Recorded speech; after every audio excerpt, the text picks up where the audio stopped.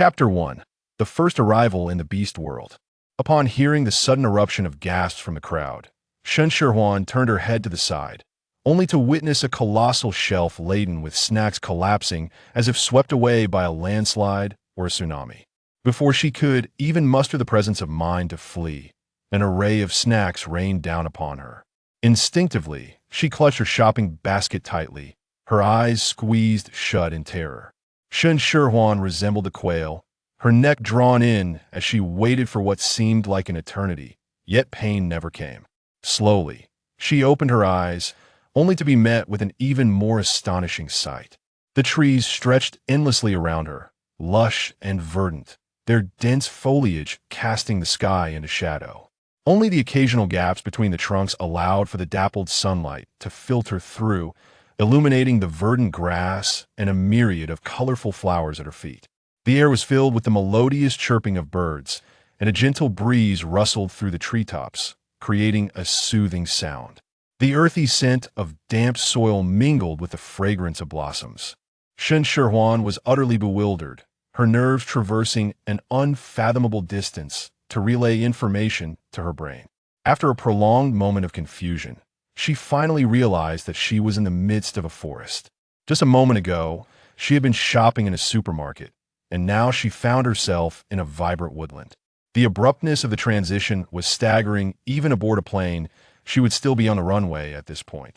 She pinched her cheek with force, the sharp pain confirming that what she witnessed was no dream, but an undeniable reality. Gurgle, gurgle, her stomach interjected, disregarding her overwhelmed mind and sending out urgent signals for sustenance. A cramping ache accompanied her hunger, a desperate reminder from her stomach that if she didn't procure food soon, it would resort to digesting itself. Man is iron. Food is steel. A missed meal can leave one famished. The vastness of the world pales in comparison to the need for nourishment. Although she was uncertain of how she ended up here, her immediate priority was to appease her vociferous belly. Scanning her surroundings, Shen Shihuan spotted a massive tree with a trunk thick enough to embrace. Its lush branches shielded her from the glaring sunlight, and a thick carpet of fallen leaves lay beneath, resembling a natural Cushionna-perfect spot for a picnic. Leaning against the tree, Shen Shihuan eagerly tore open a bag of chips, relishing every bite. Once she finished, a wave of thirst washed over her. She reached into the basket for a can of cola. Just as she grasped it without twisting the top, a chilling sensation brushed against the nape of her neck, sending shivers down her spine. With one hand instinctively touching her neck, she turned to look behind her, only to find the same tree standing solitary, with nothing else in sight. It must have been a falling leaf, she thought, but just as this notion crossed her mind, an odd hissing sound emanated from above. She looked up and locked eyes with a gigantic python coiled upon a branch. The creature, adorned with a brown, diamond-patterned skin, stared back at her with its eerie, yellow, slit pupils, flicking a tongue the size of a child's arm. Its tail dangled down, swaying leisurely in midair. A wave of panic surged through Shen Shihuan, and she quickly comprehended what had just grazed her neck. Her complexion shifted rapidly, oscillating between shades of pale and green. Her body stiffened as if it had been frozen solid. "Help! There's a snake!" Despite her mind's frantic cries, the overwhelming fear rendered Shen Shihuan mute, her eyes wide as she fixated on the monstrous serpent, nearly succumbing to unconsciousness. The reason she didn't faint was that the thought of losing consciousness and awakening inside the python's belly jolted her back to reality. She hastily gathered her scattered wits, accompanying her scream with a leap that propelled her 3 feet into the air as she bolted deeper into the dense forest with the vigor of a 400-meter relay race. Shen Shihuan stumbled forward, her feet sinking into the forest floor, driven by a primal fear of turning around to see the python relentlessly pursuing her. She pressed on without glancing back, only stopping when her lungs felt ready to burst, realizing she had no idea where she had ended up, having discarded her basket of snacks and drinks in her flight. "What on earth is this place?" Shen Shihuan sobbed, her voice cracking. "I want to go home. I want to go home. I want to go home." Her anguished cries echoed into the sky, startling a flock of unknown birds into flight, yet there was no other sound to answer her. In that moment of despair, however, a flicker of survival instinct reignited her determination. The forest may be vast, but surely there would come a day when she could find her way out. To give up now would mean becoming prey for the creatures of the forest. With her ambitions still ringing in her ears, her stomach audibly protested with another growl.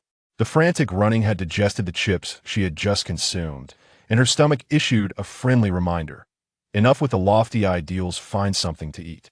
What could possibly satiate her hunger in this forest? Shen Shihuan believed that if she posed this question on some forum, the omniscient netizens would surely conjure a feast fit for a king. Yet at this moment, the only answer that emerged from her rather barren mind was simply fruit. Apples, bananas, pears, peaches, mangosteens, cherries, mangoes, tree grapes, starfruit. A dazzling array of fruits paraded through Shen Shihuan's mind, each one showcasing its delectable appeal, causing her mouth to water like a cascading waterfall. Swallowing hard, she gazed up at the tree, her eyes met only with vibrant green leaves, starkly contrasting the plump fruits that she had envisioned. The disillusionment hit hard, and she felt momentarily dazed, as if a crow cawed nearby, mocking her fanciful thoughts. Without warning, a fierce gust of wind swept through, causing the leaves to rustle violently and nearly blinding Shen Shihuan. Yet, she disregarded her dignity and gaped in awe. Through the narrow slit of her squinting eyes, she beheld a pair of enormous, winged creatures engaged in a fierce battle against the backdrop of a cerulean sky. One bore resemblance to a tiger, while the other resembled a dinosaur, yet both defied logic with their wings. In that instant, Shen Shihuan's worldview shattered into a million pieces. She would wager her life savings that even the most remote jungles of the Amazon could not harbor such beings. What kind of place had she stumbled into? As an adult, Shen Shihuan occasionally shed tears, especially during times of overwhelming stress, but soon she found herself stripped of the luxury of lament. "What the heck?" she exclaimed, her petite frame erupting with an exaggerated complaint, perfectly embodying the indecisiveness often attributed to her zodiac sign, Libra. Yet, she could hardly be blamed. The two creatures were plummeting from the sky, their projected landing zone alarmingly close to her position. Shen Shihuan futilely attempted to sidestep, but still found herself within the shadow of the descending figures. In this life-and-death moment, she did not falter in her identity. As a foodie, her mind raced with thoughts of various sauces and meats. Was it her indulgence in meat sauces that had provoked the heavens to punish her in such a manner? Chapter 2. The Gastronomic Compendium. Oh, dear heavens, she would not accept this fate. Shen Shihuan longed to make a dramatic gesture, a finger raised in defiance to express her inner turmoil. Yet reality had rendered her paralyzed with fear. Her body stiffened to the point where even her eyes could hardly move, leaving her to stare wide-eyed at the monstrous figures hurtling toward her. Just before impact, the winged tiger flapped its wings, soaring upward and taking the dinosaur-like creature along with it, retreating into the sky. The force of the wind bent the trees, casting them in a mournful state, while Shen Shihuan felt as though she were trapped in the eye of a hurricane, teetering dangerously as if about to be swept away. Fortunately, her habit of indulging in 6 meals a day, 2 bowls at each meal, with tea breaks, helped her maintain her balance. Ugh! She spat out the leaves that had lodged in her mouth. Feeling a bit wobbly, but with no support in sight, she leaned against the tree trunk, her sorrow crashing over her like a tsunami. Earth was still a safe haven. Gurgle, gurgle, her stomach stubbornly protested. Earth still had takeout. Sweet and sour pig trotters, French cat tongue cookies, soft chess pieces, garlic vermicelli shrimp, cherry blossom mousse, teriyaki golden tofu, glutinous rice pearl balls, steamed pork, chrysanthemum tofu, shrimp omelet, pumpkin soup with ribs. The array of deliciousness strung together could circle the globe. Yet here in this forest, she was the only edible entity. The thought alone brought tears to her eyes. Oh, heavens and earth! Jade Emperor, Jesus, Mary, whoever may be listening, please grant her a morsel to eat. Unbeknownst to her, perhaps some wandering deity had heard Shen Shihuan's fervent prayer, mistaking her for a devout follower, and decided to grant her wish. A fleeting glance caught her attention, as if echoing the lyrics of a song. Just because I looked at you one more time in the crowd, I can never forget your visage. Shen Shihuan's gaze was irresistibly drawn to an object a few meters away, as if glued in place. Amidst the lush green leaves, a cluster of petite, purple fruits dangled enticingly from the branches. Each one was plump and exuded an alluring sheen, almost whispering, "Eat me, eat me." Shen Shihuan swallowed hard, her stomach growling with renewed enthusiasm. In her mind, two tiny figures were engaged in a heated debate. The rational side cautioned her that these unfamiliar fruits could be poisonous, while the impulsive side urged her to hasten and pluck them. To eat or not to eat? Shen Shihuan hesitated for merely a brief moment before nimbly ascending the tree. The branches of the grand tree were lush yet not particularly tall, making it quite easy to climb. Standing on a branch, she reached out effortlessly to grasp the fruit. Upon closer inspection, the fruit emanated a sweet and fragrant aroma that heightened her salivation. With a gentle pinch, the purple skin yielded, revealing the pale green flesh and succulent juice within, tantalizing her appetite. Such delectable-looking fruit could hardly be poisonous. Shen Shihuan eagerly stuffed one into her mouth. The skin was slightly astringent, yet the flesh was remarkably sweet and the juice abundant, leaving her yearning for more. In no time, she devoured a whole cluster, feeling her belly fill to a comfortable 3/4. Just as she contemplated plucking a few more bunches, a sudden and intense pain gripped her abdomen, sharp and overwhelming, causing her to lose her strength and tumble from the tree. The agony of the fall paled in comparison to the cramping in her stomach. Within mere seconds, Shen Shihuan was drenched in cold sweat, her complexion wan and her lips devoid of color, her consciousness beginning to fade. Was she destined to perish? What a pity it would be, for there remained countless delicacies she had yet to savor. If only she were granted another chance, she would traverse the globe in pursuit of culinary delights. The gastronomic compendium was initializing successfully. A chilling mechanical voice resonated, drawing Shen Shihuan into a wondrous realm. A massive tome unfolded before her, its pages turning one by one, each inscribed with a dish, complete with exquisite illustrations and detailed cooking steps. What is this? Free from the physical pain, all of Shen Shihuan's attention was fixated on the book before her. Undoubtedly a cookbook. It was unlike any she had encountered before, infused with high technology. The ingredients listed were entirely unfamiliar to her.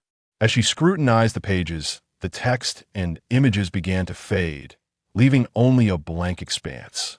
Bewildered, she heard the mechanical voice once more. Initialization complete, entering novice guidance mode. After a brief pause, the voice transformed into something soft and amiable. Greetings, user. Welcome to the Gastronomic Compendium system, which catalogs diverse ingredients from across the world. Simply collect 100 ingredients, and you may return to your rightful realm. Wait a moment. I refuse, Shen Shihuan protested immediately. Unwilling to embark on a quest for ingredients, was cola not palatable? Were potato chips not delightful? A novice gift pack is now presented to the user, wishing you a pleasant experience. No, before she could finish her protest, she was ruthlessly ejected from the space, the searing pain surging back, plunging her into darkness, as if a fire ignited within her abdomen, every limb ablaze with torment. Anomalous physical condition detected. Would you like to receive treatment? Accept. Accept. Accept. Shen Shihuan exclaimed in rapid succession, desperate to escape the maddening suffering. Disregarding all else, even if this were a trap, she felt compelled to leap. No sooner had she spoken than the pain dissipated like clouds in the sky. Were it not for the cold sweat soaking her back, she might have thought it merely an illusion. However, having just survived the perilous ordeal, Shen Shihuan's perspective had irrevocably shifted. She could no longer underestimate this forest. Be it the colossal, ferocious beasts or the cunning, elusive serpents, 7 seemingly innocuous fruits could claim her life. Gazing towards the treetops, a wry smile graced Shen Shihuan's lips. The bizarre system demanding her compliance was the least of her concerns. Her very survival in this forest remained uncertain. Luo Fan Tree, a deciduous shrub reaching 3 meters in height, with branches of deep brown or gray-brown. The leaves are ovate and elongated, producing solitary, pale purple flowers that emit a faint fragrance, blooming in spring and bearing fruit in autumn.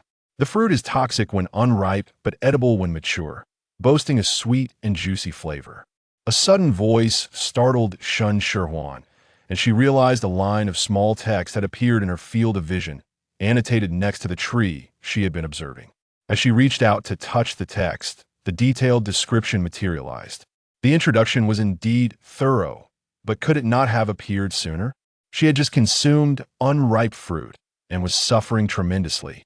Though slightly disgruntled, she recognized that possessing a botanical guide in such circumstances would significantly enhance her chances of survival in the forest, if only to avoid further poisonous fruits. Chapter 3. Insufficient energy. The weather was not particularly hot, with ample shade provided by the trees. Nevertheless, Shen Shihuan found herself parched, akin to a fish deprived of water, desperately seeking hydration. Yet, as she scanned her surroundings, all she could see were the lush green leaves and unripe fruit hanging from the branches. Hanging golden lantern, an evergreen tree with palmate leaves, blooms in spring and bears fruit in autumn. The fruit is edible and nutritionally rich when ripe. Its skin transforms from green to golden yellow, resembling a cascade of lanterns. Unripe fruit has mild toxicity, causing slight numbness of the mouth. Shen Shihuan gazed at the fruit, feeling a tingling sensation in her mouth even before tasting it. The area was filled with such trees, and she had no idea how long it would take to find other edible fruits. Surely, consuming just one wouldn't be too detrimental, right? Her throat was parched, almost ablaze with thirst. With no other options available, she surrendered to a sense of reckless hope and plucked a fruit, placing it in her mouth. The sour and astringent flavor spread throughout her palate, her tongue tingling slightly, akin to biting into an unripe persimmon. It was an indescribable discomfort, and Shen Shihuan's face contorted into a withered orange peel, spitting it out repeatedly. She found the peculiar taste so repulsive that she had no courage to eat a second one. Perhaps it was best to search for something else to eat. Her stomach began to rumble once more, and despite her legs aching and weary, she reluctantly bid farewell to this terrifyingly flavored grove and continued her journey into the unknown. All around her, trees loomed in every direction, leaving Shen Shihuan uncertain of her path. After walking for a while, the trees began to thin out, and her surroundings gradually opened up. The ground, devoid of fallen leaves, was teeming with dense vegetation, featuring low-lying grasses and plants that reached up to her knees. A riot of diverse species. Shen Shihuan's heart surged with joy as she immediately bent down to discern the edible plants around her. While there were no fruits, wild vegetables would suffice. She came across xiangcao, characterized by its oval-shaped leaves with serrated edges and a square stem. Its fragrance was rich and mellow, and its flavor was numbing yet refreshing, vibrant in color and pleasing to the eye. It could be cultivated as a flowering plant, used as a seasoning for fresh dishes, or served as a delightful accompaniment to main courses. Moreover, it was suitable for cold dishes. The delightful surprise overwhelmed Shen Shihuan, bringing tears to her eyes. She hastily plucked a generous handful of leaves and stuffed them into her mouth, tears streaming down her cheeks as she struggled to swallow. She finally understood why the culinary guide described its taste as numbing and refreshing. The flavor was indeed exhilarating. Nevertheless, she resolved to search for other edible delights. Wiping away the tears that had escaped the corners of her eyes, Shen Shihuan decisively crossed xiangcao off her culinary list, determined to seek out even more delectable wild vegetables. Shen Shihuan shifted her gaze to the next plant. Before she could discern the small text beside it, darkness suddenly enveloped her. It felt as though her head had been struck by a heavy hammer, causing stars to swirl in her vision and a ringing to echo in her ears. She hastily placed her hands on the ground to steady herself, narrowly avoiding a fall. Insufficient energy, the query function is unavailable. Please replenish energy before attempting to use it again. As Shen Shihuan was about to voice her complaints, a vast shadow loomed above her, casting a pall over the light and enveloping her surroundings in darkness. How could the sky have turned so suddenly? Was rain imminent? As she pondered, she craned her neck upwards, only to behold a magnificent creature, reminiscent of both an eagle and a hawk, descending from the heavens, its sharp talons poised to seize her. Shen Shihuan felt a sharp pain in her shoulder as her feet left the ground, her body gradually ascending. Above her, a powerful sound of flapping echoed. while a fierce wind whipped past her ears, making it nearly impossible for her to open her eyes. Although Shen Shihuan was not afraid of heights, the sheer absence of safety measures as she ascended into the sky sent chills down her spine and tightened her scalp. She found herself voiceless, her mind a blank canvas, seemingly bereft of thought, as if her very essence were attempting to flee her body in a frantic escape. The wind at such heights was particularly biting, causing her to tremble uncontrollably. After a moment of terror, her mind, which had temporarily shut down, struggled to resume its functions. A fleeting memory of a documentary she once watched surfaced. It depicted certain large raptors returning to their nests to savor their captured prey. The realization struck her: was she the prey? The moment the equation formed, her entire being erupted in alarm, a paralyzing fear gripping her heart with an invisible hand, rendering her breathless. What should she do? What could she possibly do? Shen Shihuan recalled that in the documentary, the unfortunate prey that was captured ultimately found itself brought back to the nest, becoming sustenance for a multitude of fledglings. Although the gory scene of their shared feast was obscured, the vivid crimson still offered a glimpse into the brutality of nature. Would she too be destined to meet such a fate? Shen Shihuan shivered, her heart racing with an overwhelming terror that paradoxically ignited within her a profound courage. Faced with the inevitability of death, she resolved to take a chance, to fight for a glimmer of life. Having made up her mind, she surveyed her surroundings. Below lay a lush expanse of verdant forest, stretching endlessly into the horizon. Not far ahead loomed a towering cliff, from which a waterfall cascaded down, resembling a silver ribbon weaving through the trees. Water. Shen Shihuan's eyes sparkled with realization. It was indeed a stroke of fortune, the elusive treasure found without effort. She resolved to descend by the riverbank. However, just as she made her decision, she noticed that the raptor clutching her had veered off course, straying from her intended destination and soaring towards the cliffs. The raptor, oblivious to human speech, found its catch's cries particularly bothersome today, as the prey squirmed restlessly. With a powerful flap of its wings, it accelerated, eager to return to its nest. As Shen Shihuan watched herself drift further away from the riverbank, a surge of anxiety gripped her heart. She instinctively reached up, grasping the feathers on the leg of the raptor, and with a fierce tug, she pulled down a handful of plumage. The raptor let out a piercing cry of pain, its flight becoming less steady as it veered erratically toward the cliffside. The cliff was adorned with numerous trees, their trunks robust and their foliage lush. Shen Shihuan's back collided heavily with a branch, nearly forcing the breath from her lungs, while her arms scraped against the smaller twigs, igniting a sharp sting.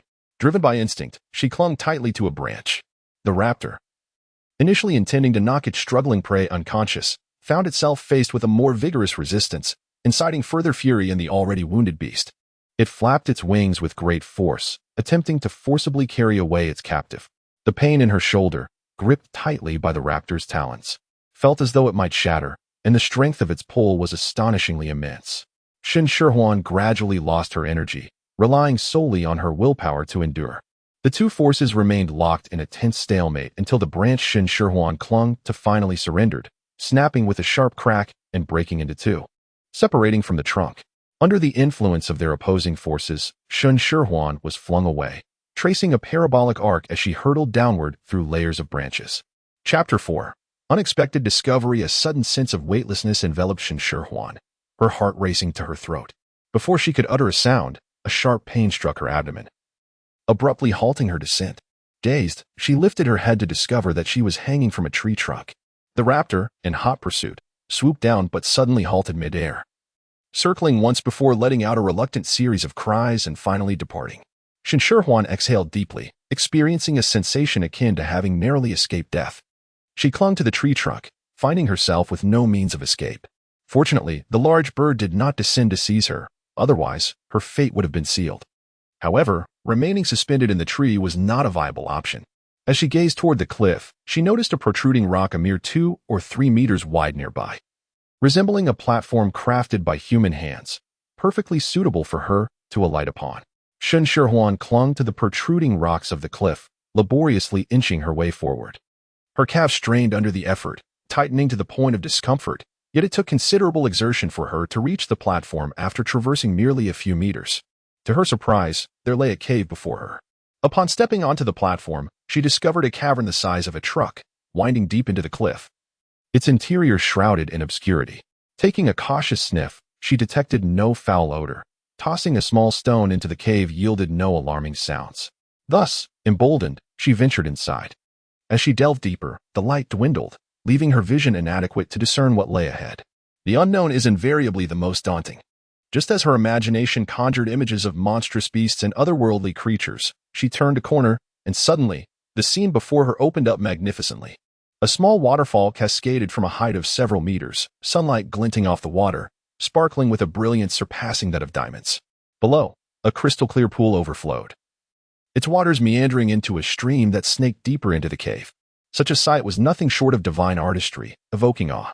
Yet what thrilled Shen Shihuan even more was what lay on the opposite side of the wall, a flat expanse of dark fur-covered rock, a semicircular earthen stove constructed from stones, and rudimentary utensils such as stone pots and bowls, all unmistakably indicating the presence of inhabitants.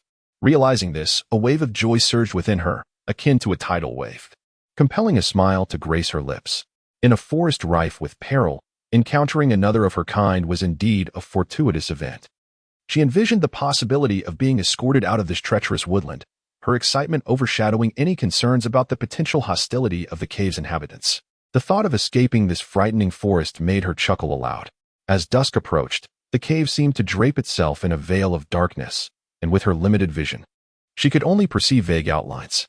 The temperature dropped correspondingly, and Shen Shihuan, clad in a light autumn tracksuit, shivered uncontrollably, huddling her arms around herself for warmth. Shen Shihuan heard the sound of her teeth clashing together. After a brief hesitation, she swiftly climbed onto the stone platform and wrapped herself tightly in the fur laid upon it, which alleviated the chill she felt. The origin of the fur remained a mystery. It was soft and smooth to the touch, lightweight yet surprisingly warm.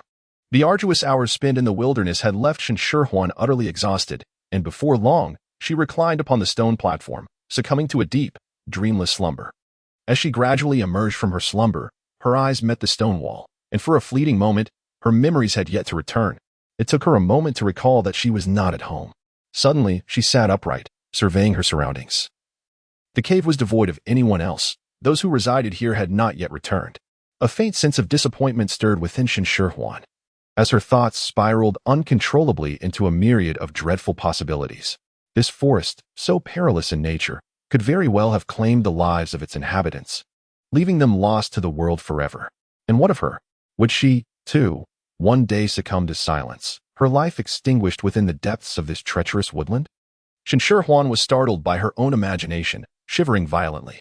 Before she could furrow her brow in distress, her stomach emitted a signal, a tightening pain in her abdomen bringing her back to reality. With a bitter smile, she shook her head, casting aside her worries about the future. Rather than fretting over whether she might become prey for a ferocious beast, it was more pressing to consider how to satiate her hunger. The cave was equipped with various utensils, yet it bore no food. With a growling stomach, Shen Shihuan suppressed her fear and ventured outside the cave. Initially, she was anxious about how to descend the steep cliff, but upon reaching the platform outside the cave, she discovered a winding path that led down into the forest below. Although steep, it was traversable. Keep going. You can survive, she encouraged herself, the harrowing experiences of the previous day planting seeds of fear in her heart. With newfound resolve, she took her first steps toward the forest below. After Shen Shihuan had departed for some time, a shadow loomed over the area. As a white-winged tiger descended from the sky, transforming into a man upon landing on the platform. His dazzling golden hair shone brighter than the sun, and his chiseled features resembled a meticulously crafted work of art. However, his expression was one of indifference, lips pressed tight and face devoid of emotion. As the man entered the cave and caught a whiff of the lingering sweet fragrance in the air, his expression abruptly changed. He hurried deeper into the cave, but upon finding it empty, he swiftly exited, relying on his keen sense of smell to follow the nearly dissipated scent. In such a place, how could there possibly be? The man was filled with doubt, yet there was no time for contemplation. Transforming back into the winged tiger, he leaped and plunged into the forest. After a night of rest that rejuvenated his energy, when Shen Shihuan focused on the plants around her, descriptions appeared before her eyes once more. Yet none of them were edible. Shen Shihuan furrowed her brows in distress. Were it not for the system, she might have succumbed to poison long ago. Perhaps it was the environment, but most of the plants in this forest were indeed toxic and inedible. As a food enthusiast, the thought of starving to death was simply too tragic. Shen Shihuan found herself increasingly anxious about her future, unwittingly venturing deeper into the woods. This plant is also inedible, she thought, crouching down to scrutinize it before rising in disappointment. Out of the corner of her eye, however, she caught sight of a dark shadow. Turning around, she was met with a gaping maw. Shen Shihuan, what on earth is this hideous creature? With its menacing, claw-like tentacles atop its head, and its dark red skin covered in various sized lumps, it revealed a gaping maw lined with sharp fangs, saliva cascading down like a waterfall. The yellow-green vertical pupils concealed a ravenous thirst for blood. Oh my goodness! Shen Shihuan's legs weakened, causing her to collapse onto the ground. Staring at the monstrous mouth lunging towards her, terror rendered her mind blank, and she completely forgot to flee. Chapter 5. The Good Man, Ji Zhan. My life is in peril. Shen Shihuan believed that this time she could not escape death. She could even smell the foul stench emanating from the gaping maw of the beast. However, just as she resigned herself to her fate, the ferocious creature before her was suddenly hurled away. Shen Shihuan gazed in awe at the majestic white tiger, unable to avert her eyes. Oh, how she longed to touch it. The sensation would surely be exquisite. In addition to being a glutton, she was also captivated by plush textures, enchanted by the creature's beauty. She became so engrossed in watching the white tiger vanquish the hideous beast that she forgot to flee. It was only when the tiger sauntered over to her after dispatching the foe that she abruptly recalled the fact that tigers are carnivorous. I am not appetizing, she stammered, desperately attempting to bridge the chasm between their species and persuade the white tiger not to consume her. The white tiger lowered its head to inspect Shen Shihuan, leaning in to sniff her neck. Just moments ago, she had fantasized about its form, yet when it approached her, she was nearly overwhelmed with fright, her body trembling uncontrollably and her complexion paling dramatically. Ji Zhan, the white tiger, confirmed that the fragrant scent lingering in the cave belonged to the female before him. Although he was puzzled as to why she had ventured into the infamous Forest of Despair, he felt compelled to ensure her safety upon their encounter. Realizing that returning to the cave would require some distance, he refrained from transforming back into his human form and nudged her gently with his head, signaling her to climb onto his back. Shen Shihuan, a non-native, failed to comprehend Ji Zhan's intentions. Instead, she believed that fate was finally about to intervene in her life, and she fainted without a word. Ji Zhan understood that she was fragile, but he had not anticipated that merely a creature like him could frighten her into unconsciousness. Resigned, he transformed back into his human form and lifted her with a sense of helplessness, utterly oblivious to the fact that it was, in truth, his presence that had startled her. When Shen Shihuan awoke, she found herself lying on a stone platform, covered by a dark fur. What was happening? Could it be that she had been trapped in a nightmare? Shen Shihuan was bewildered. Could a dream be so vividly real? If this were not a dream, how was it that she lay here unscathed, untouched by the ferocious white tiger? You are awake, Ji Zhan remarked, one hand grasping a slumbering beast whose neck he had just twisted, while the other cradled a bundle of fruits wrapped in leaves. Upon entering the cave, he found the female, who had been reclining on the stone bed, now sitting upright. The sudden sound startled Shen Shihuan, causing her heart to race as she instinctively placed a hand over it. Following the source of the noise, she nearly let out a startled squeal. Who is this extraordinarily handsome man? She thought, swearing by the delicacies she had savored over the years that she had never encountered a man so strikingly attractive. Not only was he blessed with remarkable looks, but his physique was equally impressive. Shen Shihuan lowered her eyelids, her ears slightly flushed, daring not to gaze upon the man any longer. It was not for any other reason than that the man's attire was undeniably provocative. He wore a sleeveless leather vest, and around his waist was merely a strip of animal hide, leaving a substantial expanse of his fair skin exposed, while his long, slender legs were also laid bare to the air. It is the allure of tantalizing glimpses that captivates the senses most profoundly. Shen Shihuan could not resist. Once again fixating her gaze upon the man, her eyes ablaze with fervor, her face unmistakably betraying her infatuation. Misinterpreting her longing, Ji Zhan offered her some fruit, while he himself moved to the edge of the water pool to tend to the snoring beast. Shen Shihuan gently parted the leaves, revealing the crimson fruits nestled within.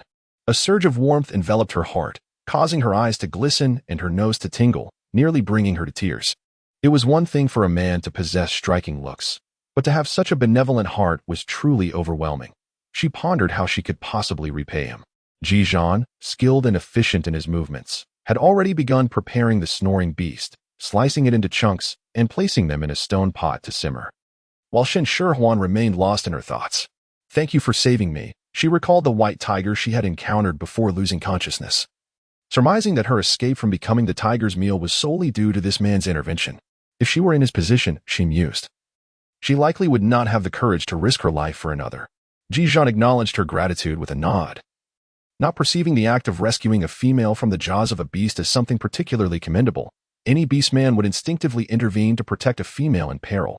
Shen Shihuan, unaware that their thoughts had strayed onto different wavelengths, noticed the atmosphere growing tense, and since her benefactor showed no intention of speaking, she took it upon herself to enliven the mood. I am Shen Shihuan, but you may call me Shihuan. And you are? Shen Shihuan blinked. My name. Thinking that Shen Shihuan had not understood, Ji Zhan added succinctly, yet remained miserly with his words. The savior was the king of awkward silences. And Shen Shihuan felt an immense pressure, uncertain how to continue the conversation. By the way, where's this place? Do you know how to leave here? Unable to conjure any other topics, Shen Shihuan inquired about what piqued her curiosity the most. The Forest of Despair, Ji Zhan replied tersely, as if each word were precious. Unwilling to utter even a single additional syllable, Shen Shihuan's eyes sparkled with excitement as she fixed her gaze intently on Ji Zhan, her voice rising a few octaves with exhilaration. Can you take me away from here? The forest was perilous, fraught with toxic flora and ferocious beasts. Making it far too dangerous for her, it was wise to depart swiftly, even if Shen Shihuan had not voiced her concerns. Ji Zhan had already resolved to escort her back to the tribe. The forest, known as the Forest of Despair, earned its ominous moniker due to its treacherous nature. Not only the fragile females, but even the most robust orc could fall victim to its dangers, with many entering and never returning. If he were alone, he might have lingered longer, but with a female in his care, he deemed it prudent to hasten their return. We shall depart tomorrow. Truly, he was a good man. Shen Shihuan once again affixed a label of goodness upon Ji Zhan. Though he spoke little, his character was commendable, and his striking appearance stirred her youthful heart. It is no wonder that in historical dramas, countless characters find themselves in debt of gratitude for their lives, offering their bodies in return. Ultimately, it is the allure of their savior's beauty that captivates them. Had the savior been of less appealing visage, one might merely vow to repay the debt in a future life as a humble servant. Shen Shihuan let her thoughts wander, indulging in a flight of fancy, as the tantalizing aroma of meat wafted through the air, stirring her stomach to grumble audibly. Finally, she came to her senses. Oh, please, stop your noise. Shen Shihuan pressed her hand against her abdomen, commanding it to cease its rumbling, yet her stomach evidently possessed its own desires. Stealing a furtive glance at Ji Zhan, she felt an overwhelming sense of embarrassment, wishing fervently to vanish into a hole. How could she bear the indignity of her stomach growling in front of someone she held in such high regard? She decided to indulge in some fruit. With the acute hearing of a beast man, how could Ji Zhan possibly fail to notice the symphony of her empty stomach? However, as the roasted beast meat had yet to be cooked, Ji Zhan gestured for Shen Shihuan to have some fruit to stave off her hunger. Indeed, he had heard it. Forlorn and despondent, absent-mindedly stuffed a fruit into her mouth. The sweet flavor cascaded through her palate, unexpectedly delightful, prompting a smile to unconsciously grace her lips. Chapter 6. Proactive feeding. The aroma of meat intensified, and swallowed hard, realizing that the once delectable fruit had lost its charm. Unable to restrain herself, her gaze wandered toward the steaming stone pot, her mouth watering profusely. The fragrance was simply irresistible. Noticing S eyes frequently drifting toward the stone pot, S lips curled slightly, though this subtle smile quickly vanished. After a while, estimating that the meat had cooked sufficiently, approached, ladling a bowl of meat and bringing it to the stone bed. As she beheld a bowl larger than her own face, filled with steaming chunks of meat, S eyes gleamed with anticipation, eagerly reaching out to seize it. However, gently intercepted her hand, calmly stating, "It's hot." Shen Shihuan found herself at a loss for words to articulate her emotions. Never had anyone shown her such profound concern. The attention to even the minutest details made her feel as though she were a precious and fragile piece of porcelain, requiring delicate handling.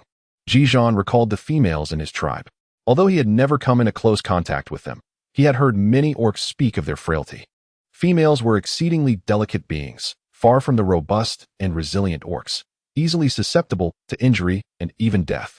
Contemplating such a possibility stirred an unsettling feeling within Ji Zhan. The female he had rescued was his, and he could not bear the thought of her demise, absolutely not.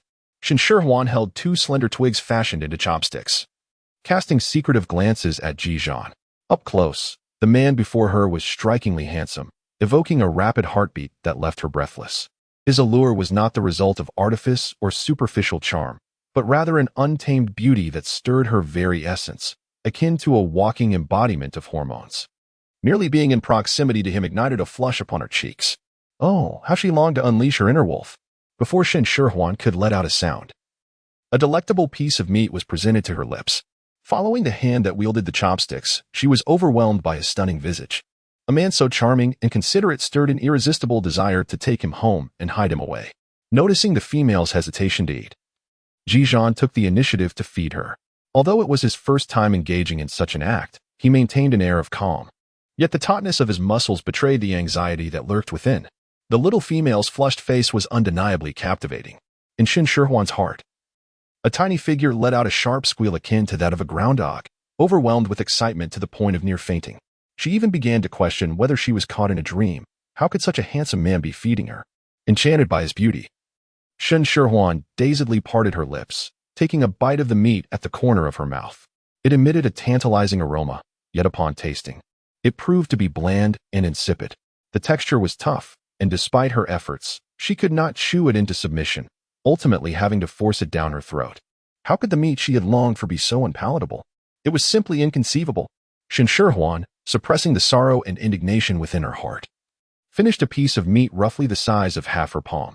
She declined Ji Zhan's repeated offers of nourishment, although she was not yet satiated. She feared that continuing to eat might jeopardize her teeth. Observing the small female shake her head, Ji Zhan subtly furrowed his brow, pondering how such a meager portion could suffice for healthy growth. You should eat too, he suggested, noticing that while he was preoccupied with feeding her, he had neglected his own meal. Feeling a twinge of embarrassment, Shen Shihuan mimicked his actions, picking up a piece of meat and offering it to him. Ji Zhan was not hungry, having devoured an entire rofu beast in his original form just the day before. However, since the small female wished to feed him, he would not decline, even though, for a beast man, such tender meat was far from appetizing. Shen Shihuan watched in astonishment as Ji Zhan swallowed a whole piece of meat with hardly a chew, his impressive appetite leaving her wide-eyed. Would you like more? She inquired, pondering whether the morsel she offered was merely a snack for him. Observing Ji Zhan's expression, she felt an overwhelming urge to offer him additional pieces. However, oblivious to Shen Shihuan's eager intentions, Ji Zhan declined her generous offer. Shen Shihuan felt a wave of disappointment wash over her, her earlier vibrancy now diminished. Resembling a wilted eggplant after frost, the curve of her smile shrinking noticeably. Just one more piece, Ji Zhan, returning to his senses, altered his previous stance and cast aside his usual unwavering principles, all to avoid witnessing the look of disappointment on the delicate female's face. Consequently, he consumed the entirety of the bowl of meat. As the feeding concluded, Shen Shihuan intended to wash the bowl and chopsticks. But before she could rise from the stone bed, Ji Zhan had already taken the chopsticks from her hands and proceeded to clean them himself. Such a handsome and considerate man is hard to find. Aside from his taciturn nature, he is replete with virtues, though perhaps his culinary skills leave much to be desired. The thought of potentially enduring another meal of rock-hard meat made her stomach ache, prompting her to realize that she must assume the responsibility of cooking to save her digestive woes. Yet, how can a skilled cook work without ingredients? Gazing at the remaining raw meat, Shen Shihuan sighed inwardly. Even if she were a reincarnation of the culinary deity, lacking both ingredients and seasonings would render her unable to create delectable dishes. However, while there were none in the cave, the forest outside was abundant with fresh ingredients, resembling an open treasure trove awaiting her harvest. Nevertheless, the memory of the white tiger that had frightened her lingered, causing her heart to race with trepidation as she instinctively looked towards Ji Zhan, the man who had provided her with a sense of security in her moments of helplessness. Almost simultaneously, as Shen Shihuan glanced his way, Ji Zhan turned to her, succinctly inquiring, "Is something the matter?" Feeling a bit bashful, Shen Shihuan's voice was barely above a whisper. "Could you accompany me for a walk outside?" After voicing what she perceived as an unreasonable request, she quickly added in a fluster, "If it's inconvenient, that's perfectly all right." She intended to say she could manage on her own, but recalling the dangers she had encountered in the past few days, she hesitated. Of course. Ji Zhan's response remained brief yet held an inexplicable charm that instantly calmed her frantic heart. Once outside the cave, the two ventured along a narrow path leading into the forest, with Ji Zhan's strides far surpassing Shen Shihuan's, each of his steps equivalent to more than two of hers. Before long, she found herself lagging behind by several dozen meters, observing the widening gap between them.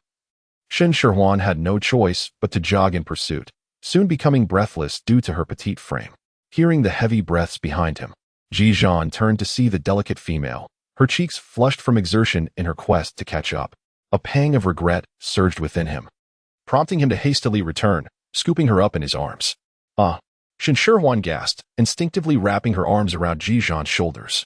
Her already muddled thoughts becoming further disoriented until her feet finally touched the ground, at which point she realized she had been carried the entire way. A blush flitted across Shen Shihuan's face as she lowered her gaze, unable to meet Ji Zhan's eyes, while her inner self was in a frenzy of excitement.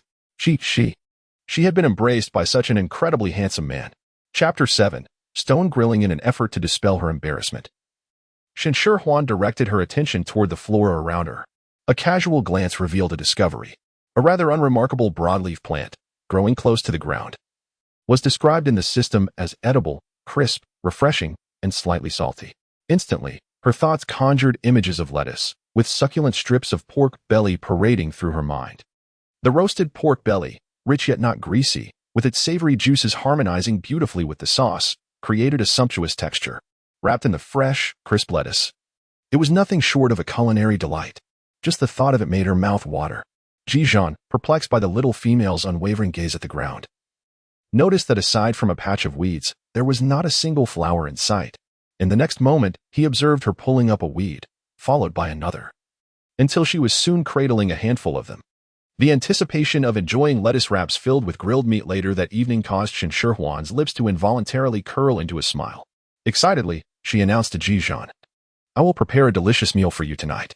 Although he was unsure of the edibility of the weeds, he found himself inclined to trust her words. With an inherent inclination to please, Ji Zhan nodded appreciatively and took the handful of weeds from her embrace. Shen Shihuan's fondness for Ji Zhan increased by another percentage point. After 20 years of being single, she must have been destined to encounter such a considerate and handsome man. "What is the matter?" Ji Zhan asked, puzzled by the little female's unwavering gaze upon him. "It's nothing," Shen Shihuan stammered, flustered as she waved her hand, her face flushed crimson. Her eyes cast downwards in guilt, unwilling to admit that she was captivated by his charm. Harboring a certain unmentionable thought, Shen Shihuan silently clenched her fist, resolute in her determination to prepare a delectable barbecue. The immediate task at hand was to procure more ingredients. Perhaps fortune was on her side. For in the time that followed, Shen Shihuan discovered a type of non-toxic fruit. Although it was not yet ripe, she plucked one and took a gentle bite. The succulent juice burst in her mouth, the tartness contorting her features. This was nothing short of a lemon in disguise. Yet, despite its pronounced sourness, it lacked bitterness, making it an ideal seasoning. "This isn't palatable," Ji Zhan remarked, slightly furrowing his brow upon seeing the little female pick a bunch of unripe fruit. "Wait here for a moment. Do not wander off." Shen Shihuan was completely lost in her thoughts, imagining how her culinary skills could captivate Ji Zhan's heart. She was oblivious to his words, yet even without his warning, her previous encounters with the forest dangers instilled in her a sense of caution, compelling her to remain in place and await Ji Zhan's return. Only after ensuring that there were no ferocious beasts lurking nearby did Ji Zhan venture away. Shortly thereafter, he returned, cradling a handful of deep crimson fruits. "Eat this," he said, gently pressing one of the fruits to Shen Shihuan's lips, encouraging her to partake. Shen Shihuan recognized the fruit as one she had tasted before. Ji Zhan likely assumed she desired the fruit, which prompted him to go out of his way to gather it for her. The sweetness of the fruit lingered on her palate, infusing her heart with a gentle, sugary warmth. Overwhelmed with emotion, her eyes shimmered with unshed tears, and she nearly lost her composure. Taking several deep breaths to regain her dignity and avoid shedding any golden tears, the familiar wave of dizziness washed over her, prompting Shen Shihuan to abandon her search. Although she did not find additional ingredients, the ones she had gathered were sufficient to prepare a delightful feast of roasted meat. She did not indulge in greed, instead returning to the cave with Ji Zhan, both laden with their bountiful harvest. As before, she was once again cradled in Ji Zhan's arms on their journey back. Shen Shihuan, brimming with enthusiasm and ready to embark on a grand endeavor, was abruptly doused with a bucket of cold water, nearly extinguishing her fervor. Just as a skilled cook cannot create a meal without rice, she too found herself unable to prepare delectable roasted meat without the necessary utensils. Shen Shihuan slumped her shoulders, feeling overwhelmed by the weight of her struggles. What was the matter? Observing the once vibrant young female now dejected, Ji Zhan's eyes flickered with concern. He gently tousled her hair, feeling its softness beneath his palm, unable to resist indulging in the comforting gesture a moment longer. Lacking a barbecue grill or a frying pan, Shen Shihuan felt increasingly wronged by Ji Zhan's attentiveness. The anxiety and fear she had harbored since entering this perilous forest surged forth, culminating in a fit of uncontrollable sobbing. Ji Zhan was momentarily taken aback, flustered and unsure of how to comfort her, having had little experience in such matters. He furrowed his brow, recalling how his father once consoled his mother and clumsily enveloped her in his embrace, gently patting her back. Once she had released the pent-up negative emotions that had been weighing on her heart, an overwhelming sense of shame washed over Shen Shihuan. She wished she could vanish into a hole in the ground. How could she have cried so openly in front of someone she held feelings for? It was all over. The spark of her first love was surely extinguished. Would the system allow time to reverse? One must face reality boldly. For those who lack shame are invincible in this world. Shen Shihuan, once the little female ceased her tears, Ji Zhan cautiously inquired about what a barbecue grill and a frying pan were. He had never encountered either, but since the little female desired them, he would certainly find a way to fulfill her wishes. Shen Shihuan offered a brief description, and upon hearing it, Ji Zhan approached the cliff. She could not quite discern how Ji Zhan accomplished his task, but in a matter of moments, he effortlessly extracted a rock nearly a meter wide from the wall. With just a few deft strokes, he shaped the stone into a slab a finger's breadth thick. He then plunged it into the pond, and the dust clinging to the surface was washed away completely, as if by magic. Shen Shihuan gazed in astonishment at Ji Zhan as he skillfully assembled a makeshift barbecue rack. She was so taken aback that it took her a considerable time to regain her composure. After a few moments, she blinked and finally responded. "Is this okay?" Ji Zhan inquired, his movements precise and efficient, ensuring the structure was stable before turning to her. Yes. Shen Shihuan nodded eagerly, her admiration for Ji Zhan soaring several notches. What extraordinary luck had led her to encounter such a charming, considerate, and capable man? After silently reminding herself that beauty cannot be relied upon for sustenance, she struggled to shift her focus from Ji Zhan to the ingredients. There was still a substantial amount of the meat they had previously prepared, resembling pork, with a thick layer of fat beneath which lay marbled slices of belly meat, perfectly suited for grilling. "Do you have a knife?" Chef Shen rolled up her sleeves, ready to embark on her culinary endeavor. Ji Zhan handed her a slender, delicate object that resembled jade. Shen Shihuan held the knife in her hand, feeling as though it were as light as plastic. However, when she attempted to slice the meat, she discovered its extraordinary sharpness. In her moment of distraction, she nearly cut her own hand. "Let me handle this," Ji Zhan said, taking the initiative to take over the task of slicing the meat. With deft movements, he quickly produced a generous stack of evenly sliced pieces. Though Shen Shihuan noticed that Ji Zhan lacked culinary skills, his knife skills were commendable, allowing her to feel at ease as she approached the water's edge to wash a broad-leaved plant designated by the system as loofah. She also took the opportunity to cleanse 2 fruits she had gathered. By the time she finished, Ji Zhan had already sliced the meat to perfection. Chapter 8. Sharing the same bed and pillow. The stone slab, heated to scorching temperatures, sizzled as the meat was laid upon it, releasing an enticing aroma of rendered fat that stimulated the appetite. As Shen Shihuan flipped the slices, she swallowed discreetly, her gaze fixed on the meat, burning with a fervor surpassing the very flames beneath it. The tangy and sweet juices cascaded over the meat, the fragrance of the fruits mingling with the rich scent of fat, creating an irresistible allure. Once the meat was cooked, she eagerly wrapped a piece in a clean loofah leaf and presented it to Ji Zhan's lips. His eyes were drawn to her fair fingers holding the leaf, and the fleeting thought of a beastman's aversion to greens vanished from his mind. Almost entranced, he parted his lips and bit into the bundle of leaves. The crispness of the loofah enveloping the tender meat, with the perfect balance of sweet, sour, and salty flavors, rendered the juices succulent, infused with a charred essence yet devoid of greasiness, leaving a refreshing aftertaste. Ji Zhan was taken aback. What should have been a lackluster meat, what was once a bitter grass, transformed into a delicacy he had never encountered, thanks to the skillful preparation of the petite female. "Is it not to your liking?" Shen Shihuan, perceiving his stoic expression and silence, felt a twinge of anxiety. Had her culinary skills diminished? "It is exquisite," Ji Zhan replied, mirroring Shen Shihuan's actions by wrapping a slice of meat in a leaf and feeding it to her. Upon taking the first bite, Shen Shihuan was utterly captivated. Despite the limited selection of ingredients and the simplicity of the seasonings, the grilled meat was rich yet not greasy, with a harmonious interplay of sweet, sour, and savory flavors. The meat was charred to perfection, while the vegetables retained their crispness, creating a delightful medley of textures. Compared to the previously served boiled meat, this dish was truly a rare delicacy. Shen Shihuan, caught unaware, overindulged in her meal and wandered around the cave several times to aid her digestion. As the sky gradually darkened, Ji Zhan added a few logs to the fire, casting a warm, crimson glow throughout the entire cave. It was only at this moment that Shen Shihuan recalled the solitary stone bed within the cave, although the bed was spacious enough to accommodate several of her. She couldn't help but steal furtive glances at Ji Zhan, her heart racing with an inexplicable blend of anxiety and anticipation, which flushed her cheeks a vivid hue, fortuitously mirroring the crimson glow of the fire. Let us retire early. We shall return to the tribe tomorrow. Ji Zhan meticulously sprinkled insect-repelling powder along the edge of the stone bed. Noticing Shen Shihuan standing there in a daze, he urged her to sleep promptly.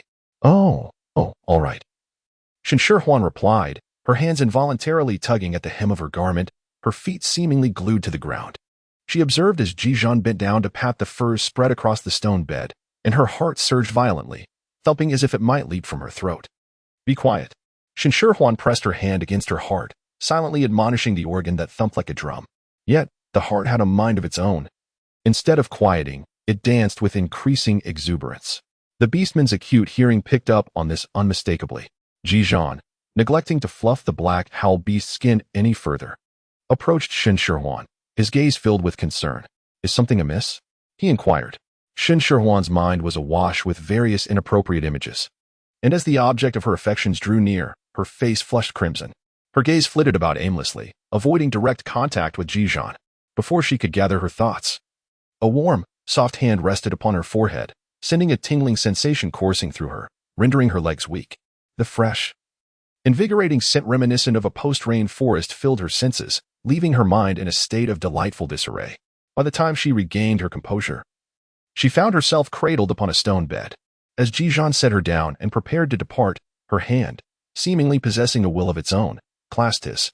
Are you not going to sleep? She inquired. Ji Zhan lowered his gaze to the little female, whose head was tilted back, her cheeks flushed. A rare hint of color appeared on his usually impassive face, and he felt an unexpected flutter of anxiety. Females are inherently sensitive and delicate, particularly the younger ones, who require the love and protection of their fathers and brothers, and companionship during sleep seemed essential. Yet, he was neither her kin nor a guardian. He pondered if his refusal might leave her heartbroken. It was an unspoken rule among beast men to never allow a female to feel sorrow. Ji Zhan cautiously seated himself upon the stone bed, his movements stiff and deliberate, even his breathing instinctively softened. Do you prefer to sleep while sitting? Shen Shihuan observed. Noticing his rigid posture, as if he intended to remain there for eternity, she frowned slightly, perplexed. No one is perfect. It was understandable for someone so handsome to have an unusual sleeping posture. Ji Zhan realized that the little female wished for him to lie down and share her rest. Silently, he reclined, striving to maintain some distance, yet the confines of the stone bed rendered such efforts futile, no matter how far he attempted to stretch. Their hands could easily reach one another. Shen Shihuan initially believed that she would be unable to sleep, yet before long, she succumbed to slumber, even emitting soft snores. In contrast, Ji Zhan lay there for quite some time, breathing steadily. When he finally opened his eyes, they sparkled with clarity, revealing that he had not truly been asleep.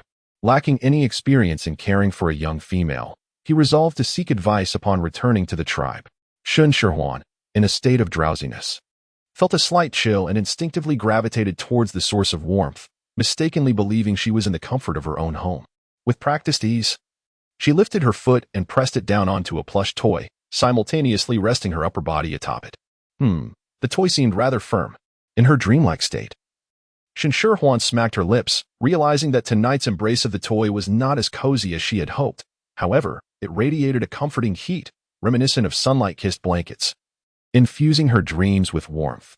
Ji Zhan lay rigidly on the stone bed, acutely aware of the softness pressing down upon him, his heartbeat suddenly quickening uncontrollably, banishing any remnants of sleep. Shen Shihuan awoke at the break of dawn, only realizing something was amiss as she stretched her limbs. Upon opening her eyes, she was met with a solid chest before her, the remnants of sleep dissipating in an instant. Startled as if pricked by a needle, she sprang upright. Shen Shihuan, taken aback, struggled to articulate her thoughts, her wide eyes fixed on Ji Zhan, who had unwittingly served as her mattress throughout the night. Had she, in essence, slept beside her savior? Was it too late to offer herself in gratitude? Ji Zhan remained composed, his demeanor unruffled as he calmly informed Shen Shihuan that they would set off for the tribe after breakfast. Inappropriate echoes of the couple returns home together resonated in Shen Shihuan's mind, causing her already flushed face to redden further, as if it were about to bleed. Ji Zhan observed this and silently pondered. The little female's persistent blush must indicate an ailment.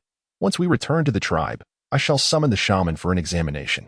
Both individuals, lost in their divergent thoughts, hastily finished their breakfast and began to pack their belongings. Shen Shihuan arrived with empty hands, possessing nothing but the clothes on her back. In contrast, Ji Zhan not only rolled up the black beast skin spread across the stone bed, but also stacked the stone pot, stone bowls, and other utensils into a pile, even collecting the stone slab that had been prepared the previous night. Shen Shihuan gazed at the desolate cave that appeared to have been ransacked, her heart brimming with questions that bubbled up like effervescent soda. Chapter 9. The first ingredient.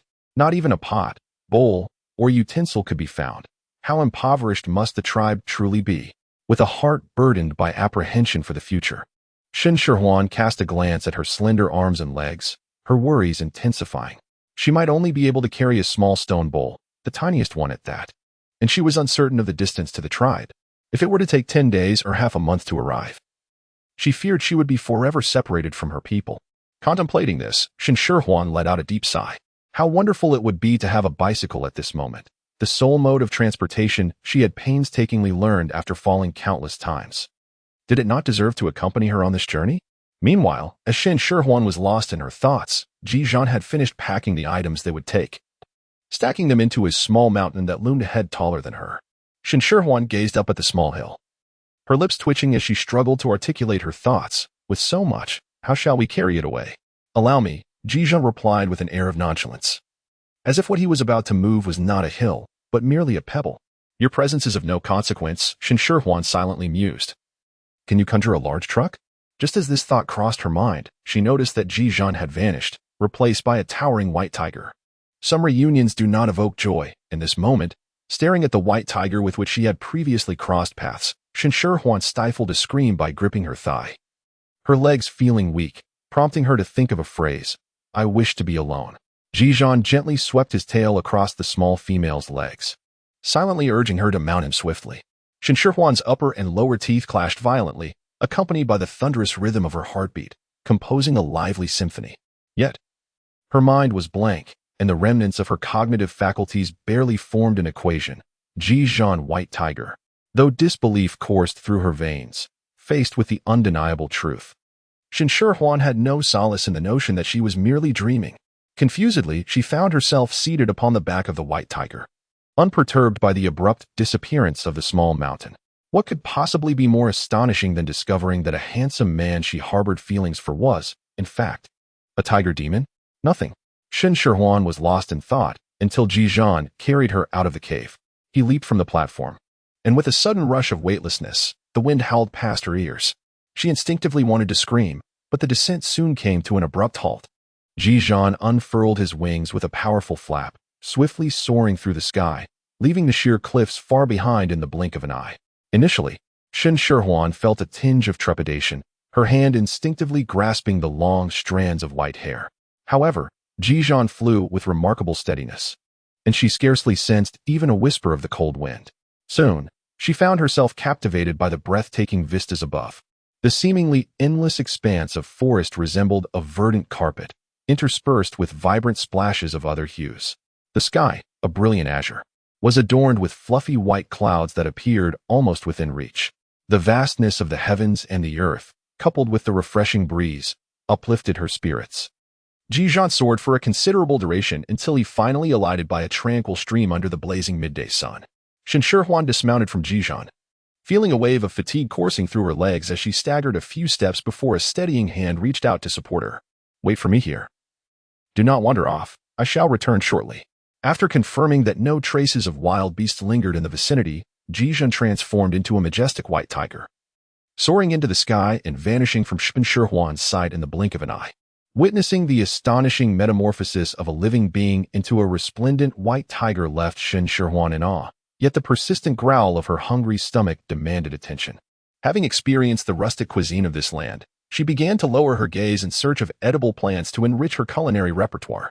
The romaine lettuce she had found yesterday, though an excellent companion to barbecued meats, elicited no response from her food guide, indicating that it was not among the 100 ingredients required by the system. To expedite her quest, she understood that diversity in ingredients was paramount. Approaching a nearby stream, the air grew moist, and as she cleared away the layers of fallen leaves, Shen Shihuan was delighted to discover clusters of mushrooms thriving upon decaying wood. The deep brown mushrooms resembled tiny umbrellas, their flesh thick and, upon closer inspection, exuded a delightful aroma. The system informed her that these mushrooms were known as fragrant mushrooms, entirely edible and non-toxic. She envisioned a myriad of dishes: chicken stewed with mushrooms, stir-fried meat with garlic and mushrooms, beer duck with mushrooms, tofu simmered with mushrooms, tender chicken with mushrooms, potato slices with mushrooms, clam and mushroom fishball soup, and stuffed mushrooms with meat. Shen Shihuan nearly drooled at the sight and quickly picked several large blossoms. Just as she plucked them, her mind erupted in a dazzling display of fireworks. Congratulations to the user for collecting the first ingredient. The user is rewarded with a chance to enter a lottery. Please continue to strive for the timely completion of the task. A towering, multi-segmented wheel of fortune appeared before Shen Shihuan. Before she could discern the rewards, the wheel began to spin on its own. After several revolutions, it gradually slowed, and as it approached a halt, her heart raced with anticipation. Oh heavens! Let her be fortunate this time. Congratulations to the user for acquiring a method to refine salt. Shen Shihuan nearly spat out blood in frustration. She was acutely aware of her misfortune. Throughout her life, she had never won even a consolation prize in a lottery, and to her astonishment, this ill fate seemed to follow her into an entirely new world. After several deep breaths, she managed to suppress the discontent swelling within her. With nimble movements, she deftly plucked the large fragrant mushrooms and stuffed her pockets full after removing her coat. Contemplating the nearby brook, Shen Shihuan resolved to see if there were any fish. If she could catch some, whether to prepare a fragrant mushroom fish soup or steamed fish with fragrant mushrooms, it would surely be delightful. Contrary to her expectations of a modest stream, this winding brook that traversed the forest was remarkably broad, spanning over 10 meters, truly akin to a river. The water was crystal clear, revealing numerous fish of varying sizes leisurely swimming about. How bountiful! Shen Shihuan's eyes sparkled as she rolled up her sleeves and crouched by the riverbank to catch fish. The fish in the stream, perhaps never before captured by human hands, exhibited remarkable boldness, approaching her fearlessly and swimming eagerly towards her. Shen Shihuan focused on the most robust fish, clasping her hands together to form a firm circle, tightly encircling the fish's spine and exerting a forceful upward pull. Suddenly ensnared, the fish thrashed its tail vigorously, struggling with all its might, causing the water to churn and startling the other fish into a frantic retreat. Shen Shihuan gritted her teeth and, with great effort, lifted the fish. Just as she was about to rise and depart, the fish, now out of the water, thrashed even more violently. Its tail struck her right cheek with a resounding slap. Shen Shihuan winced in pain, inadvertently loosening her grip, causing the fish to plummet back into the stream, swiftly swimming away in the blink of an eye. Clutching her stinging right cheek, the flames of fury ignited in her eyes could nearly evaporate the entire stream. Today, she was determined to catch a fish. The startled fish, too frightened to approach again, left Shen Shihuan no choice but to seek another location for her endeavor. The water was rich, teeming with fish in abundance. Before long, she spotted her next target. This time, Shen Shihuan, having learned from her previous experience, chose a fish of moderate size just as she was about to strike. Suddenly, a shadow darted towards her, and upon closer inspection, it revealed itself to be an unexpectedly large fish that seemed to leap into her embrace. Chapter 10. Fragrant Chicken Stewed in Essence. The ancient adage of a sinking fish and a falling goose certainly held true. She never anticipated that there would come a day when her beauty would serve as her sustenance. Shen Shihuan extended her arms, bracing herself to embrace the proactive fish. However, before the fish could arrive, a splash of water unexpectedly drenched her face, jolting her out of her daydream. After expelling the water, the large fish returned to the depths, surfacing to regard Shen Shihuan with its white eyes. From that fish's visage, she discerned a hint of mockery, wiping the water from her face. Shen Shihuan's expression darkened as she recognized this as the very fish that had just swatted her with its tail. This grudge could only be resolved with a dish of spicy fish head and a plate of oil-splashed, fragrant fish tail. The small fish's mind raced as it finally comprehended that the human on the shore craved its flesh. Without further ado, it dismissed its mocking demeanor, flicked its tail, and vanished into the water. Just wait, one day I shall feast upon you. Shen Shihuan, with grand aspirations, found herself momentarily retreating as the fish darted away in all directions, choosing to bide her time for a future encounter. Ji Zhan, unwilling to stray too far, hastily returned after capturing a few colorful-tailed chickens. On his way back, he stumbled upon a nest of young rabbits. Recognizing that female companions often have a fondness for such soft and harmless creatures, he decided to take one along. Upon realizing her position within the food chain, Shen Shihuan, with a keen sense of self-awareness, refrained from pursuing further animals and instead devoted herself to foraging for edible plants. However, after wandering nearby, she found only a plethora of fragrant mushrooms and no additional treasures, which left her somewhat disheartened. Yet, reminding herself that having discovered the first ingredient, the remaining 99 would surely reveal themselves, she managed to rally her spirits. Hearing the sound of crunching leaves, she initially feared the presence of a wild beast, but was relieved to find it was Ji Zhan, and she greeted him with a smile. What is this? She wondered, observing the colorful-tailed chicken he held, resembling a peacock. Unbeknownst to her, the yearning in her eyes for the meat was unmistakable. The tender flesh of the colorful-tailed chicken prompted Ji Zhan to present the young rabbit he had kept close to his chest. Oh, a little white rabbit, Shen Shihuan exclaimed, her mind racing with ideas on how to prepare the two colorful-tailed chickens. Upon receiving the fluffy rabbit, she delightedly stroked its soft fur, finding it irresistibly adorable. Albeit a tad small. Nevertheless, the culinary possibilities were abundant. Honey-glazed roasted rabbit, dried tangerine peel rabbit, braised rabbit with carrots and longan, stir-fried rabbit with bamboo shoots, yellow soybean and water chestnut rabbit soup, spicy rabbit cubes, and 3-cup rabbit with tofu. So many delectable options, if only the rabbit were a bit larger.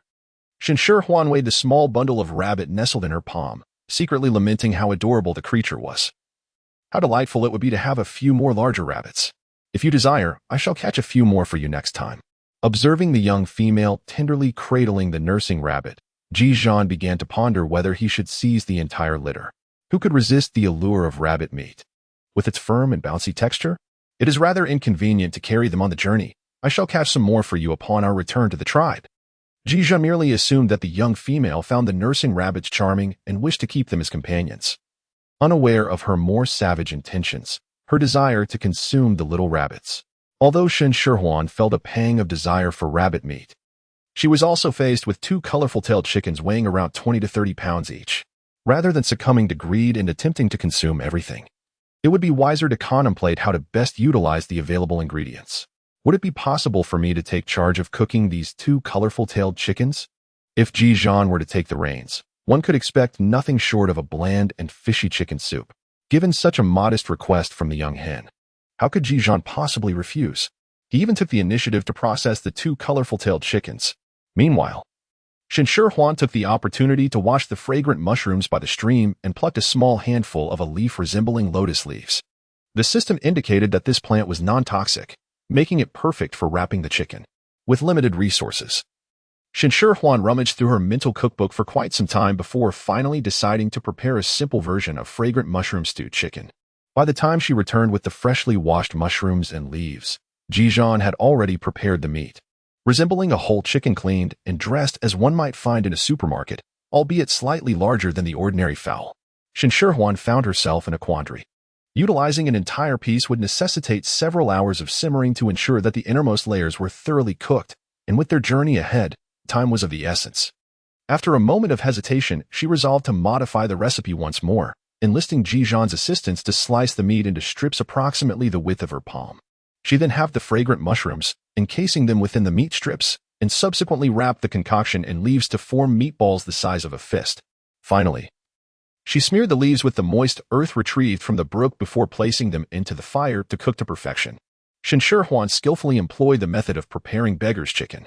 Although devoid of seasoning, the slow simmering preserved the tenderness of the meat, allowing the aromatic essence of the fragrant mushrooms to gradually permeate the flesh, enriching its texture. She did not squander the remaining carcass. Directing Ji Zhan to construct a fire pit and set a stone pot atop it, brewing a pot of chicken broth. Despite the absence of scallions, ginger, and garlic to eliminate any gamey scent, The inherently exquisite flavor of the kaiwei chicken ensured that the meat bore no unpleasant odor. As the broth simmered over high heat, its fragrance began to waft through the air. Shen Shihuan swallowed hard, forcing herself to divert her gaze. For a food enthusiast, the wait for a meal to be ready can feel like an eternity. She was unaware of how many times she had swallowed in anticipation. Her eyes fixed on the pot until, at last, the chicken broth was completed. Without a moment's hesitation to let it cool, she eagerly took a sip, only to be met with a scalding heat that brought tears to her eyes. Yet, she could not bear to set the bowl down, after blowing gently on it. She quickly took another sip, her eyes narrowing in bliss. The broth was fresh yet devoid of any gamey taste, rich yet not greasy, with a delicate flavor that bore a hint of saltiness. Shen Shihuan drank nearly half the bowl in one go before pausing. Surely, the chicken must be cooked by now. Using a wooden stick, she retrieved a meatball from the fire pit. The outer layer of wet clay had hardened into a dry crust that cracked open with a firm tap, releasing an enticing aroma. The subtle fragrance of green leaves mingled with the rich scent of the meat.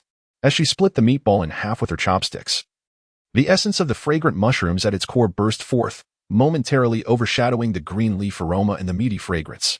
However, as this assertive scent subsided, the three flavors harmoniously blended, enticing her taste buds to awaken. Shen Shihuan delicately picked up a small piece of chicken to taste.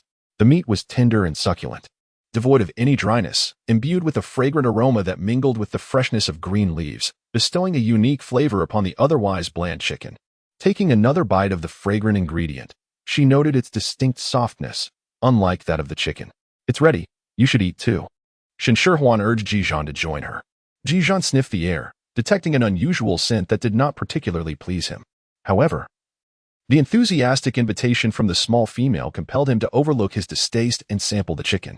Unlike the dry, tough chicken cooked over fire, this was tender yet firm, suitable for those with weaker teeth, be they elderly or young. Nevertheless, the chicken bore traces of that peculiar flavor. "Is it delicious?" Shen Shihuan's eager eyes were fixed on Ji Zhan, her face imploring him to praise her efforts. "It's good," he replied without hesitation, dismissing any oddity in flavor. After all, how could anything made by the small female possibly be unpalatable? Chapter 11. Carrots with hearty bites of meat and generous sips of soup, Shen Shihuan soon found herself satiated. Her belly round and full, while ample chicken soup and meat remained.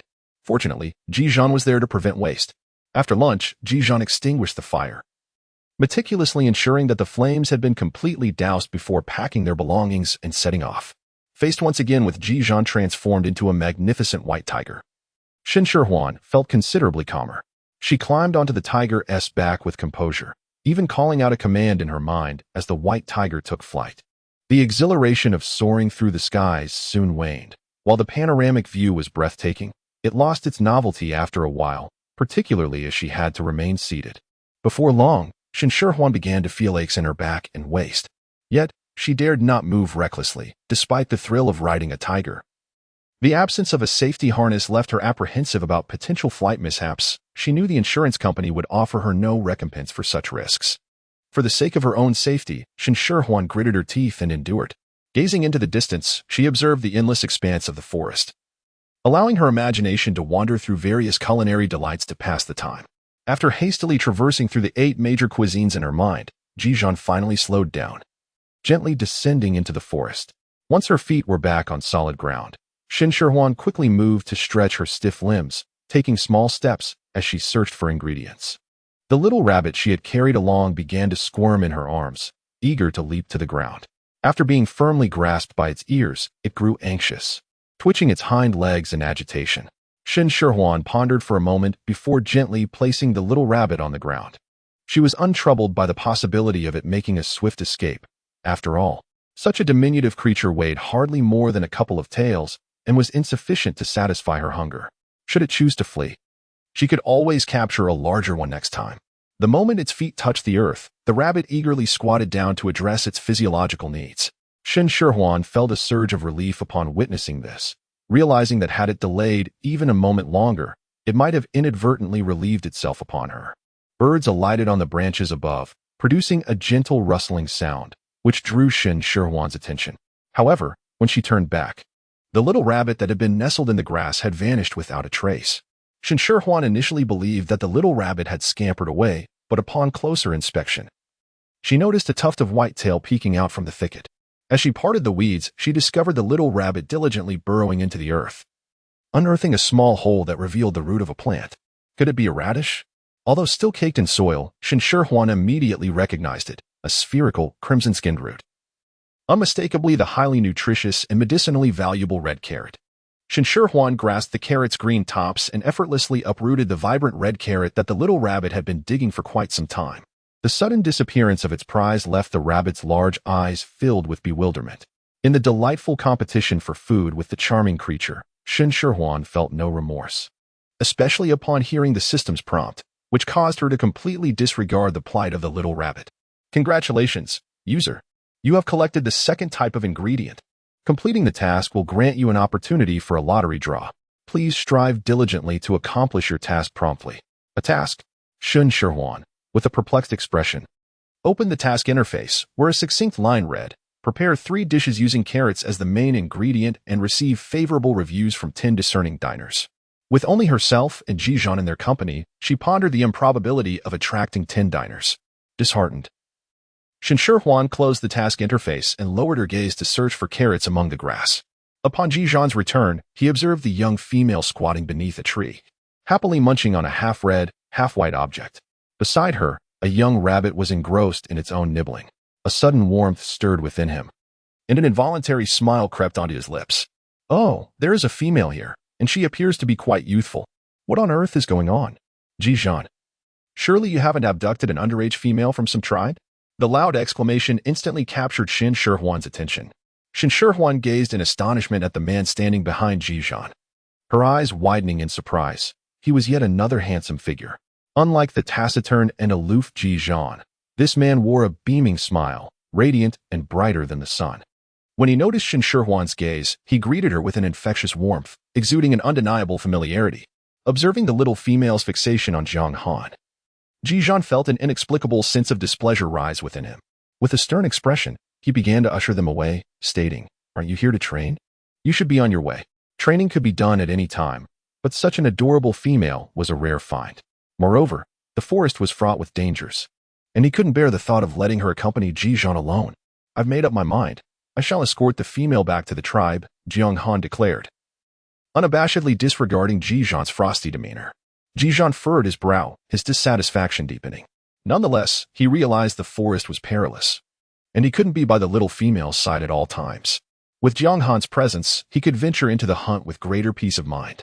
Thus, Ji Zhan relented and allowed Jiang Han to stay. As Ji Zhan tended to the prey, Jiang Han squatted beside Shen Shihuan, curiously scrutinizing her. His gaze eventually landed on the item in her hand. "Isn't that wild grass for rabbits? Are you feeding a rabbit? Do you like rabbits? Would you like me to gift you one?"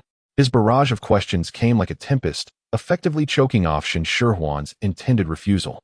Realizing Jiang Han's relentless inquiries reflected a mind brimming with curiosity, she hastily interrupted, "This is a carrot. I'm not feeding a rabbit, I'm eating it myself. Ji Zhan has already caught a rabbit for me." Although the rabbit was rather small and insufficient for her appetite, Jiang Han's disappointment was palpable, his expression betraying his feelings. Internally, he mused, despite Ji Zhan's cold demeanor, he resorts to charming the female with small animals. How cunning. "Ah, so this wild grass is edible too," Jiang Han remarked, effortlessly snatching the carrot from beneath the little rabbit's paws. He cleaned off the dirt and took a bite, the crisp sweetness of the carrot bursting with flavor. Once he started, he couldn't stop, the sound of crunching echoing as he devoured the entire carrot in no time. The little rabbit, having its food pilfered, felt utterly dejected. It wanted to rush forward to defend its meal, yet the formidable aura radiating from Jiang Han rendered it too intimidated to act, leaving it to cast pitiful glances at its owner. Recognizing the rabbit's role in locating the carrot, Shen Shihuan was generous and offered a clean, large carrot to Jiang Han. Thank you, he expressed gratefully, reaching out to accept the gift while disregarding the glaring little rabbit, and began munching on the carrot with unabashed delight. Shen Shihuan remarked, "This carrot is truly delectable. How did I not think to try it before?" Although orcs primarily subsist on meat, they too require fruits and vegetables. Compared to the bitter, astringent, and peculiar-tasting boiled wild greens, Jiang Han finds the flavor of carrots far more appealing. When it comes to food, Shen Shihuan forgave the man for having pilfered her pet's rations, wearing a proud smile as she added, Carrots are not only delightful when eaten raw, but are even more exquisite when prepared as a dish. Chapter 12. The Grand Carrot Feast. Upon hearing this, Jiang Han's interest was piqued. His eyes sparkled with enthusiasm as he eagerly looked at Shen Shihuan and asked, "Can you cook?" "I can, but I lack many essential ingredients." Shen Shihuan lamented, contemplating the dismal state of her supplies. "I do not expect an abundance of seasonings, but surely we must have basic condiments like salt and sugar." "Whatever you need, I shall procure it for you," Jiang Han proclaimed gallantly, thumping his chest. Shen Shihuan began to enumerate on her fingers: salt, sugar, soy sauce. Jiang Han's smile faltered as he realized he had never even heard of these items, let alone assist in their acquisition. He chuckled awkwardly and asked, "What are these things you speak of?" "Salt is a seasoning that tastes savory, while sugar is one that imparts sweetness." Shen Shihuan speculated that the terminology for seasonings might differ in this world, perhaps even their methods of preparation. Jiang Han then produced 2 palm-sized ceramic jars from thin air. He unsealed their tops, revealing their contents to Shen Shihuan. "Though I do not know what you refer to as salt or sugar, the flavors of these 2 items are indeed as you described." Shen Shihuan cast a glance at a ceramic jar containing a liquid of pale golden hue, and upon bringing it closer, she detected a faintly sweet floral aroma, reminiscent of nectar. Another jar held a dark brown paste, which she sampled with a small twig. The taste was salty, tinged with a hint of bitterness. Despite the less-than-satisfactory flavor, Shen Shihuan was filled with delight and hurriedly inquired, "Where can I find these?" "The nectar is sourced from the nest of needle bees, while the salty paste is concocted from briny grass. If you fancy them, consider them a gift," Jiang Han said. Placing the jars into Shen Shihuan's hands, he leaned in closer, lowering his voice, "If you enjoy these, come live with me in the tribe upon our return. I shall procure you in abundance." Shen Shihuan's lips twitched, casting doubt upon the possibility of encountering a trafficker. Jiang Han, Ji Zhan, possessing keen hearing, detected Jiang Han attempting to entice the young female from a distance and immediately wore a stern expression to issue a warning. Jiang Han scratched his nose, offering an awkward smile, and refrained from pursuing the previous conversation. Shen Shihuan was somewhat reluctant to accept items from strangers. However, the 2 seasonings piqued her interest immensely. After much contemplation, she resolved to prepare a few delectable dishes as a form of barter. "I truly desire these items, yet I possess no currency with which to procure them. Perhaps I could exchange my culinary creations instead," Shen Shihuan mused. With sugar and salt in hand, she envisioned elevating her culinary skills, certain that she would craft exquisite delicacies, ensuring that the other party would not feel shortchanged. "No need," Jiang Han replied. Though a tinge of intrigue flickered within him, he quickly dismissed the thought. Caring for a female was too cumbersome. He found solace in his solitude. Thus, the arrangement was settled. Shen Shihuan wished to avoid owing Jiang Han a favor, though she felt no such qualms regarding Ji Zhan, having acquired the seasonings. The array of ingredients remained rather limited, hindering Shen Shihuan from creating a lavish banquet. She pondered over her available supplies and decided to orchestrate a feast centered entirely around radishes. However, with her constrained ingredients, even a radish-centric banquet lacked opulence. Shen Shihuan racked her brain and managed to conjure up 5 dishes: braised radish, radish meat pies, clear stewed radish meat soup, shredded radish salad, and stir-fried radish. Once Ji Zhan concluded his task of processing the game, Shen Shihuan promptly enlisted his assistance. Although Jiang Han was eager to lend a hand, Ji Zhan shot him a frosty glance, prompting him to silently step aside. Both the clear stewed radish meat soup and the braised radish required extended cooking times. So Shen Shihuan requested Ji Zhan to construct 3 stoves. Noticing a shortage of stones, Ji Zhan glanced at Jiang Han. All right, I'll go," Jiang Han promptly understood, turning to depart in search of stones, leaving the 2 of them in their own space. Shen Shihuan meticulously sliced the meat into appropriate sizes. But just as she cut a piece, the knife was deftly taken from her hand. Ji Zhan wielded the knife with precision, rendering the meat into perfectly cubed portions that mirrored Shen Shihuan's cuts almost identically. His swift movements ensured that the meat was ready before she even managed to raise the fire. Coughing from the smoke, Shen Shihuan found her eyes watering, and a curious little rabbit approached her, gazing at her with its red eyes. Ji Zhan, observing the striking resemblance between the large and small pairs of crimson eyes, allowed a slight smile to grace his lips. He took her hand from behind, striking the flint gently. A small flame instantly ignited the fluffy, dry hay. He placed firewood on the pyre, and the flames danced eagerly around the stone pot, quickly bringing the water to a boil. Shen Shihuan immersed the meat into the hot water to purge it of blood and unpleasant odors, subsequently switching to a pot of clean water to simmer the meat gently. While waiting for the meat to cook, she enlisted Ji Zhan's assistance in chopping the meat into a fine mince, while she prepared the radish by cutting it into pieces, shreds, and slices as needed. After blending the minced meat with the radish puree, she added a touch of salty paste, which imparted a subtle saltiness intertwined with a hint of bitterness. However, the refreshing texture of the radish puree subdued the bitterness, rendering the flavor quite pleasant. Yet, lacking flour and eggs, the meat mixture remained loose and unable to hold its shape. Shen Shihuan had no choice but to request Ji Zhan to help her knead the mixture, though the results still fell short of her expectations. Shen Shihuan attempted to fry a meat patty on the stone slab, and as the fragrant aroma of browning meat and sizzling fat filled the air, she faced an inevitable dilemma when it came time to flip it.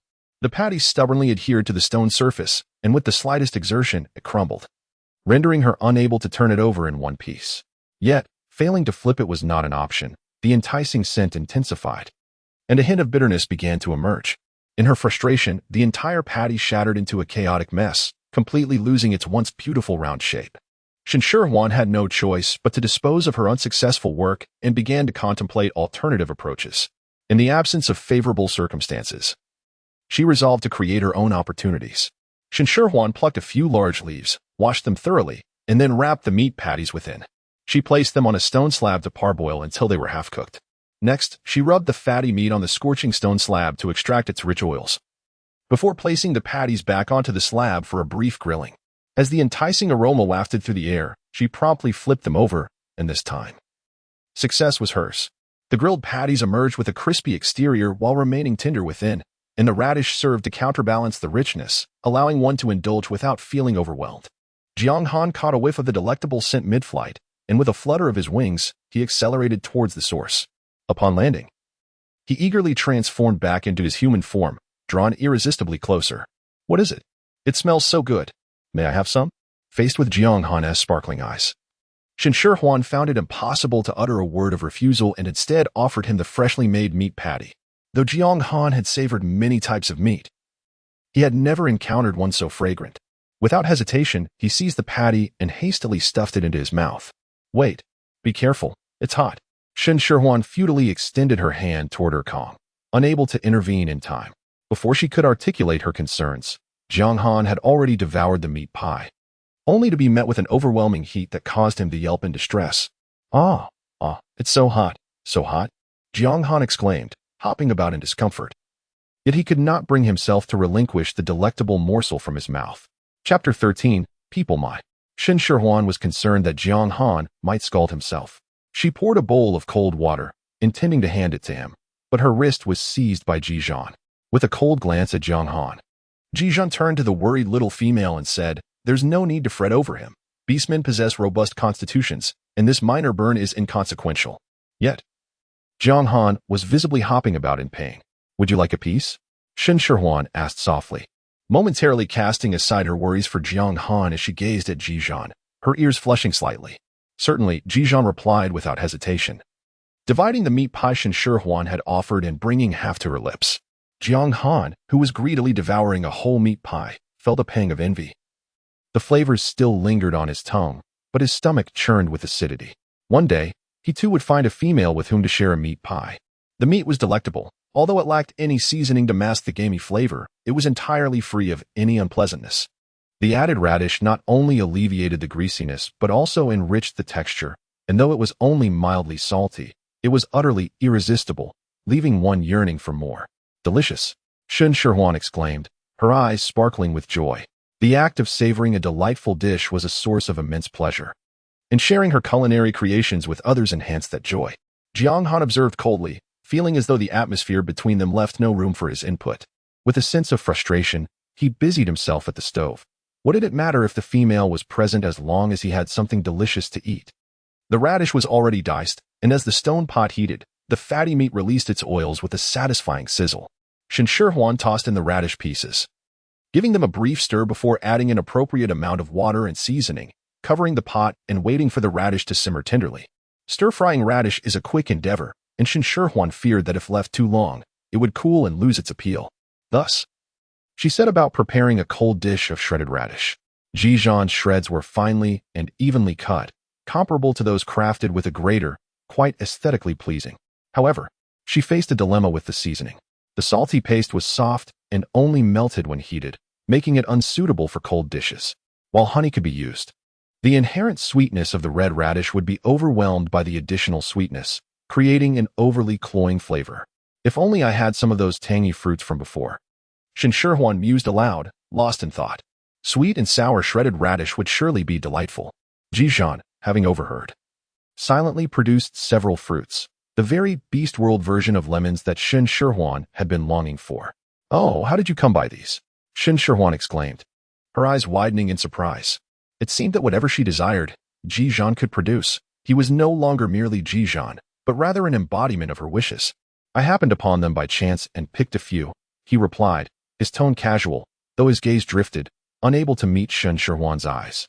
In truth, it was not mere chance. He had specifically sought them out, recalling how much he had enjoyed the little female's previous barbecue.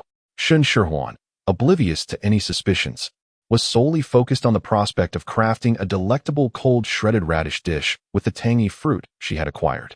Due to the lack of salt to draw out excess moisture, she took it upon herself to manually squeeze the shredded radish, extracting its water. She then combined it with honey and fruit juice, sampling the mixture, which was pleasantly tart and sweet.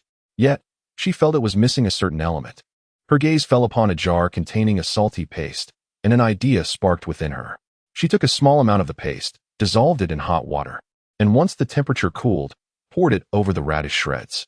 After a second taste, the flavor was rendered exquisite. "Let me have a taste," Ji Zhan said, leaning in with a playful demeanor. Initially, he intended to indulge in a few more meat pies, but with Ji Zhan guarding them, he shifted his focus to the more accessible dish. Ji Zhan's eager gaze was simply irresistible, prompting Shen Shihuan to hand him the stone bowl filled with the radish shreds. "Here, give it a try, but don't overindulge. You might not have room for more later." "I understand," Ji Zhan replied eagerly, though his thoughts wandered, being a beast man. How could such a small portion possibly be insufficient? Shen Shihuan and Ji Zhan swiftly collaborated to prepare dozens of meat pies. She took a moment to check on the clear braised radish soup and the red braised radish. The radish pieces that had been simmering in the meat broth had become semi-transparent, while the red braised radish boasted a vibrant hue, so tender that it could be pierced effortlessly with a wooden chopstick. She then called Ji Zhan to join her for dinner. As Ji Zhan approached, holding a stone bowl, Shen Shihuan noticed that it was filled to the brim with shredded radish, leaving only the bottom of the bowl visible. Shen Shihuan observed the blazing fire seemingly ignited within the female's eyes. Ji Zhan scratched his head, offering an embarrassed smile. "It was simply too delicious. I inadvertently devoured it all. Allow me to assist in serving the soup." Shen Shihuan initially believed she had done more than enough, fearing that the excess would go to waste. Therefore, she decided against preparing stir-fried radishes. However, upon witnessing Ji Zhan single-handedly whip up a bowl of shredded radish, she resigned herself to the task of sautéing radishes. The guests certainly possessed a hearty appetite. The braised radish, with its perfect balance of sweetness and saltiness, boasted a rich flavor. After a prolonged simmer, the radish cubes became tender, having absorbed the essence of the broth and practically melted in the mouth. In contrast, the clear stewed radish and meat soup offered a subtle taste. Yet, savoring a bite of the meat patty followed by a sip of the broth provided a delightful relief from greasiness and a warming sensation for the stomach. Especially as dusk settled in and the night breeze turned cool, a warm bowl of soup was both comforting and heartening. Shen Shihuan consumed 3 meat pies, savored a bowl of meat soup, and indulged in a modest portion of stir-fried radish until she was on the verge of bursting. Gazing at the pot of tenderly cooked meat, feeling a sense of surplus yet lacking the capacity to indulge further, Ji Zhan glanced at Ji Zhan, who was engrossed in his meal, and silently transferred all the meat from his soup to his own bowl, devouring it piece by piece, before finishing off the meat pies as well. By the time Ji Zhan completed his own portion and sought to refill, only radishes remained for him. In disbelief, Ji Zhan paused, finally reacting with an incredulous glare at Ji Zhan, exclaiming, "You actually finished all the meat?" Ji Zhan, with an air of calmness, met Ji Zhan's furious gaze with a nonchalant expression, as if to say, "Do you have a problem with that?" Ji Zhan's grievances were immense. He felt that the bond of brotherhood they had shared since childhood was precariously hanging by a thread. If he weren't aware of Ji Zhan's superior strength, He would have relished the opportunity to confront him. Was brotherhood to be overshadowed by the allure of meat prepared by a female? My food is mine, he declared. Observing Shen Shihuan meandering nearby to aid digestion, Ji Zhan lowered his voice, asserting his claim. Jiang Han was momentarily dumbfounded. Regaining his composure after a while to furrow his brows and inquire, "Are you certain? What about Qingya? Doesn't she have feelings for you?" Ji Zhan's expression remained impassive. He was unperturbed by Jiang Han's mention of Qingya. "That is her affair. I have never professed any affection for her." Jiang Han felt an urge to retch upon hearing this. In a tribe where males outnumbered females, who among the orcs did not strive to win the favor of the opposite sex? Only Ji Zhan, seemingly impervious to female advances, could evoke such outrage among his peers if they were to hear this. Chapter 14. I am quite touchy. Do not speak of this matter in front of Shihuan. Ji Zhan warned Jiang Han with a stern expression, fearing that Jiang Han's loose tongue might lead the young female to misunderstand. Jiang Han felt a pang of frustration. How could someone with such prominent features yield to threats for the sake of a female? What enchantment did they possess? He wanted to say more, but suddenly, a cry from the female nearby interrupted him, prompting Ji Zhan to rush over without hesitation. Females possessed such captivating power. "Ji Zhan, look, there are fireflies," exclaimed Shen Shihuan, excitedly pointing at the twinkling lights in the air, oblivious to the fact that her hand was intertwined with Ji Zhan's. Ji Zhan stole a glance at their clasped hands, his gaze lingering on Shen Shihuan's face, filled with tenderness. Feeling inexplicably overwhelmed, Jiang Han climbed onto a nearby tree. Settling on a sturdy branch to gaze at the vast night sky, resolutely avoiding a glance downward to prevent further discomfort. With no caves nearby, they could only make do under the open sky for the night, concerned that insects might frighten the young female. Ji Zhan sought out repellent herbs to lay on the ground, covering them with 3 animal skins for insulation and warmth, displaying remarkable thoughtfulness. So considerate that Shen Shihuan felt shy to monopolize it, especially when she saw Ji Zhan simply sit on the ground, leaning against the tree trunk, preparing to sleep there for the night. "Would you like to sleep together?" Shen Shihuan hesitated, nervously clutching the hem of her garment. Finally mustering the courage to ask in a soft voice. Jiang Han, perched in the tree, nearly lost his balance upon hearing her. He now understood how Ji Zhan had succumbed. If it were him, he would be equally unable to resist. Ji Zhan wrestled internally on one hand. He did not wish to deny any request from the young female, yet on the other, he did not want to take advantage of her naivety. However, his feet seemed to possess a will of their own, leading him toward her. Transforming back into his beast form, Ji Zhan lay beside Shen Shihuan, shielding her from the cool night breeze. Shen Shihuan, in addition to being a glutton, is also an aficionado of plush textures. Upon encountering the majestic and powerful feline, her hands began to itch with an irresistible desire to reach out and touch its exquisite fur. The lustrous, silky coat seemed to beckon her with an unspoken invitation. Stealing a glance at Ji Zhan, she noticed the grand white tiger with its eyes gently closed, seemingly in slumber. Just a gentle caress, merely a fleeting touch. Shen Shihuan stealthily extended her hand, swiftly brushing against the fur on the chest of the great tiger. The texture was as delightful as she had imagined, compelling her to caress it once more. Ji Zhan opened his eyes and gazed at the small female, caught in the act of her secret touch. Shen Shihuan wished to burrow into a hole, uncertain whether Ji Zhan would believe her if she claimed her hand had a mind of its own. Fortunately, before she could offer an explanation, Ji Zhan closed his eyes again, as if nothing had transpired. Was this an invitation for her to continue her exploration? With audacity, Shen Shihuan dared to touch the great tiger once more. The majestic creature leisurely flicked its tail, showing no aversion to Shen Shihuan's caress. Encouraged, she boldly used both hands to stroke its magnificent fur, reveling in her satisfaction. Above, Jiang Han, endowed with night vision, observed every movement of the two below with clarity. He quietly turned his face away, pondering how splendid the starry night sky appeared. Shen Shihuan was unaware of when she had fallen asleep. As she lay in a state of drowsiness, she sensed the warmth beside her and instinctively leaned closer, seeking comfort in its embrace. Ji Zhan, ever vigilant even in slumber, stirred at the realization that another presence had joined him.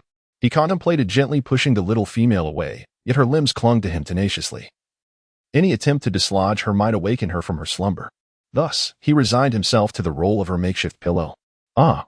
Some beast folk appear to be quite simple and earnest, yet beneath that exterior lies a labyrinth of cunning. Jiang Han, observing from his perch in the tree, felt a pang of envy. All being members of the tiger clan, How could there be such a disparity among beast folk? Silence, Ji Zhan warned coldly, if you awaken her. Jiang Han fell silent, yet a plan began to form in his mind. Shen Shihuan enjoyed a restful night, and upon awakening, she discovered that Ji Zhan had already departed, leaving her unaware that she had spent the night nestled in his embrace. After refreshing herself by the stream, just as she was about to rise, a sudden force from behind her caused her to stumble, and she inadvertently stepped into the cool waters of the brook. Shen Shihuan hurriedly steadied herself, narrowly avoiding a tumble into the stream. In her moment of panic, she turned to see a large, light brown tiger grinning at her, its sharp teeth bared, exuding an unmistakable aura of aggression. Shen Shihuan was so startled that she nearly cried for help when Jiang Han's voice resonated. Little female, you are awake. Shen Shihuan wore a sullen expression, seemingly disinterested in engaging with Jiang Han. Unperturbed by the somber atmosphere, Jiang Han, with his unrefined sensibilities, excitedly inquired, "What shall we have for breakfast?" He had risen early, eagerly anticipating the morning meal, yet was thwarted by Ji Zhan's insistence that he refrain from disturbing the young female's slumber. He had already waited quite a while. To push her into the water and still expect her to prepare breakfast, what a fanciful dream. Remained silent as she approached the shore, shedding her shoes and socks, wringing out the dampness from her pant legs. Fortunately, the weather was splendid. It would not be long before her shoes dried. Otherwise, the thought of walking barefoot might compel her to unleash her frustration upon Jiang Han. Remembering the fish she had previously missed, she resolved to remove her other shoe, roll up her pant legs, and wade into the water to catch some fish. The fish in the stream were unafraid of humans. Yet whenever Shen Shihuan attempted to grasp them, they would struggle, their scales slick and elusive, slipping away from her grasp. After several futile attempts, the fish evaded capture each time, leaving her splashed and increasingly disheartened. Observing the young female's determination to catch fish, despite his awareness of their fishy odor and the numerous bones that could easily choke, Jiang Han felt an urge to assist. With an enthusiastic shout of "I'll help you," he leaped into the stream with a resounding splash. The enormous figure entering the water had not mastered the art of diving gracefully, and the resulting spray cascaded around them, drenching Shen Shihuan completely and leaving her feeling thoroughly chilled. Shen Shihuan was drenched from head to toe, yet the fury within her surged like oil poured onto fire, soaring to a height of 2 meters. This was no mere tiger, it was unmistakably a playful husky, while her temperament mirrored that of the husky. When it came to fishing, Jiang Han was far superior to Shen Shihuan. With swift precision, he struck down on a large fish, not only stunning it, but also propelling it onto the shore. In mere moments, a dozen impressive fish lay scattered on the bank. Enough was enough. Judging by Jiang Han's demeanor, it seemed he intended to eradicate all the fish in the stream. Shen Shihuan had no choice but to interject, realizing that the three of them could not consume such a bounty, and catching more would only result in waste. Only then did Jiang Han cease his endeavors, sauntering to the shore to shake off the water, his damp fur drying almost instantly, inciting a pang of envy in Shen Shihuan, who was clad in soaked garments. Did she wish to touch him? Noticing the way the young female gazed at him intently, Jiang Han recalled how she had secretly caressed Ji Zhan the previous night. And with a cheeky grin, he moved closer, thinking to himself, "I am equally delightful to touch." Chapter 15. The husky and the bitter melon. Shen Shihuan's lips twitched as she was about to decline when a thunderous roar reverberated through the heavens. Before she could even glance in the direction of the sound, a magnificent white tiger descended from above, engaging in a fierce battle with Jiang Han. The ferocity of their clash filled Shen Shihuan, a mere human, with trepidation as she feared for lives at stake. She longed to intervene but felt utterly helpless, relegated to a state of anxious observation. As she watched, she noticed the white tiger consistently overpowering the lighter brown tiger, allowing her anxious heart to ease slightly. All she wished was for Ji Zhan to emerge unscathed. As for Jiang Han's suffering, it was of no concern to her. Jiang Han found himself at a distinct disadvantage. Although Ji Zhan bore no murderous intent, the battle left him battered and sore, with tufts of fur shedding from his pelt. At last, he could no longer contain himself. Howling in surrender, "I was wrong, I shall never dare again." Only then did Ji Zhan relent, transforming back into his human form, fixing Jiang Han with a chilling gaze. Once Jiang Han reverted to his human state, he collapsed, disheveled and worn, sitting on the ground in a state of utter disarray. Ji Zhan grasped the small female's hand, pulling her aside and shielding her, denying Jiang Han even a glance. "Do not casually touch other beastmen. If you wish to caress someone, let it be me." Touching a beastman in their animal form signifies courtship.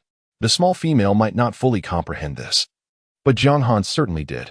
So, Upon witnessing Jiang Han's malicious intent to deceive the small female into touching him, Ji Zhan was incensed.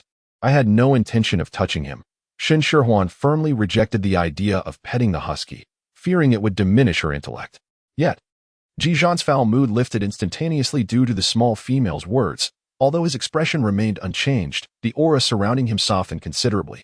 I gathered some wild grasses and fruits. See if there's anything edible among them. Shen Shihuan's attention swiftly shifted, joyfully following Ji Zhan to admire the wild herbs and fruits he had gathered, casting Jiang Han into oblivion. Observing the two retreating without a glance back, Jiang Han could only manage a wry smile. He sought to win the favor of the little female, only to discover her indifference. Instead, he found himself on the receiving end of Ji Zhan's blows. Is there anyone more unfortunate than he? Shen Shihuan initially held little hope. From her observations, although the forest was replete with a myriad of plant species, most were inedible. However, upon witnessing the bounty that Ji Zhan had gathered, the system began to emit a flurry of information. Chives, a perennial herb characterized by its green tops and white base, serve as a culinary seasoning, suitable for stir-frying, deep-frying, or consumption in their raw form. Bitter gourd, an annual climbing herb, bears fruit that, upon ripening, turns a vibrant orange-yellow and possesses a uniquely bitter yet sweet flavor, rendering it edible. Celery, with its slender stalks and round, deep green aromatic leaves, grows tall, and its stalks are also consumable. Shen Shihuan was momentarily taken aback before realizing that although these ingredients were not among the 100 varieties, their presence would significantly expand her culinary repertoire. She could prepare an array of dishes: bitter melon salad, stir-fried bitter melon with meat, bitter melon soup, stuffed bitter melon, stir-fried celery, and minced meat with diced celery, each offering a delightful option. Moreover, the role of scallions was even more pronounced, indispensable for removing fishy odors and enhancing flavors. How wonderful! I can create even more delicious dishes. Shen Shihuan exclaimed, enveloping Ji Zhan in a heartfelt embrace, feeling that there could be no one better than him. Ji Zhan's lips curled into a subtle smile, confirming that the detour to gather these wild herbs and fruits after the hunt had indeed been a wise choice. For the little female was truly pleased. Shen Shihuan had initially fretted over the absence of scallions, ginger, and garlic, fearing that the fish might carry an unpleasant odor. Yet, serendipitously, Ji Zhan had procured some scallions, proving to be quite fortuitous. Thus, breakfast consisted of braised fish and sauce, fishball soup, pan-seared lemon fish, and a mischievous Shen Shihuan's cold bitter melon salad. I sensed that Jiang Han's temper was slightly elevated. It was prudent for him to consume more bitter melon to cool his fiery disposition, although Ji Zhan was oblivious to the nature of bitter melon. The sight of the young female's gleeful demeanor hinted at impending misfortune for Jiang Han, yet her happiness was paramount. With the journey ahead, Shen Shihuan wasted no time. Seizing a knife and lifting the unconscious fish, squatting by the riverbank to scale and gut it. Observing the young female's composure as she deftly opened the fish's belly and extracted a mass of entrails amidst the bloodied water, Jiang Han felt a wave of unease wash over him. Typically, females possessed a timid disposition, with some even succumbing to fear at the sight of blood. Hence, beastmen would meticulously prepare their catch before returning home. Was he still ensnared in a dream? While Jiang Han pondered, Shen Shihuan efficiently processed the fish. The specimen was too large to fit whole into the stone pot, so she deftly cut it into palm-sized pieces. After briefly searing them in hot oil, she removed them to salt the scallions, allowing their fragrance to permeate the air before reintroducing the fish pieces, adding savory paste and honey, followed by an appropriate amount of water for a slow simmer. For the pan-seared lemon fish, she utilized the flesh from the fish's belly, which was meaty and devoid of bones. On a heated flat surface, she rendered the fat from some fatty meat, sprinkled chopped scallions, and once the aroma filled the air, she placed the marinated fish, seasoned with savory paste and honey, onto the grill. After achieving a golden crisp on both sides, she squeezed a hint of lemon juice over the fish, completing the dish. The aroma of the fish mingled with the scent of scallions, while the tangy juice subdued any fishiness, leaving only a refreshing taste. The exterior of the fish was crisp, yet the inside remained tender, each bite tantalizing enough to make one wish to swallow their tongue. Remarkably, this unknown fish rivaled the texture of salmon. Shen Shihuan naturally handed the second piece of cooked fish to Ji Zhan, leaving Jiang Han beside them, gazing longingly, nearly drooling. "What about my share?" he bravely inquired. Undeterred by Ji Zhan's piercing gaze, embodying the essence of a foodie. "Do not fret. In gratitude for your fishing prowess, I shall prepare a special dish just for you. If you eat now, you may find yourself unable to indulge later, Shen Shihuan replied with a smile, her eyes drifting over to the sizable bitter melon, her amusement becoming more pronounced. Unbeknownst to Jiang Han, who had yet to grasp the cardinal rule of never offending the cook, he felt a chill creeping down his spine. Foolishly awaiting the special dish that Shen Shihuan promised him, swallowing hard repeatedly.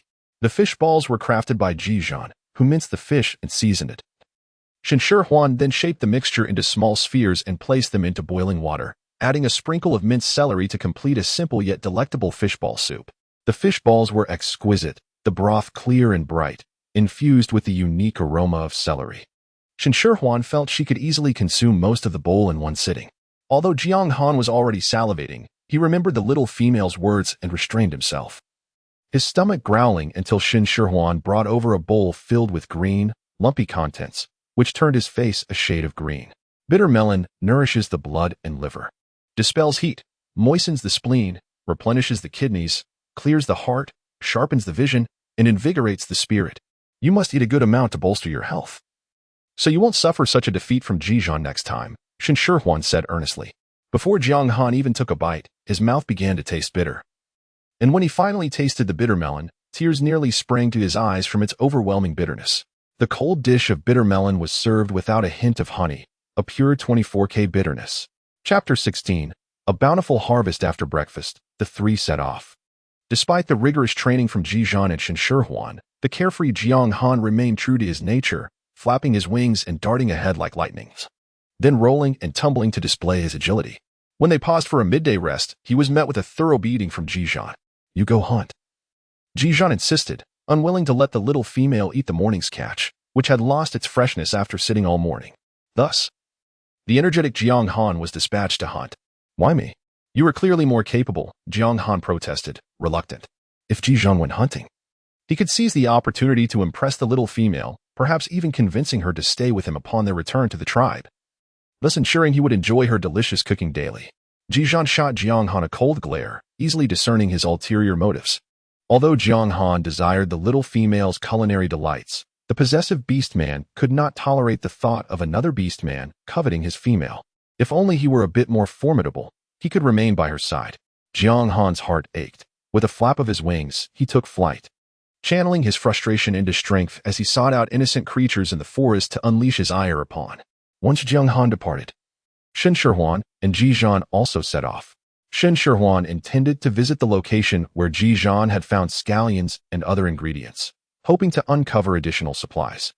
As they drew closer to the tribe, the terrain flattened and opened up, the trees became less dense, and the warm sunlight encouraged the growth of lush vegetation, covering the ground in vibrant greenery, leaving Shen Shihuan with little room to maneuver. Do not move. Just as Ji Zhan was about to revert to his human form, he heard the little female shout, freezing him in place, unable to move an inch. Shen Shihuan meticulously examined the crimson fruit of a plant at the feet of Ji Zhan, utilizing the system's query function to ascertain that this small, spherical fruit was indeed the beastly version of chili pepper. This is inedible, Ji Zhan exclaimed, alarmed, as he witnessed the young female pluck a flame fruit and prepare to bring it to her lips. Unfortunately, he was a moment too late. Shen Shihuan had already taken a bite. The skin burst, releasing a sweet, mild juice. And just as she was about to critique the beastly version of chili for its misleading quality, a fiery, scorching spiciness surged through her mouth. Shen Shihuan is a person with a penchant for spicy food, yet she finds herself utterly overwhelmed by the fiery passion of the beastly realm's chilies. Her eyes brimming with tears as she hops about in agony. Ji Zhan, reverting to his human form, extracts honey and offers a generous spoonful to Shen Shihuan. The sweetness does little to mitigate the scorching heat, and she feels as though her very soul is about to escape her body.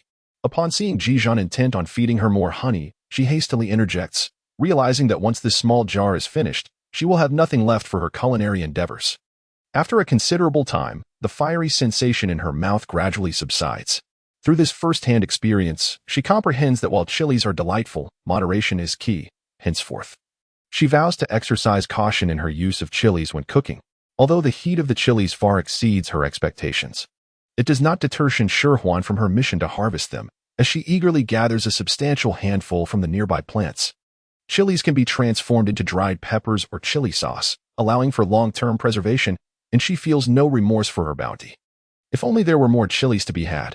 Alas, the surrounding mature chilies have been stripped bare by her efforts, leaving only their leaves fluttering in the breeze. Seemingly in a plea for mercy, one cannot simply pluck wool from a single sheep. Thus, Shen Shihuan turns her attention to other flora, her hands rubbing together in excitement. A smile gracing her lips reminiscent of the cunning wolf. Potatoes, tubers, round and sweet in flavor, edible yet bearing slight toxicity in their young shoots, suddenly catch her interest. A system notification appears unexpectedly, and the revelation of potatoes, a versatile and delectable ingredient, fills her with delight as she begins a thorough search through the grass. Unfamiliar with the appearance of potato leaves, she realizes that without the system's guidance, she would have missed this opportunity entirely. Shen Shihuan grasped the potato vine and tugged upward. Yet the anticipated sight of a cluster of potatoes emerging did not materialize. The vine remained steadfast, seemingly mocking her fanciful aspirations. Ultimately, it was Ji Zhan who intervened. Effortlessly extracting a long string of potatoes, the smallest of which was the size of Shen Shihuan's fist. As she gazed at the plump little tubers, a smile brightened her face, her eyes curving with delight. Although the whereabouts of rice remained uncertain, potatoes ranked third among essential crops, their presence ubiquitous in various culinary recipes. Suitable for both the young and the old, transcending cultural boundaries. A decision was made. Lunch would consist of potatoes. Shen Shihuan felt a surge of enthusiasm. After several days of consuming fruits and vegetables alongside meat, both her palate and stomach yearned for the comforting taste of starch. With an array of ingredients and seasonings already collected, she could easily prepare even boiled potatoes. Ji Zhan had never tasted potatoes, yet he would not deny the small female her desire. He merely extracted nearby potatoes, storing them effortlessly in his spatial domain. Besides their ability to transform into beast form and possess formidable hunting skills, orcs also had the capacity to store inanimate objects within a spatial area. Each orc's abilities varied, resulting in spaces of different sizes, and Ji Zhan's was quite expansive, accommodating an abundance of items. Watching Ji Zhan collect the potatoes and chilies into his space, Shen Shihuan felt a pang of envy. How wonderful it would be to possess such a space, filled with pots, pans, diverse ingredients, and myriad spices, ensuring she would never go hungry, no matter where she ventured. For a fleeting moment, Shen Shihuan was envious, but she swiftly cast aside that thought. In comparison to the vastness of space, the pursuit of ingredients seemed far more practical. Unfortunately, her streak of good fortune had seemingly come to an end. Despite searching diligently through the underbrush, she found no new discoveries, and her stomach began to grumble and protest. Let us return, she decided, resigning herself to the idea of abandoning her quest. Just as she was about to leave, her eyes fell upon a bird's nest nestled in the branches above. A bird's nest equates to bird eggs. Shen Shihuan swiftly drew a parallel in her mind, in the presence of food. She momentarily forgot her fear of heights and clung to the tree trunk, yearning to ascend. However, after considerable effort, she found herself merely a meter above the ground. Come lend a hand, Shen Shihuan called to Ji Zhan, hoping he would assist her. I want to see if there are any bird eggs. Even if there aren't chicken eggs, finding bird eggs would be delightful. No, that's far too perilous, Ji Zhan replied with a furrowed brow, declining her request. Stay here while I check it out. With that, Ji Zhan leapt, grasping the tree trunk, and effortlessly pulled himself up using his strength. Shen Shihuan stared in astonishment, acutely aware of the chasm that separated her from Ji Zhan. Had it not been for his protection over these past days, she might not have survived even a single day. Ji Zhan, agile and deft, swiftly ascended the gnarled branches, reaching the treetop in no time. There, he discovered an expansive bird's nest, constructed by an unknown avian species, which the little female had fortuitously spotted. Upon inspecting the nest, Ji Zhan noted 6 neatly arranged eggs, each notably larger than the little female's fist. After a moment of contemplation, he decided to take just one. Chapter 17. The chilly mishap. Ji Zhan leaped down from the treetop, deftly using several branches as makeshift steps. In Shen Shihuan's astonished gaze, he landed with perfect poise, his breathing remaining undisturbed. Shen Shihuan bit her lip in restraint, suppressing the urge to emit a sharp cry like that of a groundhog. She gazed at Ji Zhan, her eyes transforming into twinkling stars, sparkling with an intensity that was almost alarming. Next time you wish to fetch the bird's eggs, allow me to accompany you, Ji Zhan said, handing the eggs to Shen Shihuan, his concern evident as he added a cautionary note. The tree is quite tall. Should the little female fall, it would not bode well. Shen Shihuan nodded vigorously, her gaze fixed on the bird egg that Ji Zhan had handed her. Yet, a sense of conflict stirred within her. In such a vast nest, was there truly only this solitary egg? Perhaps it would be best to return it. While foraging for sustenance was undeniably important, the thought of species driven to extinction due to excessive hunting weighed heavily on her conscience. There were indeed several more eggs, but Shen Shihuan chose not to mention this. As Ji Zhan was perceptive enough, the purpose of the beastmen's hunting was survival, and they would not exterminate a species without due consideration. Upon hearing this, Shen Shihuan felt a sense of justified tranquility as she accepted the bird egg. The freedom of the egg carried significant weight and vast potential. She decided to contemplate what delectable dish she could create with this precious treasure. Upon returning to their resting place, they found Jiang Han, who had just returned from the hunt. The gleam of triumph in his eyes was impossible to conceal as he eagerly beckoned them to witness his spoils. With a flourish of his hand, a small mountain of various animal carcasses appeared before Shen Shihuan, each in a state of grotesque demise, some still oozing blood. Leaving her at a loss for recognition, Shen Shihuan was unable to take a closer look before her eyes were covered, yet the acrid scent of blood was unmistakable, hinting at the numerous animals Jiang Han had slaughtered. Gathering himself, Ji Zhan wore a frigid expression, his voice even colder. Jiang Han had intended to boast, perhaps earning a few compliments from the little female, but under Ji Zhan's icy gaze, he could only sulkily stow his catch away, resembling a frostbitten eggplant, utterly deflated. It was only then that Ji Zhan released his grip on the little female's eyes, speaking gently to her, "Please wait for me here." Turning to Jiang Han, his tone turned frigid enough to frost the air, he commanded, "Come with me." Jiang Han attempted to seek the little female's assistance, hoping she might intercede on his behalf. But she ignored him completely, leaving him to follow Ji Zhan with a heavy heart, trailing a distance away. Did you hunt all these creatures merely for sustenance? Once assured that the little female could not overhear them, Ji Zhan halted, his face a mask of severity as he interrogated Jiang Han. A cold sweat trickled down Jiang Han's back. His singular focus had been to impress the little female, and it wasn't until now, faced with Ji Zhan's stern demeanor, that he realized the gravity of his actions. What are the rules for beastmen? Ji Zhan pressed when Jiang Han remained silent.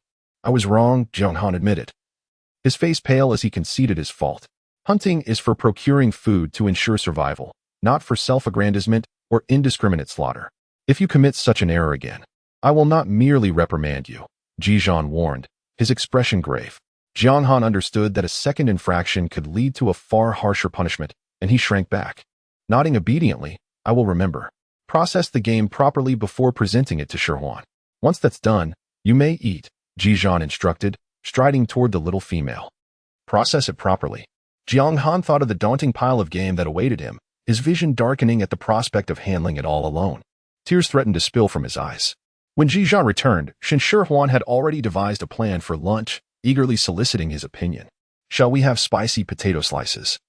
Potato and radish pancakes, radish and rib soup, and roasted meat for lunch? What do you think? The dish names proposed by Shen Shihuan were entirely unfamiliar to Ji Zhan. Yet, captivated by the radiant smile on her face, which seemed to be filled with starlight, he instinctively nodded in agreement. To prepare the potato and radish shreds pancake, it was essential to first boil the potatoes.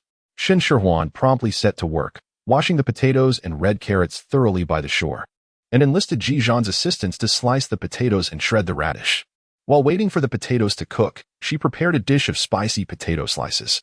She submerged the thicker potato slices into cold water, without a watch to gauge the time. Shen Shihuan could only estimate that a minute had passed before she retrieved the slices. After draining them, she fried the potatoes in hot oil until both sides were golden brown. Once the slices were perfectly fried, she used fatty meat to grease the hot pan again. As the fat rendered, she added a pinch of finely chopped chili, the audacious aroma of spice wafting through the air, nearly causing Shen Shihuan to sneeze. With the fragrance of the chili fully unleashed, she added the potato slices back into the pan, seasoning them with a suitable amount of savory paste and honey. Finally, garnishing the dish with chopped scallions. The fragrant and spicy potato slices were ready to be served. Shen Shihuan sampled a slice. The potato chip was slightly crisp on the surface yet remarkably tender within. Initially, it presented a subtle saltiness accompanied by a hint of sweetness, but soon, a delightful spiciness erupted in her mouth, perfectly balanced and aromatic. It was a tad spicy, and she worried whether Ji Zhan could acclimate to it. Offering a precautionary note before serving, Hand-fed by the delicate female, he would surely manage, no matter how fiery the dish might be. As Ji Zhan consumed the potato slice, his expression momentarily stiffened. For an orc unaccustomed to the fiery fruit, Shen Shihuan's perfect seasoning had already pushed the boundaries. Perhaps it would be best if he refrained from further indulgence. She discerned his discomfort from the subtle shift in his demeanor. Originally, she had planned to add a touch of chili to the potato and radish pancake, but it seemed that idea was ill-fated. What about me? The orc's keen sense of smell detected the tantalizing aroma from a distance. Jiang Han, having hastily dealt with his catch, approached with eager anticipation, nearly salivating. Shen Shihuan was about to express that the dish was excessively spicy and perhaps inedible when Ji Zhan had already nodded in agreement. Without a care for the bloodstains on his hands, Jiang Han hastily grabbed several slices of potato and stuffed them into his mouth, only to be overwhelmed by the fiery, piquant flavor that made him spit it out instantly. What is this? My tongue, it burns so terribly. Jiang Han, tears welling in his eyes from the heat, struggled to articulate his words, resembling a large, bewildered dog as he panted and waved his hand to fan the air. Shen Shihuan profoundly realized the orc's limited tolerance for spicy food. However, with a few more tastings, they would likely gradually acclimate. Apologies, I hadn't anticipated your aversion to spiciness. I will be more mindful in the future. The spicy potato chips did not suit the orc palate, so Shen Shihuan hastily prepared other dishes. Fortunately, the potato and radish fritters were a resounding success, earning unanimous praise. Orcs primarily consume meat, perhaps accompanied by a bit of boiled wild vegetables. The novel texture of the potatoes captivated the orcs, with even Ji Zhan remarking on their deliciousness. The radish and pork rib soup performed as expected, while the grilled meat, prepared by Ji Zhan, was delightful due to its prior marination. The three indulged heartily, satisfied with their meal. Chapter 18. Return to the tribe due to the considerable time spent sourcing ingredients. Ji Zhan and the others arrived at the tribe 4 days later than scheduled. From an aerial perspective, the entire tribe was clearly visible. The Ihu tribe is nestled within a valley between two mountain ranges, characterized by flat terrain and a broad river meandering through the settlement. The surrounding mountains are verdantly lush, occasionally graced by the sight of birds soaring through the forest. With Shen Shihuan's insight, it was evident that the tribe's location was quite advantageous, with ample water sources and abundant resources, marking it as a habitable area. Our tribe is quite commendable, Jiang Han declared proudly. Compared to other tribes, there's boasted plentiful game, ensuring a secure passage through the harsh winter. Shen Shihuan nodded, beginning to anticipate the days ahead in the tribe. Ji Zhan descended gracefully, landing outside the stone walls of the settlement, transforming back into his human form. He addressed Shen Shihuan, "You shall stay at my home for now. If it does not suit you, I will arrange for someone to construct a dwelling for you in a few days." The customary practice of the tribe dictated that whoever discovered a female would claim her as their own, though Jiang Han felt a twinge of regret. He understood that he could not rival Ji Zhan and could only watch helplessly as Ji Zhan whisked away the young female. "Let us go," Ji Zhan said. Noticing the young female's anxious glances around her, he took her hand, guiding her into the tribe. At the entrance of the stone gate stood two imposing guards, who, upon seeing Ji Zhan, immediately greeted him. "Captain, why have you returned so swiftly this year?" Before they could finish their sentence, they noticed Shen Shihuan following closely behind Ji Zhan. "A female! A female!" The guards exclaimed in astonishment, their eyes widening in disbelief. Resembling startled cats that had just had their tails stepped on, nearly leaping 3 feet into the air. Shen Shihuan unconsciously leaned closer to Ji Zhan, tightening her grip on his hand, feeling a hint of trepidation. "It's all right," Ji Zhan murmured soothingly, sensing the young female's unease. Then cast a cold glance at the two individuals who had transformed into shrieking chickens, his gaze brimming with a warning that they must not frighten the young female. It was astonishing that the captain, who typically bore a stern demeanor towards females, had actually brought one back. The two were so excited they nearly howled. But upon meeting Ji Zhan's frosty stare, they recoiled, becoming more docile than quails, quietly watching the trio enter the tribe. Only after their figures vanished from sight did they huddle together, eagerly gossiping. Jiang Han's home and Ji Zhan's were not in the same direction, and they parted ways after entering the gate. Ji Zhan continued to hold Shen Shihuan's hand as they walked forward, succinctly introducing her to the tribe's surroundings. The central market of the tribe opened every 5 days. The surrounding mountains and forests had been cleared, ensuring there were no ferocious beasts. Females could forage for wild vegetables. And he mentioned that she could accompany them. Ji Zhan, who typically paid little attention to females, momentarily struggled to recall any further instructions he needed to impart to the young female. Shen Shihuan's eyes sparkled with delight. She had believed that upon arriving at the tribe, her quest for ingredients would come to an end. To her astonishment, this unexpected turn of events hinted at the possibility of discovering new delicacies. As the two strolled and conversed, they remained oblivious to the astonished glances cast their way by passers-by who noticed their intertwined hands. Before they could reach home, news of Ji Zhan bringing back a female had already spread throughout the tribe. Qingya, trouble is brewing. A female named Yuan, who was friendly with Qingya, rushed over, breathless and unable to catch her breath. Ji Zhan has brought back a female. Qingya, seated in her yard and savoring a honey fruit, was taken aback by this revelation. The fruit slipped from her grasp, rolling across the ground and gathering dust. Yuan glanced at the fallen honey fruit, feeling a pang of sympathy. She was not as beautiful as Qingya and lacked the attention of many beast men. Having tasted such a rare fruit only once, she still recalled its honeyed sweetness. A female? How could this be possible? Qingya, oblivious to Yuan's expression, exclaimed as she seized Yuan's shoulders, insisting, "You must be lying. You are surely deceiving me." Yuan winced in pain, but dared not pull away. "I am not lying. Everyone saw it. Ji Zhan has indeed brought that female back to his home." The implications of a beast man bringing a female home were unmistakable. Qingya staggered, nearly losing her balance. After a moment of stunned disbelief, she resolved to investigate, sprinting outside. Perhaps, just perhaps, it was all a fabrication. Yuan had intended to follow her, but, noticing the honey fruit on the ground, hesitated. She peeked outside the yard, and seeing no one, swiftly picked up the fruit, wiped it on her clothing, and popped it into her mouth. Shen Shihuan arrived at the residence of the Ji family. A spacious stone house enclosed by a fence, featuring a towering tree in the yard adorned with a few scattered red blossoms, presenting a picturesque scene. However, upon following Ji Zhan into the stone dwelling, her perception shifted dramatically. The interior was shrouded in gloom, having remained uninhabited for a month, emanating a musty odor that permeated the air, while a considerable layer of dust had settled, rising in clouds with their movements. As Shen Shihuan sneezed several times in succession, she was promptly ushered out of the room by Ji Zhan, leaving him solely responsible for the arduous task of tidying up. With nothing to occupy her, she aimlessly strolled around the courtyard. After wandering for a few moments, Shen Shihuan suddenly felt the weight of a searing gaze upon her. Turning her head, she beheld a young woman standing at the entrance of the yard, staring intently at her. "Hello."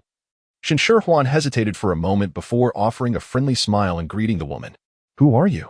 Qingya, surprised to find another female in Ji Zhan's abode. Though she appeared to be barely of age, could not suppress the anger bubbling within her. She questioned sharply, "Which tribe do you belong to?"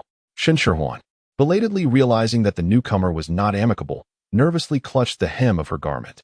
"I am Shen Shihuan, hailing from a distant tribe. My tribe does not welcome you."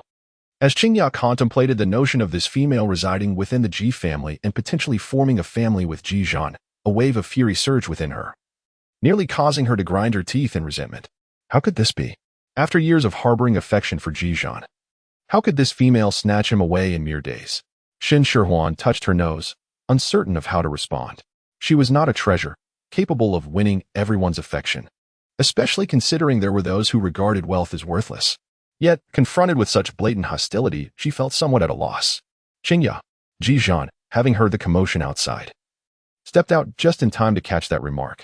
He immediately furrowed his brow and interjected, "Shihuan is someone I brought back to the tribe, according to our customs. You do not possess the authority to expel her." In the hierarchy of the orc society, females were considered weaker, yet the survival of orcs was inextricably linked to them. In a context where females were scarce, it became the duty of every orc to protect them. Chapter 19. Meeting the Parents, You Brute. Qingya, witnessing Ji Zhan's defense of this female, felt a surge of anger and urgency. Her eyes reddened, and tears brimmed, as if they were poised to spill at any moment. Ji Zhan remained unfazed, treating Qingya no differently despite her gender. "I do not wish to hear that remark again, and if there is nothing pressing, I ask that you refrain from coming here in the future." Qingya gazed at Ji Zhan in disbelief, unable to fathom his heartlessness. The tears she had held back for so long finally fell. Shen Shihuan had not anticipated that Ji Zhan would be so blunt, provoking tears with just a few words. As she contemplated offering words of comfort, she was met with a fierce glare, and before she could utter a syllable, the person had already fled. There was no need to concern herself with her. She had been spoiled by others. Ji Zhan did not soften at the sight of Qingya's tears. Instead, he admonished Shen Shihuan, instructing her to inform him should she ever be bullied again. Upon hearing this, Shen Shihuan was instantly reminded of a primary school student reporting a quarrel to the teacher. However, she understood that Ji Zhan was merely concerned about her being bullied and feeling wronged, which prompted his cautionary words. Rest assured, I shall not indulge her. It is not in her nature to endure grievances silently, nor is it typical for her to lodge complaints behind one's back. She generally prefers to confront any animosities directly. Please wait here for a moment while I promptly tidy up the room. Ji Zhan hurriedly emerged upon hearing the commotion. Finding the cleaning still underway, and with mealtime fast approaching, delaying further would leave the little one hungry. Shen Shihuan could only continue to stroll in the courtyard, observing the fallen red blossoms scattered on the ground. As she bent down to pick one up, her fingers were just about to make contact when a hurried voice called out from behind, "Do not touch." Shen Shihuan withdrew her hand and turned to look back. Approaching her was a middle-aged woman. Though age was evident, she still exuded an air of elegance, suggesting that she must have been a great beauty in her youth. Shen Shihuan felt a pang of bitterness in her heart. Just as one young person had departed, another, more mature individual had arrived. Ji Zhan indeed possessed an irresistible charm, attracting numerous admirers. Upon hearing that Zhan had brought back a female companion, she had been skeptical, but it turned out to be true. The woman, adorned with a gentle smile, spoke in a soft and soothing tone. Zhan. To her astonishment, the intimacy with which she addressed him felt like a direct challenge. Indeed, experience often outshines youth. This woman was far more formidable than the previous one. Shen Shihuan straightened her posture, refusing to concede defeat. Of course it's true. He rescued me in the forest, brought me back to the tribe, and even allowed me to stay at his home. Do you understand? He has marked me as his own. You should return to where you came from. The woman continued to smile, seemingly oblivious to the boastfulness in Shen Shihuan's words, and gently replied, "That is wonderful. Zhan has always been rather reserved. I have worried that he might never find a female companion. Now, I can finally rest easy." Wait a moment. Why did that sound so peculiar? Shen Shihuan had yet to comprehend what was peculiar about the situation when Ji Zhan emerged from the kitchen carrying a basin of freshly washed honey fruits. Upon noticing the figure standing at the doorway, he greeted, "Mother. Mother." Shen Shihuan was taken aback, nearly exclaiming in surprise. This individual was, in fact, Ji Zhan's mother. Lowering her gaze, she began to search for a crevice to escape into. "The little female you brought back is truly intriguing," the woman remarked, her smile unwavering, yet her words laden with significance. It seemed she had comprehended Shen Shihuan's earlier, subtle boast. Shen Shihuan felt a profound sense of despair, her heart heavy with the belief that she was contending with a rival. She poured all her intellect into dissuading this perceived adversary, only to discover that the rival had transformed into the mother of Ji Zhan. "There's no need to fret. Let us return home for a meal," the woman suggested. Noticing Shen Shihuan's flushed and embarrassed expression, "By the way, your father has hunted a long-haired beast today." Upon reaching adulthood, Ji Zhan had moved out to live independently, a customary practice within the tribe, as it was expected for young beasts to become self-sufficient and not rely on their parents. However, gathering occasionally for a meal was still permissible. Ji Zhan, realizing that his abode would not be tidied in the immediate future and concerned that the young female might go hungry, decided to bring along some cured meat and potatoes prepared by her on the way, so as to partake in the meal. Shen Shihuan never anticipated that she would meet Ji Zhan's parents so soon. She was utterly unprepared and felt so nervous that she stumbled in her gait, nearly losing her balance. Cautioning her, Ji Zhan swiftly caught her, fearing she might fall again, and decided to hold her hand, not releasing it. The prospect of further embarrassment made Shen Shihuan wish to kneel in self-reproach, particularly when she discreetly glanced over and met the amused gaze of Ji Zhan's mother, which nearly compelled her to flee. Lost in a whirlwind of anxious thoughts, Shen Shihuan failed to recognize the path, and by the time she regained her senses, they had already arrived at Ji Zhan's parents' home. "You remember to come back, huh?" A tall man, resembling Ji Zhan, gruffly exclaimed upon seeing him, though a hint of amusement lurked in his eyes. "So, this is the female you brought back. You must treat her well from now on." Before Shen Shihuan had the chance to utter a single word, she had successfully captivated the father of Ji Zhan, which filled her with a sense of pride. Indeed, she possessed an undeniable talent for thriving on her beauty. "I swear by the honor of the orcs that I shall do everything in my power to cherish Shihuan." Ji Zhan declared solemnly, his expression grave. Shen Shihuan gazed in astonishment at Ji Zhan, her eyes wide with disbelief. Gu Yuan, Ji Zhan's father, patted Ji Zhan's shoulder with evident satisfaction, proclaiming, "Good, he truly is my son." However, Ji Zhan's mother, Muemo, interjected without reservation, "Your son is far superior. You've never spoken such words to me." The smile on Gu Yuan's face faltered, and scratching his head, he opened his mouth but could not utter any words of praise. Instead, he forced a dry laugh and shifted the topic. "Stop lingering at the doorway. Come in and eat. It will cool soon." In the courtyard, a large stone served as a makeshift table, adorned with several basin-sized stone bowls brimming with food. Shen Shihuan initially felt a surge of anticipation, but upon inspection, she finally understood the source of Ji Zhan's abysmal culinary skills. The substantial chunks of meat swam in a thin, insipid broth, exuding a strong gamey odor. Yet, compared to the eerily green vegetables beside it, it was evidently more palatable. Shen Shihuan reached for her chopsticks, intending to take a piece of meat. "Eat more," Muemo enthusiastically urged as she piled several portions of vegetables onto Shen Shihuan's plate. Shen Shihuan felt a pang of bitterness within her heart, forcing a faint smile as she uttered her gratitude. Although the vegetables appeared as if they were tainted, this meal was unlikely to be a treacherous banquet. With a determined spirit, she mustered the courage to consume a small portion. The vegetables were merely boiled, lightly seasoned with a hint of salt, yet the overwhelming flavor was akin to that of gall, rendering her tongue numb and her expression stiff. Ji Zhan remained silent, deftly removing the vegetables from the small female's bowl and replacing them with a piece of meat. A true savior indeed.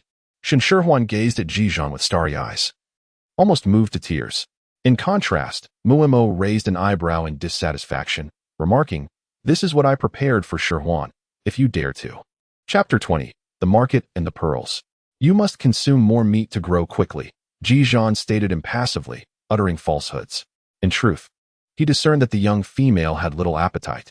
Even he, accustomed to the dishes prepared by the young female, found it difficult to swallow these. Gu Yuan observed the evidently underage Shen Shihuan and patted Ji Zhan on the shoulder, exchanging a knowing glance between orcs, signifying that a worthy female is worth the wait. Shen Shihuan buried herself in her meal, feigning ignorance to the harsh words spoken. Although the broth had a strong gamey flavor, the tenderness of the meat allowed her to endure it and fill her stomach. After lunch, the two did not linger for long before departing. Ji Zhan shared with Gu Yuan the method of preparing the cured meat and potatoes. In the realm of the beastmen, they not only ventured into the wild to hunt, but also managed the domestic sphere, taking charge of cooking the daily meals and maintaining cleanliness. The intricate methods of cooking can be quite challenging for novices, yet the inherent flavors of the cured meat and potatoes are commendable. Ji Zhan explained the preparation of accordion potatoes. Simply wash and peel the potatoes, slice them thinly without cutting through the bottom. Insert slices of cured meat between each potato slice, and steam them until cooked through. No additional seasonings are necessary, as the saltiness of the cured meat suffices. On the journey back to the tribe, Shen Shihuan indulged in a delightful dish where tender potatoes melded with the savory aroma of meat. A refreshing and non-greasy delight that would surely appeal not only to the orcs but also to the females. Upon returning to the Ji Zhan family, Shen Shihuan spotted a figure squatting at the entrance of the courtyard from a distance. Before the identity could be disowned, a familiar voice erupted with exuberance. "Where have you been? Do you have any idea how long I've been waiting for you? I'm nearly starving." Jiang Han, embodying the essence of a playful pup, whimpered plaintively for food. Shen Shihuan was immediately reminded of an incident from her youth. Back then, unaware of the true nature of a certain large dog, she had encountered a sprightly canine on the street and, in a moment of whimsy, shared a sausage with it. To her astonishment, the dog devoured half of the sausage in one gulp and, eyeing the remaining portion in her hand, chased her down several blocks with fervent howls. It felt as though she was reliving that experience now. Ji Zhan cast a cold glance at Jiang Han. "Didn't you go home?" Jiang Han's expression faltered with a hint of grievance. He had indeed returned home, where his mother, upon learning of his arrival, had prepared several dishes. However, having been spoiled by the little female, he found himself unable to stomach the hastily prepared meals. After expressing a few complaints, he had been met with a barrage of reprimands from his mother, culminating in him being unceremoniously expelled from the house. He had intended to visit the little female for a meal, but to his dismay, the gate was tightly shut, and no one answered his calls. Thus, he found himself waiting at the entrance, clutching his growling stomach. "I thought your home had been vacant for a month, and I came to offer my assistance in cleaning." Jiang Han hesitated to admit his true intention of seeking a meal. A flicker of inspiration struck him, and he devised an excuse, having helped with the cleaning. Surely the little female would feel obliged to invite him for a meal, perhaps even more than one. Jiang Han's scheme was clever, but Ji Zhan was not easily deceived. He had been living alone, his meals simple, and had not prepared a proper kitchen, with the little female now residing with him. It was necessary to set up a cooking area and gather the pots and utensils she required. Initially concerned that he would struggle to accomplish this alone in an afternoon, he was pleasantly surprised when Jiang Han appeared just in time. In that case, let us have dinner together tonight, Ji Zhan declared decisively. Indifferent to whether Jiang Han was hungry or not, Jiang Han had anticipated that Ji Zhan would see through his little ruse and send him away. Just as he was racking his brain for a way to secure a meal, he found himself momentarily stunned by Ji Zhan's words, questioning whether he was in a dream. Today, there happens to be a market. I'll take Shihuan to buy some items. You can help set up the cooking stations, Ji Zhan instructed, gesturing to a vacant space next to the house. Set up 5 in a row, but don't make them too tall. Also, prepare a few tables on the side for Shihuan to handle the ingredients. Upon hearing this, Jiang Han's expression fell. The prospect of setting up the cooking stations and tables alone felt daunting. Perhaps I should accompany the little female to the market instead. Your cooking stations would surely be better than mine, Jiang Han suggested with a sheepish grin, attempting to shift to a lighter task. Do you wish to challenge me to a duel? Ji Zhan asked coldly. Among beast men, multiple births were common, yet females were frail and often unable to bear young, leading to a significant disparity in their numbers. To compete for females, dueling platforms were established. If several beastmen sought the same female, they could battle on the platform, with the loser forfeiting their chance to pursue her. Jiang Han's expression stiffened as he vehemently shook his head. No, no, no. I shall stay and set up the cooking stations. The thought of facing a duel was utterly unappealing. He was not foolish enough to entertain such a notion. Work diligently. I'll prepare a delicious meal for you tonight, Shen Shihuan, raised under the red flag, felt a pang of conscience for leaving her guest to toil while she enjoyed herself. She resolved to prepare a sumptuous feast to reward Jiang Han. Initially reluctant, Jiang Han's spirits soared upon hearing Shen Shihuan's words, bursting with newfound motivation as he patted his chest, promising to accomplish the task with utmost dedication. Let us go, Ji Zhan said naturally, taking the little female's hand. If you see anything you like, feel free to buy it. Shen Shihuan found herself devoid of funds. Thus, she could only defer her payments for the time being. The two of them strolled hand in hand for quite a while, inadvertently showcasing their affection, until they finally arrived at the marketplace. As it was already afternoon, the crowd at the market was sparse, with only a few stalls scattered about, offering a limited selection of goods. Let us first procure some garments for you, Ji Zhan said, leading Shen Shihuan to a stall where neatly folded clothes were displayed, all crafted from animal hides. Shen Shihuan yearned for a change of clothing. Previously in the forest, it had been impossible. But the thought of donning a skirt made of animal hide sparked a peculiar sensation within her. Were their garments crafted from icy silkworm silk? The coarse texture of animal skin seemed unworthy for a delicate female like her. The stallkeeper, a somewhat older female, cast a glance at Shen Shihuan, surprised that Ji Zhan had indeed brought back a female. She then replied, "We do have such garments, though they are a tad pricier than those made of animal hide." 3 sets, please, Ji Zhan remarked, unconcerned about the cost, fearing that if they delayed, the icy silkworm silk garments might be sold out. The stallkeeper promptly retrieved 3 sets of clothing, totaling 1 black pearl and 10 white pearls. Ji Zhan handed over the pearls and stored the garments in his space, as they intended to continue exploring the market, finding it inconvenient to carry them in hand. Shen Shihuan curiously examined the pearl shell, a diminutive orb, smooth and lustrous. Apart from their varying hues, their sizes and shapes also differed. How were these pearls valued? 100 white pearls could be exchanged for a single black pearl. Observing the young female's fascination with the pearls, Ji Zhan retrieved a few more and placed them in her palm. Chapter 21. Burdened by enormous debt, the pearls felt weighty, possessing a tangible substance, their cool surface grazing her skin. Shen Shihuan admired them for a moment before returning the pearls to Ji Zhan. Though charmingly petite, these pearls represented currency in the beast realm. No matter her fondness, she could not fashion them into a bracelet.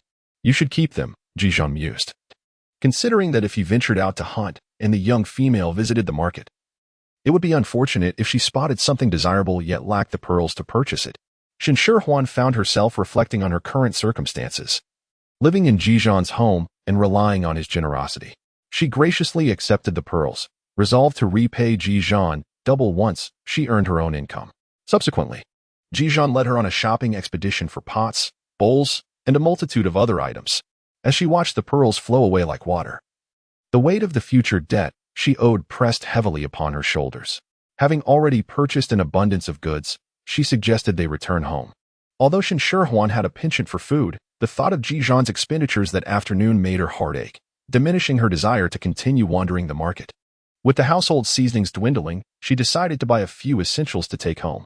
If it were only Ji Zhan, mere sustenance would suffice, regardless of flavor, however. Now that there was a little female involved, he could not bear to let her endure any hardship. Shen Shihuan contemplated refusing the expenditure of precious pearls, yet she found herself unable to resist the allure of delectable cuisine. She consoled herself with the thought that she would only purchase a modest amount, believing that a little indulgence would not cost her too much. Meanwhile, Ji Zhan's stall selling seasonings was rapidly emptied. Are you not feeling happy? Noticing the silence of the little female on their journey home, Ji Zhan hesitated for a moment before inquiring. He could not fathom her thoughts, and if he had fallen short in any way, he wished she would express it directly. No, Shen Shihuan suddenly snapped back to reality. I was merely pondering what I could do to earn some pearls. Yet, after much consideration, I realize I only possess culinary skills, nothing else. If you desire pearls, I have some here, Ji Zhan said, revealing a handful of pearls. Do not worry, I can support you. The simplest declarations of affection can be the most poignant. And Ji Zhan's words stirred the depths of Shen Shihuan's heart, leaving her thoughts in disarray even upon their return home. You've returned. Come see the stove I've assembled. Jiang Han exclaimed excitedly, showcasing his labor to the two.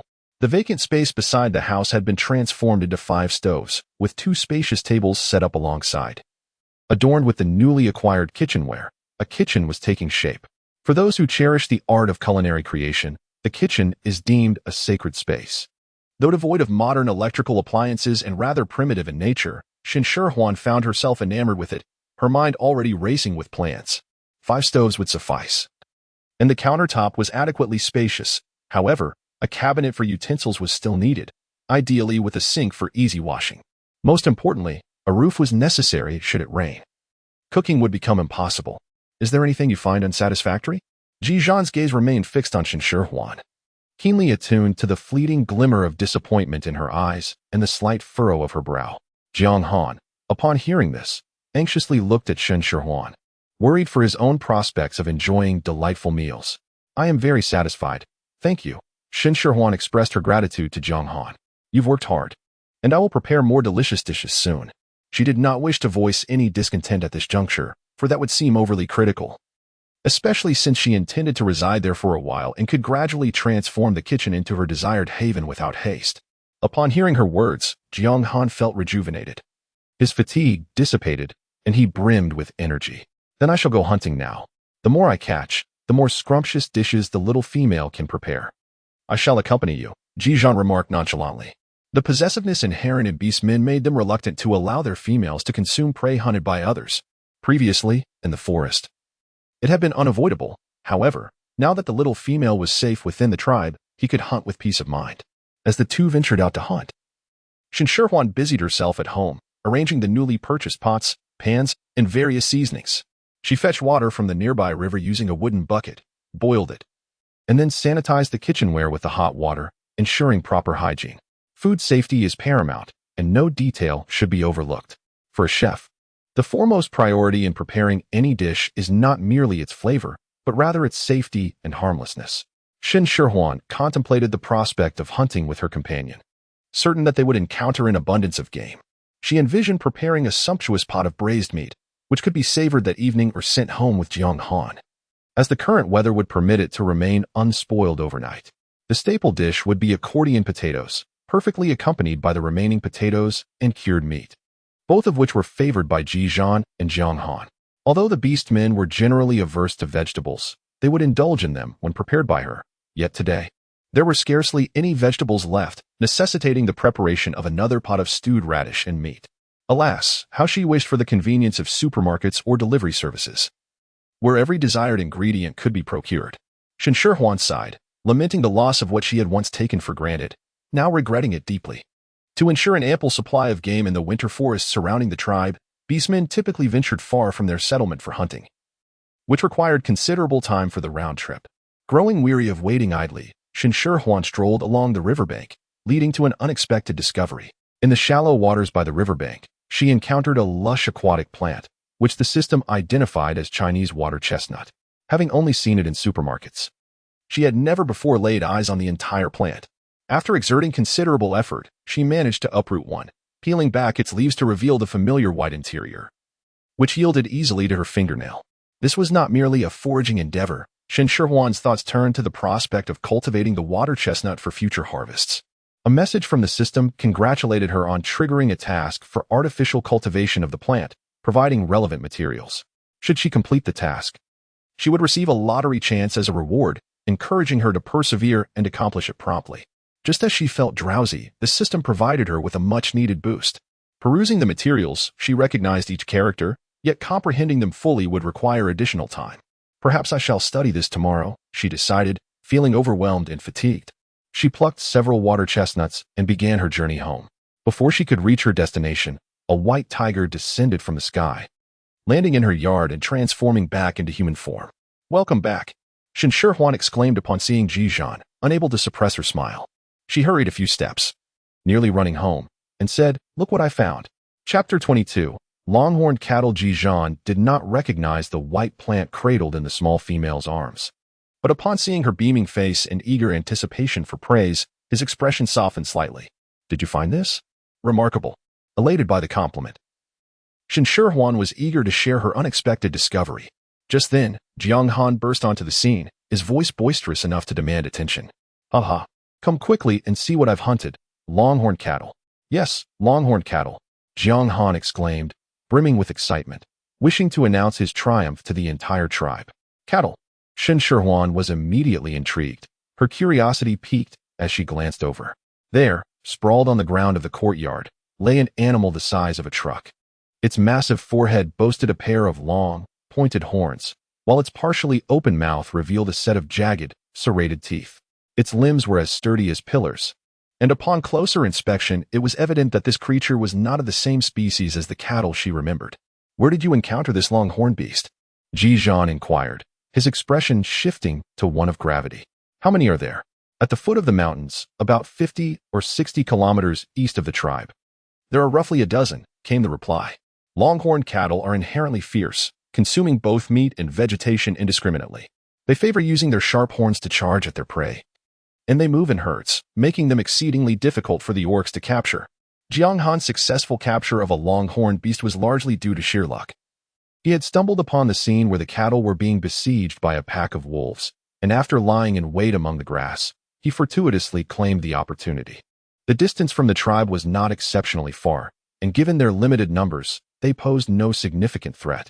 Ji Zhan, upon hearing this, felt his anxiety dissipate. Longhorned cattle were notoriously stubborn. Once they set their course, they would not deviate, even if faced with obstacles, smashing through them with their powerful horns to forge ahead. There was a tale of a small tribe that had encountered a herd of hundreds of these beasts, and despite their utmost efforts, they were trampled through stone walls, leading to the tribe's obliteration. Rest assured, those longhorned cattle, having encountered the wolves, will likely leave few survivors. Their arrival would merely present us with a feast," Ji Zhan reassured. Jiang Han shared this concern, which was why he had meticulously observed the longhorned cattle's movements before confirming they posed no danger to the tribe and felt secure in departing. "With so many of us, 3 people cannot consume it all. The market is still ongoing. Take half to sell. Although it is a gathering, I do not wish to take advantage of you," Ji Zhan stated. "At this late hour, with the market nearing its end, there will likely be few buyers. I've been weary all afternoon, and my stomach still craves sustenance. I have no desire to haul meat to the market. Instead, let us divide it among our families and give some to a few single females," Jiang Han suggested.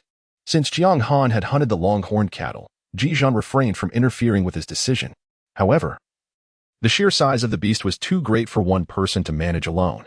He entrusted the game he had caught and the wild vegetables and fruits he had gathered to the young female and, alongside Jiang Han, they set off to the riverbank to process the longhorned cattle. As Shen Shihuan observed Ji Zhan gathering a considerable amount of wild vegetables and fruits, a warm current surged within her heart. Through their interactions over the past few days, she had come to understand that the orcs had little taste for such produce. And it was evident for whom these vegetables and fruits were being collected. Wait, I will accompany you. Shen Shihuan roused herself from her emotional reverie, her thoughts drifting to a spicy hot pot dish, and hurried after them. When orcs processed their prey, they would drain the blood and remove the entrails. Yet for Shen Shihuan, both blood and innards were excellent ingredients.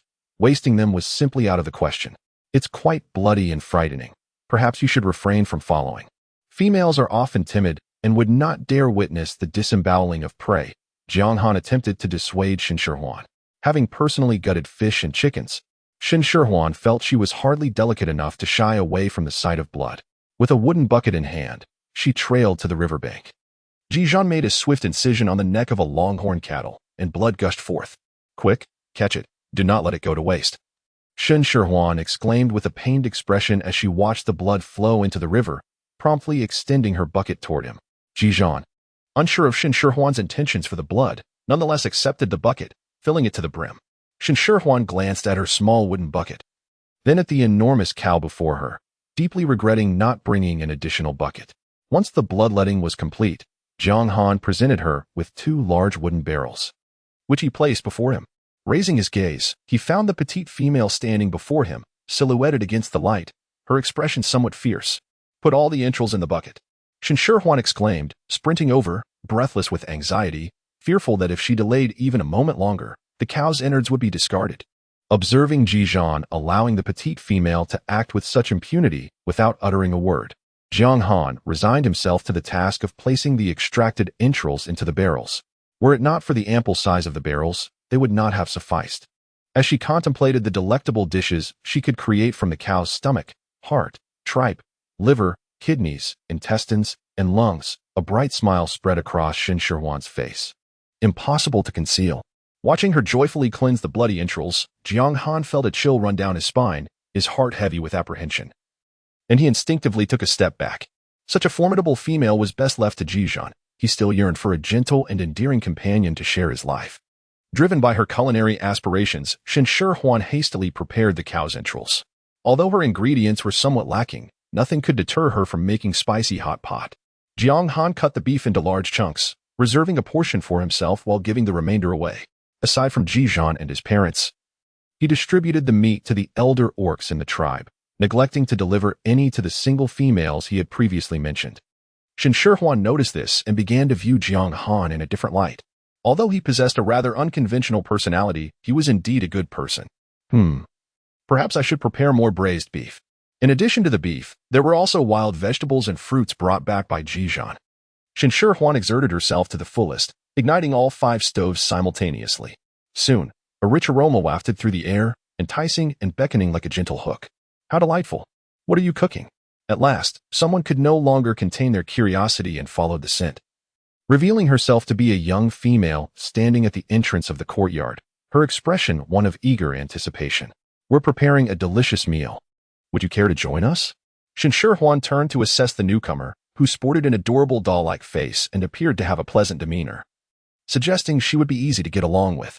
Thus, Shen Shihuan warmly invited her to partake in the meal, especially since there was an abundance of ingredients that the 3 of them could never consume alone. The newcomer was not at all hesitant and quickly accepted the invitation. Positioning herself beside Shen Shihuan, "My name is Tang Yu. You can call me Tang Tang. Is there anything I can assist you with? Could you please keep an eye on this pot for me? If the broth begins to evaporate too much, just let me know," Shen Shihuan replied. With Ji Zhan and Jiang Han preoccupied with tending the fires, it was indeed a bit challenging for Shen Shihuan to manage 5 pots alone. Having Tang Yu help monitor the braised beef would free her hands to focus on other tasks. Chapter 23. A gathering of 4. Shen Shihuan meticulously diced the specially separated beef fat into small chunks and placed them into boiling water, allowing the rich fat to gradually render out, filling the air with an enticing aroma. The scent of the beef tallow was both robust and overpowering, easily overshadowing the fragrances of other ingredients. How delightful! What are you preparing? Is it edible? Tang Yu inhaled the irresistible aroma wafting through the air, her mouth watering uncontrollably. Although she stood before the braised meat pot, her gaze was fixated on the oil pot, more fervent than the bubbling hot oil itself. This cannot be consumed directly, Shen Shihuan thought to herself. If she were to say it was ready to eat, Tang Yu would likely rush forward and pour the entire pot of hot oil down her throat. The intense longing reflected in her eyes was more than Shen Shihuan could bear. Perhaps you could start with a radish instead. Shen Shihuan's gaze swept across the countertop, and the only edible item was a radish. Fortunately, Tang Yu was not particular. A single sweet and crisp red radish sufficed to satisfy her. As the bubbles gradually dissipated, the moisture in the oil pot had mostly evaporated. Shen Shihuan added a pinch of salty paste, stirred it thoroughly, and removed the oil residue before ladling the hot oil into an open ceramic jar. The oil residue, having been rendered to a golden hue, was then added back for a brief stir, sprinkled with a handful of chopped scallions. Fearing the oil residue might overheat and burn, Shen Shihuan promptly removed it from the heat. With a pair of chopsticks, she picked up a small piece for tasting. The oil residue was delightfully crispy and aromatic, imbued with a hint of saltiness, reminiscent of the flavors she cherished in her memory. Though the oil residue was laden with fat and could lead to weight gain if consumed excessively, it was undeniably exquisite in various culinary applications, be it as a filling for buns, a stir-fry companion for fresh greens, or a delectable addition to noodle dishes. This once popular food, cherished in times of scarcity, may have faded from everyday life due to its high-fat content, yet the beautiful memories it evokes remain indelible, and from time to time, someone would indulge in its delightful taste. Shen Shihuan was abruptly pulled from her reverie, only to find herself gazed upon by 3 pairs of eyes, all filled with longing for the delicacies before them. Attempting to conceal the remnants of the crispy pork cracklings in her hands, she reluctantly portioned out 3 small bowls, each containing merely a hint of the savory morsels. Delicious, delightful, utterly exquisite, Tang Yu exclaimed, devouring her share with an alacrity that surpassed even the 2 orc companions. Her bowl emptied in the blink of an eye. She glanced at her empty bowl, then at Shen Shihuan, her eyes brimming with desire. No, Shen Shihuan declared, protectively cradling the bowl of cracklings, I still have other uses for these. I cannot part with them any further. Disappointment was evident on Tang Yu's face as she shifted her gaze to Ji Zhan. Orcs are known for their inability to deny the requests of females. Ji Zhan, holding the last piece of crackling, met Tang Yu's eager gaze and, in a moment of bewildered innocence, popped it into his mouth. Did this female, Tang Yu, gaze at him so ardently because she had taken a liking to him? Tang Yu then turned her attention to Ji Zhan, only to swiftly avert her gaze upon noticing his empty bowl. With a sigh, she seized a radish from the countertop and bit into it with a crisp crunch. Don't eat that. Shen Shihuan attempted to intervene but was a moment too late, watching helplessly as Tang Yu consumed the radish she had intended for her oxtail soup. Fearing that Tang Yu would devour all the radishes, she hurriedly sliced some into thin pieces to set aside. After cleansing the oxtails, they were placed in a pot of cold water, where the froth was skimmed off, awaiting the moment when the broth would turn a milky white before adding the radish. Seizing the opportunity, Shen Shihuan sliced the steamed beef blood and combined it with prepared beef tripe and other offal in a pot of water with scallions, cooking them until tender. The preparation of the spicy hot pot was relatively simple, yet lacking the ready-made base. Shen Shihuan had to concoct her own, melting beef fat and stir-frying it with chili peppers to release their fiery essence. Water was then added, along with a touch of salty paste and honey for flavor. And after bringing it to a boil, the beef offal and bamboo shoots were introduced, simmered briefly, and finished with a splash of tangy lemon juice and a sprinkle of scallions, topped off with hot oil. Understanding that orcs were not accustomed to spicy flavors, Shen Shihuan prepared a portion solely for herself, knowing that Ji Zhan and Jiang Han would have ample boiled beef to satisfy their appetites. Remembering Tang Yu, she sliced some beef into strips and stir-fried it with celery. Once all was prepared, the oxtail soup was nearing completion, so she added the radish slices, simmered for a while longer, seasoned it with salty paste, and garnished it with scallions before serving. The accordion potatoes were also steamed to perfection, and as she lifted the lid, a fragrant steam wafted forth. While not as enticing as meat dishes, it was a delightful feast for those accustomed to simpler culinary methods. After a considerable flurry of activity, the sky darkened, and the sun dipped below the horizon, leaving behind a fiery tapestry of twilight. Fortunately, the fire in the stove still blazed, creating a unique ambience as they dined. The potatoes were scalding hot, and Shen Shihuan urged Tang Yu to wait for them to cool before reaching for one. Look after her, Ji Zhan instructed Jiang Han, casting a glance at him as he settled Tang Yu beside him. Jiang Han grimaced, feeling burdened by the responsibility of caring for the female. You must be tired after all this work. Let us eat and then rest, Ji Zhan said. Serving Shen Shihuan a mountain of braised beef and a bowl of oxtail soup, carefully cooling the potatoes. The beef had soaked in the savory broth. Bursting with flavor, though it lacked the depth of star anise and cinnamon, it was still commendable. The oxtail soup was light and palatable, the long cooking process rendering the meat tender and the radish nearly dissolving in the broth, providing a refreshing respite from richness. The potatoes had a grainy texture, perfectly complementing the salted meat, the flavors harmonizing beautifully. As she sampled the simplified version of the spicy hot pot, she noted the absence of broad bean paste, which left it lacking some richness. Though it was merely spicy without the numbing sensation of Sichuan pepper, it was nonetheless enjoyable, the aroma of beef fat enveloping her senses. "May I try some?" Tang Yu inquired after relishing the accordion potatoes, braised beef, oxtail soup, and stir-fried beef with celery. Her attention now drawn to the vibrant hot pot before Shen Shihuan. "I added chili. It might be a bit spicy for you." Shen Shihuan cautioned as she served Tang Yu a small portion of the offal and vegetables. Tang Yu blinked, confused. "Spicy? What is spicy?"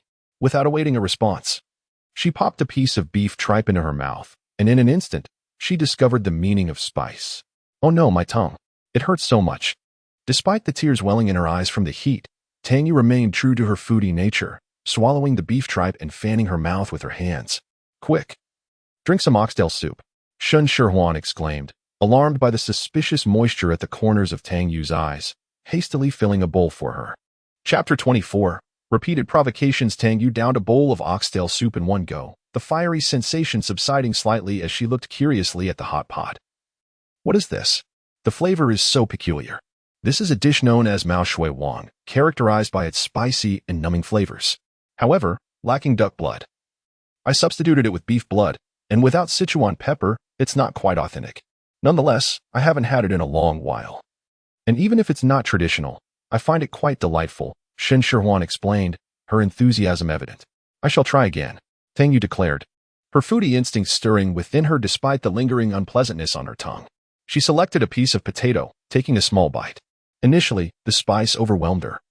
But soon the soft texture of the potato and the rich flavor of the beef fat melded together, transforming into a delicious harmony. Tang Yu swiftly consumed more potato slices, then snagged a piece of beef blood, its tenderness and the spice masking any unpleasantness. Gasping from the heat, she continued to reach into the hot pot, unable to resist the delectable offerings within. Shen Shihuan prepared only a single serving, and soon enough, she and Ji Zhan shared a bowl of spicy hot pot, each taking bites alternately. Meanwhile, Jiang Han and Ji Zhan devoured an enormous pot of braised beef and polished off all the accordion potatoes, leaving them feeling utterly stuffed. As the gathering concluded, the sky had already darkened, adorned with countless twinkling stars and a radiant full moon that draped the world in a delicate veil, though not bright. It provided just enough light to discern one's surroundings. Shen Shihuan requested Jiang Han to escort Tang Yu home. Initially, she intended to tidy up, but Ji Zhan urged her to rest. Truly fatigued, she climbed into bed and instantly fell asleep, slumbering until dawn, when Tang Yu came to find her. With a yawn muffled by her hand, Shen Shihuan struggled to keep her eyelids from sticking together, finally managing to open a narrow slit. She recognized the visitor and rolled back onto the stone bed, clutching the animal hide, wishing to continue her slumber. "Tang, I want to sleep a little longer. Stop sleeping and get up." Although Tang Yu appears petite, she possesses considerable strength. She grasped Shen Shihuan's hand and resolutely pulled her up from the stone bed. "Today, everyone is going to Dongshan to gather wild vegetables. Hurry up and join us." Shen Shihuan merely wished to slumber, utterly lacking the enthusiasm for foraging wild vegetables. After all, the greens would remain, and there was always tomorrow. Tang Yu, employing her strength of persuasion, succeeded in guiding the drowsy Shen Shihuan to the gathering place. Shen Shihuan, feeling utterly fatigued and with her mind in a daze, lazily lifted her eyelids to scan the crowd, just as she contemplated finding a quiet corner to rest. A familiar voice pierced through the air. "Why did you only arrive now? You've kept everyone waiting for so long." Xingya, upon spotting Shen Shihuan, was filled with indignation and seized the opportunity to confront her. "My sincerest apologies. I was delayed on the way," Tang Wei interjected. Seemingly oblivious to the underlying discontent in Xingya's words, her smile unwavering. At this point, pressing the matter further would be overly intentional. So Xingya merely shot Shen Shihuan a glare before following the other females toward the eastern mountain. The eastern mountain refers to the elevated terrain on the tribe's eastern side. Renowned for its ample sunlight and lush vegetation, making it the most frequented spot for females to gather wild vegetables and fruits. Shen Shihuan intentionally lagged behind, while Tang Yu, in a tacit understanding, slowed her pace as well. The two of them drifted at a comfortable distance from the bustling crowd, separated by a noticeable space from the foremost Qingya. I apologize. She harbors a slight aversion towards me, which is why she deliberately seeks to provoke. Shen Shihuan expressed her regrets to the unsuspecting Tang Yu. It's quite all right. To be honest, I'm not particularly fond of her either, Tang Yu replied, dismissing the trivial matter. Let me confide in you. In truth, everyone shares a similar sentiment. It's just that she remains oblivious to it. Shen Shihuan gazed at Qingya's silhouette. Even as a rival in love, she could not deny that Qingya was indeed beautiful. Yet, it was precisely this beauty that bred her arrogance. Friendships, however, must be forged with sincerity in exchange for sincerity. Although Tang Wei remained silent, she discerned Qingya's sense of alienation amidst this group of women. Look, the one trailing closely behind her, named Qing Yuan, persistently sought to ingratiate herself with Qingya. Tang Yu subtly nudged her lips, signaling to Shen Shihuan that she too harbored no fondness for her. Shen Shihuan cast a glance at the female companion trailing closely behind Qingya. A thought stirring within her mind. A dog that bites does not bark, and humans are similarly discreet.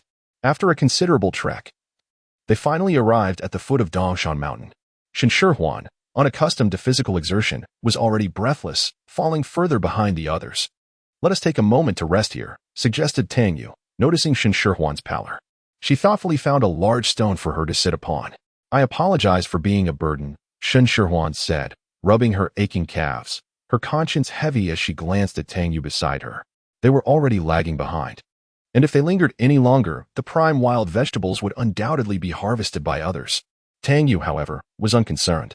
Those wild greens become quite bitter when boiled. I have no desire for them. If others wish to gather them, let them do so. I certainly do not. Upon hearing this, Shen Shihuan could not help but chuckle. I do not particularly enjoy eating them either, but I will gather some wild vegetables and prepare a delicious meal for you. Tang Yu's eyes sparkled with excitement as she seized Shen Shihuan's hand and urged her onward. Let us hasten our pace. We must not allow them to harvest all the wild vegetables before we arrive. Shen Shihuan deeply regretted mentioning food. She had not yet had enough rest. However, Tang Yu was like a relentless bulldozer, unstoppable, leaving Shen Shihuan no choice but to stumble along after her up the mountain. Upon reaching a patch abundant with wild vegetables, they discovered that others had already gathered nearly half a basket of them, with Qingya having collected the most, filling her basket to the brim. Some lingered, seemingly under the impression they were merely here to enjoy the scenery and would soon demand that they wait for them. Spotting Shen Shihuan's arrival, Qingya let out a cold laugh and deliberately spoke loudly. The others glanced at Shen Shihuan and Tang Yu but remained silent. Ignore her, let us proceed, Tang Yu said, pulling Shen Shihuan aside. Look at these. Can they be transformed into something delicious? Shen Shihuan recalled Qingya's repeated provocations. Yet Tang Yu's mind was solely occupied with thoughts of delectable food, prompting an involuntary smile. She resolutely decided that if she could not find ingredients today, there were still some at home, ensuring that Tang Yu would not go hungry. It would simply be a gesture of gratitude for her support. Let me take a look, Shen Shihuan said, squatting beside Tang Yu. Perhaps the fortune of a true foodie was upon them, for amidst the scattered finds, there indeed lay some ingredients. Cumin. She carefully gathered the ripe cumin. Can this be eaten too? Tang Yu inquired upon witnessing Shen Shihuan collecting the cumin, and without a moment's hesitation, she popped a few seeds into her mouth with astonishing speed, leaving Shen Shihuan no time to intervene. Cumin, known for its ability to eliminate fishy odors and enhance flavors, can stimulate the appetite, yet its raw taste is rather unpleasant. Tang Yu's face immediately contorted, resembling the wrinkled peel of a sun-dried orange. Chapter 25. A clash of rivals. Shen Shihuan found herself in an amusing predicament as she explained to Tang Yu that what she was referring to was cumin, a spice suitable for meat dishes, but rather unpalatable when consumed directly. Tang Yu grimaced, feeling the lingering peculiar taste in her mouth. She assisted Shen Shihuan in removing the ripe cumin seeds. The seeds were too small to be placed directly into the backpack, so Shen Shihuan plucked 2 long, slender leaves, artfully folding and wrapping the cumin within them, much like making a rice dumpling, and secured it with a vine. Shihuan, your hands are incredibly dexterous, Tang Yu praised. If only I were a beast man, I would invite you to stay at my home and prepare delicious meals for me every day. Shen Shihuan believed that Tang Yu's final statement was indeed the crux of her message, even if we do not reside together. You can still come over for dinner every day." Tang Yu's eyes sparkled with delight upon hearing this, and she excitedly rushed forward to embrace Shen Shihuan, exclaiming, "Shihuan, I truly adore you." Shen Shihuan was knocked down by the powerful girl, landing on the ground with a thud. Her hands, attempting to brace herself, failed to provide support, and she fell back, legs in the air, with a painful jolt in her back. She mused to herself. Tang Yu's affection was not directed towards her, but rather towards the dishes she prepared. "Could you please get off me?" Shen Shihuan struggled to articulate through gritted teeth. The admiration for her culinary creations brought her joy. Yet this very affection felt overwhelming, nearly suffocating her. Tang Yu, with a silly grin, clambered to her feet and effortlessly pulled Shen Shihuan up alongside her. Shen Shihuan brushed off the dirt clinging to her, when suddenly she caught a faint whiff of ginger. She curiously examined her palm, realizing the aroma emanated from her hand. Recalling the ground she had just propped herself against, she swiftly turned her gaze to the spot where she had fallen. There, a cluster of green plants, standing about 20 to 30 centimeters tall, lay flattened against the earth from her fall. She began to carefully excavate the soil around the roots with small stones, revealing the familiar pale yellow rhizome she had long desired. "Ginger. Can this be eaten?" Tang Yu inquired, eyeing the ginger still coated in dirt. This time, she prudently refrained from consuming it directly and first sought Shen Shihuan's opinion. "This is ginger, useful for removing fishy odors. Young ginger can be pickled, but this specimen has aged and is no longer suitable for that purpose," Shen Shihuan explained as she delicately unearthed the ginger, ensuring to preserve the leaves as well. She envisioned planting it in the yard, which was ample enough to accommodate a dedicated space for cultivation.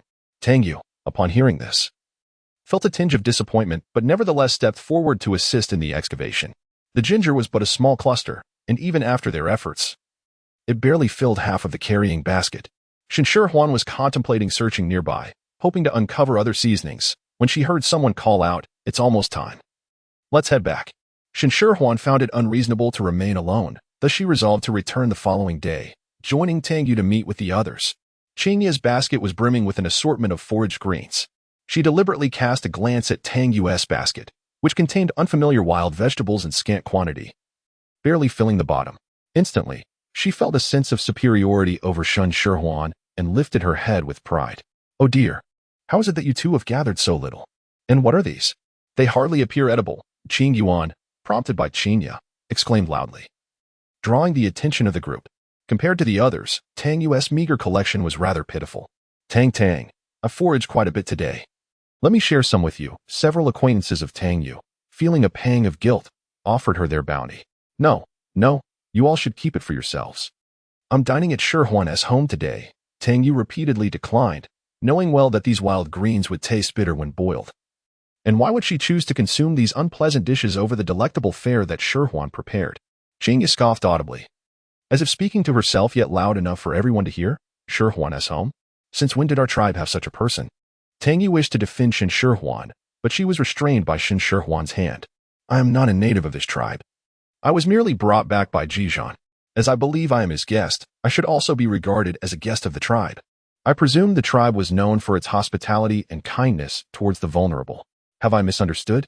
Shen Shihuan was merely giving Ji Zhan face, which led her to tolerate Qingya's provocations to a considerable extent. However, this did not imply that she was a person who would swallow her pride indefinitely. Once her patience was exhausted, she would no longer endure. Qingya did not anticipate that Shen Shihuan would be so sharp-tongued. Rendered speechless by the retort and left only to glare at her in frustration. "Let's head back," Qing Yuan suggested, attempting to smooth over the situation upon seeing Qingya's defeat.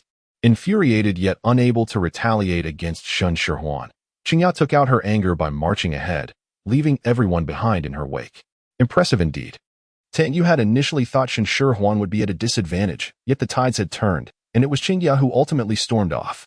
A trivial matter. Shen Shihuan mused. She was adept at reasoning with others. Should Qingya remain obstinate and attempt to butt against her proverbial wall once more, she would not hold back her words. Descending the mountain proved more challenging than ascending. Qingya, brimming with pent-up rage, was hardly mindful of her footing. In her haste, she inadvertently stepped on a pebble, causing her to lose balance and tumble down, her heart racing with panic. Not only did she fall, but she also twisted her ankle in the process. From a distance, Shen Shihuan and the others heard Qingya's cries of pain and hurried over, discovering her seated on the ground, unable to rise. Though they did not admire Qingya's haughty demeanor, seeing her injured elicited their concern as they gathered around her, clamoring to inquire about her condition. Tears streamed down Qingya's cheeks as she wept, her pitiful appearance rendering her far more agreeable than when she had bullied others. "Did you twist your ankle? Let me take a look," said Shen Shihuan, who possessed some knowledge of bone setting. Observing Qingya's state, she suspected an injury. Setting aside her grievances, she crouched down to assist Qingya. "Don't touch me," Qingya exclaimed, wincing at the slightest movement, yet she still pushed Shen Shihuan away. Despite the pain that caused her to shed tears, she refused to allow Shen Shihuan to come near her. Shen Shihuan was nearly pushed to the ground, yet was saved by Tang Yu.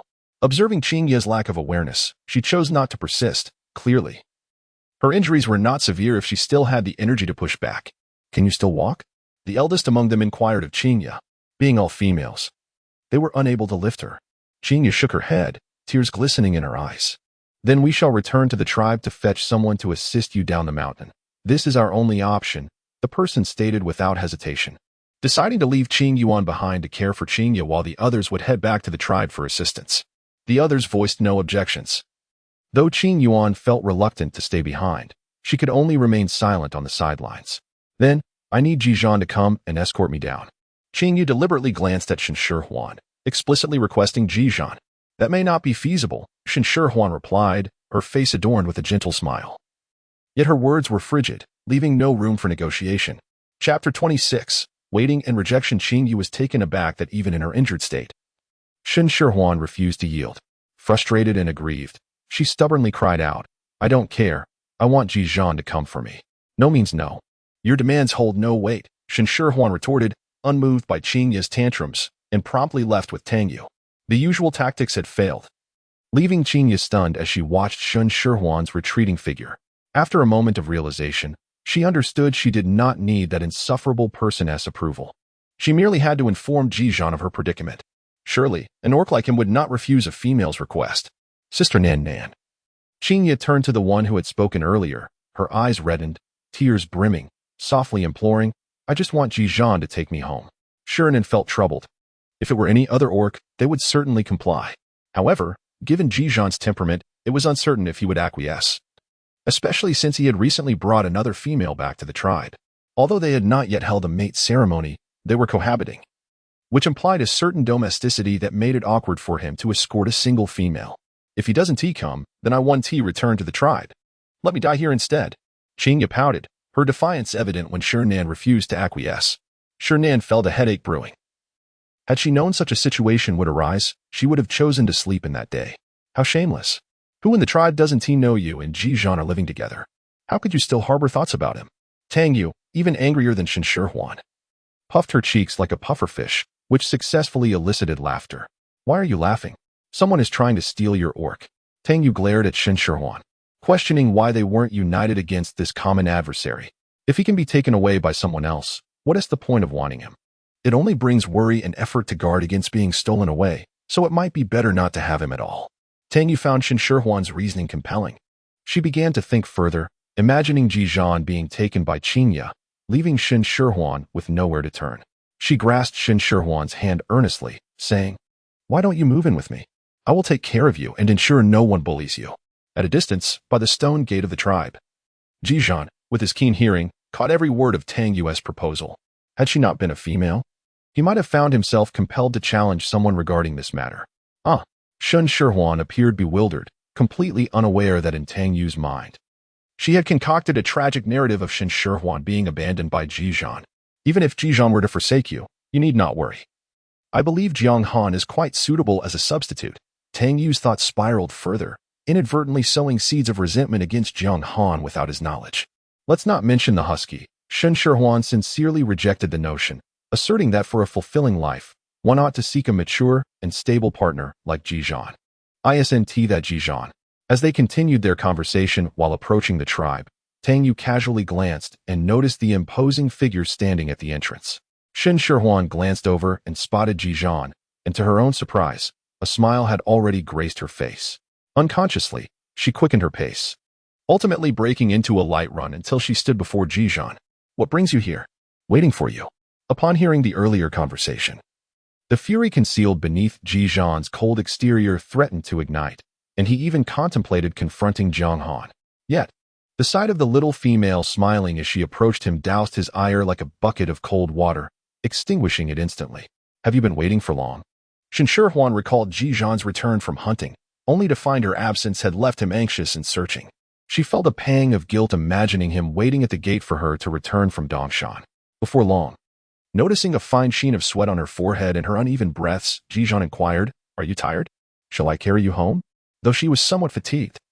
Shen Shihuan hesitated, feeling it improper to allow Ji Zhan to carry her at her age, and thus reluctantly declined.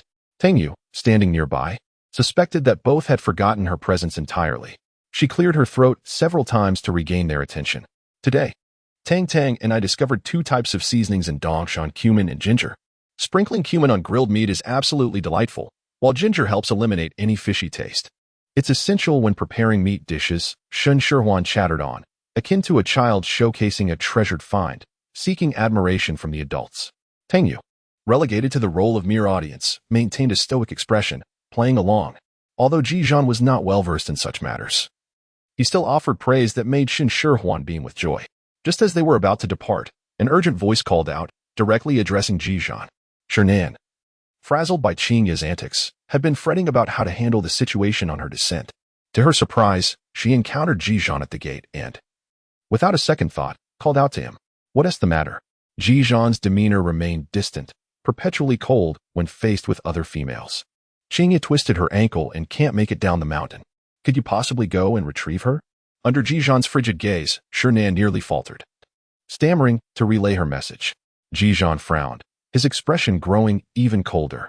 Jiu Yi has already returned to the tribe. You should seek him out. Jiu Yi, being Qingya's older brother, was the most suitable to assist her, having been outright rejected. Shernan refrained from further pleading and hurried back to the tribe to find Jiu Yi. Well done. You shall receive an extra meal at noon. Shen Shihuan did not refuse outright, curious to see Ji Zhan's decision.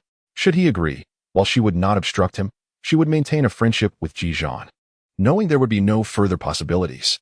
With diligent effort, no wall is insurmountable. She had no desire to test human nature and preferred to withdraw before being hurt.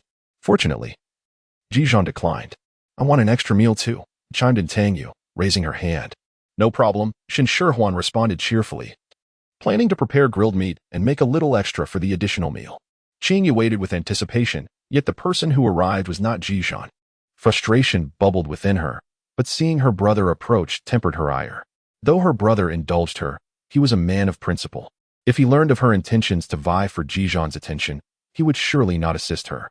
At your age, still so careless, Jiu Yi remarked, observing Qingya's swollen ankle with a sigh. I'll take you to Sang Zi. She can help assess your injury. The pain in her twisted ankle was unbearable, and with Ji Zhan unwilling to come for her, Qingya felt increasingly aggrieved, sobbing all the way back to the tribe, her eyes redder than a rabbit's. Chapter 27. Jealousy. Shen Shihuan prepared cumin by gently sought it over a low flame. While the initial aroma of cumin was subtle, it gradually blossomed with the heat, filling the air with its distinctive fragrance. After allowing it to cool, she crushed it in a small mortar, and thus, the cumin powder was perfectly made. Ji Zhan had already taken care of the prey. He had hunted 2 black-skinned beasts, which were not particularly large, yet ample enough to satisfy the appetites of the 3 of them. Aware that the young female had a penchant for fruits and vegetables, he had meticulously gathered a variety of them, washing them thoroughly before placing them on the counter for her convenience. Ji Zhan is truly kind to you, Tang Yu remarked, half in jest and half in reflection. Who would have thought that Ji Zhan, who usually showed little regard for females, would one day treat one with such kindness? To the extent that even she felt a twinge of envy? Shen Shihuan paused in her task of skewering meat, casting a wary glance at Tang Yu. No matter how delightful it may seem, he belongs to me. You must not harbor any intentions towards him, otherwise I shall cease to prepare delectable dishes for you in the future. One rival is already enough to cause her distress. She cannot afford to contend with another. Tang Yu's expression gradually contorted, as if she were straining to endure the mounting tension. Shen Shihuan clenched the skewer of meat in her hand, fully prepared to deprive Tang Yu of her share of the barbecue should she dare utter any words of affection towards Ji Zhan. Ha. Tang Yu struggled to contain herself but ultimately succumbed to laughter, tears streaming down her face. What could possibly be so amusing? Shen Shihuan skewered the pieces of meat with fervor, imagining them as Tangyu. Unbeknownst to Tangyu, the sumptuous barbecue feast was teetering on the brink of eluding her grasp. Undeterred, she continued to tease Shen Shihuan, assuring him, rest assured, rest assured. My interest in you surpasses that of him. Shen Shihuan, startled, nearly dropped the skewer of meat in her hand. What outrageous words were these? Her orientation was decidedly straight. She was fond of men who exuded both charm and masculinity, much like Ji Zhan. I shall go check on the roasted pig, she stammered before hastily retreating. The black-skinned beast that Ji Zhan had hunted resembled a wild boar, albeit with two elongated tusks protruding from its mouth. Its flesh was tender and delectable, prompting Shen Shihuan to immediately decide to roast the entire pig. She meticulously marinated the beast with a blend of savory paste, floral nectar, lemon juice, and ginger juice, allowing the flavors to permeate. Shen Shihuan then placed the black-skinned creature over the fire, occasionally turning it to ensure even cooking. Under the searing flames, the sauce-coated skin transformed into a crisp, charred exterior, releasing an enticing aroma that wafted through the air. The unfortunate beastmen, with their acute sense of smell, were utterly captivated by the fragrance. What a delightful scent! What could it possibly be? The aroma was so tantalizing that the beastmen could hardly contain themselves. They rushed out of their homes, desperately sniffing the lingering scent in the air. Eager to discover its source, Shen Shihuan remained oblivious to the considerable stir her spontaneous barbecue had caused, entrusting the whole roasted pig to Ji Zhan. She placed the skewered meats onto a makeshift grill, which was merely a narrow stone slab carved with a groove filled with glowing redwood.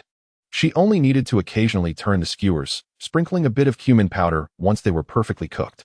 Tangyu, having patiently waited nearby, could no longer contain her enthusiasm. As soon as she witnessed Shen Shihuan dust the meat with cumin, she eagerly snatched a skewer under the pretense of tasting it and stuffed it into her mouth. The marinated meat was perfectly balanced in flavor, with a delightful sweetness and a hint of sourness that countered the richness of the fat. The unique aroma of cumin burst forth in her mouth, bringing her to the brink of tears with its deliciousness. This was true barbecue. She questioned what she had previously consumed: tough, dry, and devoid of taste. Here, you try.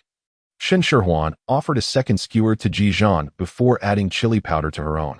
The interplay of salty, sweet, sour, and spicy, enriched by the scent of cumin, compelled her to take another bite, lamenting how unfortunate it was that the beastmen lacked an appreciation for the allure of spice.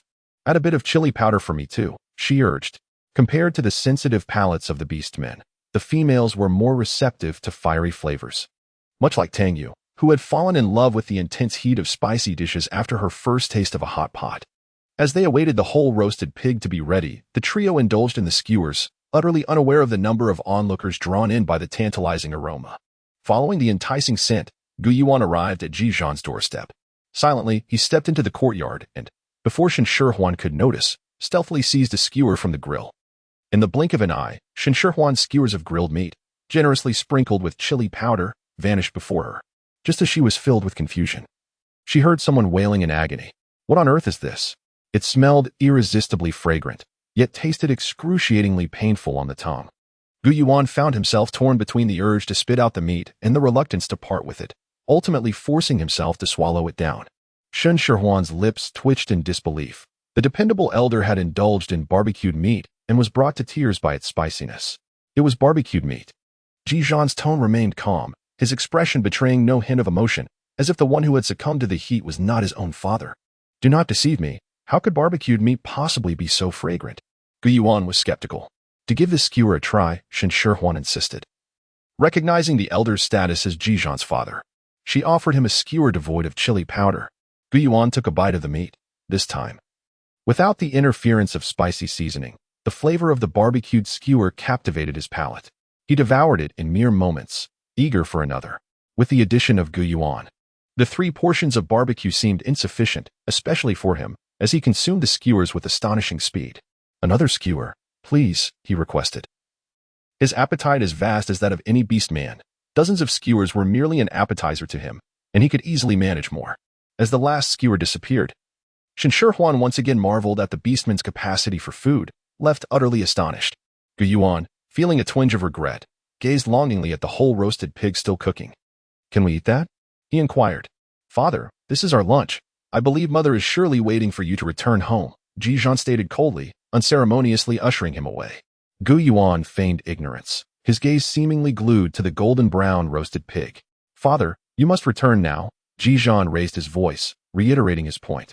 "Oh, children indeed become less endearing as they grow," Gu Yuan mused quietly, but his expression shifted to one of seriousness.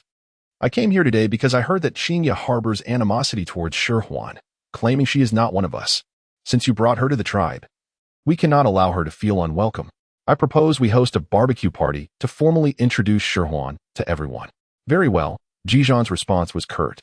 "You have conveyed your intent. Now you may leave." After much contemplation to devise a reason to linger a little longer and savor a morsel of barbecue, Gu Yuan ultimately found his efforts in vain.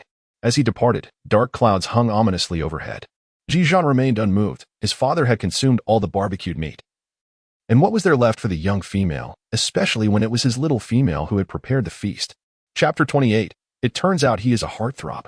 It was only at this moment that Shen Shihuan realized that Ji Zhan's father, Gu Yuan, was the chieftain of the Yihu tribe. Glancing at Ji Zhan, the unmistakable aura of a second-generation official enveloped her. Biting her chopsticks, she inquired, "Will you become the chieftain in the future?" "The chieftain is elected by the people, and only those with the capability assume the role." Ji Zhan remained indifferent, showing no eagerness for leadership. After a brief pause, he added, "Do you wish for me to take on that responsibility? If you desire it, I shall. If not, I shall refrain. Regardless of the title, to me, you are simply yourself." The title of chieftain may sound impressive, yet one must bear its burdens. To attain anything of worth comes at a cost. If she were unable to return to her own world and was destined to remain here for eternity, her only wish was to share a blissful life with Ji Zhan, where time flowed gently and days passed in tranquility. It soon became evident that the chieftain wielded considerable influence. The day after Gu Yuan whimsically decided to host a barbecue party, the announcement reached every member of the tribe, met with unanimous approval. Thus, the barbecue was scheduled for the evening of the third day.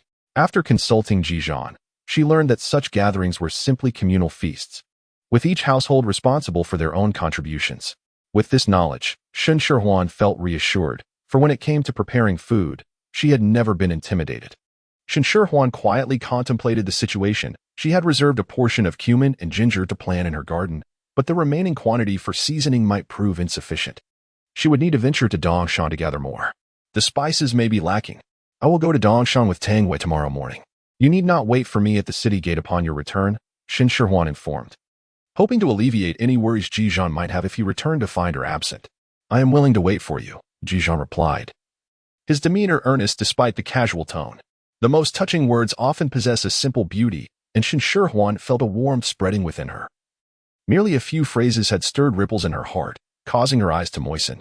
She had never experienced such joy from someone else's words before, unaware that a single sentence could elate her so profoundly.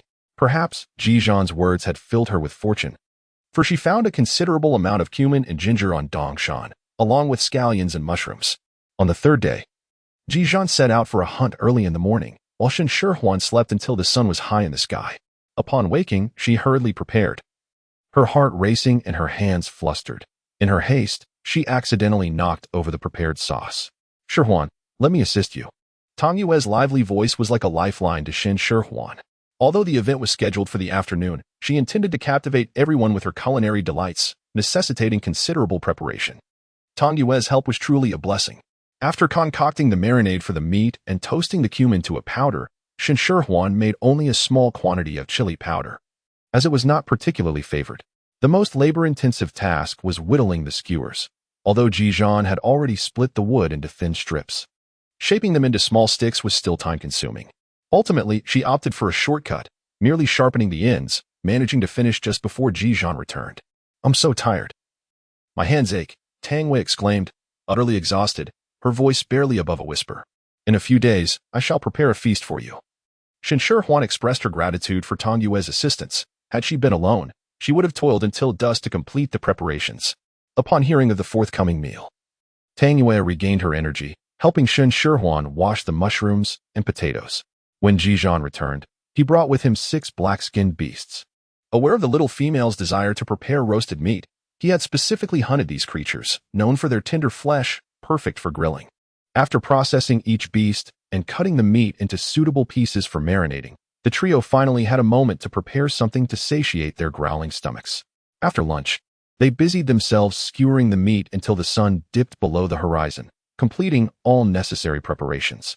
Running a barbecue stall is no easy feat, Shen Shihuan mused, realizing that had she known, she would not have complained about the freshness of the ingredients or the quality of the sauces during her previous dining experiences. Let us proceed, she suggested, as they carried their bounty towards the central gathering place of the tribe, starkly contrasting with others who were merely carrying one or two small beasts. This must be the female Ji Zhan brought back to the tribe, Shen Shihuan thought, now somewhat of a celebrity within the tribe. Many whispered among themselves as she passed by. She is truly adorable. Ji Zhan is quite fortunate, mused an envious orc, contemplating whether to embark on a similar journey in hopes of encountering a charming female. She seems quite approachable. Perhaps I shall get to know her, thought a cheerful female. Of course, there were discordant voices as well. I wonder which female said that. One quietly remarked, dripping with disdain, she is rather ordinary looking, not nearly as beautiful as Qingya. I truly do not understand why Ji Zhan chose her over Qingya. Qingya is quite pitiful, having harbored feelings for Ji Zhan for so many years, only to have him snatched away by this newcomer. Thankfully, she was injured and could not attend the gathering. Otherwise, witnessing their union would surely break her heart. Perhaps it was due to her youthful appearance and her loss of tribal protection that evoked sympathy. Was this not the nature of orcs? They often felt compassion for the weak and helpless females, and with just a touch of sorrowful storytelling, which orc could resist? Shen Shihuan traversed a long path, overhearing numerous disparaging remarks, all suggesting that she paled in comparison to Qingya. Many believed that Ji Zhan's choice of her must have been a result of some cunning maneuver on her part. From these conversations, she realized that she had quite a few rivals. Are there many in the tribe who admire Ji Zhan? Shen Shihuan quietly inquired of Tang Yu. Only now do you realize? Tang Yu replied, exasperated by Shen Shihuan's lack of awareness. Aside from his somewhat aloof demeanor, Ji Zhan is unparalleled in the tribe. As for the number of females who are fond of him, there are many, but none measure up to Qingya. Everyone assumes that Ji Zhan is destined to be with her, which is why they remain subdued. However, with you in the picture, the situation becomes uncertain.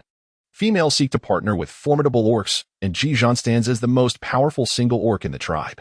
Upon this realization, Shen Shihuan felt a wave of despair. One rival was already burdensome, and now a multitude had emerged, promising a tumultuous future. Yet, you need not be overly concerned, Tang Yu reassured her. Prior to you, Ji Zhan had never even cast a glance at any other female. Orcs are known for their loyalty. Once they have chosen a mate, their hearts remain steadfast, unwavering in their affections for others. Shen Shihuan undoubtedly placed her trust in Ji Zhan, yet the mere thought of potentially encountering numerous Qinjias in the future, coming forth to challenge her, provoked her fiery temper. Chapter 29, Salivating with Desire. In a world where the victor reigns supreme, as long as one exhibits sufficient excellence, those females would hesitate to contest with you. Tang Yu elucidated the perspectives on love in the beast realm to Shen Shihuan. Females seek formidable beastmen as partners, for such strong beings are more likely to survive the perilous waves of beasts and to procure sustenance during the harsh winters. Conversely, beastmen desire healthy females as companions, as robust females are more prone to bear vigorous offspring, are less susceptible to illness, and tend to enjoy longer lifespans. Thus, driven by the instincts of survival and procreation, emotional connections lose their significance, and as a result, individuals gracefully withdraw from competition when faced with formidable rivals. Shen Shihuan listened in silence for quite some time. Yet I do not perceive any superiority in myself compared to others. My strength is not greater than yours. However, you possess the remarkable ability to create a myriad of delectable dishes. Tang Yu felt a surge of excitement at the mere thought of those culinary delights. In this regard, your prowess far surpasses theirs. Seize this opportunity at the upcoming gala to showcase your talents and leave them in awe. Shen Shihuan pondered for a moment. Her strength lay in her culinary skills. There exists a well-known adage that to capture a man's heart, one must first seize his stomach. Why then should she compare her weaknesses to those of others? You are right. Let me vanquish my rivals with the art of gastronomy, Shen Shihuan thought. Her spirit invigorated as she quickened her pace, soon arriving at the communal gathering space of the tribe. They had arrived somewhat late, and the prime positions had already been claimed, leaving only a few corners available. Oh dear, why have you arrived so late? The best spots have already been taken. Shall I assist you in persuading someone to relinquish their seat? Qing Yuan, having received instructions from Qingya, had come early to wait and approached Shen Shihuan upon seeing her. At the sight of this individual, Shen Shihuan sensed her ulterior motives. Should she acquiesce, she would likely be branded as domineering and a bully, consequently tarnishing Ji Zhan's reputation as well. No need. We arrived late of our own accord. It would be unnecessary for you to trouble yourself. Shen Shihuan firmly declined, seeking a breezy corner instead. Seeing that Shen Shihuan was not easily swayed, Qing Yuan remained undeterred, following her until she settled on a spot, standing by and observing. "Oh my! Why do you bring such small pieces of meat?" Qing Yuan exclaimed, her voice a touch too loud, drawing the attention of those nearby. In gatherings like this, who among them did not bring generous cuts of fine meat? It was indeed unprecedented for someone like Shen Shihuan to arrive with mere scraps. At that moment, many cast subtle glances in her direction. Ji Zhan is so formidable. Could he truly fail to procure better game? To bring only such small portions is quite. Qing Yuan trailed off, her eyes conveying a sense of pity. This is rather stingy. It hardly befits Ji Zhan. Others chimed in, completing Qing Yuan's unfinished thought.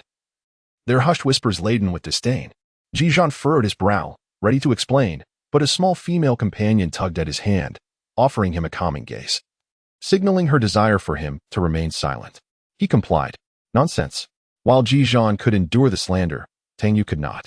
Without awaiting Shen Shihuan's cue, she erupted like a firecracker. Though these pieces may be small, they were cut with great care. Cut with great care? Qing Yuan interrupted Tang Yu's defense, feigning confusion. Was it to conceal the quality of the meat that you chose to cut it into smaller pieces? Tang Yu, fuming, felt as though she might erupt. After all her efforts, her back aching from labor, her good intentions had been maliciously misinterpreted. If she could tolerate this, she would no longer be Tang Yu. Shen Shihuan intercepted the fuming Tang Yu, maintaining an air of composure and serenity.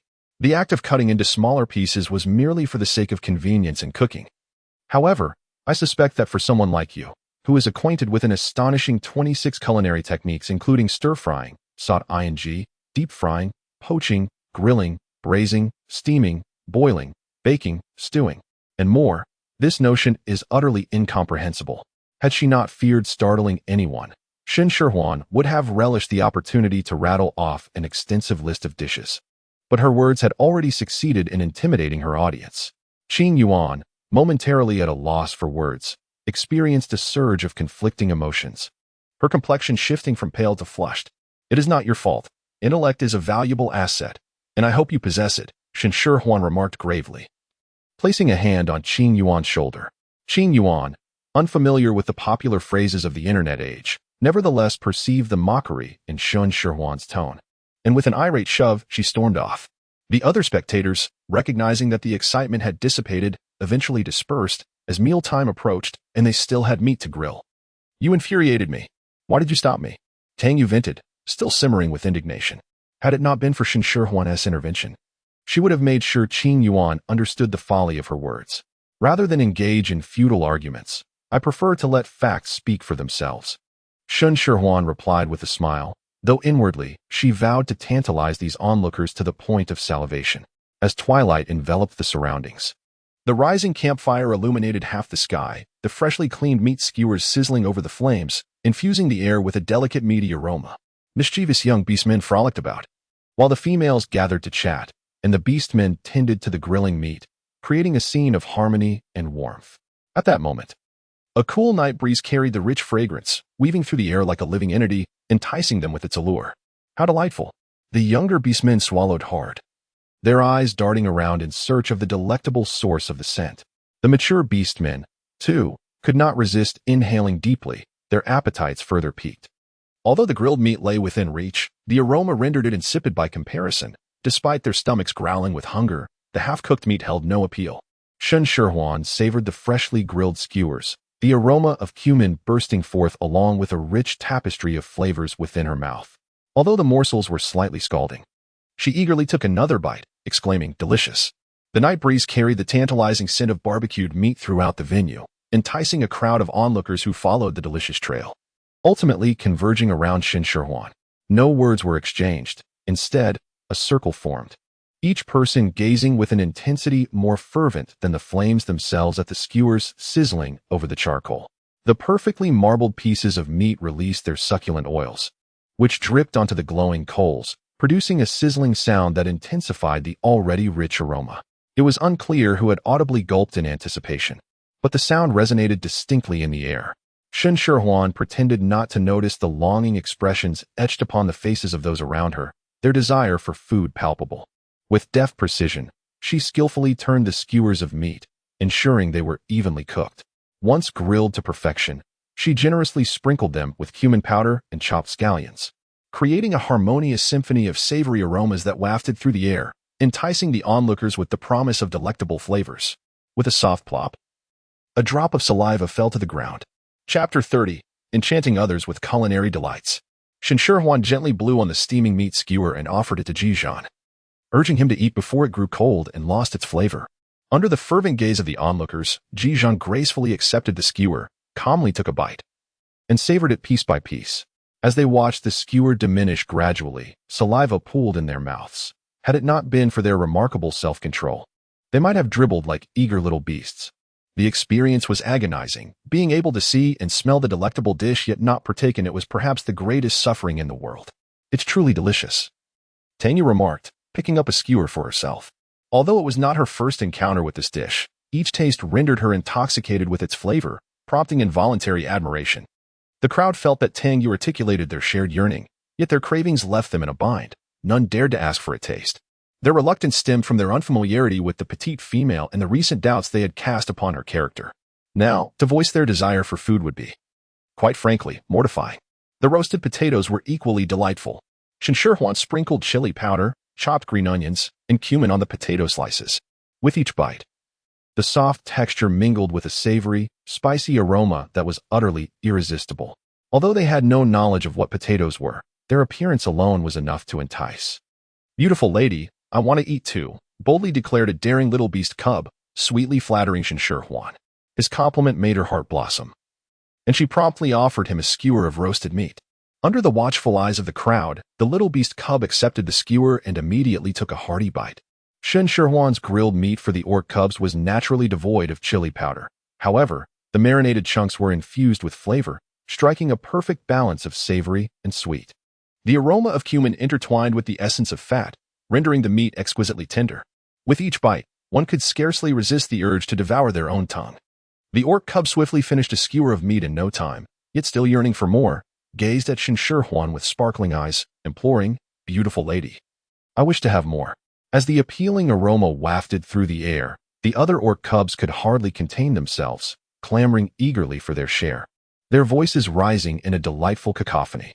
Shen Shihuan was neither biased nor partial, distributing one skewer to each person. The adults, feeling embarrassed to speak up, could only watch helplessly as the young orc cubs devoured their food voraciously, their eagerness to consume even the skewers themselves vividly illustrating the mouth-watering quality of the roasted meat. "Oh, I recall you just ate quite a bit. Overeating may lead to a stomachache," remarked an elder brother of one of the orc cubs, taking advantage of the pretext of concern to snatch the skewer from his younger sibling's hands and swiftly consuming the last morsel of meat. Observing his empty hands and the skewer that had been devoured by his brother, even the most resilient of the orc cubs could not contain his sorrow, letting out a heart-wrenching wail that echoed through the air. Meanwhile, the brother who had indulged in the roasted meat paid no heed to his brother's dramatic display. Instead, he approached Shen Shihuan with a bold demeanor, pleading, "That beautiful young lady, is there any more roasted meat? I wish to partake." Alas, the roasted meat had all been consumed, and Shen Shihuan's lips twitched in mild exasperation. Here stood a creature of considerable size, shamelessly mimicking the adorable antics of the orc cubs. How disgraceful! "It matters not. I can wait," the orc replied earnestly, steadfastly remaining by Shen Shihuan's side despite the icy glare of Ji Zhan. The orc cubs who had already feasted on the roasted meat were equally reluctant to depart. Gathering around Shen Shihuan, their eager eyes fixated on the grill, as if the skewers could sense the mounting pressure from the dozens of gazes upon them. The others also hesitated to leave, circling around to watch the meat gradually cook to perfection, only to soon realize that this was a grievous miscalculation. The tantalizing aroma of the meat wafted through the air, each breath pulling them closer, the scent acting like a hook that ignited their cravings. When the final sprinkle of cumin was added, a collective gulp echoed among the crowd. They could barely restrain their fidgeting hands, though no words were exchanged. The fervent glint in their eyes spoke volumes of their desire to feast. "Here you go."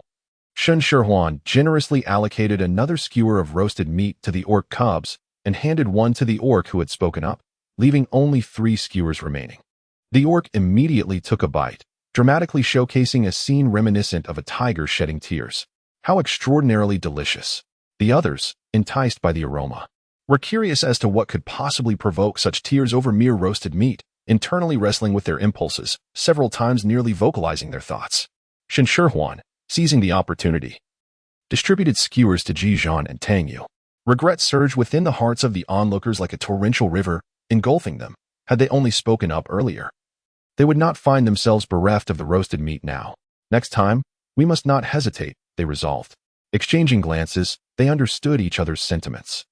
With many eager mouths and few skewers, delay would only lead to loss. Without a moment's hesitation, they clamored to speak, their voices merging into a cacophony akin to 1,000 ducks quacking in unison. I was the first to speak. Soon, a hot-tempered orc began to argue, nearly escalating into chaos. Form a line, Shen Shihuan commanded lightly. Each person may only queue once. In the face of culinary delight, the crowd instinctively grasped the concept of queuing. Those swift in action positioned themselves at the forefront, while the slower ones obediently fell to the back, quickly forming an impressive line. Shen Shihuan skillfully turned the skewers of grilled meat. Once cooked, Tang Yu sprinkled cumin powder over them, which Ji Zhan then handed out to the crowd. Those who received the skewers eagerly took a bite, instantly captivated by the flavor, devouring the meat with great enthusiasm. However, each skewer contained only 3 small pieces of meat, and before they could savor the taste, the skewers were consumed, leaving only the lingering aroma to tantalize them. Such delectable grilled meat was simply insufficient in a single skewer. They yearned for more. A few quick-witted individuals, noticing that no one was paying attention to them, discreetly rejoined the line at the end, hoping to sneak in another serving, for with so many people queuing, who would remember that they had already eaten? Though grilling meat appeared simple, the sheer number of people made Shen Shihuan's hands ache from the repetitive motion. Yet, seeing the long line of eager patrons, she felt too embarrassed to pause for a rest, gritting her teeth and persevering. Let me take over, Ji Zhan said, having kept his gaze fixed on the young female. He noticed her hands trembling from fatigue and, having observed the process for a while, he had already grasped the technique. Relinquishing the grilling duties to Ji Zhan at last afforded Shen Shihuan a moment to sit aside and recuperate. As she distanced herself from the throng, she sensed a pair of eyes upon her. Looking up, she saw Qingya propped against a wooden stick, standing in an inconspicuous corner. The flickering firelight cast shadows across her face, rendering her visage somewhat eerie. As Shen Shihuan met Qingya's gaze, she discerned a glimmer of resentment within it, prompting her to furrow her brow slightly. Chapter 31. The Art of Barbecue. Shihuan, we are running low on barbecue, Tang Yu exclaimed, her urgency evident as she approached Shen Shihuan. The quantity of barbecued meat had dwindled significantly, yet the line remained lengthy, with no signs of diminishing. Has it run out so soon? Shen Shihuan gasped, her eyes widening in disbelief. She had prepared an ample supply, believing it sufficient for everyone to have at least one skewer, only to find the queue still teeming with eager patrons. Tang Yu shook her head. Marinating the meat takes time, and we cannot prepare it on the spot. Just as Shen Shihuan felt overwhelmed by the predicament, a sudden inspiration struck her. Is there still plenty of cumin powder left? Indeed, they had an abundance of cumin powder, thanks to their harvest from the previous day, ensuring they were well stocked. That simplifies matters, Shen Shihuan thought, dismissing any further concerns about Qingya. She returned to the barbecue grill with Tang Yu. Although the prepared meat was entirely consumed, she declared, I can teach everyone how to grill such delectable barbecue, enabling you all to prepare it yourselves in the future. Initially disheartened by the news of the meat's depletion, the crowd's disappointment quickly transformed into enthusiasm upon hearing her offer of instruction. They gathered eagerly, motivated by the prospect of mastering the art of grilling such delicious fare. Envisioning a future filled with delightful meals. Almost any meat that isn't excessively tough can be grilled, and besides meat, a variety of vegetables can also be barbecued, such as potatoes, mushrooms, and corn. Shen Shihuan generously shared her knowledge, not holding back. Although some in the audience were unfamiliar with the vegetables she mentioned, they listened intently, fully engaged. Even Qingyuan blended into the crowd, straining to catch every word. Cut the meat into chunks roughly the size of a quarter of a palm, and marinate them in a mixture of savory paste, honey, lemon juice, and ginger juice, Shen Shihuan instructed, carefully guiding them through each step to ensure everyone comprehended the process. I know about savory paste and honey, but what are lemon juice and ginger juice? An inquisitive female voice interjected. Shen Shihuan gestured for Ji Zhan to produce a lemon and a piece of ginger. This fruit, which I have named a lemon, possesses a notably sour taste that renders it unsuitable for raw consumption. However, it serves excellently as a seasoning. A drizzle of lemon juice over roasted meat can effectively cut through the richness. As for the ginger, its primary purpose lies in eliminating undesirable odors during the preparation of meat dishes, making it an indispensable ingredient. I have encountered such a fruit before. The females often venture out to gather wild vegetables and fruits, and some recognize the lemon instantly. There exists a vast expanse of lemon trees on the southern mountain. However, I have yet to see ginger. Ginger grows underground, and for those unable to locate it, we can search together on our next outing for wild edibles. Shen Shihuan, eager to foster camaraderie, was open and candid, generously sharing information with everyone. Such an approach immediately garnered considerable goodwill, prompting several females to invite Shen Shihuan to join them in foraging for wild vegetables. Once the meat is marinated, it can be skewered and roasted. It is essential to turn the meat frequently during cooking, for neglecting one side may result in charring, rendering it inedible. Shen Shihuan produced cumin powder. Once the meat was thoroughly roasted, a simple sprinkle of cumin would suffice. For those with a penchant for spice, chili powder could also be added. Cumin and chili were unfamiliar to the group, yet Shen Shihuan lacked whole, unground cumin seeds and chili at hand, promising to present them during the next wild vegetable gathering. Just as she was about to distribute the cumin powder to the others, someone questioned her intentions, casting doubt on her sincerity, suggesting that she might be withholding information from them. As Shen Shihuan turned her gaze towards the source of the voice, she discovered that it was Qing Yuan who had questioned her. All eyes in the crowd fell upon Qing Yuan, yet she appeared unfazed, even relishing the attention. With her chin held high and a hint of arrogance in her demeanor, she remarked, "If you truly desire to teach us, why not show us what cumin looks like? After all, isn't cumin indispensable for barbecuing? You must be intentionally withholding that information." Shen Shihuan, unperturbed, replied slowly, "Although the barbecued meat is gone, I still have cumin powder to share. I intend to distribute it among everyone, and tomorrow, when we go foraging for wild vegetables, I shall instruct you all on recognizing cumin." Qing Yuan was taken aback by Shen Shihuan's preparedness, as her skepticism swiftly dissipated. Just as Qing Yuan was about to retort, Shen Shihuan preempted her. "However, you are not entirely incorrect. I indeed do not wish to teach you. Therefore, there will be no cumin powder for you, and I shan't accompany you to forage for wild vegetables tomorrow." Shen Shihuan was not inclined to play the role of a saint, clearly articulating her stance before the assembly. She was indeed somewhat petty. Anyone who sought to provoke her should not expect to gain any advantage. Qing Yuan, caught off guard by Shen Shihuan's bluntness in front of so many people, felt a rush of heat to her face and could no longer contain herself. With a sullen expression, she stormed away in indignation. "Those who treat me well shall be met with kindness in return. Those who wish to bully me should not weep when I strike back," Shen Shihuan declared, her smile returning as she distributed cumin powder to the crowd. Yet, reflecting on Shen Shihuan's earlier words, many trembled slightly as they accepted the cumin powder. They recognized that this female was formidable and resolved to avoid provoking her in the future. Those who received cumin powder followed Shen Shihuan's guidance on barbecuing and discovered that, while their creation did not rival Shen Shihuan's culinary prowess, it was significantly improved compared to their previous attempts. The addition of cumin powder elevated the flavor to an extraordinary level.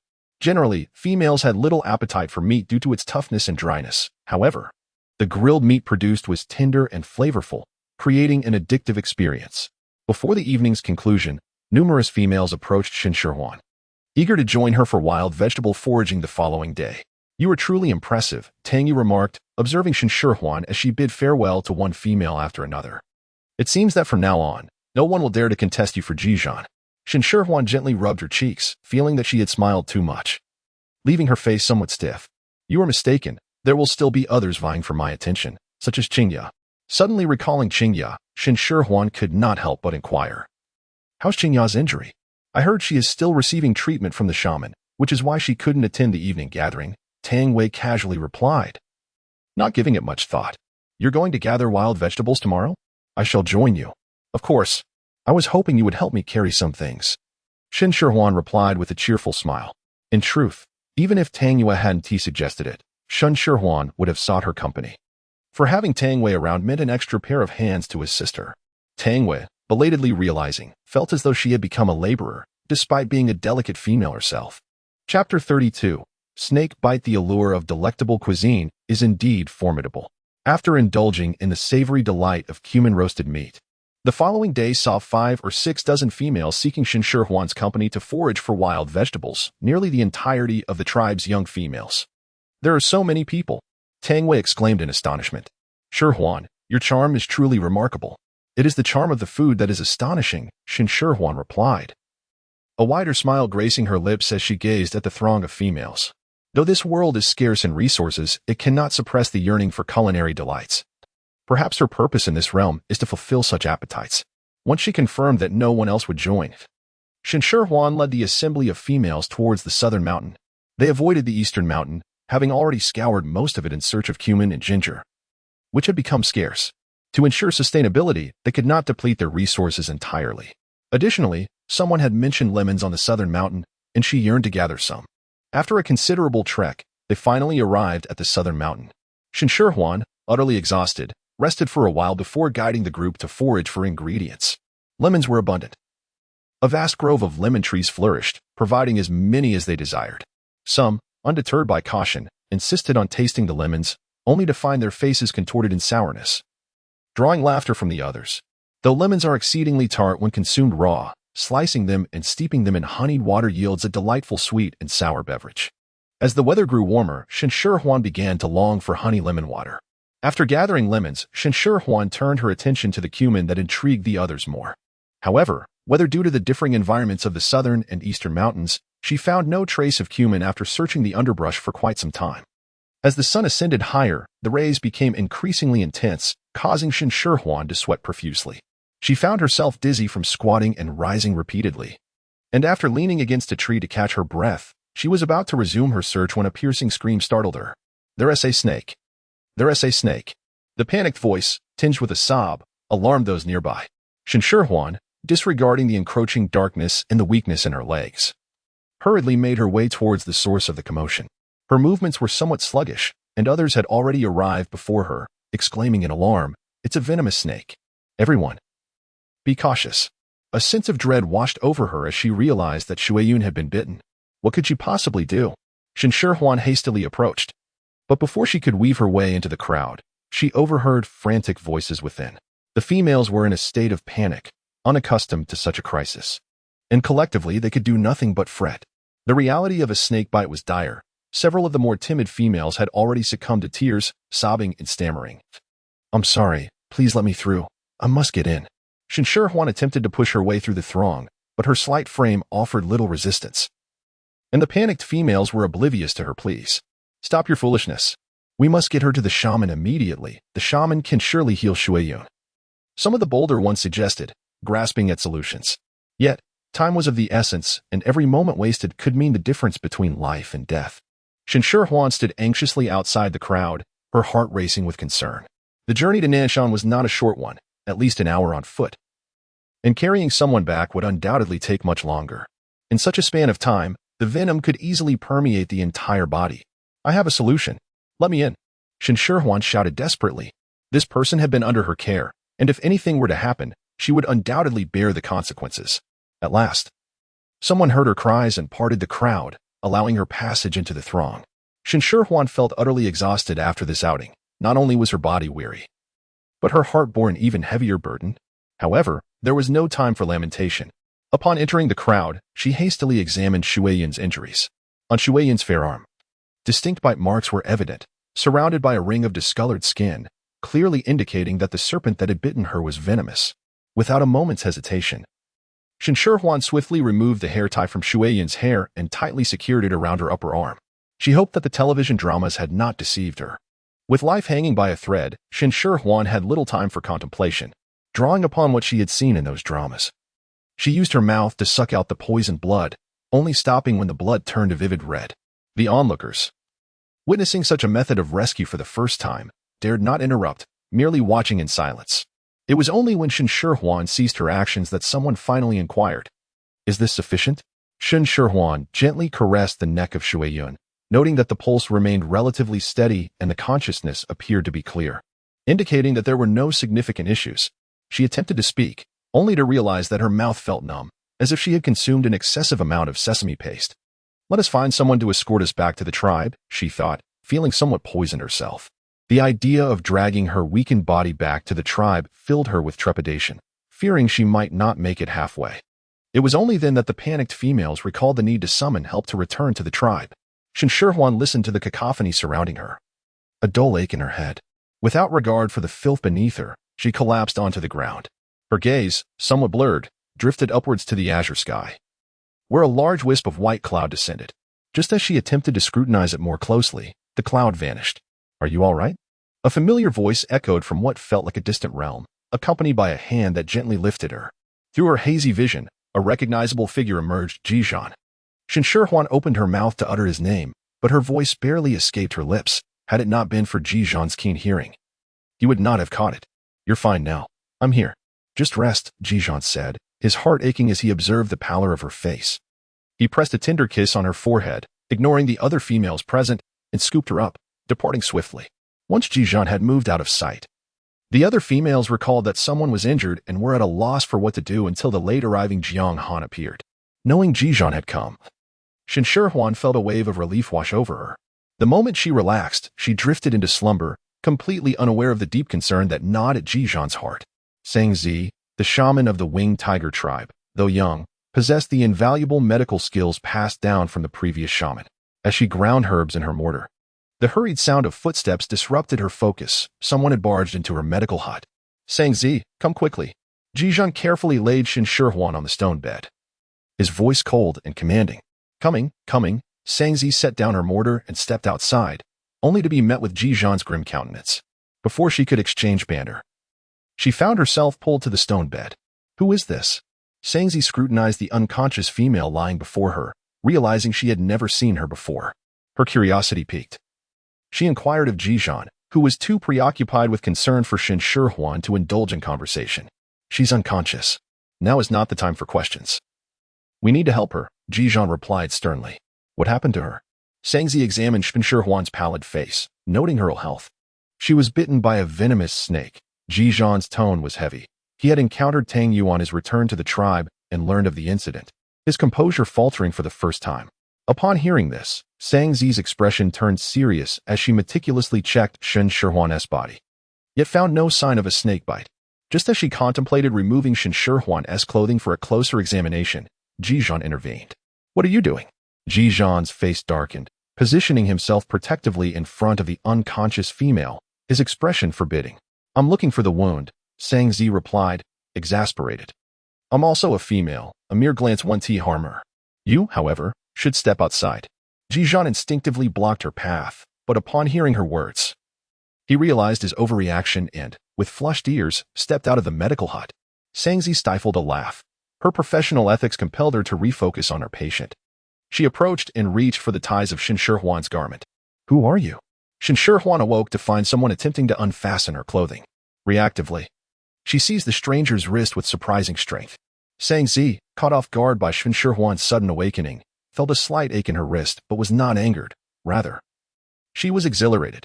How do you feel? Is there anywhere that aches? I'm fine. Who are you? And where is Ji Zhan? Shen Shihuan maintained her vigilance, even when faced with someone seemingly smaller than herself. Hey, big guy, come in. She is awake and asking for you. Sang Zi assessed Shen Shihuan, noting her pale complexion but concluding that she was not gravely injured, far from showing signs of a snake bite. Upon hearing the call, Ji Zhan entered, his heart finally easing as he saw Shen Shihuan awake. He hurried to her side, grasping her hand with concern. Is there anywhere that feels uncomfortable? Shen Shihuan, feeling somewhat powerless, experienced no other emotions. The earlier sensation of dizziness had faded, presumably indicating that the toxicity had subsided. I am fine. I apologize for causing you concern. Shen Shihuan reassured as she clasped Ji Zhan's hand. Ahem. Sang Zi's emphatic cough interrupted their tender gaze. Since you are all right, let us depart quickly. This is hardly a suitable place for you to indulge in romantic exchanges. Shen Shihuan felt her cheeks flush at Sang Zi's words and hurriedly stepped down from the stone bed. As her feet touched the ground, she realized her legs were weak. Had it not been for Ji Zhan's timely support, she might have stumbled, which consequently led her to fall into Ji Zhan's embrace. Oh my, this is truly embarrassing. Let us leave quickly, Sang Zi urged, clearly annoyed. I'll carry you home, Ji Zhan declared, lifting Shen Shihuan effortlessly. As Sangzi watched the pair depart, she furrowed her brows in confusion, muttering to herself, "Are beast men really that splendid? Yet, I still believe in the superiority of medicine." Before Sangzi could ponder further, hurried footsteps echoed, accompanied by frantic cries, "Shaman! Shaman! Someone has been bitten by a poisonous snake." Sangzi set down the medicine bowl she had just picked up, her expression darkening. What is going on? One after another, bitten by snakes? Are they trying to toy with me? Fueled by irritation, she strode into the outer room without even glancing at the commotion, shouting, "Get out of my sight." The female was indeed formidable. Jiang Han dared not protest and quickly set the person down, fleeing as if pursued by a ferocious beast. "You've been bitten by a snake too? Where? Let me see," Sangzi asked nonchalantly, skeptical that someone truly bitten by a poisonous snake could still be coherent. If one were to feign injury, they ought to do so convincingly, like the previous individual who pretended to be unconscious. Shuiyun, obediently extending her bitten arm, revealed the 4 small puncture wounds left by the snake, stark against her pale skin, appearing somewhat alarming. Sangzi recognized at a glance that these were indeed genuine snake bites. However, the skin around the wounds had not darkened, indicating they were likely from a non-venomous snake. This must be from a non-venomous snake. Do not worry. Apply some herbal remedy, and you will recover in a few days. Sangzi's tone softened slightly. It was understandable to be unable to identify the snake's toxicity in a state of shock. One must be gentle and patient with patients. This is a venomous snake bite. Shuiyun, a timid female, spoke in a soft tone. Sangzi raised an eyebrow. A venomous snake? If this were truly a venomous bite, you'd be in grave danger.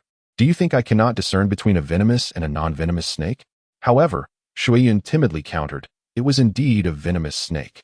It was Shihuan who helped me suck out the poison blood. Shihuan. Sangzi's brows furrowed tightly. Who is that? Is there such a person in the tribe? Shuiyun, aware of the rumors surrounding the shaman's obsession with medicine, took it upon herself to enlighten Sangzi about this sensational event in the tribe. Oh, Shihuan is the female Ji Zhan brought back to the tribe. I thought that fellow would remain forever alone, never seeking a partner. How surprising. Sangzi mused, abruptly pulling her wandering thoughts back. Wait, you said she helped you suck out the poison blood? Is that true? Shuiyun nodded.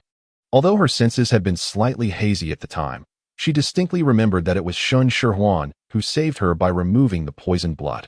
So, it turns out that being bitten by a snake only requires sucking out the venom? No, I must go and inquire with her. Sangzi murmured to herself, dashing towards the door, completely forgetting that there was another patient on the stone bed. I'm really fine. You needn't worry, Shen Shihuan reassured Ji Zhan, who wore a frown as they walked home. Gently, she stroked his brow with her fingertip, realizing she had startled him. Ji Zhan had grasped the situation and was troubled by the thought that the young female had audaciously helped someone in uncertainty by sucking out venom. You must never undertake such dangerous actions again.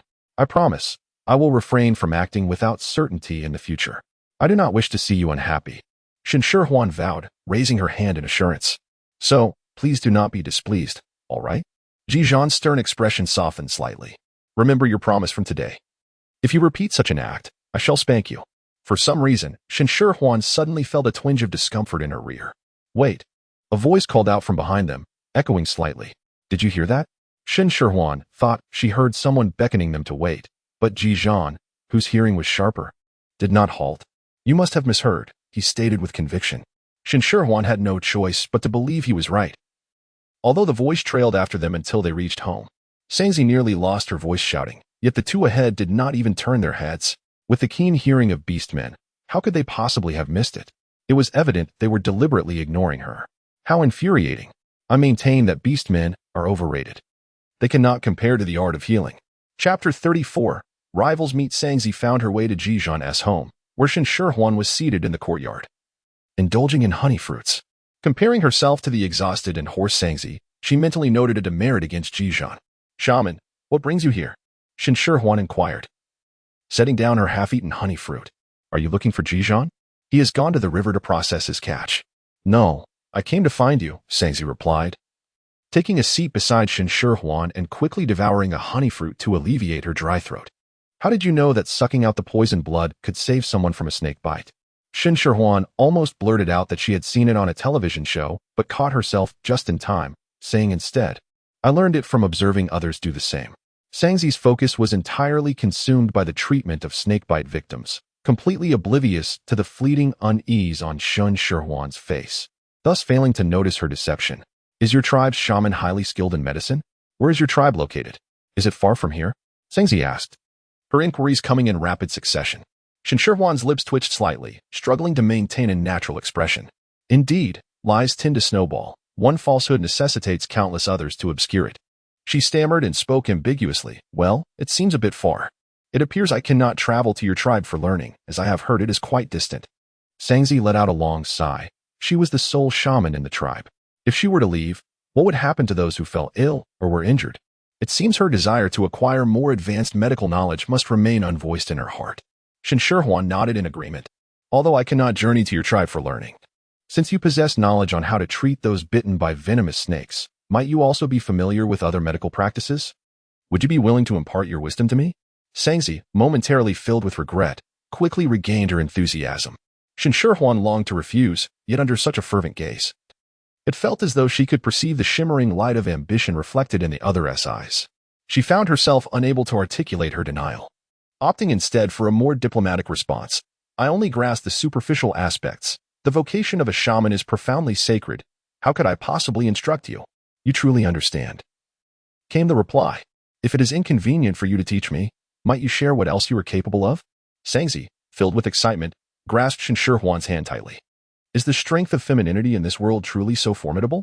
Shen Shihuan hurriedly felt her bones nearly being crushed, biting her teeth to prevent her expression from distorting. I possess a modicum of knowledge in the art of Tuanan bone setting. What is Tuanan bone setting? Sengzi, ever eager to learn, exhibited a relentless curiosity that threatened to extract every ounce of knowledge from Shen Shihuan. Shen Shihuan could only provide a brief explanation of the therapeutic techniques of Tuina and bone setting, silently praying for Ji Zhan to return swiftly.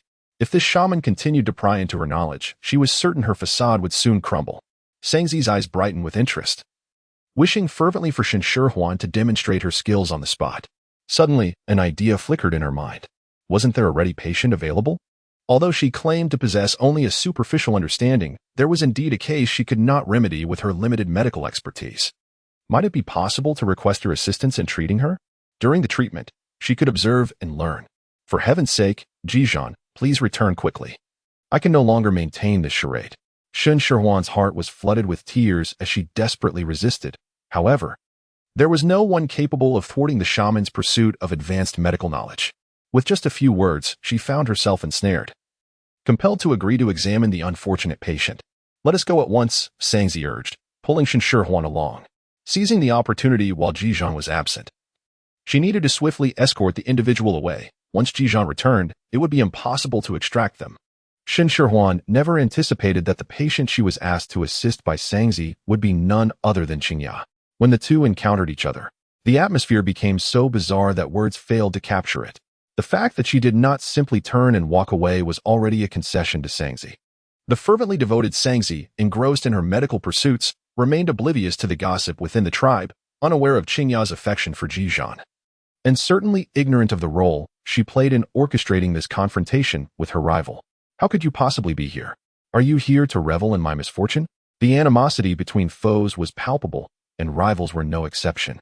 Upon seeing Shen Shihuan, Qingya's fury erupted like flames. If it weren't for you, I wouldn't be injured. How dare you come here to mock me? I will not back down. I haven't even uttered a word yet. Shen Shihuan felt entirely innocent. Despite her injured foot, Qingya attempted to hop over on one leg to confront Shen Shihuan, only to be subdued effortlessly by Sengzi. With a stern expression, she admonished the disobedient patient, I have already warned you that your foot is injured and you must refrain from moving about recklessly. Such actions will only exacerbate your injury. If you are not intent on healing, you need not seek my assistance in the future. Qingya, caught in a whirlwind of indignation and frustration, felt her eyes welling with tears. Yet, the thought of being unable to walk for the rest of her life quelled her desire to retaliate. She could only grit her teeth and endure. Shihuan is skilled in bone setting. I have requested her assistance to examine you. Sengzi's words unwittingly ignited the powder keg of their complex relationship, fraught with love and resentment. Her, Qingya exclaimed, pointing an accusatory finger at Shen Shihuan. She would be so kind as to treat my injury? It is evident that she seeks to seize this opportunity for revenge. Sengzi cast a cold gaze at the obstinate patient. As I have stated before, if you are unwilling, you may leave. Just do not return seeking my help again. Healers prefer compliant patients who cooperate with treatment. I do not want to, Qingya huffed, intending to declare her refusal to be treated. But her words were abruptly cut off by a reprimand. Qingya, cease this childish behavior. The person here is Zhou Yue. Qingya has just come of age and retains a certain stubbornness. I kindly ask you to overlook this and attend to her foot injury. Shen Shihuan gazed at the strikingly handsome orc, whose beauty rivaled that of Ji Zhan, momentarily taken aback before regaining her composure. It mattered not. Although I have yet to reach adulthood, I shall not hold a grudge against her. Upon hearing this, Qingya felt a mix of anger and frustration, yet with Jude present. She dared not express her ire freely. She could only stifle her emotions while allowing Shen Shihuan to examine her injured foot. Upon witnessing the ankle swollen to the size of a steamed bun, Shen Shihuan's expression grew notably grave. She had initially presumed it to be a mere sprain, but it now appeared to be more serious than she had anticipated. I need to feel the bone to ascertain whether it has been injured. This may cause some discomfort. So please bear with it. Given the limited conditions, they could not use imaging to confirm any bone damage, relying solely on tactile assessment, which, while somewhat imprecise, was the only option available. It hurts terribly. You are deliberately seeking revenge on me. Qingya trembled in pain, tears streaming down her face as she cursed. However, with Jude watching closely, she refrained from struggling, merely gritting her teeth and muttering a few expletives. Shen Shihuan withdrew her hand, a smile curling at the corners of her mouth. I have good news and bad news. Which would you like to hear first? Chapter 35, The Search for Herbs. I wish to hear neither, Qingya replied bitterly, casting a disdainful glance at Shen Shihuan. She was unwilling to engage with her and thus refused to respond to her inquiry. Shen Shihuan was not one to indulge Qingya's temper. Rising to leave, Qingya, unwilling to engage, decided she would only reveal her thoughts at her own convenience in the future. Sangzi, holding a small wooden stool, was eager to observe the unfolding scene. But as she saw Shen Shihuan preparing to depart, she was momentarily dumbfounded, forgetting to call out to her. Wait, Zhui interjected, his gaze swiftly shifting from Sangzi to Shen Shihuan before she exited the medical chamber. Qingya is immature. I apologize on her behalf and hope you can find it in your heart to forgive her. Shen Shihuan was unmoved by the insincere apology, a sardonic smile gracing her lips. How is it that a grown individual lacks the courage to take responsibility for their actions and words? Jude observed the young female before him. Though still a minor, she held herself upright, exuding a resolute demeanor that suggested she was not someone to be trifled with. He hesitated but then turned to Qingya, sternly admonishing, Qingya, apologize at once.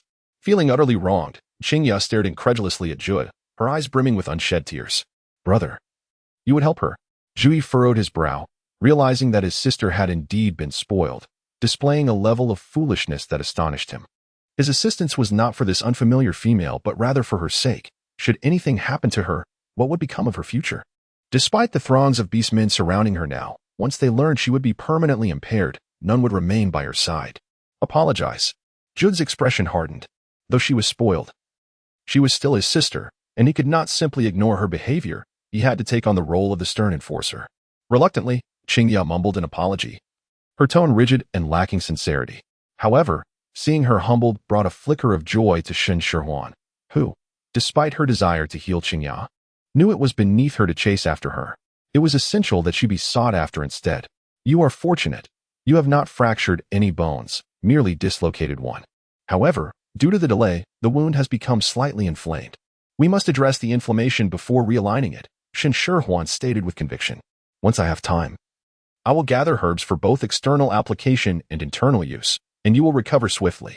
Qingya scoffed, pretending not to hear her. Sangzi gazed at Shen Shihuan with bright, eager eyes. May I accompany you to gather herbs? As a devoted healer, my pursuit of medical knowledge knows no bounds. Of course, Shen Shihuan welcomed the idea, eager to have Sangzi join her. Teaching her apprentice would allow Shen Shihuan to delegate some responsibilities, sparing her from daily interactions with her rival. A thought that alone made her heart race. I shall join as well, Zhui added. Noticing Sangzi's glance, he further explained, if it's just the two of you. What if something were to happen? I am Qingya's brother. Gathering herbs is to aid in her recovery, and thus, I must accompany you. Shen Shi, filled with joy at the prospect of additional labor, readily accepted. Sangzi, preoccupied solely with thoughts of herbs, paid no heed to the surroundings. Only Ji Zhan, upon hearing of this matter, furrowed his brows, and a hint of concern crept onto his typically impassive visage. He promptly suggested that he accompany them. Shen Shihuan was momentarily taken aback, a pang of bitterness filling her heart. She lifted her gaze to find Ji Zhan wearing an expression of concern, and in an instant, the jar of jealousy within her shattered multiple times, the sourness spilling over. Why are you so worried? Are you really going to follow along? Shen Shihuan's displeasure was clearly etched on her face as she helplessly trailed after him to gather herbs. What kind of situation is this? She had clearly professed her indifference towards him, yet her heart had changed so swiftly. Shen Shihuan felt an overwhelming urge to seize Ji Zhan by the collar and unleash a torrent of frustration. Ji Zhan, however, calmly nodded, acknowledging the validity of his concerns. Ji Yi, a man of profound intellect, suddenly accompanying the young female to gather herbs must surely indicate ulterior motives. Thus, his worry was not unfounded. Alas, how audacious of him to admit it.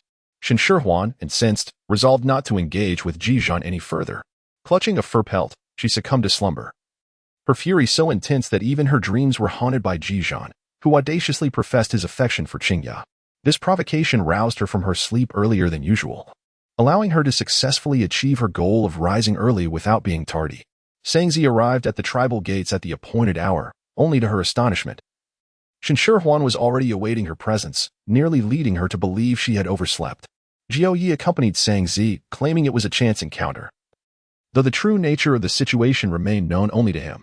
Once everyone had gathered, the quartet set forth towards the northern mountains. Shen Shihuan opened the illustrated guide provided by the system and meticulously described the appearance of the herb she sought to the three others. The leaves were broad and heart-shaped, with a deep green surface and a lighter green underside. The flowers bloomed in white or purple and thrived in shady, moist environments, often found in areas near water sources that were not exposed to sunlight. When she was forcibly taken by Sangzi to treat the injured, the system triggered a task. If she successfully treated the patient, she would receive a medical assistant. This medical assistant not only encompassed a vast array of medical knowledge, but could also automatically assess the patient's condition and provide optimal treatment plans, rivaling even an experienced general practitioner. Given her understanding of the tribe's medical standards, where even minor ailments could lead to severe consequences, and knowing she would have to live in this world for some time, it was crucial to have such a medical assistant. Thus, regardless of Qingya's poor attitude or the fact that she was her rival, she felt compelled to ensure the individual was treated. This particular herb, when dried and simmered in water over low heat for half a day, could alleviate inflammation. It was effective not only for inflammation caused by sprains but also for wounds resulting from cuts or bites, which were prone to infection, especially in the warmer months. Setting aside the system, Shen Shihuan had no reservations in sharing the relevant medical knowledge displayed by the system with Sangzi. Sangzi repeated the information several times, committing it to memory. With no written records, the practice of medicine relied heavily on oral tradition, and thus, a good memory was the first requirement for aspiring shamans. The second herb preferred both moisture and sunlight, growing tall, nearly the height of a person, with small, dense leaves and perennial clusters of fragrant white flowers, making it easily identifiable. Shen Shihuan elaborated on its features to ensure the trio could locate the herb without the aid of the system's images. What is the function of this herb? Sangzi eagerly inquired, not waiting for Shen Shihuan to speak first.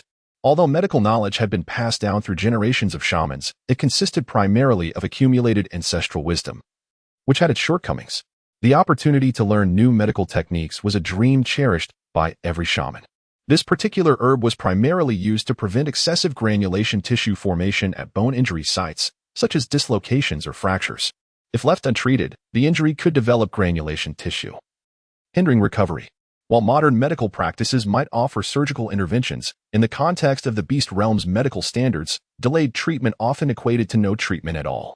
Chapter 36. Mind your female Sangzi focused intently on her surroundings, neglecting her footing, and tripped over a gnarled root, stumbling forward. Just as she was about to fall, she was caught in a warm embrace, the position resembling a tender fall into someone's arms. Jui steadied her, refusing to release his hold, and with a concerned tone that was notably softer than usual, asked, "Are you hurt anywhere?" Even Shen Shihuan couldn't help but glance at Jude with a furrowed brow, deep in thought. However, Sangzi remained oblivious to Jui's intentions, thanked him, and continued her ascent up the mountain. The northern mountain lay to the north of the tribe, where sunlight was scarce and vegetation sparse. It was seldom visited, and the path upward was fraught with challenges, obstructed by tangled weeds and various-sized stones. Shen Shihuan was lost in thought, oblivious to the small, round stone on the ground ahead. She stepped on it and fell backward. Fortunately, Ji Zhan was walking right behind her and managed to catch her. "I will carry you," Ji Zhan said as he crouched down, allowing the petite female to leap onto his back. Shen Shihuan nestled against Ji Zhan's back, her arms encircling his neck with a practiced ease. Clearly not her first endeavor of this kind. Despite carrying another person, Ji Zhan's strides remained steady and unwavering, effortlessly ascending the mountain, leaving Jiao Yi and Sang Zi trailing behind. This way, the young female would not be distracted by the other orcs. "I shall carry you as well." Jiao Yi suppressed a surge of elation and spoke with feigned calmness, though his fervent gaze betrayed his true feelings. However, Sang Zi, oblivious to the subtlety, pondered seriously. If she walked alone, she would take an eternity to reach the summit, and the medicinal herbs awaited her. Without hesitation, she clambered onto Jiao Ye's back, wrapping her arms around his neck. With someone dear upon his back, Jiao Ye's heart soared, his steps light and buoyant, as if he might take flight. Swiftly catching up to Ji Zhan, the two orcs, one before the other, ascended the western mountain with ease, discovering a shaded stream where the vegetation thrived near the water source. "Let us split up to search," Shen Shihuan suggested. "If you find any unfamiliar plants, call for me." Although the system provides images for reference, the sheer expanse of flora overwhelms me. Dividing their efforts was the most efficient course of action, especially since the nearby mountains had been cleared of dangerous beasts, ensuring safety and solitude. Sang Zi chose a direction and prepared to proceed. "I shall accompany you," Shen Shihuan said, her gaze fixed warily on Jiao Yi, determined to prevent him from seizing an opportunity to be alone with Sang Zi. Noticing Shen Shihuan's intense scrutiny of Jiao Yi, Ji Zhan's already stoic expression darkened further. He was aware of Jiao Yi's popularity among females, yet he was taken aback by the swiftness of his actions, having approached his little female without his knowledge. "Given the surroundings, there may be snakes lurking. You dread snakes. So it would be best to remain with me," he suggested, initially intending to search for herbs alongside Sang Zi to foster their bond. However, his plan was thwarted before it could even commence, leaving Jiao Yi to conceal his disappointment and attempt to persuade her by exploiting her fears. A formidable shaman, unperturbed by gruesome wounds or flowing blood, yet terrified of snakes, merely envisioning the cold, scaly creatures sent a shiver through Sang Zi. "What if we encounter a snake?" she mused, her complexion paling at the thought. "If there are snakes, I shall protect you," Shen Shihuan declared, casting Jiao Yi a glance filled with disdain before assuring Sang Zi. Although she too harbored a fear of snakes, if the situation arose, she would surely flee alongside Sang Zi. "Moreover, if you accompany me, I can share insights about any other herbs we might encounter." Sang Zi's love for medicinal knowledge triumphing over her fear of snakes, she unhesitatingly chose to side with Shen Shihuan. Jiao Yi, left abandoned in their wake, felt a sense of indescribable heartache.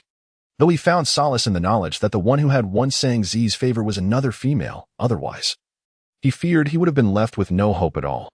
"Brother, could you possibly rein in your female?" Jiao Yi implored Ji Zhan with a forlorn expression. "Sang Zi is sufficiently oblivious. If your female continues to meddle, when will she ever understand my feelings?" Despite maintaining his cold demeanor, Ji Zhan felt a flicker of relief knowing that the object of Jiao Yi's affection was not a young female. He chose to ignore Jiao Yi's lamentations and turned his attention to foraging for herbs. The failure of an orc to win over a female reflects poorly on the orc himself. How could one blame the female? It seemed unjust that such an unromantic individual had already secured a female while he remained unsuccessful. Jiao Yi, enveloped in frustration, soon devised a plan. "Sang Zi, could you assist me in identifying this herb?" he inquired, plucking a plant and approaching her with an expression of perfect confusion. "Let me see," Sang Zi replied, unsuspecting of his intentions. She examined the plant closely before declaring, "This is not it. Look at the narrow leaves and the absence of flowers. It's clearly not what we seek." Jiao Yi's gaze remained fixated on Sang Zi, entirely neglecting the plant he had just picked, and he absorbed none of her explanation. In a short while, he returned with another plant to seek her guidance once more. Sang Zi, exhibiting remarkable patience, remained unfazed even as Jiao Yi repeatedly presented her with plants that were clearly not the right ones. She patiently reiterated the characteristics of the herbs they sought. With an outwardly composed demeanor, Jiao Yi's heart was alight with joy. The words exchanged with Sang Zi today had surpassed the sum of their conversations over the past 10 days. Shen Shihuan crouched down, meticulously sifting through the plants, her head spinning from the multitude of choices. Just as she contemplated taking a brief respite, she caught sight of Jui's despicable actions, instantly evoking a visceral image of a pig rooting through a cabbage patch. Infuriated, she momentarily set aside the search for medicinal herbs, resolutely intent on safeguarding the precious greens. Sangzi, come here. Shen Shihuan beckoned to Sangzi. Without hesitation, Sangzi abandoned Jui and hastened to Shen Shihuan's side, her excitement palpable as she inquired, "Have you found the herbs?" "Not yet," Shen Shihuan replied, grasping Sangzi's hand and pulling her behind her, shielding her from Jug's gaze. "However, I fear I might overlook something. Let us search together." Sangzi, oblivious to any suspicion and unaware of Jug's ashen complexion nearby, diligently focused on the quest for herbs, exhibiting a level of seriousness that surpassed even that of her older brother. Such a fine young woman must not fall prey to the advances of a swine. Shen Shihuan resolutely decided to embrace the role of the villain, denying Jiao Yi any opportunity to pursue Sangzi. With a sister like that, who could ascertain the character of the brother? Even if the brother possessed good qualities, the presence of such a younger sister might lead to her being mistreated. No, absolutely not. She must prevent Sangzi from falling into the abyss. Chapter 37, The One She Likes. Shen Shihuan resembled a protective hen, vigilantly guarding Jui, until after a thorough search along the stream, she finally procured the necessary herbs. Yet, Jui was unable to exchange a single word with Sangzi. If orcs found each other disagreeable, they could always challenge one another on the duel platform to vent their frustrations. However, with females, Jui clenched his teeth, occasionally unable to restrain himself from casting an irritated glare, only to be met by a chilling and piercing gaze directed at him a moment later. Life as an orc was undeniably arduous. Though his exterior remained composed, Jui's heart bled internally. He had intended to carry Sangzi down the mountain as he had done before. But before he could utter a word, that disdainful female had already whisked her away. Upon returning to the tribe, with Ji Zhan and the medical pavilion not in the same direction, Jui resolved that once those two departed, he would clarify his feelings to Sangzi. Given Sangzi's lack of awareness, if he did not explicitly express himself, she might never comprehend his intentions. In the past, he could patiently remain by Sangzi's side, waiting for her to grow accustomed to him, to rely on him, to the point where she could not bear to be apart from him. But now, the presence of an unwelcome female complicated matters. What if Sangzi listened to that female's words and distanced herself from him? What if she became enamored with another orc due to her influence? In an instant, these dismal hypotheticals surged like silt swept up by a tide, causing Jui to lose his composure as he frequently glanced at Sangzi, yearning to clarify everything at once. Such sentiments could not escape Shen Shihuan's perceptive gaze. She retracted her foot, suggesting, "Let me accompany you back to the medical pavilion. With so many herbs, how long will it take for you to sun them all alone? It would be better if we worked together." Cleaning and drying the herbs would require considerable time, and with someone willing to assist, Sangzi naturally would not refuse. Upon hearing this, Jude's expression darkened ominously, like a storm cloud, as he wished to decline but found himself lacking the authority to do so. He could only stifle his frustration, casting reproachful glances at the female who seemed to hinder his intentions. Sangzi, sensing something amiss, turned to Jui and caught him staring intensely at Shen Shihuan. Her brows furrowed slightly, and her lips pressed together, as an unfamiliar sensation stirred within her heart, sour and bittersweet, akin to biting into an unripe fruit. "The drying stones are insufficient. Please find some suitable rocks to create more drying slabs. As for cleaning the herbs, leave that to me and Shihuan," Sangzi stated, her gaze lingering on Jui's for a brief moment. Before he noticed her attention, she hastily lowered her eyes, striving to steady her quivering voice. Rather than crafting stone slabs, Jui would have preferred to wash the herbs alongside Sangzi. However, with Sangzi having spoken, he could only glance back 3 times with reluctance as he departed. Shen Shihuan, with a basket brimming with herbs slung over her shoulder, ambled towards the river alongside Sangzi. Along the way, she noticed Sangzi glancing at her several times, words seemingly trapped on the tip of her tongue.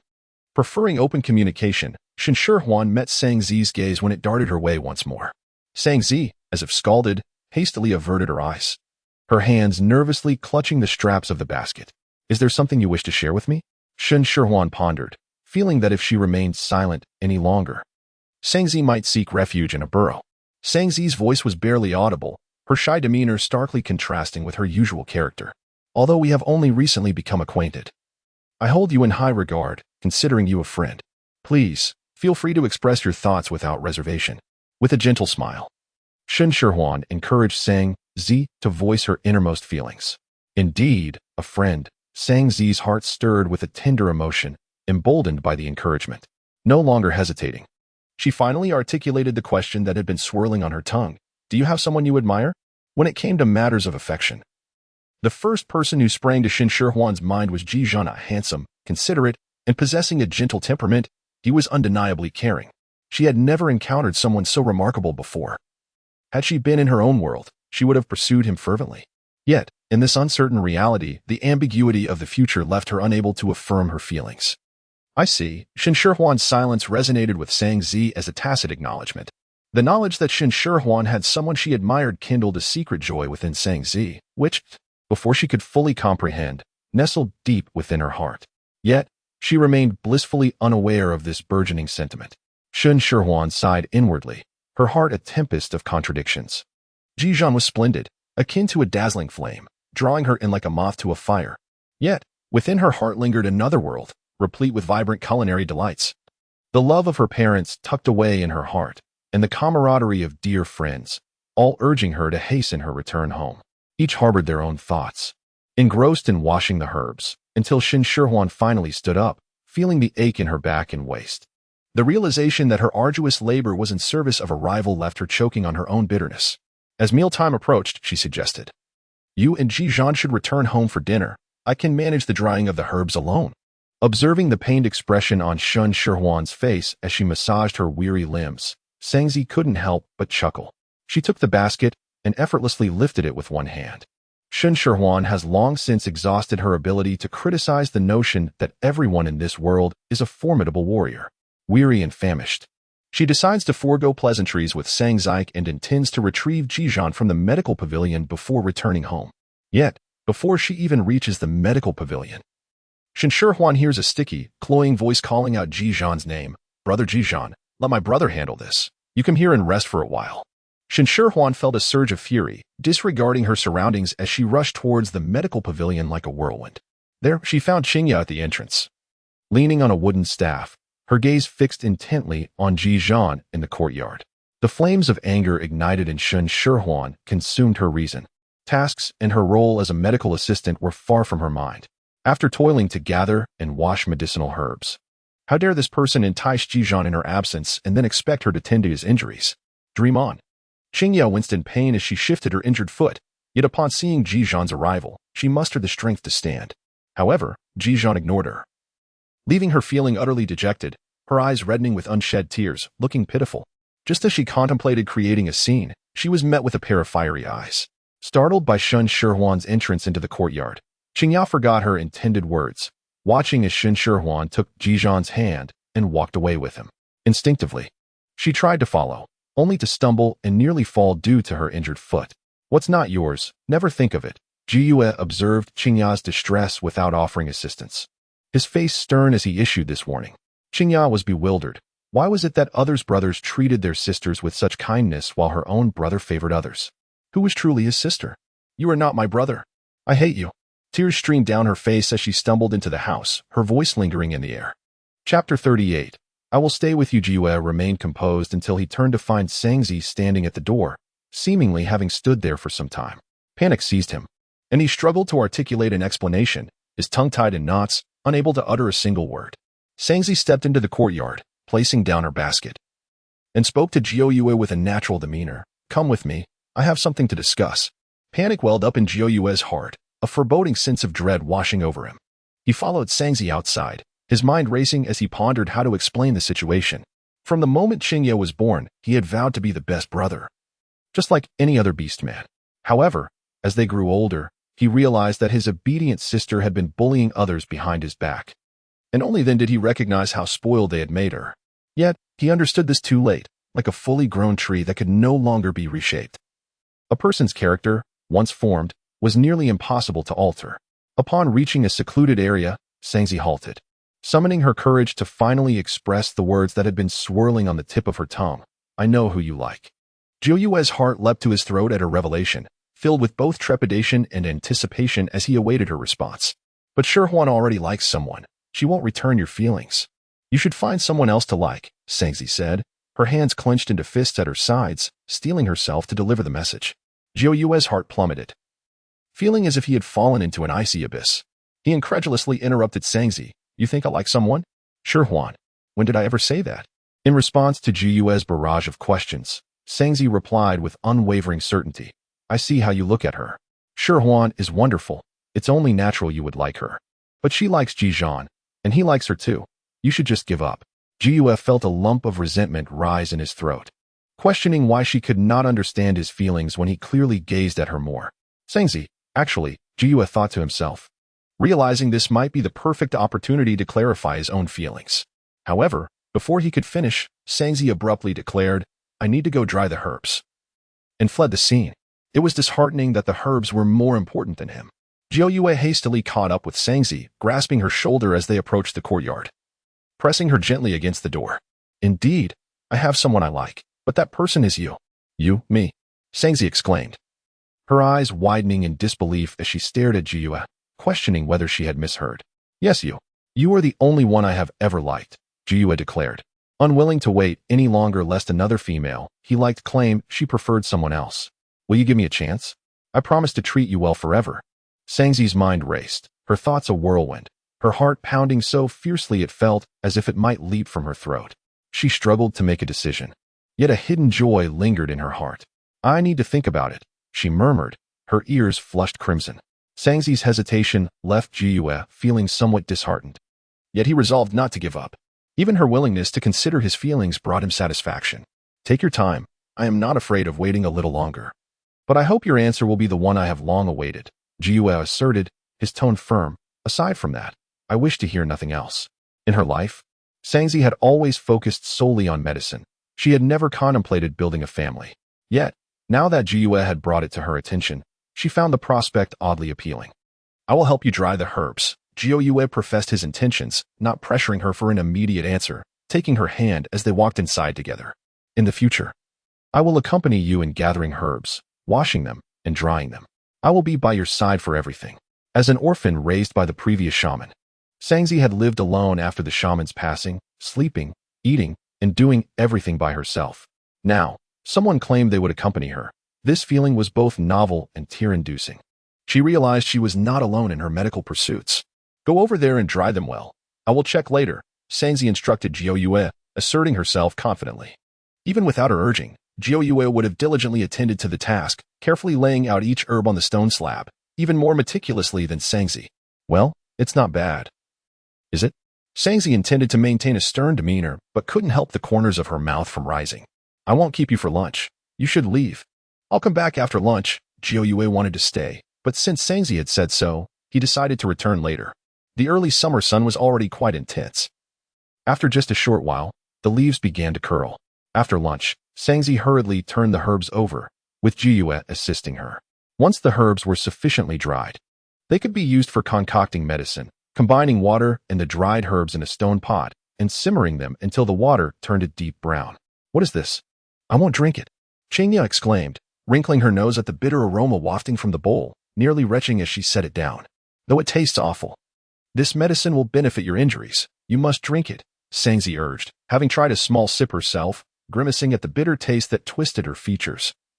Needing several cups of water to wash it down. I won't drink it. Qingya turned her face away, adamant in her refusal.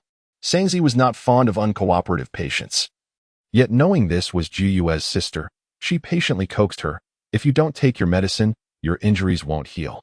If they don't heal, you won't be able to walk. Do you want to spend your life lying in bed? Qingya certainly did not wish to be confined to her bed in the future. After a prolonged moment of hesitation, she lifted the bowl again, but only took a small sip. The overwhelming bitterness surged in her mouth, and she immediately spat it out. I have consumed other medicines before, none of which were this unbearable. Females are prone to illness, and they often find themselves taking medicine, but never had any been so repugnant. It was evident that someone was deliberately targeting her, and Qingya immediately thought of Shen Shihuan. This medicine was different.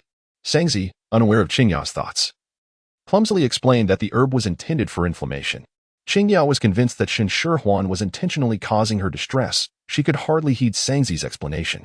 The more Sangzi elaborated, the more resolute Qingya became in her belief, even thinking that Sangzi was colluding with Shen Shihuan to torment her. Inflammation? I've never heard of such a thing. It seems she has simply concocted a tale to harm me, Qingya declared angrily. Chapter 39. healing the body, not the heart. Sangzi had also never heard of inflammation. Yet she was fascinated by the herbal knowledge Shen Shihuan spoke of. She had a premonition that what Shen Shihuan described was the very medical expertise she had long sought to master in order to save lives. How could one fabricate such matters concerning healing? If she wished to harm you, she need not venture to the northern mountains to gather herbs.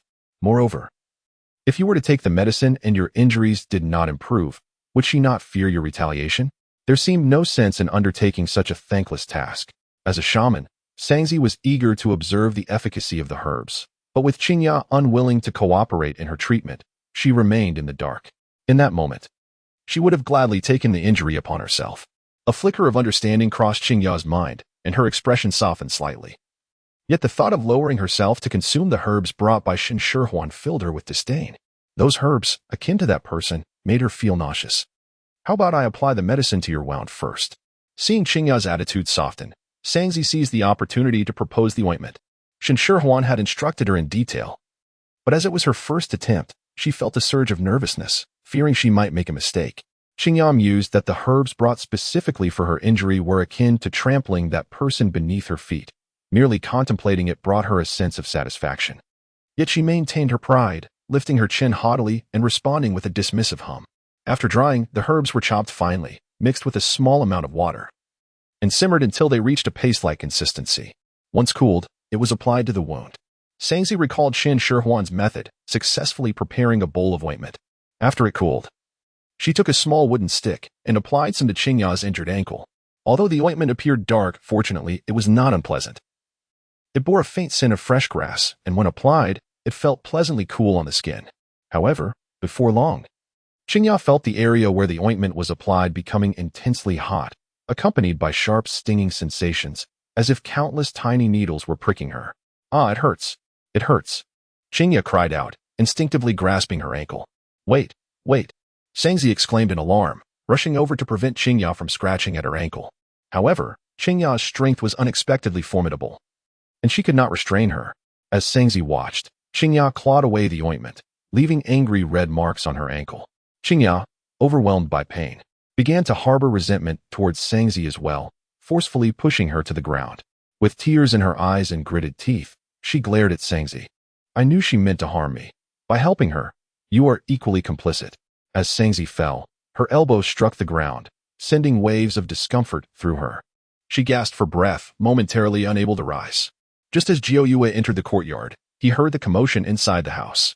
He hurried in, only to find Qingya with red eyes and a fierce expression, while Sangzi lay on the ground, tears glistening in her eyes, her face contorted in pain.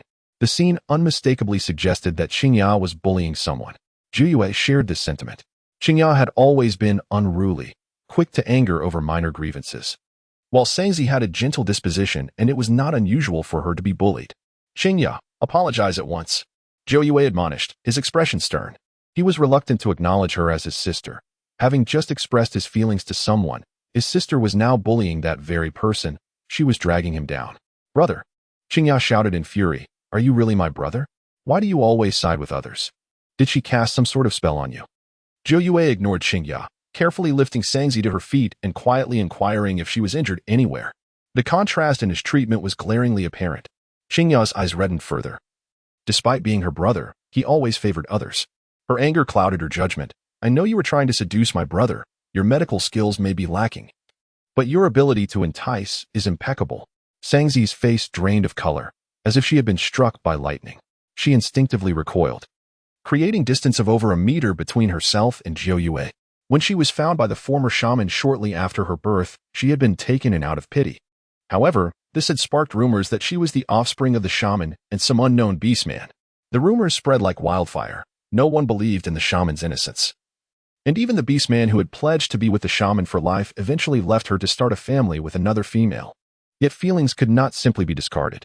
The female accused the shaman of seducing her beastman, and the scandal became common knowledge throughout the tribe, leading to the shaman's tragic demise. At that time, Sangzi was still young and could not fully comprehend the events. But she remembered the female's sharp curses and the shaman's final words of caution. Indeed, matters of the heart were fraught with complications, unlike the purity of medical practice. Sangzi lowered her gaze, the flames of her inner turmoil gradually extinguishing and freezing over. When she lifted her head again, her face was pale, but her spine remained straight. I admit my medical skills are not refined. If you do not believe in me, you may choose not to receive treatment and leave this place at once. However, I did not seduce your brother. Qingya, feeling she had struck a nerve with Sangzi, was eager to dig deeper, but before she could speak, Zhou Yue commanded her to be silent. Do not take her words to heart. She is often thoughtless, he said, observing Sangzi's distress at being unjustly accused. He felt a surge of sympathy and longed to embrace her, to comfort her thoroughly. Take her away. Do not return here, Sangzi said, her heart twisting painfully. Yet she spoke each word deliberately. Having experienced the clamor of companionship, she could no longer endure solitude. However, for the sake of the shaman who had raised her as her own, she could not allow anyone to tarnish her legacy. Ji Yue's expression changed dramatically upon hearing this. He rushed to grasp Sangzi's hand, but she evaded him, choosing not to say another word and walked directly into the inner chamber. Look at what you have done. Zhou Yue glared at Qingya, following closely behind Sangzi. Qingya felt no remorse for her actions. She was convinced that it was indeed Sangzi who had seduced her brother. Otherwise, why would he not support her? Sangzi sat despondently on a stone bench. Upon hearing footsteps, she saw Zhou Yue enter and instinctively wanted to flee, but Zhou Yue was faster. Seizing her shoulder and enveloping her in his embrace. Do you no longer want me? Sangzi closed her eyes, suppressing the pain within her heart, and spoke in a calm, steady voice. I will fetch the medicine for Qingya's injury. Please take it back and persuade her to treat herself properly. And what about us? Zhu Yue asked, urgency lacing his tone. Sangzi averted her gaze from Zhou Yue's intense stare. With your qualities, you will find someone better than me. I am not suited for you. In my heart, you are the best, Zhou Yue interrupted her. No matter how many times you reject me, I will pursue you once more until you agree to be mine. Sangzi's hands trembled involuntarily. A voice deep within her urged her to respond quickly, with every ounce of strength she could muster. She held back the tears that threatened to spill over. Chapter 40. It was her illusion. Jude entered the room, carrying a medicinal concoction and ointment. Placing them directly on the stone table before turning to leave without uttering a single word or casting a glance in her direction. Brother, don't go. Brother, stop. Stand still. Qingya's desperate cries echoed, and she stumbled towards the courtyard's entrance, her injured foot unable to bear weight, causing her to fall. Her palm scraped heavily against the ground. The tender skin of her hand abrading away, blood quickly oozing forth, a sharp pain igniting as tears cascaded down her cheeks. Upon hearing her cries, Zhu paused, turning back to find Qingya sitting on the ground, cradling her hand, tears flowing like pearls from a broken string. With a resigned sigh, he approached and lifted her, carrying her back inside. Brother, I know I was wrong. Please don't ignore me, all right? Qingya grasped Zhu's hand, her tear-streaked face a picture of pitiful innocence, evoking sympathy and compassion. Had it been any other beast man, they might have fallen for her act, but Zhu understood her all too well. Her apologies were mere performances, for she did not genuinely believe she was at fault. Take care of your injuries, Zhu replied, pulling his hand away and leaving without looking back. She had feigned her fall to elicit his forgiveness, but Qingya never anticipated that her brother's heart would be so unyielding. Someone must be instigating him from behind. With clenched teeth, Qingya harbored resentment, her expression twisting into a snarl. Just then, Qing Yuan arrived, stopping at the doorway, frightened by Qingya's fierce demeanor. After cursing silently for a moment, Qingya directed her anger at Qing Yuan. Why did you arrive so late? Didn't you realize I was waiting for you? Feeling wronged, Qingya pressed her lips together. She had arrived at the agreed time and was not late. Yet she knew that even if she explained, Qingya would not listen. Any fault would invariably be hers. I'm sorry, I encountered some delays on the way. Qing Yuan offered a meek apology. Quickly pour all this out. The smell makes me nauseous. Qingya commanded, her tone assertive. This was not the first time Qing Yuan had performed such tasks. Since Qingya returned home, she had been coming daily to assist in disposing of the medicinal concoction and ointment.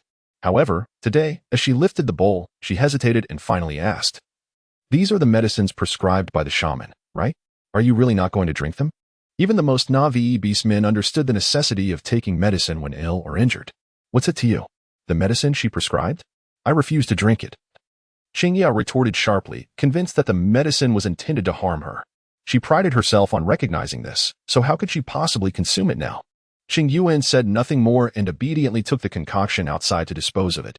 Each time Zhu delivered the medicine, it was treated in this manner. After all, he would leave immediately, unaware that Qingya had not consumed the medicine or applied the ointment. Zhu, in haste, did not return home but instead headed to the healing lodge. Ever since that day he had been driven away, he visited daily, yet Sangzi refused to acknowledge him, forcing him to observe from a distance. Back again. Shen Shihuan peered out and spotted the towering figure not far away. Noticing Sangzi's indifference, she asked, "Are you truly going to ignore him?" Sangzi flipped the drying herbs, feigning ignorance to Shen Shihuan's inquiry and disregarding Zhu's presence. "The herbs are running low. I must go to the North Mountain to gather more shortly." After all, Zhu recognized the type of herbs needed. She could simply ask him to fetch them. After a few days of comfortable living, Shen Shihuan's laziness began to surface. She recalled how, in the past, food and drink were brought to her doorstep while she lay at home. Now, however, she had to prepare her meals herself and trek for 1 or 2 hours up the mountain to gather ingredients, an exhausting endeavor. "I am a shaman. It is my duty," Sangzi replied coolly, her vitality waning, her countenance dull. "Thank you for bringing me supplies today." "No need for thanks. I went foraging with some others and found plenty of edible wild vegetables. I invited you to join, but you said you were busy, so I had to bring you something," Shen Shihuan replied, a smile unintentionally brightening her face. Though the search had been arduous, perhaps that made the meals prepared with the gathered ingredients all the more delectable. "Next time you invite me, I will certainly go," Sangzi said, forcing a smile. Her heart was troubled these days, leaving her little room for anything else. "Then it's settled," Shen Shihuan said, glancing at the sun. "I must take my leave. I'm sorry, but I still need to deliver lunch to Ji Zhan. I will come back to chat with you next time." In their tribe, adult beast men took turns patrolling and guarding, and it was currently Ji Zhan's shift. Shen Shihuan thought about the hardships of patrolling and began delivering lunch to him daily. "Go on," Sangzi said, watching Shen Shihuan depart. Feeling a twinge of envy in her heart, she too wished she could openly express her affections, but alas, she could not. Before Shen Shihuan arrived home, she noticed several items piled at the entrance of the yard: a wild chicken with its neck twisted, fruits exuding a mature fragrance, and a heap of assorted wild vegetables. She paused in surprise, glancing around but finding no one in sight. Could this be what Ji Zhan had brought back? Shen Shihuan felt a surge of suspicion. Ji Zhan had been patrolling the vicinity of the tribe from dawn till dusk these past few days, and food was distributed according to the number of individuals in the tribe. Could it be that he had sneaked away to hunt secretly? After much contemplation, Shen Shihuan decided to bring everything into the courtyard. If these items were indeed brought back by Ji Zhan, leaving them outside could lead to unwanted attention. As the weather grew warmer, she found herself less inclined to indulge in heavy, greasy dishes.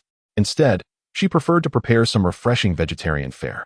However, considering that the orcs had a penchant for meat, she made boiled pork, simmered a radish and pork rib soup, and added a cold celery salad along with stir-fried potatoes with meat slices, which would serve as lunch for both her and Ji Zhan.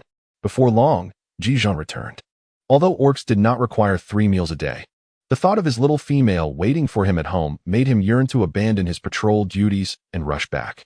"Come, it's time to eat," Shen Shihuan called out with a smile upon seeing Ji Zhan. "Oh, by the way, is this what you brought back? I found these at the doorstep when I got home, so I brought them in." However, the smile on Ji Zhan's lips faltered the moment he laid eyes on the heap of items. His expression turned sharp as he squinted, scrutinizing the collection with a piercing gaze. Shen Shihuan brushed her arm, feeling the goosebumps arise, and suddenly sensed a chill. It was peculiar. Despite it being a midday in early summer, why did she feel cold? Surely, it must be a figment of her imagination. Chapter 41. The sourness of jealousy. From now on, she need not concern herself with the items left outside the door. Observing the bewilderment on the young female's face, Ji Zhan suppressed the surging anger within him and gently admonished her. From the taut line of Ji Zhan's jaw, Shen Shihuan discerned the displeasure masked beneath his stoic expression and belatedly realized that bringing those items inside was perhaps a misstep. Her movements faltered as she paused with her chopsticks, anxiety creeping in as she asked, "Did I do something wrong? I thought it was placed here by you." "You did nothing wrong," Ji Zhan interjected, the tumult of anger that once raged within him dissipating, leaving only a peculiar sensation stirring in the softest recesses of his heart. He regarded the young female, with eyes brimming with regret. Having lived alone in the forest, she had never been informed by him of such matters. How could he possibly fault her for this?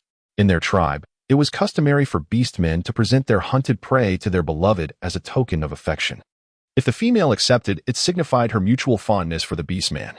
Ji Zhan took it upon himself to enlighten the young female about the customs of their clan. Shen Shihuan's eyes widened in astonishment as she turned to glance at the pile of food. Recalling what Ji Zhan had just said, A wave of unease washed over her. She could only stammer an explanation. I don't know. I thought it was yours. What should we do now? Should we return this food to that person? But I don't even know who it is.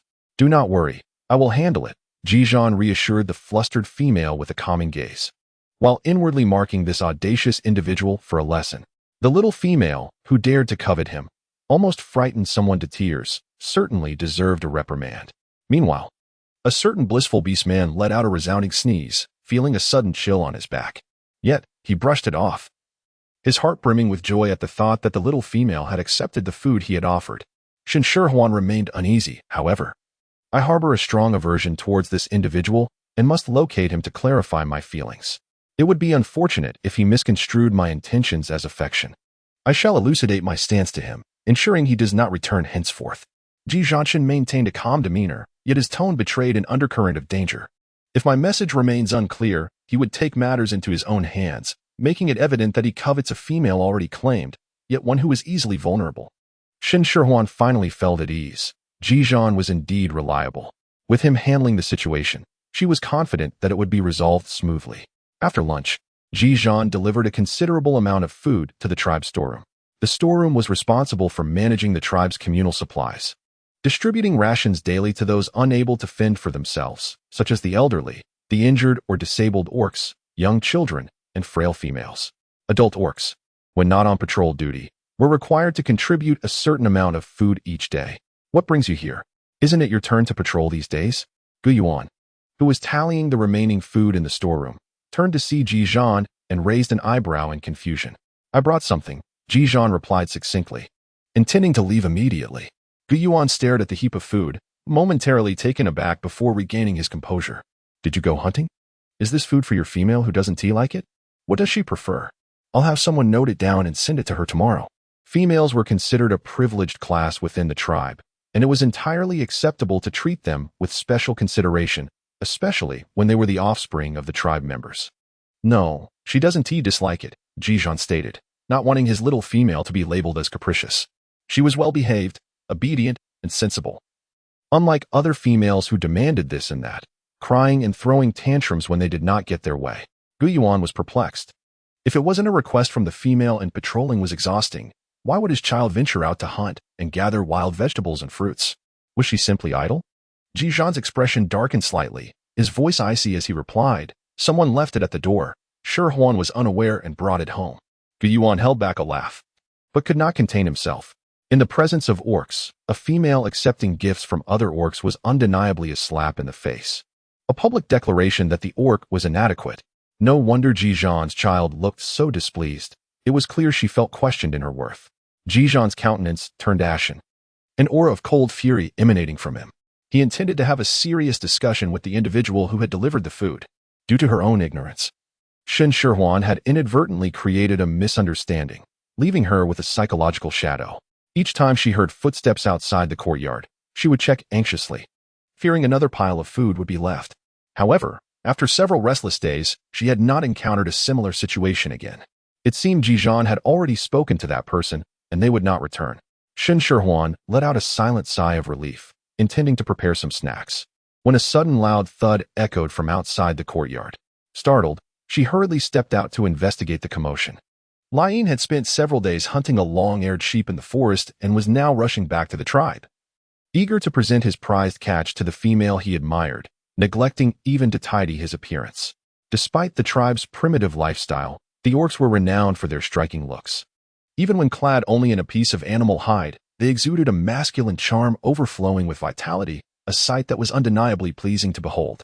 Shen Shihuan was taken aback for the first time by the sight of such a disheveled orc. Not only was his hair smeared with dirt, but he also emanated a foul odor that made her feel nauseous. Lian initially intended to set down the long-haired sheep and depart. But when the young female suddenly appeared, watching him from across the courtyard gate, an overwhelming sense of anxiety surged within him. His heart raced furiously, his breaths became rapid, and his mind went blank. Without a moment's thought, he instinctively cradled the long-haired sheep and presented it before the young female. Shen Shihuan was nearly startled by the sight of a massive goat's head thrust towards her, its neck gruesomely severed, blood still oozing from the wound. The sudden and ghastly scene sent her stumbling back in fright. Despite having dealt with numerous living creatures, and witnessing her fair share of bloody sights. The sheer shock of this particular image was overwhelming for her fragile heart. The goat lay there, eyes wide open in death. "Here, take it," Lian said, visibly anxious, entirely oblivious to the paleness that had washed over Shen Shihuan's face. "No, thank you," she hastily replied, shaking her head, her expression a clear testament to her refusal. Lian's shoulders drooped in disappointment. "If you don't like long-eared goats, what is it that you prefer? I can go find something else." "I would prefer you to remove this goat from my vicinity," she stated firmly. "You needn't trouble yourself searching for anything else. I lack for nothing. Thank you." Shen Shihuan wished to bestow a token of appreciation to dismiss him, fearing that if their conversation continued, her social anxiety would escalate. "I like you. Would you consider my feelings?" Lian declared, his words direct and unembellished. Shen Shihuan summoned her courage, ready to resolutely decline, the word no already poised on her lips. Chapter 42. The Duel. "No." Before Shen Shihuan could speak, a frigid voice cut through the air, enveloped in the chill of a harsh winter, evoking an involuntary shiver in those who heard it. Shen Shihuan raised her gaze, and the expression on Ji Zhan's face was one she had never witnessed before, an unprecedented severity. Although it was not directed at her, she could still sense the overwhelming aura emanating from him, akin to being targeted by a ferocious, dangerous beast, causing cold sweat to trickle down her back. Lian seemed to harbor a considerable trepidation towards Ji Zhan. He took several steps back to evade Ji Zhan's intimidating presence. Yet he remained obstinate. The female possessed the right to freely choose her orc partner. She had never declared her choice of him, and he could not impede her pursuit of her desires. Ji Zhan turned his attention to the young female, meeting her bewildered gaze. An inexplicable restlessness stirred within him. The young female had yet to reach maturity, yet many were already coveting her. Although she was brought back to the tribe by him, she ought to belong to him. No one else had the right to take her away. "Just you are not worthy." Ji Zhan's eyes swept over Lian, unabashedly revealing his disdain. To vie for the young female, one must first defeat him. The orc's innate instincts were steeped in the ferocity of wild beasts. Any conflict or dispute would be resolved through physical confrontation. A duel, should you lose, you must no longer seek out Shihuan. Resolving a rival must be approached with formidable measures. Ji Zhan intended to impart a lesson to this orc who dared to covet the young female, while simultaneously deterring others who might entertain similar thoughts. During his patrols over the past few days, he had caught wind of numerous rumors, as the young female procured more and more food and promoted it throughout the tribe. Many orcs began to set their sights on her, driven by the allure of sustenance. This particular orc, who had delivered food to the young female, was the first, but certainly not the last. With over a year remaining until the young female reached maturity, the number of rivals would only increase. Upon hearing Ji Zhan's words, Lian's expression darkened immediately. There was no need for physical confrontation, merely sensing Ji Zhan's aura made it clear to him that he was no match for Ji Zhan. Yet, the dignity of an orc forbade him from declining. Agree to it. Hurry and agree to it.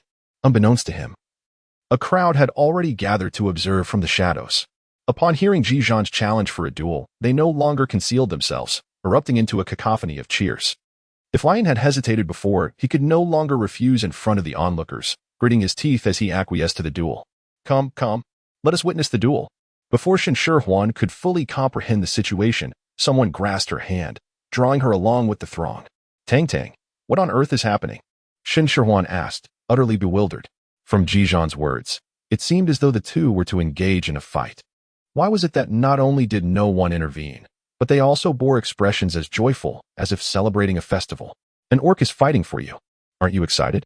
Tang Yu asked with a mischievous grin, her curiosity palpable. "I've heard many orcs have taken a liking to you. Who do you fancy? Ji Zhan, perhaps?" Shen Shihuan's lips twitched in exasperation. Was it truly a cause for joy that someone was fighting on her behalf? What if Ji Zhan were to sustain injuries? What then? Shen Shihuan was beset by worries, her brows furrowed in concern. She did not fear the possibility of Ji Zhan's defeat. Rather, her trepidation lay in the prospect of his injury. Is there no way to prevent their confrontation? After much contemplation, she concluded that it would be wiser to avert the duel, for the other party had done her no harm. Instead, he had brought her provisions. To be met with a beating for such a minor transgression would be truly unfortunate. A duel is a sacred affair, intricately tied to the honor and dignity of the orcs. Once a challenge has been issued, to withdraw at the last moment would only invite ridicule. Tang Yu, shedding her usual playful demeanor, spoke with grave seriousness. It seemed that preventing this clash was no longer an option. Shen Shihuan quietly sighed, burdened with thoughts, and unwittingly followed the crowd to the dueling arena. Although referred to as a dueling platform, it resembled a circular structure akin to the ancient Roman Colosseum, flanked by 3 tiers of stone steps for spectators to observe the contest. At the center lay the stone platform designated for the duel. While termed a duel, it was not a fight to the death. Rather, it concluded when one participant was compelled to step off the platform, thus declaring them the loser. After listening to the rules of the duel, Shen Shihuan's anxious heart finally found some solace. She was pulled by Tang Yu to the front row, reputedly the best viewing area. Ji Zhan and Lai Yin stood on either side of the stone platform, subtly embodying an irreconcilable tension. Yet it was evident to all that Lai Yin was at a disadvantage even before the battle commenced. He is truly captivating. How I wish that one day an orc would be willing to duel for me, thought Tang Yu, her hands cradling her chin as she gazed at Ji Zhan on the platform, her eyes ablaze with fervor that seemed capable of melting steel. Wake up. No matter how handsome he is, he does not belong to you. Shen Shihuan coldly reminded Tang Yu. It was one thing to indulge in infatuation, but she must not lay claim to her Ji Zhan. Wait.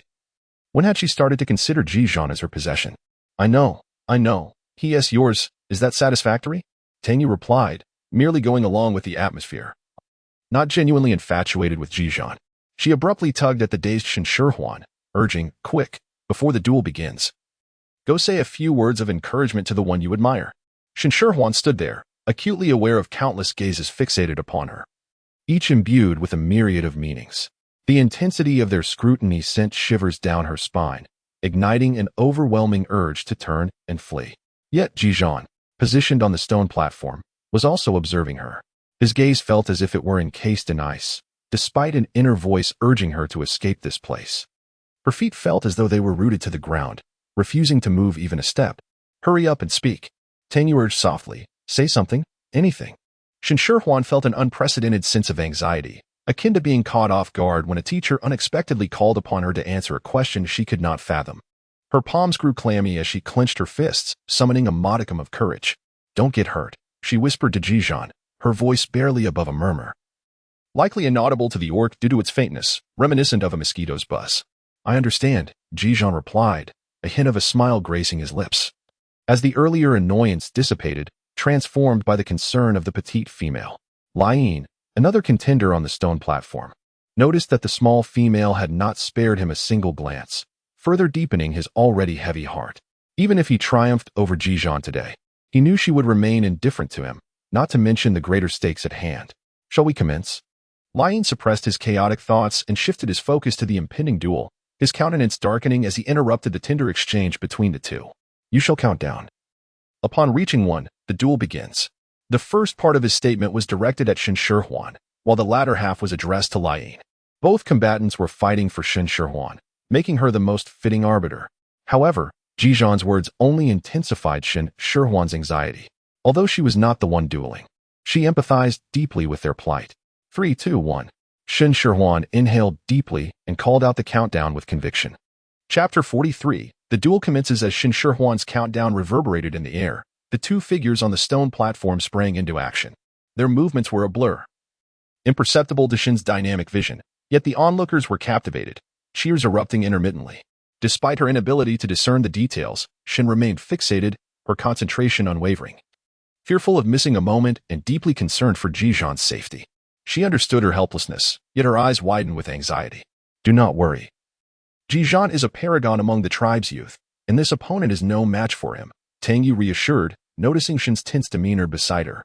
However, Shen remained glued to the spectacle, her fists instinctively clenched, radiating an urgency that suggested she might leap onto the stage at any moment. Tang Yu sighed, recognizing that Shen's unwavering focus was a testament to her profound affection for Ji Zhan. If they reached adulthood, a ceremony would surely follow swiftly. On the platform, Lai Yin felt an overwhelming pressure as the duel commenced.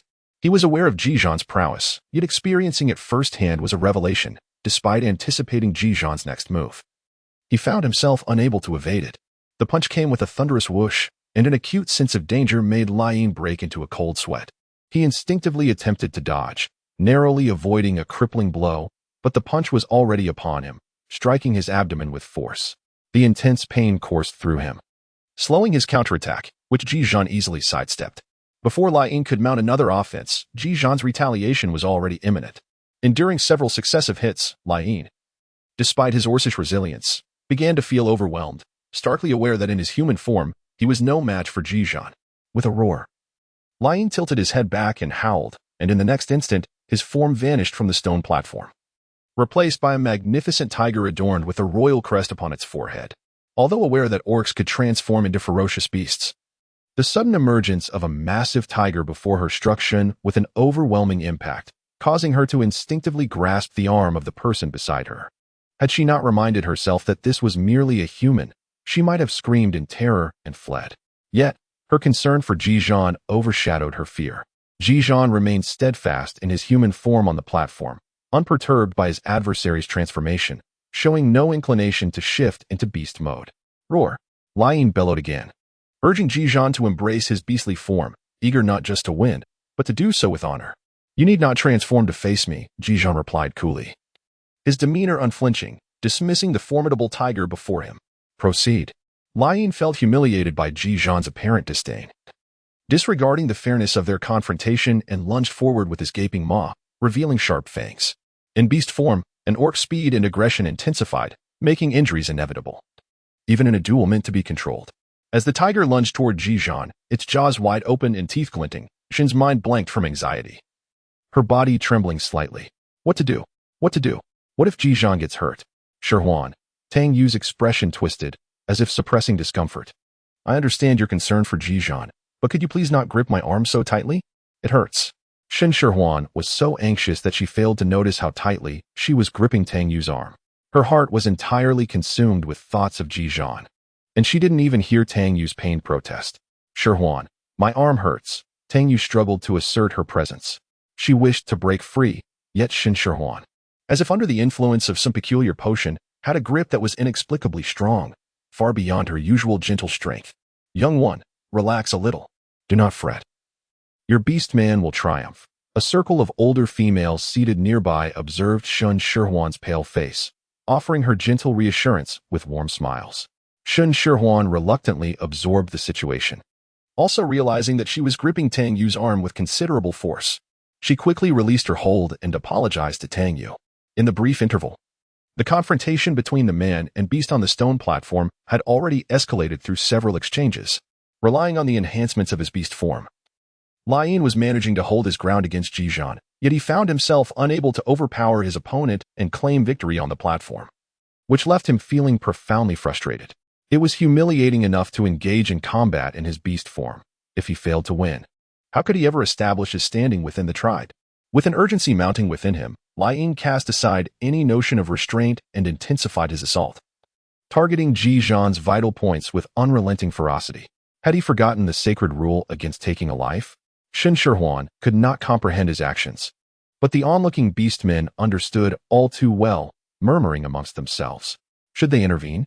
As the duel on the stone platform teetered on the brink of chaos, the spectators below began to waver. The duel was a matter of pride for the beastmen, a sacred right that should not be interrupted. However, it was also understood that duels must remain within the bounds of safety, and Lai Yin's aggression threatened to spiral out of control, potentially leading to irreversible consequences. In this moment of hesitation, the clash on the platform reached a fever pitch. Lai Yin's eyes blazed with intensity, his mind consumed solely by the desire to defeat Ji Zhan, disregarding all else. Each strike was delivered with remarkable savagery, as if he sought to rend Ji Zhan apart. Ji Zhan landed a powerful blow to Lai Yin's abdomen, yet Lai Yin did not flinch. Instead, he lunged for Ji Zhan's neck. In that critical moment, Ji Zhan reacted swiftly, managing to block the attack with his hand while retreating rapidly. Despite his efforts, Lai Yin's sharp fangs grazed Ji Zhan's arm, and blood immediately splattered forth. Shen Shihuan abruptly rose to her feet. Had it not been for Tang Yu's timely intervention, she would have rushed onto the stone platform. What to do? Ji Zhan was injured. Shen Shihuan's eyes brimmed with tears, unaware that Ji Zhan had not faltered. Upon witnessing his bloodied wounds, her heart ached in unison. How could she compel them to cease? The duel was inescapable. Tang Yu grasped Shen Shihuan firmly, fearing she might impulsively charge forward. As the two combatants above could not rein in their aggression, potentially harming Shen Shihuan in the process. Upon hearing Tang Yu's words, Shen Shihuan was seething with rage. What nonsense were these so-called rules? Yet, Ji Zhan was wounded. Could they not intervene? Her anger surged, causing her voice to rise, her cheeks flushed with indignation. The young female, unfamiliar with the harshness of the world, was incapable of enduring such a trivial injury. How could she forget that during the beast tide, when her partner had sustained a grievous gash from a horned elephant, she remained unperturbed? A female, with a playful smile, teased Shen Shihuan, suggesting that their concern stemmed from a bond of affection. Laughter echoed around them, the atmosphere lively as if they were engaged in a casual tea gathering. Chapter 44. Unexpected Injury. Wait. Ji Zhan was indeed injured and bleeding. Had no one else noticed the splattered blood? Shen Shihuan found herself overwhelmed by an abundance of absurdities, momentarily at a loss for where to begin her lamentations, as she observed a group of females casually discussing the injuries sustained by their orc. She could only maintain a stoic expression. As a modern individual who had only ever experienced minor mishaps, such as a kitchen knife grazing her hand, this vivid scene of bloodshed was entirely new to her, leaving her trembling and breathless with fright. Yet, in retrospect, she seemed rather naive, overreacting to trivial matters. Shen Shihuan struggled to suppress the turmoil within her, fearing it might overflow. Suddenly, amidst her chaotic thoughts, a collective gasp erupted around her, instantly capturing her attention. She dreaded witnessing any further gruesome sights, but her greatest fear lay in seeing Ji Zhan harmed. Lai Yin, having transformed into his beastly form, exhibited enhanced agility and lethal claws and fangs, yet his vulnerabilities were glaringly apparent. After Ji Zhan evaded Lai Yin's claws, he leapt onto Lai Yin's back, gripping the nape of his neck with both hands. For felines, the nape is a significant weakness, second only to the abdomen, and since Ji Zhan, a larger figure, could not maneuver beneath the tiger's lofty belly, the nape proved an ideal target. As Ji Zhan grasped the fur at Lai Yin's nape, the latter immediately tensed, beginning to thrash violently, attempting to dislodge Ji Zhan from his back. In such circumstances, neither speed nor weaponry would serve them well. Will you concede? Or shall I force you to submit? Ji Zhan declared, his fist poised against the side of Lai Yin's head, ready to strike. Reluctantly, the great tiger lowered his forelimbs in a gesture of submission. Ji Zhan dismounted from Lai Yin's back and, amidst the crowd, quickly spotted the small female. She was gazing at him intently, her eyes reflecting only his image, which filled him with joy, causing the corners of his mouth to curve upwards. Go on, hurry up, Tang Yu urged, pushing Shen Shihuan forward, prompting her to ascend the stone platform. Shen Shihuan stood up in a daze, uncertain of her intentions, yet compelled by an instinctual urge to embrace Ji Zhan with love. At that moment, an unexpected turn of events unfolded. The once crouching tiger suddenly surged forth, its gaping maw aimed at Ji Zhan's neck. With Ji Zhan's back turned to Lai Yin and his guard down, there was no time to evade the impending danger. He managed only to shift slightly, but the tiger's razor-sharp teeth swiftly sank into his shoulder. The incident transpired so abruptly that not only did Shen Shihuan fail to react, but the onlookers below also found themselves unable to intervene. Lai Yin, several beastmen shouted in protest. Lai Yin's actions were undeniably a disgrace, trampling upon the honor of the beastmen. Shen Shihuan's complexion turned pallid, her form swaying precariously as if on the verge of fainting. She bit her lip, the pain anchoring her consciousness at the brink of collapse, allowing her to stand with great difficulty. Despite having his shoulder bitten, Ji Zhan remained composed, enduring the excruciating pain as he delivered a powerful punch to Lai Yin's temple, exerting his full strength without holding back in the slightest. The blow to Lai Yin's temple caused darkness to envelop his vision. As he clenched his teeth tightly, he nearly released his grip. Yet, he stifled a surge of breath, resolutely refusing to let go. This had long ceased to be a fair and just duel. Instantly, some orcs surged toward the stone platform, but Ji Zhan's movements were swifter than theirs. With a forceful strike, Lai Yin still clung on. Ji Zhan delivered another blow, a series of relentless assaults that left Lai Yin's vision swirling with stars, compelling him to inadvertently loosen his grip. Staggering back unsteadily, he ultimately tumbled off the stone platform. Ji Zhan's shoulder was a gruesome sight, bloodied and mangled, with large droplets staining the stone platform, creating a chilling spectacle. Shen Shihuan, gripped by a sense of panic, found herself unable to move, the bloodstains on Ji Zhan's body striking her like a dagger to the heart, causing tears to cascade down her cheeks uncontrollably. Despite his grievous injuries, Ji Zhan stood tall and resolute, casting a reassuring glance towards the young female, silently urging her not to worry. How could Shen Shihuan possibly refrain from worrying? She was on the brink of losing her sanity from anxiety. After a considerable effort to calm herself, She dashed up the stone platform, calling for the medical assistant to examine Ji Zhan as she ran. Lian had already been subdued by the swarm of orcs. Pinned beneath the stone platform, roaring in defiance yet powerless to act. "Do not fret, I am unscathed," Ji Zhan gently reassured her. Grasping her hand as he noticed the redness around her eyes, a clear sign of her impending tears. For orcs, injuries were a commonplace occurrence. Yet the thought of causing the little female to weep pained him far more. "How could you possibly be fine? Your wounds are severe," Shen Shihuan retorted. Her irritation evident as she attempted to unfasten Ji Zhan's garments to inspect his injuries, her hands trembling uncontrollably. "In a few days, I shall recover." Ji Zhan dismissed his own injuries, lightly brushing his fingertips against her reddened eyes in a clumsy attempt at comfort. "Do not be distressed." The invisible medical assistant circled around Ji Zhan before promptly delivering the examination results. Although his wounds appeared gruesome and severe, they were merely superficial, not affecting the sinews or bones. With proper care, he would heal completely. Upon seeing the results, Shen Shihuan felt the knot in her throat finally ease. Her taut nerves relaxing to the point of weakness, nearly causing her to collapse. It was only Ji Zhan's steady hand that prevented her from falling. "I am sorry," she mumbled, nestled within Ji Zhan's embrace, her body still quaking slightly. "There is no need for apologies," Ji Zhan frowned, unaware that the ordeal had frightened her so profoundly. Yet, considering her youth and inexperience with bloodshed, her reaction was understandable. Ultimately, it was the fault of that unruly individual. Lian had already been taken away to be confined, and Sangzi hurriedly arrived upon receiving news of the situation. "Let me take care of this," Shen Shihuan said apologetically to Sangzi. It was not that she doubted Sangzi's medical skills, but given the stakes involving Ji Zhan, she felt only her own hands could suffice. "May I assist you?" Sangzi inquired eagerly, her eyes glimmering with anticipation. She recognized that Shen Shihuan's medical prowess exceeded her own, and she yearned to learn, albeit Shen Shihuan had refused to accept her as a disciple, leaving her to glean knowledge surreptitiously. Shen Shihuan nodded in agreement. "I would like your assistance. I presently lack the time to gather herbs. Could you help me find some?" "Absolutely," Sangzi readily replied.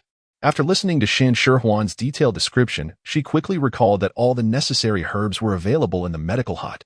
"I shall deliver them to your home at once. Can you manage to walk on your own?" Upon meeting Ji Zhan's gaze, Shen Shihuan's composure faltered.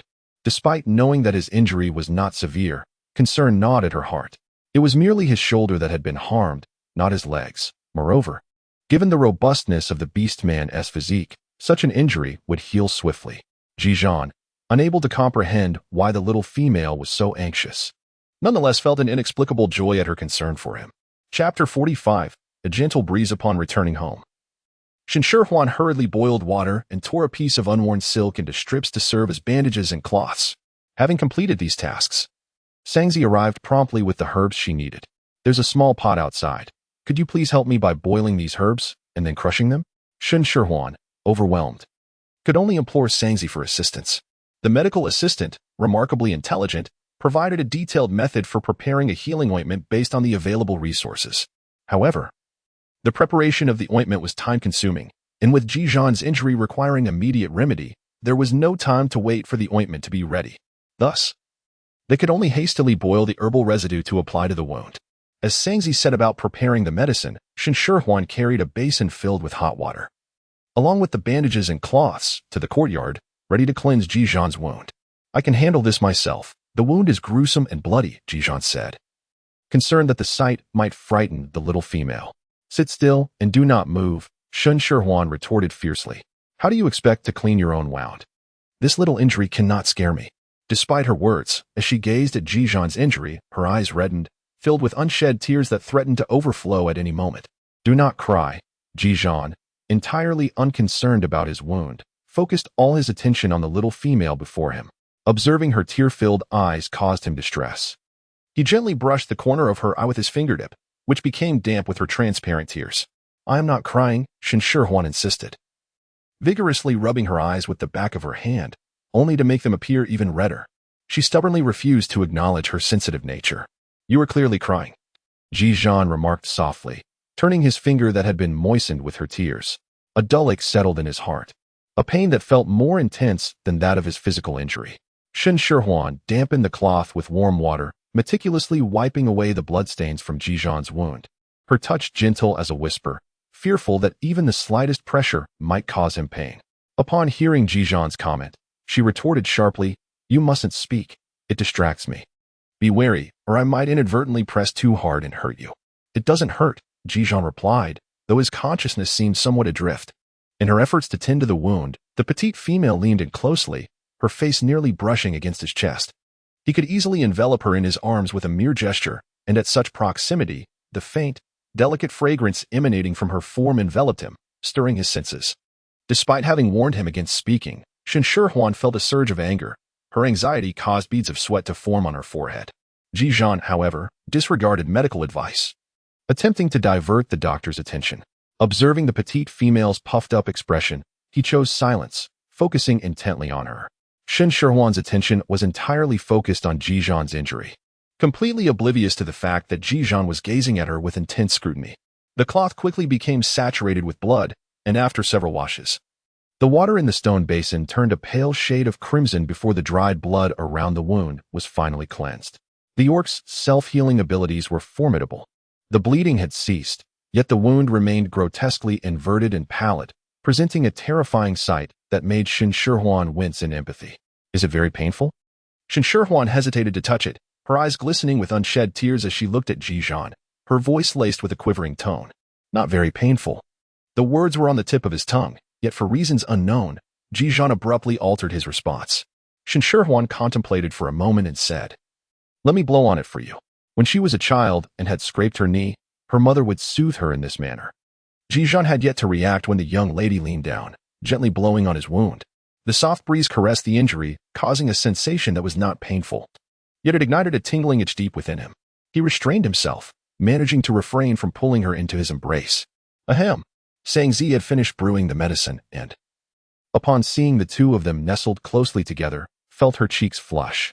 She cleared her throat several times, a subtle reminder of her presence. Upon hearing the sound, Shen Shihuan turned her head and saw Sang Zi, immediately beckoning her over. Her mind was preoccupied with Ji Zhan's injury, leaving no room for other thoughts. In contrast, the injured individual seemed to have nearly forgotten his own plight. "There might be a twinge of pain. Bear with it," she advised Ji Zhan gently, as applying the ointment on the wound would inevitably cause some contact, and even the lightest touch would elicit discomfort. Before applying the ointment, Shen Shihuan took care to remind Ji Zhan of this. Standing nearby, Sang Zi assisted and observed, stifling her urge to speak up as she watched Shen Shihuan fuss over the details. Such a minor injury was of little consequence to a beast man, and the slight sting from the ointment was even less significant. Yet, despite this, Shen Shihuan's eyes glistened with unshed tears, revealing the depth of her affection for this beast man.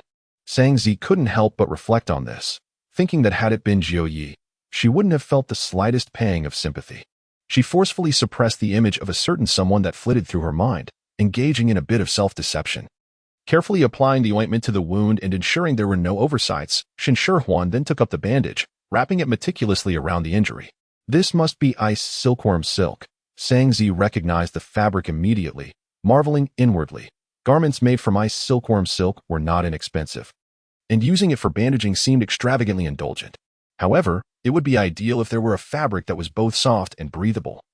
For ice silkworm silk was too slippery and unsuitable for dressing wounds. Unfortunately, the textile technology in this world was rather primitive, lacking cotton or linen alternatives.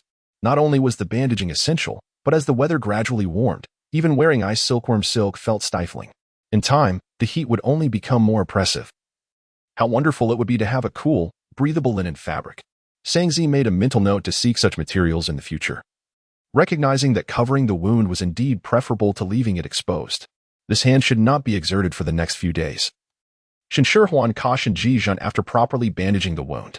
It was not just his shoulder that was injured, but his arm bore wounds as well. Exertion could easily cause a secondary rupture. "I understand," Ji Zhan replied, acknowledging the good intentions of the little female. He was well aware of the situation, and given that he patrolled daily, he could manage his strength without revealing it to her. Shen Shihuan discerned the thoughts swirling within Ji Zhan's mind at a glance and, gritting her teeth, declared, "I will inspect you every day upon your return." In truth, Shen Shihuan believed that such a grave injury warranted a few days of proper rest at home. Yet, she understood Ji Zhan's steadfast nature, which led her to believe he would be reluctant to abandon his responsibilities, even for the sake of recuperation. "Sang Zi, though still naive to the concept of displaying affection or indulging in romantic antics, found herself somewhat averse to the sight of Shen Shihuan and Ji Zhan together. After pondering for a moment, she chose not to intrude upon their intimacy and quietly slipped away. Shen Shihuan was diligently instructing Ji Zhan on the importance of caring for his health, while Ji Zhan's gaze remained solely fixed on her, oblivious to those around them. Consequently, Sang Zi's quiet departure went unnoticed by either of them. Chapter 46. Nourishing foods. Having sustained an injury, Ji Zhan required nourishment, and Shen Shihuan contemplated preparing some restorative dishes for him, such as red date and angelica chicken soup, red date and goji berry pig liver soup, and angelica and astragalus lean meat soup. These concoctions were ideal for replenishing blood and invigorating energy, making them particularly suitable for someone who had suffered blood loss. However, despite the merits of medicinal cuisine, the necessary herbs were nowhere to be found. Red dates, angelica, goji berries, and astragalus were but elusive shadows. In the vicinity of the tribe stood 4 mountains, which Shen Shihuan had ascended several times, discovering a plethora of ingredients and seasonings, even uncovering 2 of the items required by the system. Yet, the essential medicinal herbs remained absent. Nonetheless, unable to concoct a medicinal dish, Shen Shihuan resolved to seek alternative means to restore Ji Zhan's vitality. Even if Ji Zhan did not express it, his injuries had yet to heal, and he still ventured out for patrols each day, which left Shen Shihuan feeling wearied just by watching him. Contemplating this, Shen Shihuan recalled that she had 3 remaining opportunities to participate in the system's lottery, 1 as a reward for completing a potato-related task, and 2 for discovering ingredients. Hoping to accumulate a series of draws in the belief that her luck might be more favorable, she had deliberately saved them. Now seemed the perfect moment to test her fortune.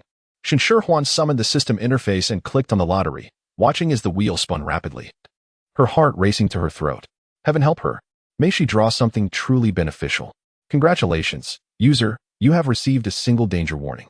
Shen Shihuan was filled with anticipation. However, once the system announcement concluded, she stood there in a daze for quite some time, eventually regaining her senses.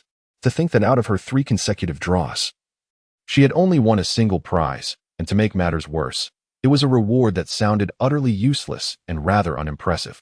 Shen Shihuan was instantly consumed by fury, relentlessly jabbing at the system, demanding an explanation. Surely, her grievances were valid, but they shouldn't warrant such extreme treatment. After enduring her incessant prodding, the beleaguered system, exasperated and unwilling, finally provided a response, albeit in a decidedly dismissive tone. All lotteries are conducted in accordance with principles of fairness and transparency. There are no hidden agendas, so users may rest assured. Shen Shihuan felt a surge of frustration, her mouth twisting in irritation. How could she feel at ease? The absurd system seemed to mock her predicament. The challenges she faced were daunting, yet if users endeavored to complete their tasks, opportunities for rewards would still arise. The system, residing within the waves of Shen Shihuan's mind, sensed the turbulence of her thoughts and, at an opportune moment, attempted to offer solace, even presenting a smiling emoji. However, as she gazed at the grin of that smirking icon, it only deepened her sense of ridicule. The more she looked, the more it irked her, leading her to decisively close the system interface. Shihuan, let us head to the storeroom. It is nearly time to distribute the food, Tang Yu called out to Shen Shihuan. The food distribution in the storeroom was primarily based on a first-come, first-served basis, with only a modest selection of easily digestible options reserved for the elderly and the ill. Arriving late meant settling for the less desirable scraps. Shen Shihuan, momentarily setting aside her irritation, accompanied Tang Yu to the storeroom. They arrived not too late, and a considerable amount of food remained. Shen Shihuan was determined to prepare something nourishing for Ji Zhan to aid his recovery. Yet she found herself indecisive while sifting through the provisions. Tang Yu selected a piece of lean meat along with several potatoes, and noticing Shen Shihuan's empty hands, she approached her and inquired, "Have you not yet decided what to take? The meat today is quite good. Perhaps you should choose a piece." Injured individuals should generally avoid greasy and spicy foods, yet it was a peculiar irony that the beastmen were primarily carnivorous. Shen Shihuan could not bear the thought of Ji Zhan subsisting on a vegetarian diet. Thus, she resolved to put extra effort into the preparations. Garlic-infused pork was an excellent choice, complemented by a dish of salted meat braised with potatoes and a stir-fried vegetable medley. To finish, a pot of light radish and pork rib soup would be simmered, offering a refreshing palate cleanser. Shen Shihuan had meticulously planned to procure some food. As she passed by a basin filled with grotesque, bloodied entrails, She abruptly halted, crouching down for a closer inspection. Moments later, a smile broke on her face as she turned to the nearby orc and said, "I would like to take this entire basin home. Could you kindly assist me?" The substantial quantity of innards was clearly beyond her slender limbs to transport, but fortunately, the orcs of the tribe were known for their warm-heartedness and willingness to deliver. "What is this? It looks utterly repulsive. Shihuan, do you truly desire this? Perhaps you should consider something else," Tang Yu remarked with a distasteful expression, her gaze lingering on the disgusting sight, accompanied by a faint, lingering odor. "Can such things even be consumed?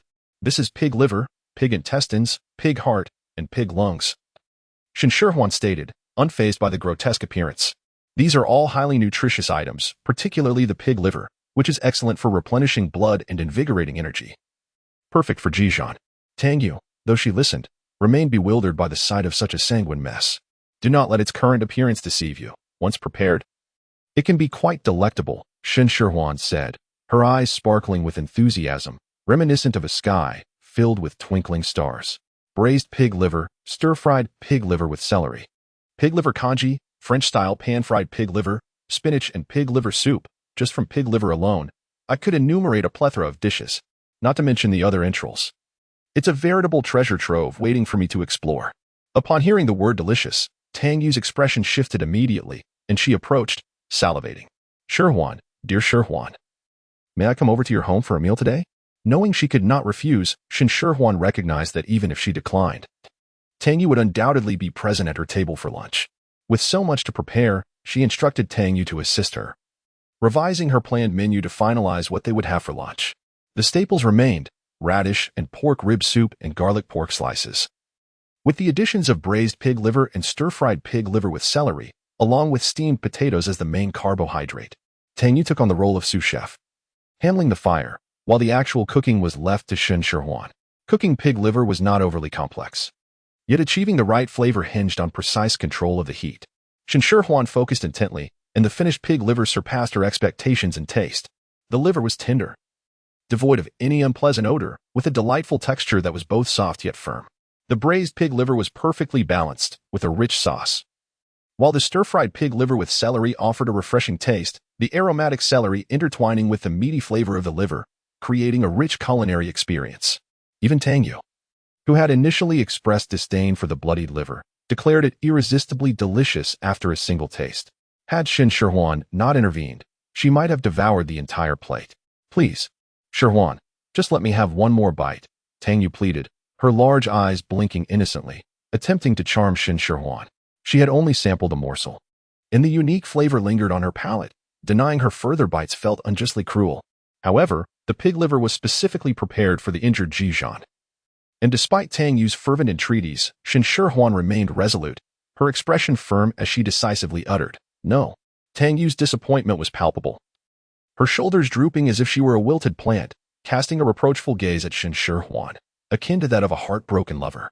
Shen Shihuan's lips twitched, barely suppressing her emotions.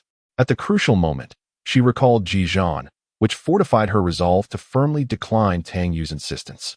Chapter 47. The Affection for Food. Alas, if only I were a beast man, Tang Yu thought wistfully, her hands cradling her face as she sighed for the 100th time while watching Shen Shihuan busily prepare lunch. Were she a beast man, she could pursue Shen Shihuan without reservation. Bringing her home would mean indulging in whatever culinary delights her heart desired each day.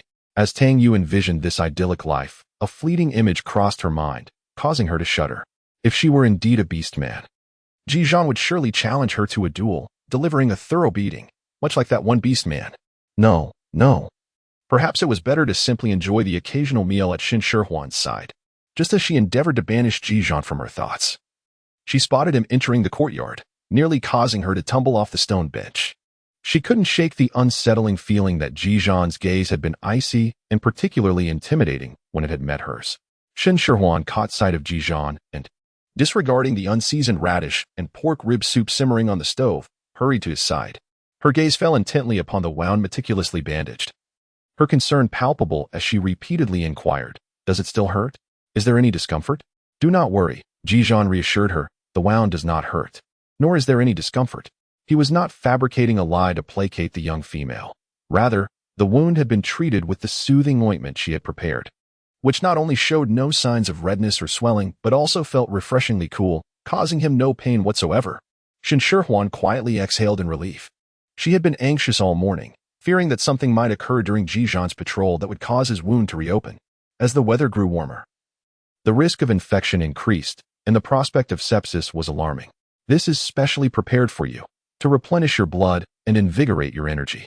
Do indulge, Shen Shihuan said, placing 2 large bowls of pig liver, salvaged from Tang Yu, in front of Ji Zhan before turning to serve some rib soup.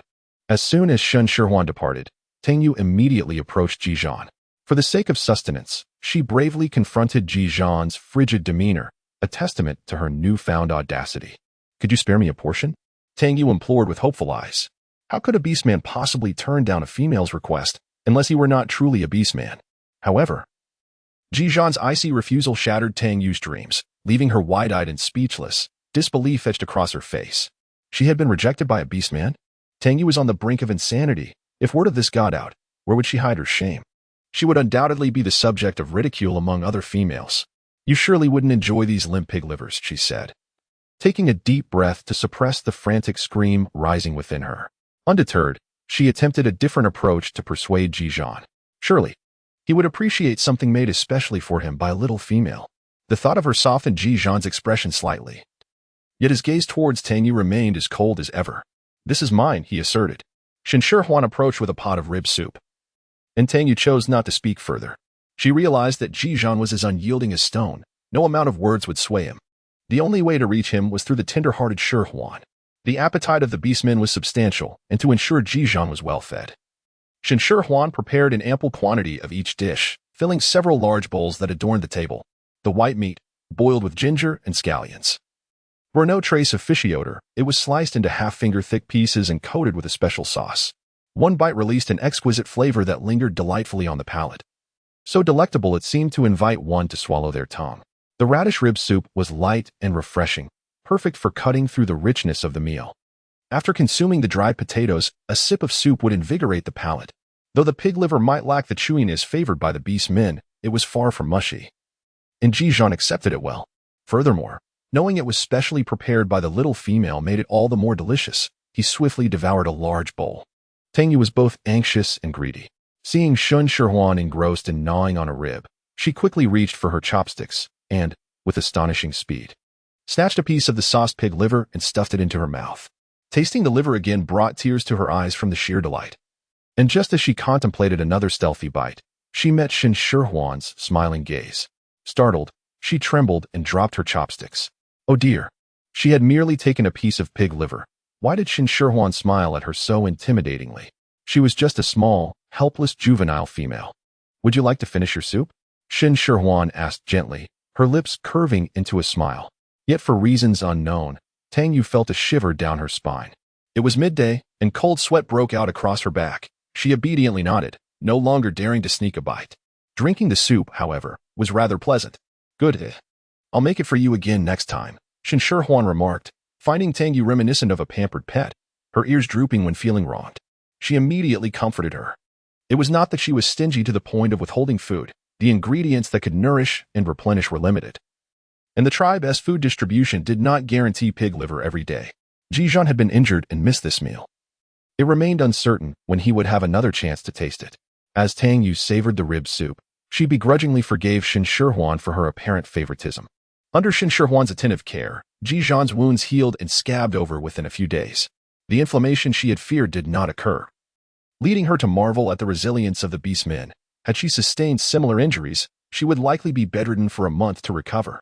Ji Zhan's recovery was indeed a cause for celebration, coinciding with the conclusion of his month-long patrol. Shen Shihuan thought it fitting to gather everyone for a feast and celebration. She did not have many close connections within the tribe, but Sangzi was one of them, and she could not exclude her from the gathering. Shen Shihuan approached the medical pavilion with the intention of discussing a gathering with Sangzi. Just as she reached the entrance, she was greeted by a cacophony of voices emanating from within. Qingya had suffered from her foot injury for quite some time, and if it were not due to Shen's lack of skill, it must certainly be intentional. A sharp female voice rang out, loud and clear. Shen furrowed her brow and stepped inside, where she found a middle-aged couple standing in the courtyard. The male, a refined and handsome beast man, was paired with a strikingly beautiful female, They were a perfect match, yet the woman's aggressive demeanor marred their otherwise harmonious appearance. Sang Zi, under scrutiny, pressed her lips tightly together, her eyes glistening with unshed tears. She remained silent, standing tall like a plum blossom in winter, enduring the frigid oppression without yielding. However, Shen could no longer bear to witness Sang Zi's torment. If you wish to cause trouble, you ought to confront me instead. I am the one who treated her, Shen declared, leaning against the doorframe, successfully drawing the attention of everyone in the courtyard. The assertive female turned to see a stranger, her brow furrowing in disdain. What business is it of yours? Children should play elsewhere. I gathered the herbs and devised the treatment plan. If you believe this does not concern you, then I kindly ask you to leave, Shen retorted, a smirk of derision gracing her lips. She had found the woman somewhat familiar, and now realized that her temperament bore a resemblance to Qing Ya's. Who are you? The female scoffed, tilting her chin defiantly as she scrutinized Shen. What do you, an underage girl, know about healing? In contrast to her previous silence, Sang Zi now defended Shen. Shen's medical skills are exceptional. The healing ointment she created has received praise from all who have used it. Though beastmen are formidable, they are not invincible. Injuries from hunting are common. Previously, they had to endure the pain alone, but with the advent of Shen's healing ointment, not only did the wounds cease to ache, but they also healed rapidly, earning acclaim from all who utilized it. Healing ointment? What's that? I've never heard of it. The female sneered, her contempt evident as she glared at Sang Zi. Don't assume that a few words will convince me. If you don't provide a satisfactory explanation today, I will summon everyone to adjudicate. This woman must be either blind or deaf. I have already stated that I treated Qing Ya's injuries. If you seek an explanation, you should direct your inquiries to me. Shen replied, a smile tinged with irony, her narrowed eyes concealing a glimmer of sharpness. She recognized this as a manifestation of the beastly world's version of medical disputes, a malevolent trend that must not be encouraged. You, with your meager credentials? If you wish to protect her, you ought to present a more convincing argument. She is a shaman, and naturally, she is the one treating her. The aggressive female dismissed Shen's claims, convinced she was merely attempting to shield Sang Zi. How do you know I am not a shaman? Shen's patience wore thin in the face of such unreasonable provocation. If you had visited Qing Ya, you would understand. The time for anti-inflammatory treatment is nearly at hand, and I shall adjust her bones before your very eyes. The sound of your defeat will resound. The female huffed disdainfully and turned to leave, the previously silent beastman trailing behind her. As Shen Shihuan was about to depart, she was halted by Sang Zi's gentle grasp. The female was Ling Ling, the mother of Qing Ya, while the beastman was Ji Feng, her father. Ling Ling's demeanor was assertive and domineering. If she uttered anything unpleasant, do not take it to heart, Sang Zi softly advised Shen Shihuan. Rest assured, I excel at delivering resounding retorts, Shen Shihuan replied with a confident smile, certain that her comeback would be both striking and unforgettable. Sang Zi blinked, her brow furrowing in confusion. A retort? Are you planning to confront her? Isn't that inappropriate? The inhabitants of the beast realm were unfamiliar with internet slang, so Shen Shihuan opted for a more straightforward explanation. Isn't it true that she believes we are intentionally neglecting Qing Ya's treatment? I shall cure her right before her eyes, leaving her speechless. Thank you, Shihuan. Sang Zi smiled upon hearing this, sincerely expressing her gratitude. I am saving Qing Ya. Why are you thanking me? Shen Shihuan glanced at Sang Zi, who, to her surprise, had blushed. Suddenly, an epiphany struck her. Wait, are you with Jiao Yi? Shen Shihuan's expression turned serious, an overwhelming sense of concern washing over her, akin to a cabbage being ravaged by pigs. Sang Zi shyly nodded. She had intended to reject him, yet Jiao Yi had persistently pursued her, and somehow, she had softened and acquiesced. Shen Shihuan cast a gaze upon Sang Zi, filled with a sense of exasperation. Could it be that after such a scolding, she chose not to retort because of this matter? Never mind. Wait, do not speak. I shall handle everything. The relationship between mothers-in-law and daughters-in-law is a perennial conundrum, and merely contemplating it left Shen Shihuan feeling overwhelmed. I am sorry, Sang Zi murmured softly, sensing that she had perhaps erred, yet Jiao Yue was an entirely different matter. Why are you apologizing to me? It is not your fault, Shen Shihuan thought to herself, clenching her fist, intending to seize this opportunity to restore Sang Zi's dignity, ensuring Jiao Yue's parents would think twice before bullying her in the future. As they conversed, the group had already arrived at Qing Ya's residence. Upon reaching adulthood, beastmen typically moved out to live independently. However, females were not bound by such expectations. Nevertheless, Qing Ya chose to live independently after reaching maturity. Her dwelling conveniently located not far from Ji Zhan's home, with her intentions glaringly evident. "What brings you here? Are you here to witness my misfortune?" Qingya exclaimed, feeling the pain in her injured foot intensifying day by day, unable to bear even the slightest pressure. In light of her discomfort, her temper had grown increasingly volatile, and she would lash out at the slightest provocation. "Of course," Shen Shihuan replied with a smile, and as Qingya glared at her with wide eyes, she continued leisurely. "We are here to treat your injuries. As we previously discussed, the anti-inflammatory treatment has concluded, and once we realign your bones, you shall be able to walk again." Although Qingya harbored disdain for Shen Shihuan, the confinement of her immobility had left her feeling stifled. Upon hearing Shen Shihuan's words, she begrudgingly suppressed her rising ire and refrained from dismissing her. "Let me examine your injury," Shen Shihuan suggested, and upon inspection, her brows knitted in concern. Qingya's ankle remained swollen and red. Even without the aid of a medical assistant, it was evident that her condition had worsened. Yet, she had diligently adhered to the treatment prescribed by the system. Why then had the injury not improved, but rather deteriorated? "Have you been taking your medication and applying the ointment as instructed?" Shen Shihuan probed. Unlike Qingya, Ji Zhan had healed swiftly under the same regimen, indicating that the system was not at fault. Thus, the issue must lie with the patient. Under Shen Shihuan's piercing gaze, Qingya felt a twinge of panic. Instinctively lowering her eyes to evade Shen Shihuan's scrutiny, yet she remained obstinate. "Oh, of course," she stammered. Shen Shihuan observed every move of Qingya and soon detected her unease. A cold smile crossed her lips as she realized the truth. "Had you truly followed my advice, diligently taking your medicine and applying the ointment, your condition would not have deteriorated. Some individuals seem intent on self-destruction, and no one can save them. How dare you speak to me like that?" Before Qingya could respond, Lingling, displeased, took the initiative to confront Shen Shihuan, asserting that Qingya's worsening injury was entirely due to her ineptitude. If you had treated her properly, how could her injury possibly worsen? Shen Shihuan found herself both amused and exasperated. Was it truly her fault? Upon hearing that Qingya's condition had deteriorated, a sudden wave of panic washed over her. The injury was hers, after all, and she felt it more acutely than anyone else. A vague sense of foreboding left her flustered, and she began to regret her previous negligence. Had she known it would come to this, she would have diligently taken her medication and properly tended to her wounds. "Shihuan," Sangzi gently tugged at the hem of Shen Shihuan's garment. Despite her indignation towards Qingya's family, Shen Shihuan was not so cold-hearted as to ignore a life in peril. She instructed her medical assistant to examine Qingya's condition. Fortunately, although the optimal time for treatment had been missed, Qingya's injuries were still treatable. "The inflammation at your wound site is quite severe, and there is significant granulation tissue," she informed. "However, it is not beyond remedy. Following the previous treatment plan, we will first address the inflammation and then realign the bone." Upon hearing this, Qingya's face brightened. But Shen Shihuan felt compelled to temper her enthusiasm. However, she cautioned, "I must make it clear that the treatment has already surpassed the ideal time frame, and the prescribed medication was not administered as directed.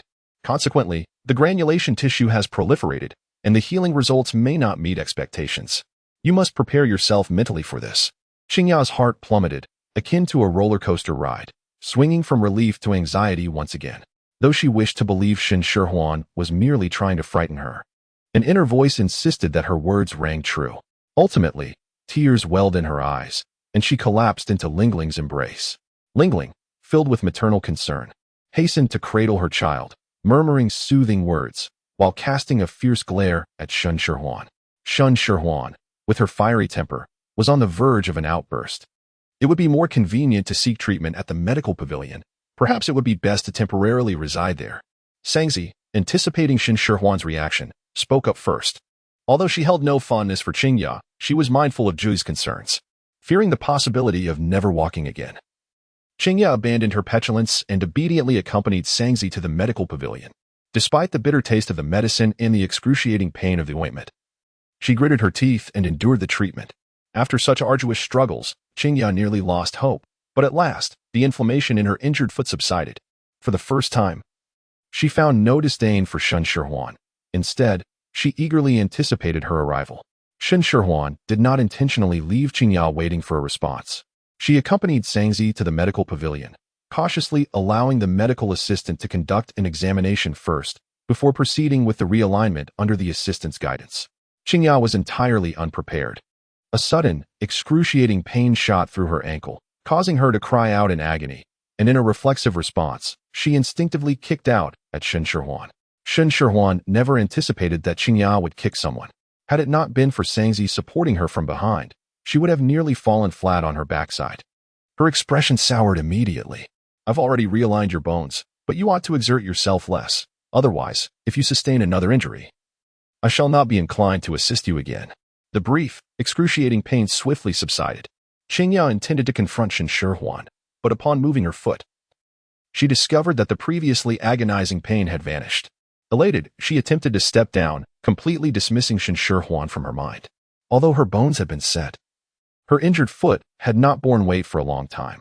As she alighted, she felt her legs weaken, nearly losing her balance. It took a moment for her to acclimate to the sensation of standing on both feet. She cautiously took a step, but the next instant, she stumbled and fell heavily to the ground. Why didn't you catch me? Qingya gasped in pain, her anger directed at Sangzi, who stood nearby. Sangzi's expression remained unchanged, as if the hand she had half-extended moments ago had never belonged to her. She merely replied coolly, you fell too suddenly. I didn't have time to catch you. Considering Ji Zhan's sake, Sangzi had shown considerable patience during Qingya's recovery at the medical residence. However, witnessing Qingya nearly kick Shen Shihuan made her suddenly lose her desire for forbearance.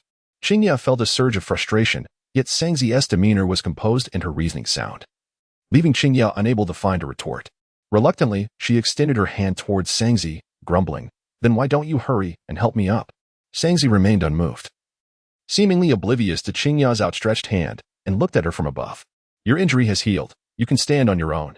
Flushed with indignation, Qingya glared at Sangzi and, in a fit of anger, stood up, forgetting her foot was still recovering. The force she exerted caused a sharp pain to shoot through her, eliciting a gasp and nearly bringing her to tears. Neither my mother nor I would ever approve of you being with my brother. Qingya could not hold back her resentment, attempting to strike a nerve with Sangzi. Don't harbor delusions. Someone like you is unworthy of being with my brother. Sangzi's expression did not waver, though her hands, resting by her side, clenched into fists. Your injury has healed. What are you still doing here? Do you intend to stay for lunch? Shen Shihuan, perceptive as ever, noticed Sangzi's unspoken restraint and directly mocked her. Unable to counter Shen Shihuan, Qingya stormed out in irritation. Although she could now apply pressure to her foot, she limped as she walked, attributing it to her recent injury and dismissing it. Facing Qingya, Shen Shihuan found herself at a loss for words. Despite her sharp tongue, she felt utterly disarmed before Sangzi. The feelings that stirred within her were profound and inexplicable. If she could easily persuade Sangzi to let go, then it would not truly be a matter of affection. If you want to let her stay for lunch, then will you stay for lunch instead? Sangzi smiled, as if the earlier display of negativity was merely an illusion in Shen Shihuan's eyes. It was permissible to occasionally prioritize friendship over romance. Let Ji Zhan enjoy his barbecue alone. Then I shall help you prepare lunch. Good food can uplift one's spirits, Shen Shihuan declared, intending to showcase her culinary skills to encourage Sangzi.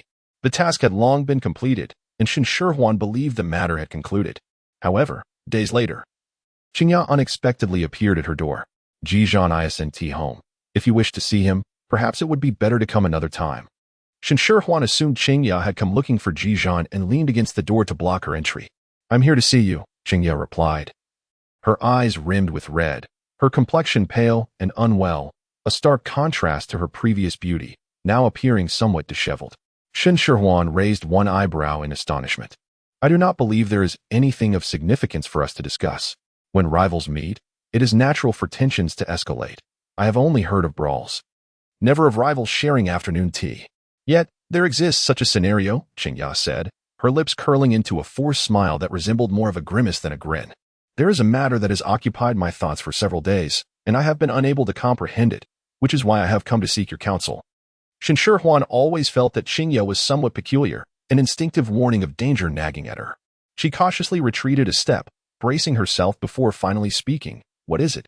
I assumed you had come with good intentions to tend to my wounds, yet after several days of recuperation, I still find myself limping. Tell me, did you have a hand in this? Upon realizing her uneven gait, Qingya felt as though her world had shattered. The more she pondered, the deeper her despair grew, until she could no longer resist seeking out Shen Shihuan. The injury had been treated by Shen Shihuan. She alone had the opportunity to tamper with it.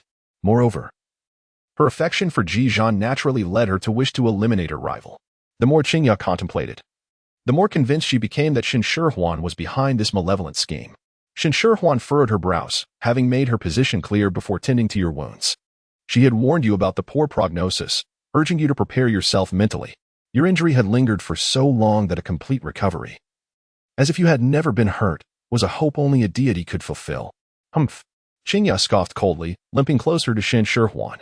In her heart, she had already dismissed any explanation from Shen Shihuan, perceiving it merely as a pretext. She was unwilling to listen further. Her sole desire was to seek justice by her own means. Go to hell.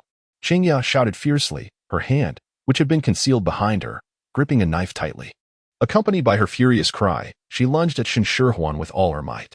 Chapter 50. Intent to kill Shen Shihuan had long been on guard. Although she did not anticipate that Qingya would wield a knife in her assault, she swiftly sidestepped to evade Qingya's sudden onslaught. Qingya, taken aback by Shen Shihuan's unexpected agility, hesitated momentarily before lunging forward with her blade once more, relentlessly pursuing her with the intent to eliminate her. In this life-threatening moment, Shen Shihuan's adrenaline surged as she narrowly dodged Qingya's attacks, each evasion perilously close, causing a cold sweat to beat on her back. She yearned to subdue Qingya, yet with a knife in hand, approaching her was perilous. Thus, she could only scream for help while seizing the opportunity to flee. Qingya, hindered in her movements, was unable to intercept Shen Shihuan, and as she watched her escape the courtyard, she could only stagger after her.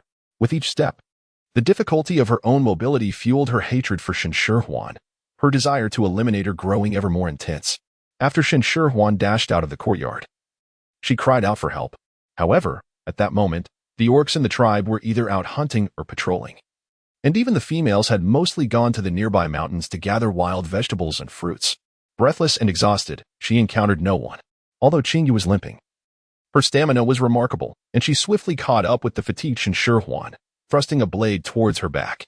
Hearing the commotion behind her, Shen Shihuan turned around to see Qingya's fierce countenance, startling her greatly. Acting purely on instinct, she managed to grasp Qingya's wrist, which held the knife, though she lacked the strength to overpower her. With reddened eyes, Qingya glared at Shen Shihuan, filled with a desire to pounce and tear into her flesh. Noting Shen Shihuan's desperate resistance, she gritted her teeth and exerted more force, driving the knife towards her. Shen Shihuan exerted every ounce of strength she possessed. Yet at that moment, the surge of adrenaline seemed futile. She watched in horror as the sharp blade drew ever closer, mere moments away from piercing her flesh. A wave of despair and helplessness engulfed her. If she were to die like this, would she ever return to her own world? Qingya appeared to foresee Shen Shihuan's demise, a smile creeping onto her lips as she prepared to deliver the fatal blow. However, an excruciating pain shot through her shoulder, causing her to tremble and lose her grip on the knife. Having brushed against death's door, Shen Shihuan found her mind blank with fear. She stared blankly at Ji Zhan, her lips quivering, unable to utter a word as tears began to well in her eyes. "You, what are you doing here?" Qingya exclaimed, shocked to see Ji Zhan, as if she had encountered a ghost. She had been informed that he had left the tribe. How could he return so swiftly? Ji Zhan regarded Qingya with a cold gaze. Were it not for her being a female, he might have succumbed to the urge to kill her. His female. No one could harm. Do you know I intended to kill her, and thus waited here for me? Qingya pondered. It seemed too fortuitous unless Ji Zhan had been aware of everything all along, lurking in the shadows to protect Shen Shihuan. To harm another without cause, according to tribal law, warrants expulsion from the tribe. Even as a female, you would not be exempt, Ji Zhan stated solemnly. I will not conceal today's events on your behalf. Unbeknownst to Ji Zhan, Qingya harbored sinister intentions. His unease during the hunt compelled him to return to the tribe in haste, fortuitously arriving just in time. Seeing Ji Zhan shield Shen Shihuan while treating her with cold disdain, even threatening to punish her according to tribal law, Qingya could not help but burst into laughter, tears streaming down her face. She loved him so deeply, yet he had never regarded her with the same affection, instead fiercely defending another female. Ultimately, she realized the folly of her years of unrequited love. Harm another without cause? Qingya said through her tears, a sarcastic smile gracing her lips. Do you think the person you protect is a paragon of virtue? I merely seek justice. Even if you reveal today's events to everyone, I am unafraid. My desire to kill her is justified. Wait. Shen Shihuan could no longer remain silent. Peering from behind Ji Zhan, she boldly retorted, I may not be a saint, But I saved you. I owe you nothing. So what justification do you have to kill me? Shen Shihuan pondered that had it not been for Ji Zhan's timely intervention, she would have met her demise just moments ago. Instantly, she regretted having previously saved Qingya. A person so ungrateful, with a heart as cold as a wolf's, did not deserve her assistance. You saved me? Qingya scoffed, as if hearing the most absurd joke. Would you truly show such kindness to me? If it weren't for you, would I be in this wretched state? She refused to cooperate with treatment, yet placed the blame entirely on Shen Shihuan, brazenly asserting her innocence. Such a patient, even if she were to have but a breath left, would be deemed unworthy of rescue. You are correct in saying that unjustly harming others will lead to expulsion from the tribe. I wish to present this matter for everyone's judgment. She deliberately injured my foot, rendering me unable to walk properly in the future. Can she still remain within the tribe? Qingya was convinced that Shen Shihuan had maliciously conspired against her, seeking to escalate the situation in order to have her cast out. A person shunned by the tribe, regardless of Ji Zhan's affections. Could he truly abandon everything to leave with her? Moreover, the dangers beyond the tribe were manifold. Survival was a challenge not only for females, but even for some weaker beastmen. As the panic within Shen Shihuan gradually dissipated, she regained her composure. Upon further contemplation, she found Qingya's suggestion quite admirable. Rather than being subjected to whispered speculations about her potentially harming Qingya, she preferred to publicly affirm her innocence and silence the gossip. Very well, let us seek judgment from everyone. I stand firm in my integrity and fear not the shadows of slander. You shall not besmirch me for actions I have not committed, Shen Shihuan readily agreed. Let us go at once, lest you regret it later.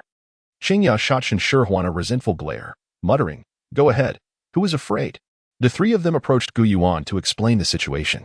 As the clan leader, Gu Yuan could not show favoritism or conceal the truth. He could only discreetly inquire about Ji Zhan after sending someone to summon the others. Your little female hasn't done anything of the sort, has she? Gu Yuan furrowed his brow, internally troubled. If Shen Shihuan could not validate her innocence, how could he possibly protect her? She claims she has done nothing wrong, and I believe her, Ji Zhan replied with an air of calmness, betraying no sign of concern. If she truly has not wronged anyone, I shall ensure she does not suffer undue injustice. Unlike Ji Zhan, Gu Yuan did not place his unwavering trust in Shen Shihuan, but he also could not fathom her being a person of malicious intent. The beastmen held integrity and bravery as their principles, favoring straightforwardness while detesting underhanded schemes. I witnessed Qingya injuring someone with a knife, Ji Zhan remarked coolly. Gu Yuan was momentarily at a loss for words. Did this imply that he was to follow the clan's customs and expel her from the tribe? There have been instances of beastmen being cast out for transgressions, such as Lian, but no female had ever faced such a fate. Chapter 51. A public humiliation. Gu Yuan furrowed his brow, feeling a sense of dilemma. The customs of the tribe were one matter, but females were another. They represented the future and hope of the tribe. No tribe would wish to expel its females, as they were essential for procreation. No one would be foolish enough to cast out a female, except perhaps for his own son. I understand your anger, but since Shihuan has not encountered any mishap, even if I were to propose it, others may not agree, Gu Yuan advised gently, though he harbored other concerns. Given Ling Ling's temperament, expelling Qingya from the tribe would likely incite chaos, unsettling the entire community, which would undoubtedly lead to widespread dissatisfaction. As the leader, he could not allow the tribe to descend into turmoil. Ji Zhan remained silent, his expression cold. He felt indignant on behalf of the little female, who had nearly been harmed. It was unjust that the perpetrator could evade punishment simply because of fortunate circumstances. Where was the fairness, the justice in that? Expelling her from the tribe is out of the question. However, I will explain the situation to everyone and have Shifeng keep her confined at home, restricting her from wandering freely, Gu Yuan concluded, realizing that any form of punishment would be untenable. This was the best compromise he could offer. Ji Zhan continued to maintain his icy demeanor, unmoved by Gu Yuan's words. The notion of confining her at home was merely a hollow promise, as Qingya would not be deterred from leaving if she so desired, with Shifeng and Ling Ling watching over her. I will persuade Shifeng to expedite Qingya's marriage to another tribe. Surely that is acceptable, Gu Yuan said with irritation, glancing at the sullen beastman, growing increasingly exasperated. The sooner, the better, Ji Zhan urged coldly. As long as Qingya remained in the tribe, he would not rest easy leaving the little female alone at home. Too many uncertainties lingered in his mind, rooted in his concerns. Gu Yuan felt overwhelmed, nearly dizzy with frustration. Fortunately, at that moment, several individuals began to arrive. prompting him to set aside the vexing youth and approach the newcomers to explain the situation. Although Qingya was spoiled and willful, she possessed a keen intellect, carefully concealing her true nature from others. To the uninformed, she appeared to be a beautiful, sensible, and capable female. Upon hearing her tearful and aggrieved accusations, many instinctively believed her words. Qingya had grown up before the eyes of the tribe, while Shen Shihuan was merely an outsider of unknown origin. Although she had gained some reputation through her culinary promotions, it could not compare to the familiarity and warmth associated with a native like Qingya. Human nature often sways towards bias. Many had already formed preconceived notions, convinced that Shen Shihuan had orchestrated such malevolence to eliminate her superior rival. And they began to murmur amongst themselves, casting disdainful and hostile glances at Shen Shihuan.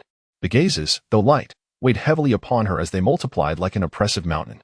In the face of the myriad scrutinizing stares, Shen Shihuan stood tall and unyielding, her demeanor composed, betraying no hint of panic. She stepped forward, articulating her defense with poise and clarity. Indeed, I treated Qingya's injuries, yet I harbored no intention of causing her harm, Shen Shihuan asserted, her conscience clear. While she had her own interests at heart, she never wished to inflict injury upon another. During the first treatment, it was Qingya's lack of cooperation with the medication that delayed the process, leading to a deterioration in her condition. Before the second treatment, I informed her that the granulation tissue at the dislocated site could potentially affect the healing outcome. The current predicament was entirely due to her own failure to comply with the treatment. If she had cooperated from the outset, this situation would not have arisen. Shen Shihuan resolutely shifted the blame back to Qingya. Who can substantiate your claims? Shen Shihuan replied. The details of the illness she spoke of were entirely new to the tribe, and the gathered crowd listened with a mix of confusion and disbelief. As Shen Shihuan was about to speak, someone preempted her. I can testify. Sangzi hurried over upon hearing the news, breathless from her rush, yet fortunate to arrive just in time. As the tribe's shaman, her testimony lent considerable credibility to Shen Shihuan's claims. Observing how Sangzi's words swayed those who had initially believed in her, Qingya felt a surge of resentment, her teeth clenched in anger. How could Sangzi, who harbored affections for her brother, not support her, instead siding with an outsider? You have befriended her, so naturally, you would speak on her behalf. I see you as an accomplice, Qingya scoffed, raising her voice. Perhaps you all are unaware, but she is fond of my brother. However, due to my disapproval, she has repeatedly obstructed me, which makes it quite possible that she harbors resentment towards me and would conspire against me. With the private matters concerning Jui being publicly disclosed, Sangzi's face turned pale, feeling the weight of the crowd's gaze upon her, whispering judgments of her shamelessness. Instinctively, she clenched her fists, oblivious to the pain of her nails piercing her palms as her mind blanked. She wanted to flee, yet her legs remained unresponsive, frozen in place. Unable to take a single step. Their mutual affection is none of your concern. You overestimate your significance, Sangzi silently endured. Shen Shihuan could no longer hold her tongue and retorted, It seems it is you who is undesirable, leading to your jealousy of others achieving love and happiness, obstructing them at every turn. You. Qingya was left speechless, angered. What did she mean by saying no one wanted her? There were plenty of orcs pursuing her. It was merely her own disdain for them. The exchange of barbs continued, neither party able to present concrete evidence to substantiate their claims, leaving the audience divided and uncertain of whom to believe. Shaman! Shaman! Are you there? A sudden voice from the crowd pierced through, capturing everyone's attention. Shen Shihuan turned her gaze towards the source of the sound, only to behold a young female cradling a small beast man, approximately 5 or 6 years of age, who appeared quite anxious as she searched frantically through the crowd. Though the child did not wail loudly, his eyes were red, bearing the unmistakable signs of holding back tears.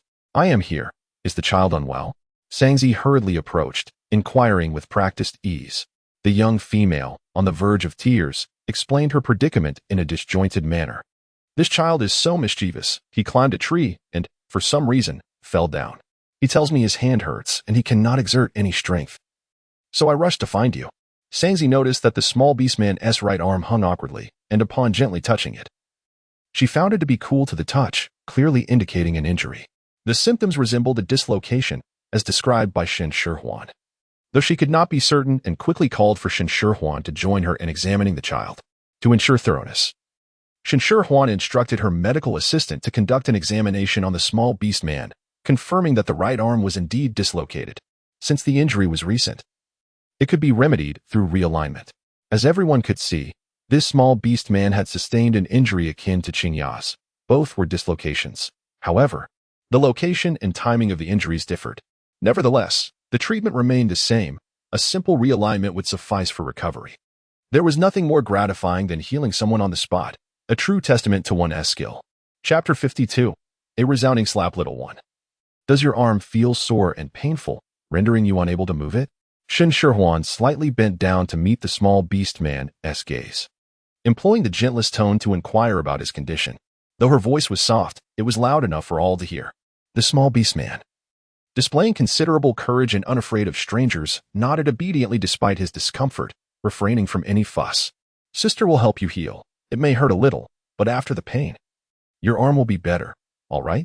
Shen Shihuan succinctly explained the treatment process, addressing not only the child but also the onlookers. The small beastman nodded, his voice filled with youthful bravado. I am not afraid of pain. Shen Shihuan was amused, unable to resist poking the little beastman's puffed cheeks with her finger. She then sought the young female's consent, explaining that although the treatment might cause some pain, her arm could return to normal afterward. Do you think it is treatable? Just as the young female was about to agree, Qingya interjected with a sarcastic tone. You must think this through. I was treated by her too, and now I walk with a limp. To further convince the young female of her plight, Qingya took a few limping steps. With a first-hand account from a victim, the young female hesitated and glanced at Sangzi, wondering if she could indeed provide treatment. For such a dislocation, only Shihuan could treat it at this moment. Sangzi shook her head honestly. Although she understood the methods for realignment, she had never practiced them herself. The thought of attempting to treat a little beastman filled her with fear of causing further injury. Those who suffered from lingering effects did so because their dislocations had gone untreated for too long. If treated now, I can assure you, he will have no lasting repercussions. Shihuan shot a glance at Qingya, recognizing her intention to instill fear and deter her from realigning the joint. Nevertheless, she had resolved to prove Qingya wrong, determined to deliver a resounding slap to her face, one that would be unforgettable. Mother, I wish for this beautiful female to treat my arm, the little beastman said softly. With no other options available, the young female gritted her teeth and reluctantly agreed to allow Shen Shihuan to proceed with the treatment. Shen Shihuan gently manipulated the dislocated arm of the small orc, skillfully massaging it while engaging him in conversation to divert his attention. What is your name? She inquired. I am called Yuding, he replied. The small orc, feeling a mix of soreness, swelling, pain, and a slight chill in his arm, found immense relief under the tender ministrations of the gentle female before him.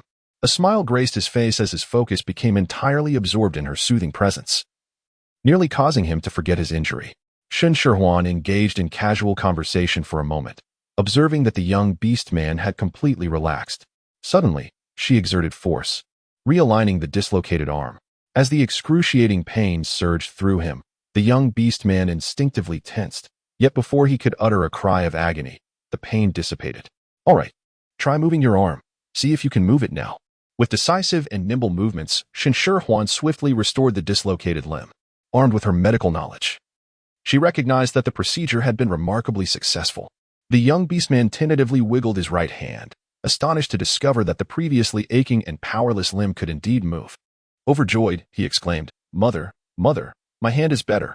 The onlookers bore witness to this miracle, although they had not observed Shen Shihuan's precise actions. They had all seen the previously immobile hand regain its function. This spectacle was undoubtedly more persuasive than any words could convey. Those who had harbored doubts about Shen Shihuan were instantly convinced of her capabilities. The presence of a skilled healer in the tribe was a tremendous boon, for no one could guarantee they would never suffer injury or illness.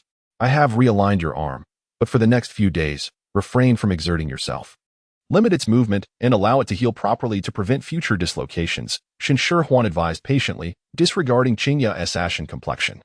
You must be obedient and not follow in your sister's footsteps, she cautioned, using Qingya as a cautionary example. She sustained an injury but secretly poured out her medicine and refused to apply any treatment, which led her to her current state. Surely, you do not wish to end up like her, do you? The young beast man glanced at Qingya's distorted features, fear coursing through him as he quickly averted his gaze. Nodding earnestly, he was determined not to resemble that unpleasant female. He would certainly heed her advice. Shen Shihuan smiled contentedly. Children are lively and boisterous, quickly forgetting their pains once healed, and it is all too easy for them to injure their arms again during play. If dislocations occur repeatedly, they might become habitual. But this scare would surely etch the lesson firmly in his memory. The young female expressed her gratitude repeatedly to Shen Shihuan before departing with the little beast man. I believe everyone is now aware of the situation, Shen Shihuan remarked, casting a provocative smile at Qingya. However, I have another matter to address. Qingya, seething with anger, immediately felt an ominous premonition upon hearing Shen Shihuan's words. She then recalled that since Shen Shihuan's deliberate attempt to harm her held no ground, her act of using a knife against him lost its legitimacy. Instinctively, she reached to cover Shen Shihuan's mouth, but just as she moved, she sensed a chilling gaze upon her. Following the source of this gaze, she met Ji Zhan's warning eyes, which rendered her as stiff as if she had been doused with a bucket of ice water in the dead of winter. Today, Qingya had intended to kill me. Had Ji Zhan not appeared in the nick of time, she might have succeeded. Shen Shihuan emphasized the word almost, directing a glance at Qingya that conveyed a sense of lament. Qingya could only resent herself for not having eliminated Shen Shihuan earlier. Otherwise, she would not find herself in her current predicament. I have heard that the tribe has rules. Any unprovoked attack on others leads to expulsion from the tribe. As Shen Shihuan's words echoed, many faces turned pale, instinctively glancing towards Gu Yuan. Gu Yuan instinctively wished to cover his face. Indeed, he was reminded of why Ji Zhan was interested in this female. Her unwillingness to back down mirrored his own character perfectly. The tribe did have such regulations, but previously, only beast men had been expelled. As for Qingya, Gu Yuan struggled to articulate a justification, racking his brain to find a way to protect her. Let anyone dare to cast my child out of the tribe. Before Gu Yuan could formulate a reason, a voice rang out, brimming with bravado. Ling Ling, having heard of Gu Yuan's intention to expel Qingya, rushed over, and upon catching the first half of Gu Yuan's statement, she shouted without regard for the consequences. Mother! Seeing Ling Ling, Qingya, who was in a state of panic, felt as if she had found her anchor and hurriedly ran into Ling Ling's embrace, crying pitifully. Compared to Shen Shihuan, who was still somewhat unfamiliar with this world, Qingya, being a native, was acutely aware of the dangers beyond the tribe. If she were cast out, her survival would be in grave jeopardy. Chapter 53. The master of verbal warfare. Qingya was both anxious and frightened, genuinely afraid of being expelled from the tribe. And her tears flowed from a place of true emotion. Fear not, for I am here. Let anyone dare to cast you out of the tribe, Ling Ling said, her heart aching as she comforted Qingya in her embrace. Ling Ling, please be reasonable, Gu Yuan groaned, overwhelmed by the situation. If Ling Ling continued her relentless insistence, things could spiral out of control. Unreasonable. It seems you are the ones taking advantage of your position, Ling Ling retorted fiercely like a protective hen, scolding anyone who dared to reach for Qingya. Do not think I am unaware of this female's connection to you. If you wish to cast my Qingya out, it is you who is biased. Gu Yuan felt a surge of blood rise in his throat. If he allowed Ling Ling to continue, his innocent reputation would be irrevocably tarnished. As Gu Yuan's expression softened, it appeared Ling Ling's chaotic insistence to protect Qingya would succeed. Shen Shihuan stepped forward, interjecting herself between the two. Your master of verbal warfare has arrived, she proclaimed. I assume my relationship with him was already common knowledge. Is it possible that some remain unaware? If so, allow me to take this opportunity to enlighten everyone. Ji Zhan is mine. Let anyone who wishes to contend with me come forth.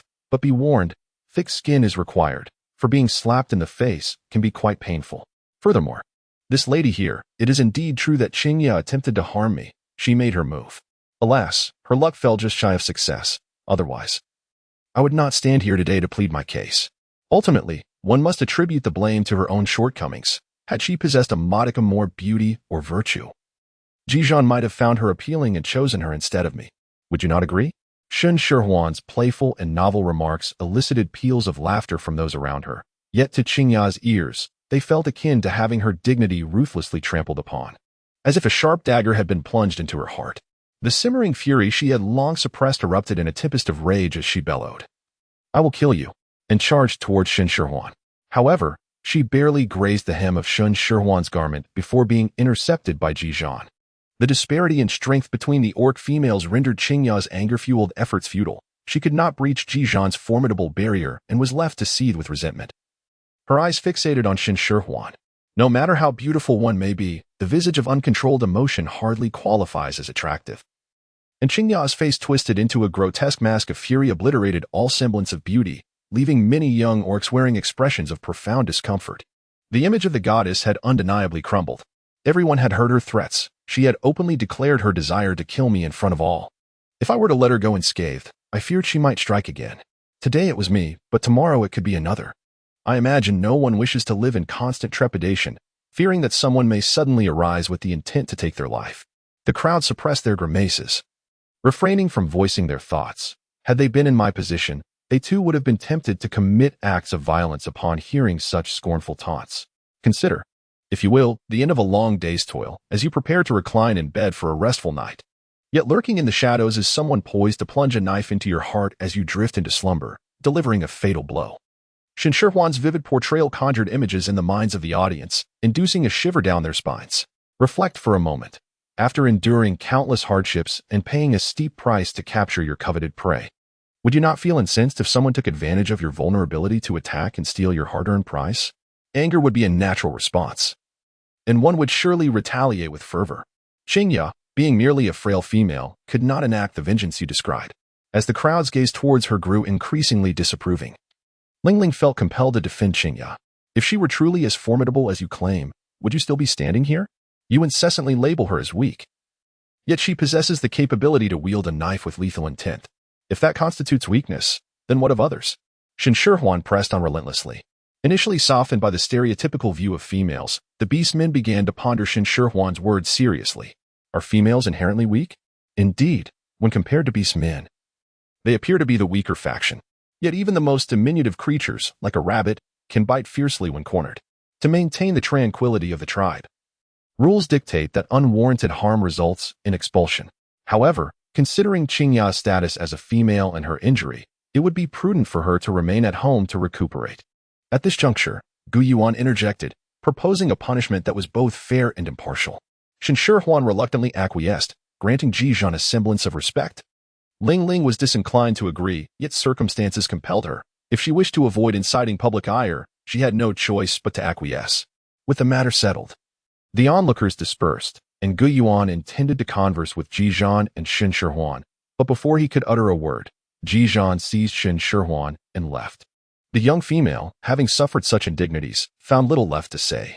To preserve the tranquility of their clan, Gu Yuan, caught between loyalties, desperately needed a tender kiss from his beloved as encouragement. Upon returning home, Qingyu was overwhelmed with despair at the thought of being confined within the walls. Unable to venture outside, she wept bitterly, pleading with Ling for relief. Ling, filled with compassion, promised to find an opportunity for her to slip out discreetly in due time. The chieftain's directive was clear. She must remain indoors henceforth, avoiding any further disturbances. Zhu Yi, having been out hunting, only learned of Qingya's punishment upon his return and felt no sympathy for her plight. To wish harm upon another while remaining within the tribe was, in his eyes, a matter for gratitude. I knew you would side with others, even Sanzi, who testified on her behalf, he remarked. Upon hearing this, Qingya recalled Sanzi's support for Shen Shihuan, and a wave of indignation surged within her. They were siblings. Yet why did they not champion her cause but instead favor an outsider? I shall not condone your affair with her, Ling retorted sharply, reminded by Qingya's words. Had Sanzi stood with us, perhaps today's events would have unfolded differently. I am of age and possess the right to choose my partner, Jiu Yi declared coldly. Sanzi did not err. She merely spoke the truth. If anyone deserves blame, it is the one who perpetrated such disgraceful acts. Ji Zhan's disinterest in her was his prerogative. Shen Shihuan tended to her injuries, and rather than express gratitude, Qingya harbored thoughts of vengeance. Jiu Yi chastised her sternly, noting that had he been a younger brother among beast men, he would have dealt her a harsher reprimand. Qingya, however, remained impervious to such admonitions. She felt no remorse for her actions. She simply wished to protect what was rightfully hers from being usurped. Why, she lamented, must everyone cast blame upon her, even those closest to her? The name Shen Shihuan echoed in her mind, and she wished fervently that she had never crossed paths with her. Chapter 54. A warning of danger. The night was shrouded in a somber hue. The stars and moon entwined in a celestial dance.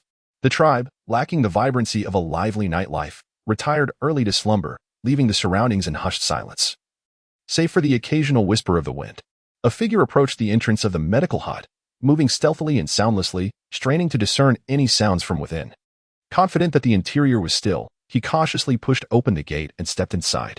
In the courtyard lay several baskets filled with herbs, but in his nervousness, he accidentally kicked one, sending it tumbling and scattering the dried herbs across the ground. Qingya stifled a gasp, her body rigid as she waited in silence. When she discerned that the commotion had not disturbed Sanzi, her heart finally settled back into place. She hurriedly gathered the herbs, returning them to their basket, and continued her careful advance, acutely aware of her surroundings to avoid further mishaps that might alert Sanzi and jeopardize her plans. The room was enveloped in darkness, and relying on her memory, Qingya navigated towards the table where Sanzi stored the herbs. She recalled a bowl of fragrant honey balm, concocted from various floral nectars, exuding a delightful aroma that lingered in the air. The table held numerous items, and as she groped in the dark, her hand inadvertently brushed against something that rolled away with a loud thud, crashing to the ground. The noise startled her, and as she heard rustling from within the room, she instinctively retreated to a shadowy corner. Sanzi awoke in the middle of the night, groggily recalling that she had forgotten to retrieve the herbs. Half asleep, she ventured outside to collect them. Upon seeing Sanzi pass by, Qingya's heart raced, and she shrank further into the corner, though her size rendered her conspicuous. Just as she feared discovery, Sanzi returned inside, walking past her without casting a glance. Qingya remained motionless until she heard Sanzi settle back into bed, her breathing steadying. Only then did she emerge from her hiding place, retrieve the honey bomb, and hastily depart. Later, Sanzi awoke with no memory of her midnight venture to collect the herbs, believing she had put them away before sleep. However, when she took the herbs outside again for drying, she discovered something unusual in the basket. It was a bracelet, woven from grass stems and adorned with a vibrant red stone, a trinket favored by females. Yet, finding such an item among the herbs in the medical hut was decidedly peculiar. Sanzi, who disliked wearing jewelry and had no adornments in her possession, found it odd that a bracelet had appeared amidst the herbs she had dried the previous day. Holding the bracelet, her brow furrowed in suspicion, a sense of unease creeping into her heart, though she could not articulate the reason. Even while preparing the honey bomb, her mind lingered on the anomaly. Distracted, she accidentally burned her hand on the freshly made bomb. The sharp pain prompted a sudden realization, and she rushed inside to investigate. To her dismay, she discovered that the honey bomb was missing. After searching diligently, she confirmed that the bomb she had placed on the table was indeed gone. Panic surged within her as she contemplated the implications of its disappearance. The honey bomb, originally crafted for its alluring scent, had proven hazardous when a female, adorned with it, attracted a swarm of bees while foraging for wild vegetables.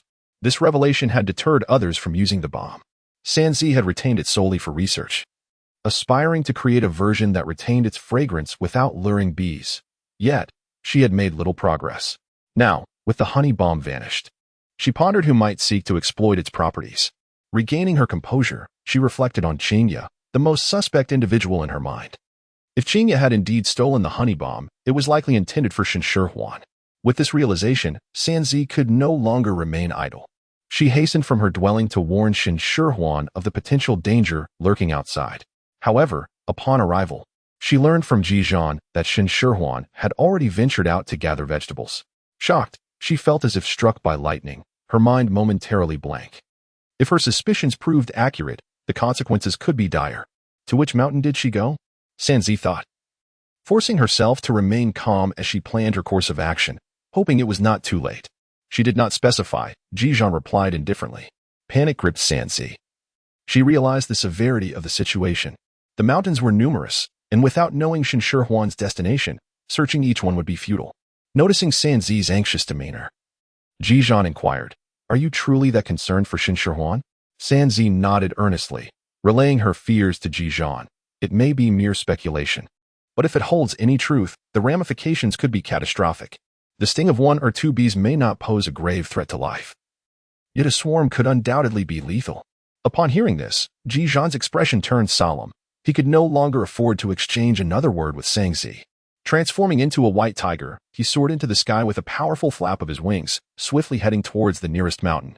Sanzi could only silently pray in her heart that Ji Zhan would arrive in time. Otherwise. Unbeknownst to Shen Shihuan, two individuals were deeply concerned for her safety. With her head bowed, she diligently searched for non-toxic mushrooms among the fallen leaves. Recently, the rains had fallen, and the warm, humid weather had given rise to a plethora of mushrooms. Before long, she had gathered a substantial handful. Such an abundance of shiitake mushrooms could not be consumed in a single meal, and finding mushrooms was not an everyday occurrence. Thus, Shen Shihuan pondered the idea of sun-drying the mushrooms. Dried shiitake could be preserved for an extended period, and upon rehydration, their aroma rivaled that of fresh mushrooms, making them suitable for a variety of delectable dishes. A detection of an impending peril was noted. Should a danger alert be activated? Shen Shihuan was contemplating the method of preparing dried mushrooms when suddenly, an abrupt voice from the system echoed in her mind. Startled, her hand trembled, causing a large handful of mushrooms to tumble to the ground. A perilous incident? Shen Shihuan was perplexed by what the system referred to as a dangerous event. The ferocious beasts that once roamed the mountains near the tribe had been eradicated. What peril could possibly remain? As Shen Shihuan hesitated, she suddenly heard a buzzing sound, gradually intensifying as if something were drawing near. Her instinctive perception of danger sent chills down her spine, and without a moment's thought, she commanded the system to activate the danger alert. Quickly, Chapter 55, Hornet. The danger alert was initiated. Though only a second or two passed, the increasingly loud buzzing felt as though it spanned an eternity, making her restless and impatient. 50 meters away, a large swarm of hornets was approaching. 49 meters, 48 meters. A friendly reminder to the user, hornets, also known as killer bees, possess venom that can easily lead to fatality. Shen Shihuan inwardly gestured a rude sign to the system, feeling frustrated for having wasted so much time only to find that the final line was the only useful piece of information. Why couldn't it have simply allowed her to escape? In such a perilous moment, there was no time for lengthy complaints about the system. Shen Shihuan did not even bother to pick up the mushrooms that had fallen to the ground. Instead, she urgently shouted to everyone, "Run! Everyone, run! The hornets are coming!" The group, scattered in pairs as they foraged for wild vegetables, froze at her sudden cry, their expressions blank with confusion. Tang Yu voiced the collective uncertainty. Shihuan. What are hornets? As the countdown from the system continued in her mind, Shen Shihuan felt a cold sweat trickle down her back. It was maddening that this large crowd remained oblivious to the impending danger. She grasped Tang Yu's hand tightly and, without further ado, pulled her along as she explained while running. They are venomous wasps that can kill with their stings. Everyone hurry. Although none had heard of hornets before, the mention of death sent a wave of fear across their faces, causing them to scatter like headless flies in a panic. Shen Shihuan was so frightened that her limbs felt weak, yet her mind remained relatively clear. She understood that running about haphazardly could lead to a disastrous encounter with a hornet. Thus, she promptly contacted the system to seek an escape route. She had expended her precious lottery opportunity to obtain a danger warning, and it certainly should not be so trivial as to merely alert her to the presence of danger. Fortunately, the system proved generous, immediately devising an escape route for Shen Shihuan. Before Shen Shihuan, a large and conspicuous arrow materialized, indicating the direction for her escape. Visible only to her. "Everyone, remain calm and follow me quickly," she urged, ensuring that before she fled with Tang Yu, she called upon the others. Perhaps it was Shen Shihuan's composed demeanor that slightly assuaged the panicked crowd. The initially scattered individuals began to follow her lead, adhering to her instructions as they made their escape. Shen Shihuan was multitasking, fleeing in accordance with the arrow's guidance while attentively listening to the countdown of the distance. She believed she was exerting every ounce of strength to escape and should have distanced herself from the hornets. However, to her dismay, the system's notifications indicated that the gap was not widening. Rather, it was narrowing. In such a predicament, Shen Shihuan found it difficult to remain calm and ponder the situation. Yet she sensed something amiss. None of them had provoked the hornets. Why, then, were the hornets relentlessly pursuing them? 10 meters. 9 meters. The system's steady countdown served as a reminder to Shen Shihuan. Shen Shihuan gritted her teeth, and despite her legs feeling utterly weak, she dared not cease her flight. Behind her, a multitude of bees swarmed. Tang Yu, hearing the cacophony of buzzing, could not resist glancing back, nearly succumbing to tears. A dark cloud of bees enveloped them. An utterly chilling sight. Upon hearing Tang Yu's words, many could not help but turn their heads, and just a fleeting glance left them weak-kneed. Some even involuntarily halting their steps. "Do not stop! Do not stop! Run faster!"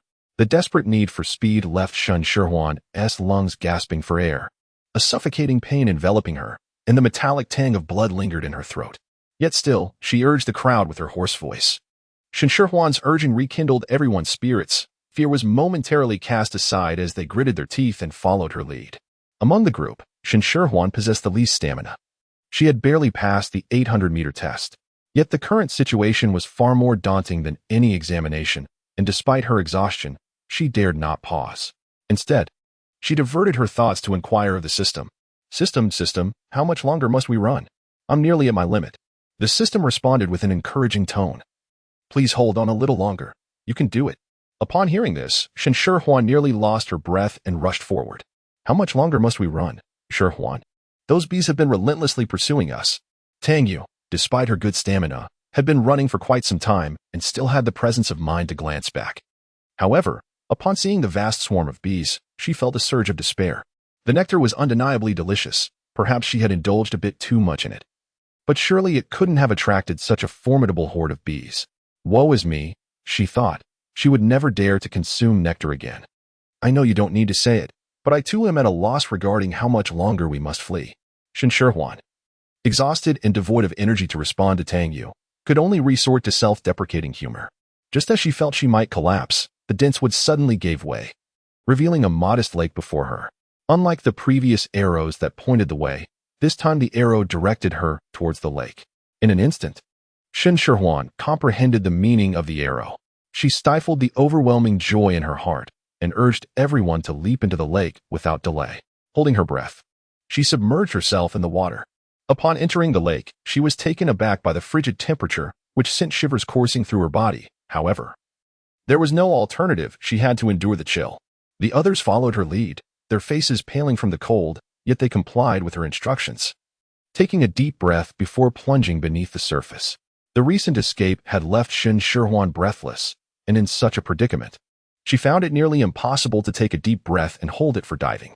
She continuously adjusted her breathing, and as the hornet drew nearer, she finally inhaled deeply and submerged herself in the lake. The water was crystal clear, and from beneath the surface, everyone could distinctly see the swarm of bees hovering above, which only served to further drain the color from their already pale faces. Shen Shihuan endeavored to calm her racing heart, yet she could not suppress the mounting anxiety within her. Her breath-holding was fleeting. If these hornets did not disperse soon, she feared she would succumb to her need for air.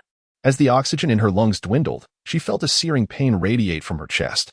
She yearned to break the surface and inhale a breath of fresh air, but the ominous swarm of hornets deterred her from doing so, compelling her to summon every ounce of willpower to persevere.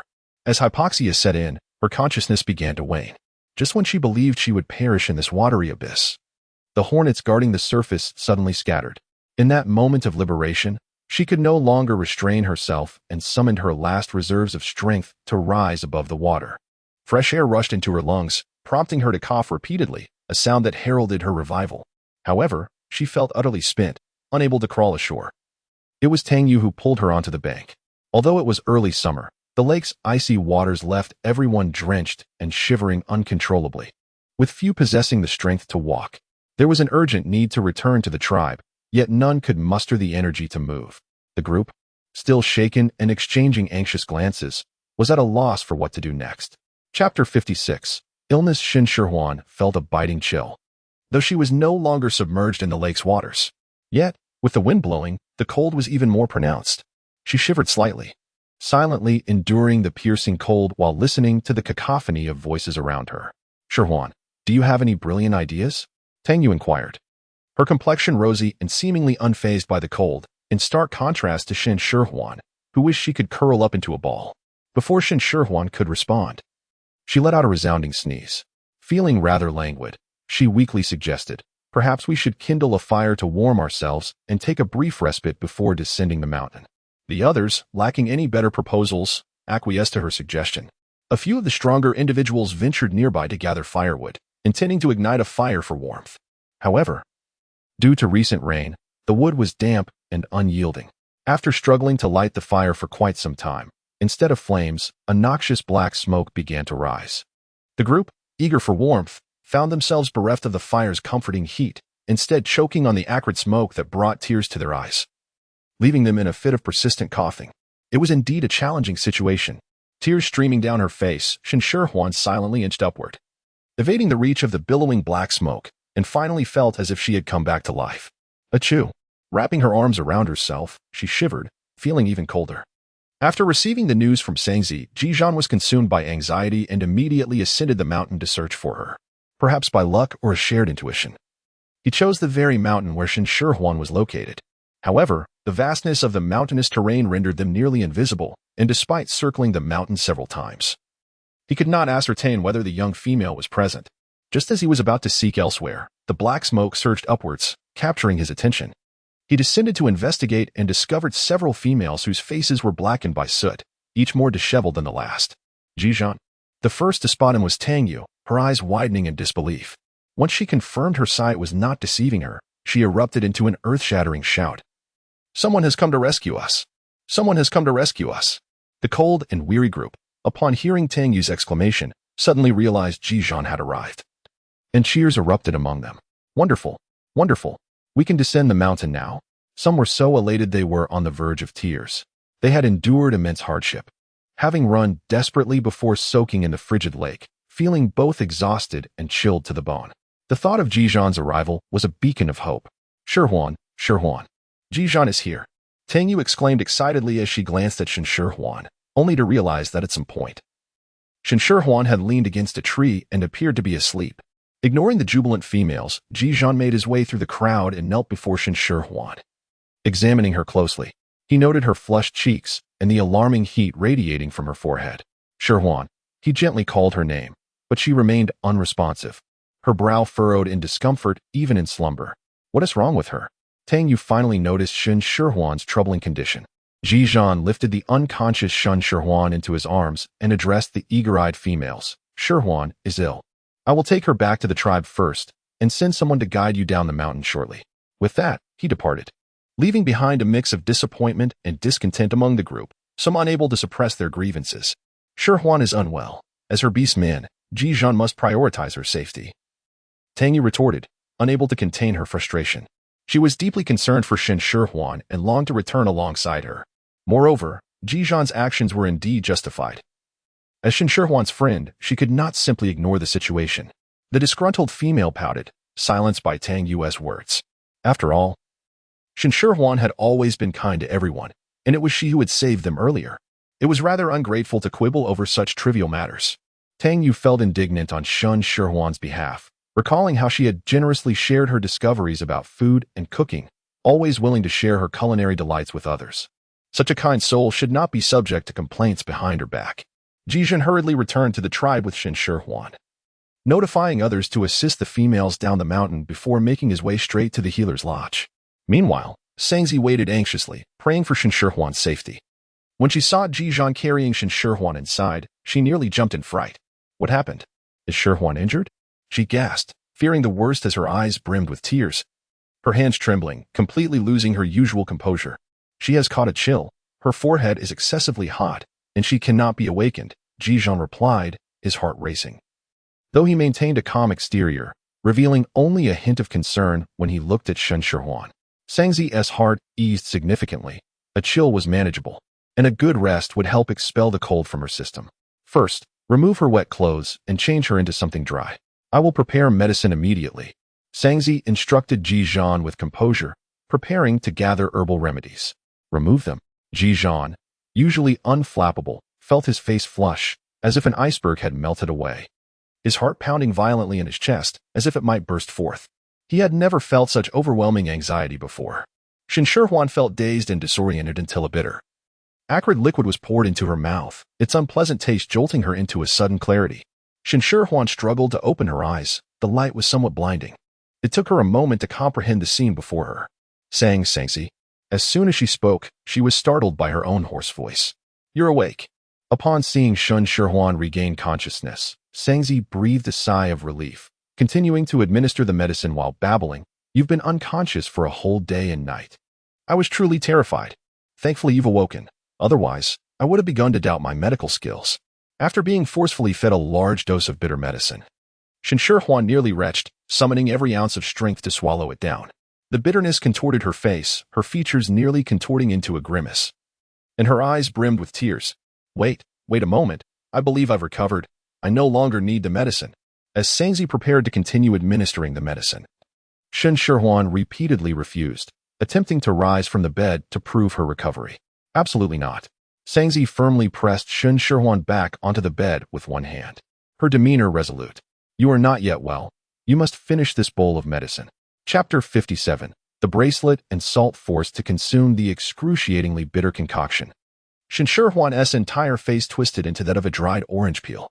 It was not until she tasted a honey fruit, its fragrant and sweet crunch diluting the overwhelming bitterness, that she felt truly revived. I miss the pills, Shen Shihuan mused, never imagining she would one day develop a fondness for them. Compared to the peculiar and bitter taste of the herbal soup, the sugar-coated pills were nothing short of delightful. What did you say? Sangzi, having not heard Shen Shihuan's murmurs, paused her actions and turned to inquire. Nothing at all. Shen Shihuan, aware that the technological level of the beast world rendered the creation of sugar-coated pills a mere fantasy, quickly shifted the conversation. Did you help me change my clothes? Thank you for taking care of me these past few days. Sangzi pondered for a moment before revealing a knowing smile. When Ji Zhan brought you here, you were completely drenched. I was preoccupied with preparing the medicine, so I had Ji Zhan assist you with changing your clothes. Ji Zhan, Shen Shihuan exclaimed. Springing up in shock, her face flushing crimson, she let out a startled cry, a mixture of embarrassment and urgency flooding her heart. How could you let him help me change clothes? I was exposed. Shen Shihuan's mind was completely inoperative, with only these four words looping incessantly. He is your orc. Why not? Sangzi wore a calm expression, remarking on their prolonged cohabitation, questioning whether they had not noticed the burgeoning topic veering into adult territory. Shen Shihuan's face flushed crimson, nearly resembling a bloodstain. Indeed, she often stole glances at Ji Zhan's splendid physique, yet her desires were overshadowed by her timid disposition. Oh, how could she forget? She was still a minor, and even if Ji Zhan wished to pursue something, he could not. Sangzi stifled her laughter. Continuing to tease Shen Shihuan commenced her search for a cave into which she could delve. I shall cease my jesting, after a moment of playful teasing.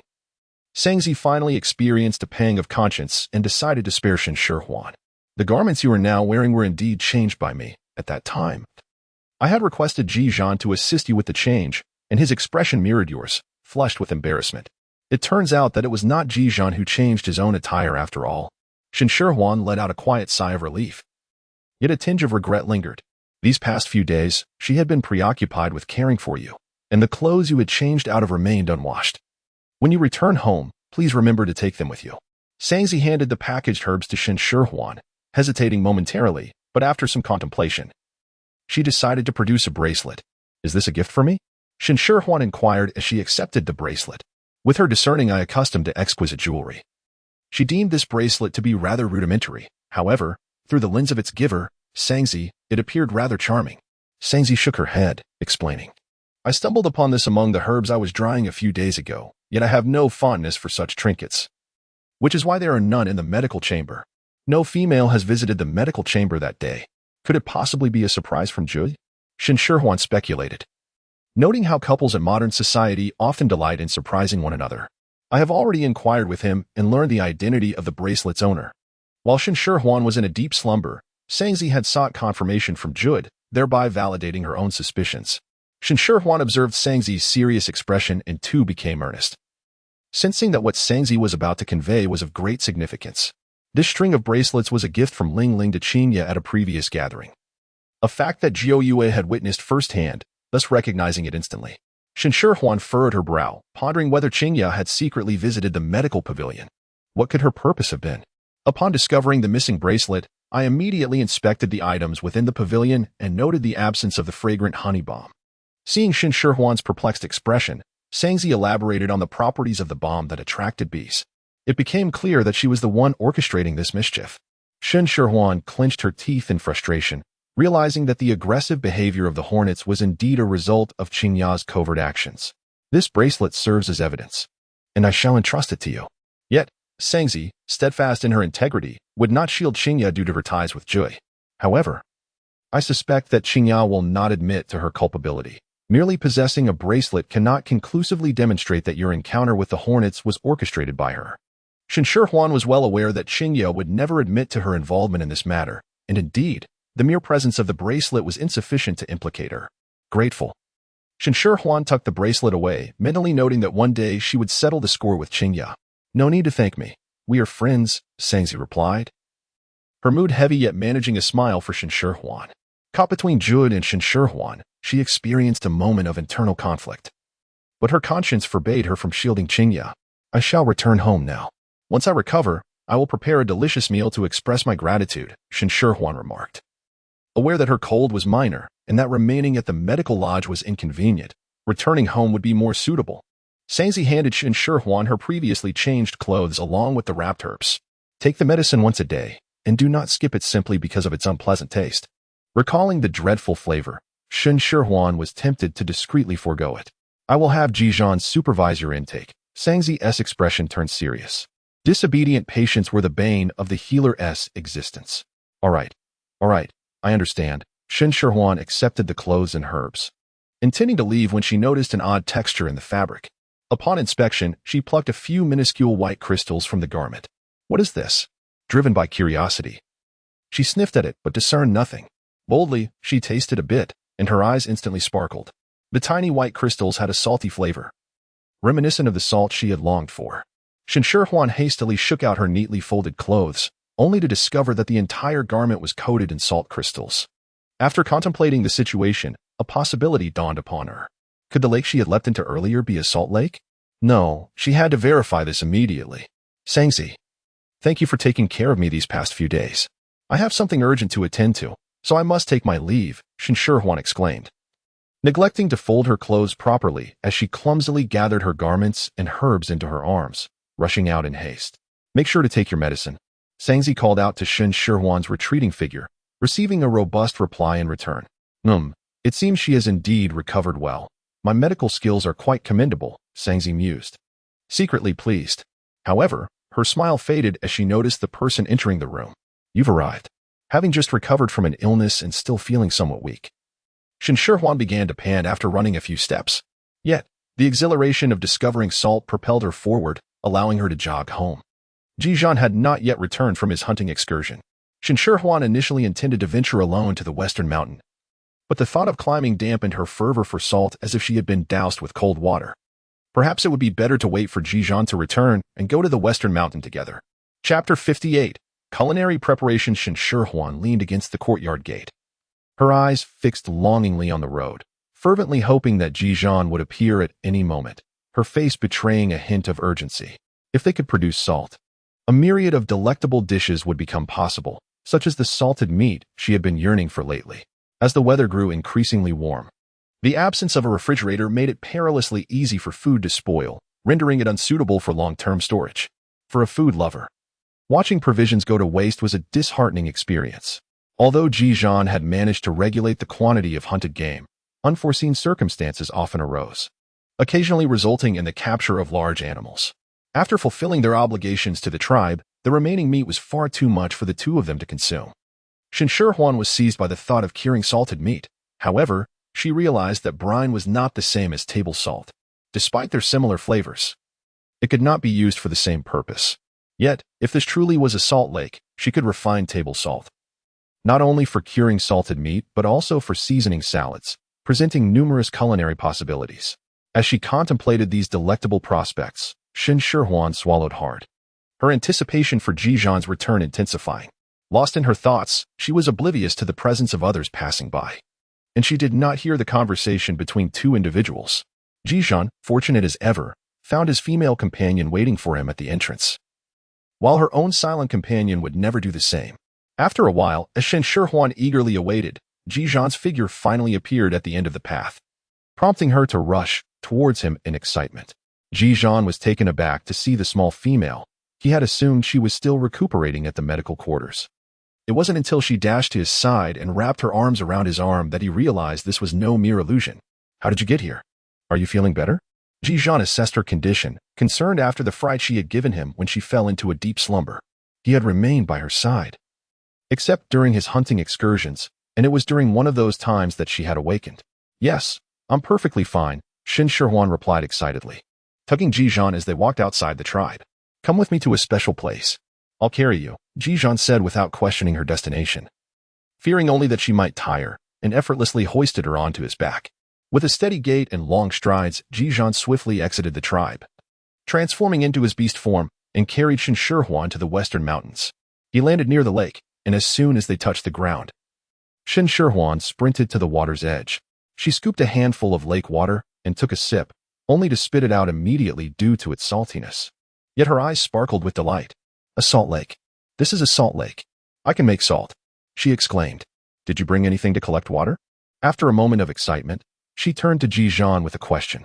Without disappointing her, Ji Zhan produced a basin half a meter wide, filled to the brim with lake water, which he stored in his space.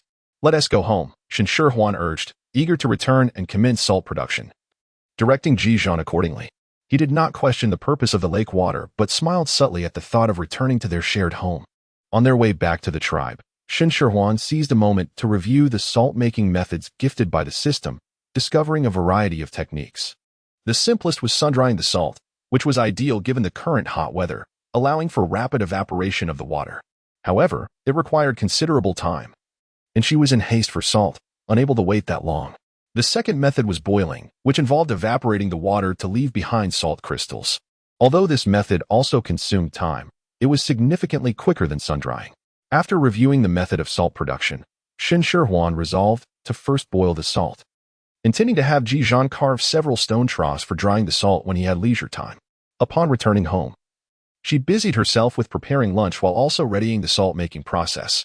The lake water, inevitably tainted with impurities such as silt, required a period of repose before the sediment could be filtered out, allowing for the boiling of salt. The initial batch yielded only coarse salt, which needed to be dissolved and filtered. It was only after a second boiling that refined salt emerged. A large pot of lake water eventually reduced to a mere thin layer of crystals at the bottom, amounting to only half a stone bowl. Yet, this modest yield filled Shen Shihuan with immense excitement. Dipping her finger into the salt, she relished the familiar briny taste that nearly brought her to tears.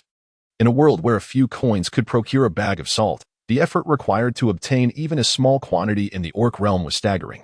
Nonetheless, the modern world also evolved from the ancient practices of boiling and drying salt. What appears commonplace now is once incredibly precious in an era shrouded in ignorance of technology.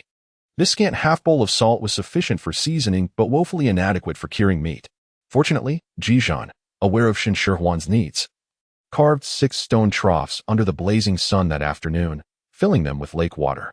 Though this world lacked many things, the presence of an industrious and selfless individual brought a sense of comfort. Shen Shihuan was moved to the point of tears, embracing Ji Zhan for an extended time. Perhaps, when she departs, she should take Ji Zhan with her. With salt in hand, Shen Shihuan could no longer restrain her eager hands, wishing to prepare a feast to reward Ji Zhan for his laborious afternoon. Given the scorching weather, she opted for lighter fare: hand-pulled chicken, garlic-infused pork, shredded potato salad, and a refreshing tomato egg drop soup, perfectly suited for summer.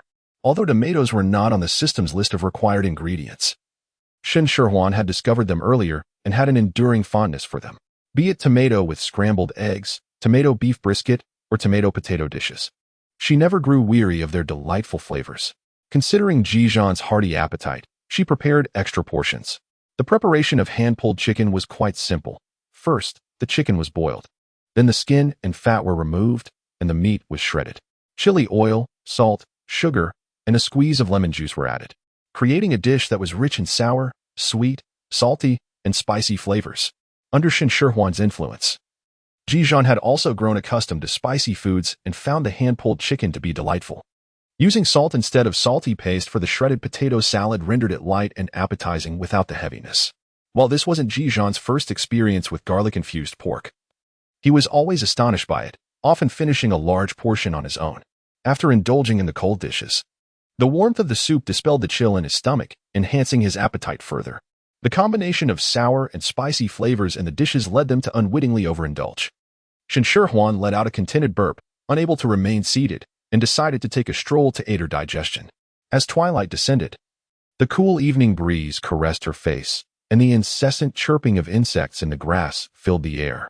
Relaxed and at ease, Shen Shihuan experienced a serene appreciation for the passage of time, a sensation she had never encountered before. An unfamiliar emotion swelled within her chest, urging her to articulate something to relieve herself. After racking her brain for quite some time, she found herself at a loss amid a plethora of poetic lines, such as the bright moonlight before the bed and the sun shining upon the wudong leaves. Ultimately, she conceded that it was best to retire early, acknowledging her lack of poetic talent, and decisively returned indoors to sleep.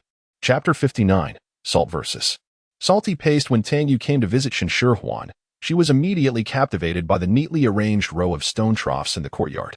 Approaching for a closer look, she discovered they contained only water, which promptly diminished her interest. However, Upon seeing Shen Shihuan, her curiosity was piqued, and she inquired, "I am drying salt." Shen Shihuan replied with a cheerful smile. Thanks to the sweltering weather, she had managed to produce quite a bit of coarse salt in recent days, and with some effort. She had refined it into several bowls of fine salt. She had even begun to cure the salted meat she had been longing for. "Salt?" Tang Yu exclaimed. Her expression, one of confusion. "Is salt something we eat?" Shen Shihuan explained. "Salt is a seasoning, much like salty paste. They both have a savory taste." Upon hearing this, Tang Yu immediately lost interest. If it's just like salty paste, why go through the trouble of making it? Shen Shihuan initially intended to advocate for the use of salt within the tribe, yet upon observing Tang Yu's demeanor, she could easily surmise that others would likely share a similar attitude, leading to a sense of exasperation. Although the flavors of salt and salted paste bear a resemblance, the two substances are distinctly different. Shen Shihuan endeavored to elucidate this to Tang Yu in detail, yet found herself at a loss for words. While both share a similar taste profile, salted paste is a viscous substance that does not dissolve easily when utilized as a seasoning for cold dishes. If the paste is not first liquefied, it not only fails to blend uniformly but also detracts from the dish's visual appeal. Furthermore, when added to soups, salted paste can alter the broth's color. For instance, in a clear soup such as radish and pork rib broth, the addition of salted paste renders the soup murky, inevitably affecting one's appetite. Never mind, stay for lunch, Shen Shihuan decided, planning to prepare identical dishes seasoned with both salt and salted paste. She believed that such a tangible comparison would prove far more persuasive than mere words. Upon hearing the invitation to stay for lunch, Tang Yu let out a cheer, overflowing with excitement, leaving thoughts of salt far behind. To ensure the comparison was strikingly evident, Shen Shihuan meticulously selected dishes for lunch, including sweet and sour radishes, radish and pork rib soup, cold-tossed spinach, mouth-watering chicken, and steamed lion's head meatballs. Shen Shihuan meticulously sliced the white radish into evenly thick rounds, dividing them into two portions. The larger portion was seasoned with salt, while the smaller portion was marinated with a savory paste. After half an hour, the salt-cured radish slices had released a significant amount of moisture. Once drained, they were enhanced with floral nectar and lemon juice for flavor. And then each slice was delicately rolled into the shape of petals, stacked together to form a resplendent flower, both aesthetically pleasing and delectable. In contrast, the radish slices marinated with the savory paste retained a considerable amount of moisture, with the unmelting paste clinging haphazardly to the slices, detracting significantly from their appeal. Shen Shihuan could certainly remedy the situation through alternative methods. However, to accentuate the contrast, she chose not to do so. Instead, she added honey and lemon juice for flavor. Yet the radish slices resembled a mass coated in glue, rendering them incapable of assuming a floral shape and leaving them haphazardly sprawled within the stone bowl. Although the cold spinach salad failed to present an aesthetically pleasing form, the undissolved salty paste rendered the dish unappetizingly sticky. The radish and pork rib soup, seasoned with the salty paste, bore a pleasant taste. However, the once clear and luminous broth became somewhat murky, creating a stark contrast to the soup seasoned with salt. In an effort to avoid waste, Shen Shihuan prepared only one lion's head meatball seasoned with the salty paste. After steaming, it appeared only slightly darker in color, with no discernible differences. In comparison to the utterly chaotic cold dishes, it represented a remarkable leap in quality. Shen Shihuan prepared a solitary dish of mouth-watering chicken. Due to the absence of peanuts, the dish lacked authenticity. However, the sizzling hot oil poured over the crushed chili released an enticing aroma that made one's mouth water. As the fragrant scent of the food began to dissipate, Tang Yu found herself salivating profusely, and when the mouth-watering chicken was finally served, her gaze remained transfixed upon it, unable to look away. Seizing the moment when Shen Shihuan turned her back, she stealthily reached out to pilfer a piece of chicken, only to be caught in the act. As if Shen Shihuan had eyes in the back of her head. "I was merely trying to help you taste it." Tang Yu chuckled awkwardly, seeking to justify her actions. "No need to rush. I have already prepared your portion," Shen Shihuan replied with a smile, placing the neatly arranged dishes on the stone table. The sweet and sour radish resembled a blooming flower, contrasting with a haphazard pile of radish slices. The refreshing cold spinach stood beside a gloppy version of the same dish, while the clear and bright radish and rib soup was juxtaposed with a murky counterpart. Additionally, there were two fist-sized, round, steamed lion's heads. Tang Yu, holding her chopsticks, hesitated momentarily before ultimately selecting the lion's head that appeared most appealing. The meat filling was tender and chewy, devoid of excessive seasoning, preserving the essence of the meat's flavor. The steaming method ensured that the filling was juicy and flavorful. After savoring one, Tang Yu eagerly reached for a second. Upon tasting it, she slightly furrowed her brow. While the texture remained the same, this lion's head was a tad greasier than the previous one, lacking the refreshing quality. And its aftertaste left a lingering greasiness in her throat. With each additional bite, she found it increasingly difficult to continue. This particular lion's head had been seasoned with a salty paste, which had melted into the filling, rendering it even more oily. Shen Shihuan elucidated that to mitigate the greasiness, one must invest additional effort. However, using salt for seasoning would avoid such issues entirely. Next, Tang Yu sampled the sweet and sour radish. The slightly dehydrated radish slices retained their crispness, with the perfect balance of sour and sweet, invigorating her palate and compelling her to indulge in one piece after another without pause. Conversely, the radish slices marinated in salty paste were unappealing in appearance and taste. While crisp, they were overly watery and retained a hint of the radish's inherent spiciness. Though honey and lemon juice had been added, the salty paste overwhelmed the dish, overshadowing both the sour and sweet notes, leaving one thirsting for water after consumption.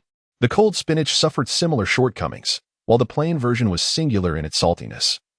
The spinach seasoned with salty paste exhibited an uneven flavor profile, some bites bland, others overwhelmingly salty. Moreover, the sticky texture was utterly unpleasant, rendering it nearly inedible.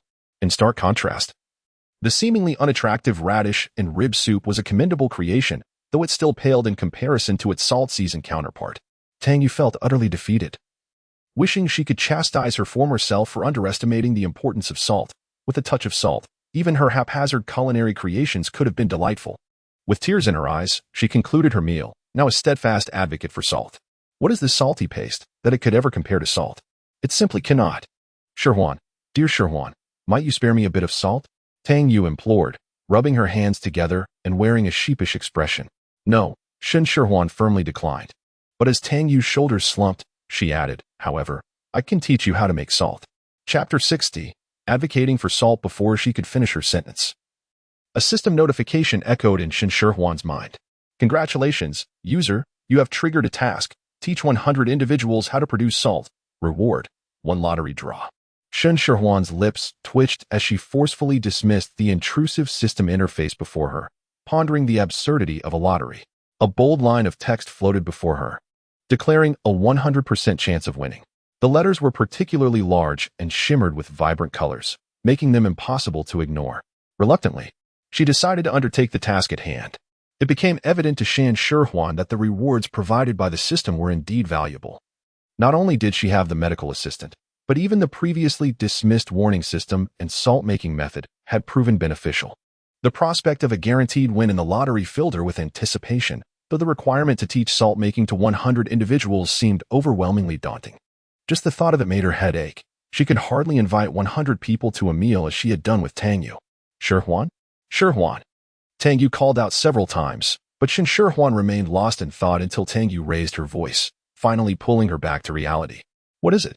Shen Shihuan's mind was occupied solely with thoughts of completing the task to earn the reward, causing her to forget her earlier statements.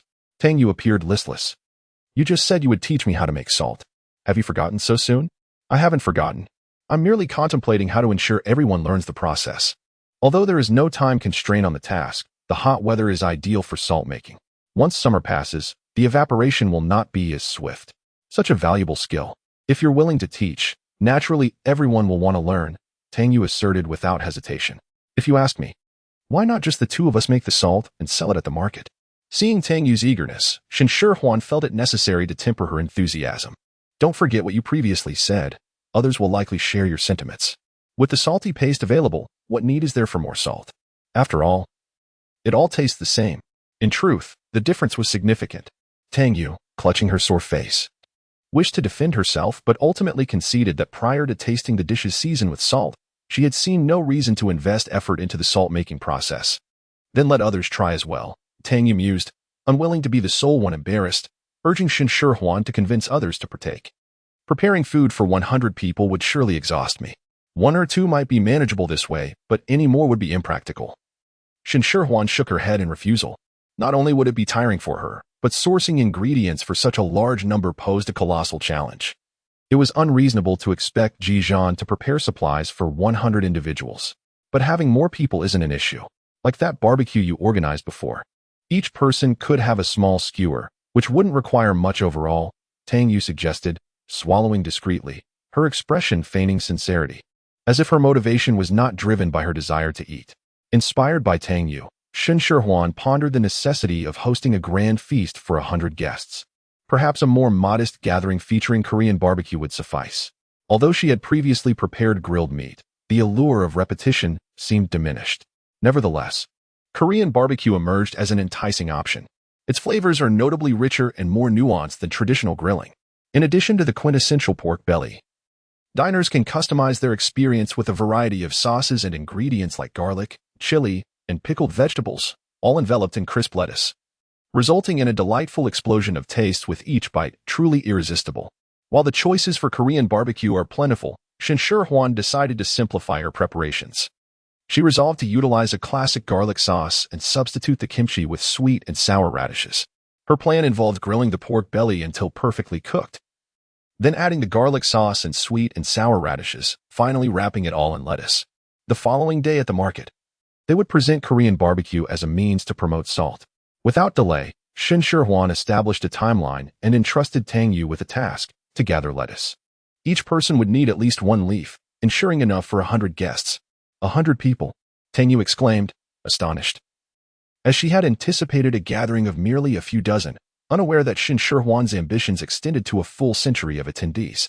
Shen Shihuan nodded, placing her hand solemnly on Tang Yu's shoulder, saying with utmost seriousness, "Do not betray the organization's trust in you. The lettuce must suffice for 100 individuals. Otherwise, I shall use you to wrap the barbecue." Tang Yu's mind was overwhelmed with images of 100 people and lettuce, leaving her dazed as she stumbled outside. When she finally regained her senses, she could only scold herself for bringing up barbecue. For now, it seemed that there may not be any to enjoy, and she must focus on her task at hand. Not long after Tang Yu departed, Ji Zhan returned. They shared lunch together, and Shen Shihuan began preparing for the following day.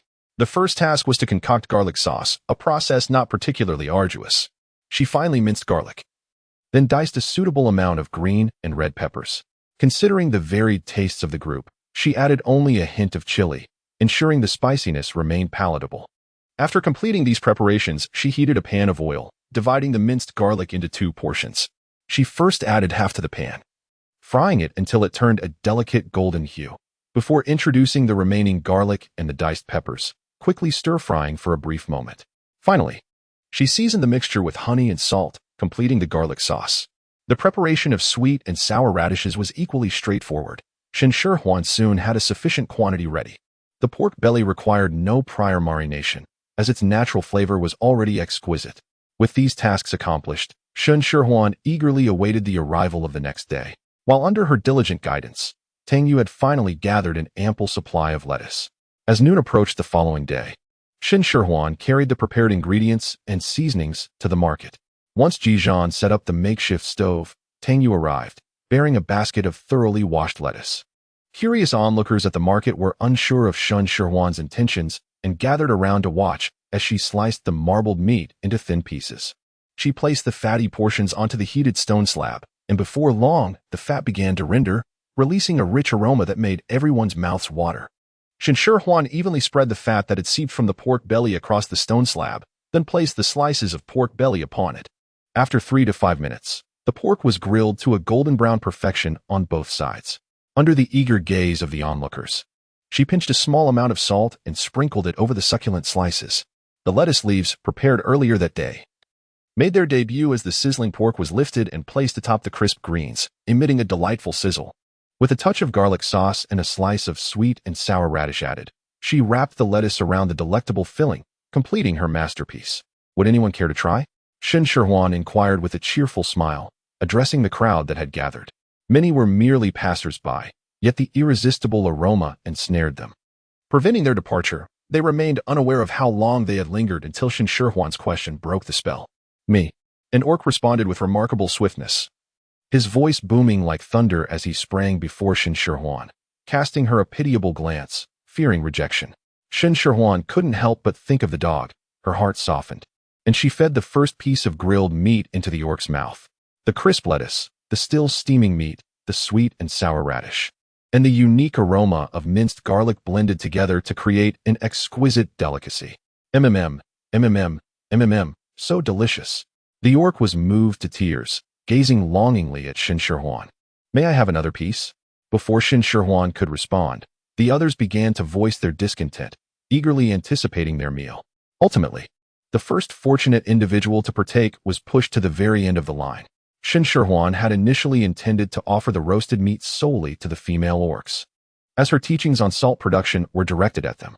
However, the throngs of onlookers surged forward, leaving her no opportunity to refuse. She was compelled to distribute the delicacies one by one. In no time, the 100 portions of roasted meat were devoured, yet the crowd remained unsated, casting longing glances at Shen Shihuan, yearning for more. Although the roasted meat was no longer available, she assured them that with the right technique, they too could create equally delectable dishes in the future.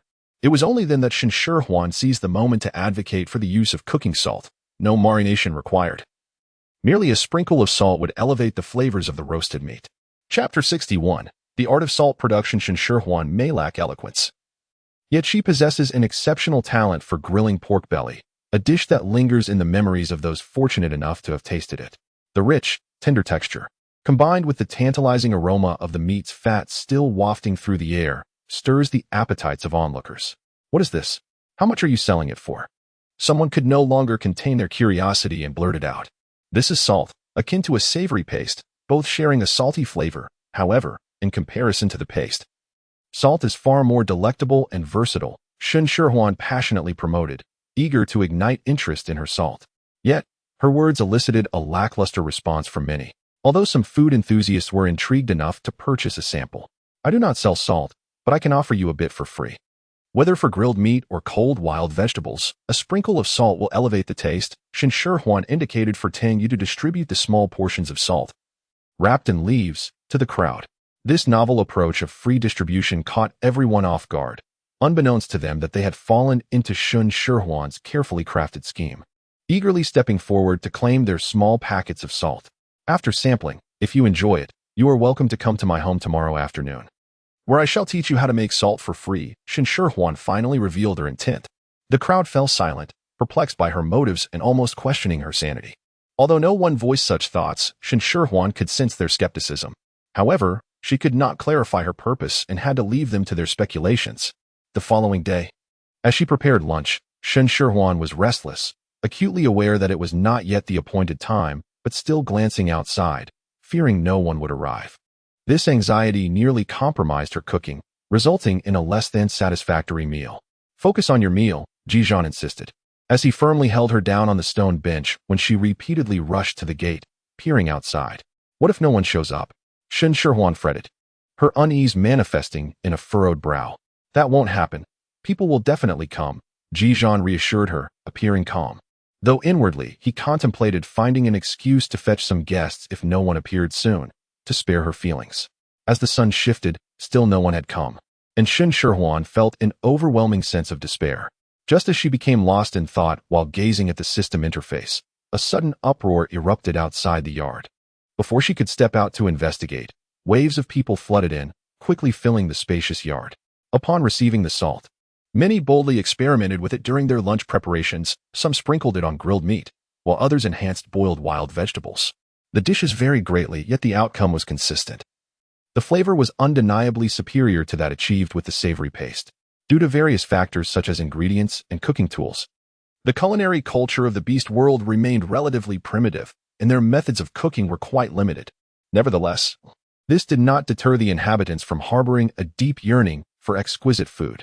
Now equipped with salt to enhance their cuisine, who would not desire it? Consequently, not only the initial tasters but also others who had heard of this phenomenon flocked to her, with the number of attendees exceeding 100. Those arriving later found themselves unable to enter the yard, relegated to standing in the open space at the entrance. Shen Shihuan was momentarily dazed by the immense surprise, until Tang Yu struggled through the throng and reached her, seizing her shoulders and shouting excitedly. It was only then that she managed to regain her composure. Oh, she still had to instruct these individuals on how to produce salt in order to fulfill the task. Due to the overwhelming number of people, Shen Shihuan had no choice but to teach in batches. Fortunately, the steps for sun-drying and purifying the salt were not overly complicated. Although the process of purification was time-consuming and labor-intensive, the operations were straightforward. After Shen Shihuan's detailed instructions, the first group of learners quickly grasped the method of salt production. With their newfound experience, teaching the subsequent groups became effortless for her. She refrained from superfluous chatter and succinctly summarized the salt-making process.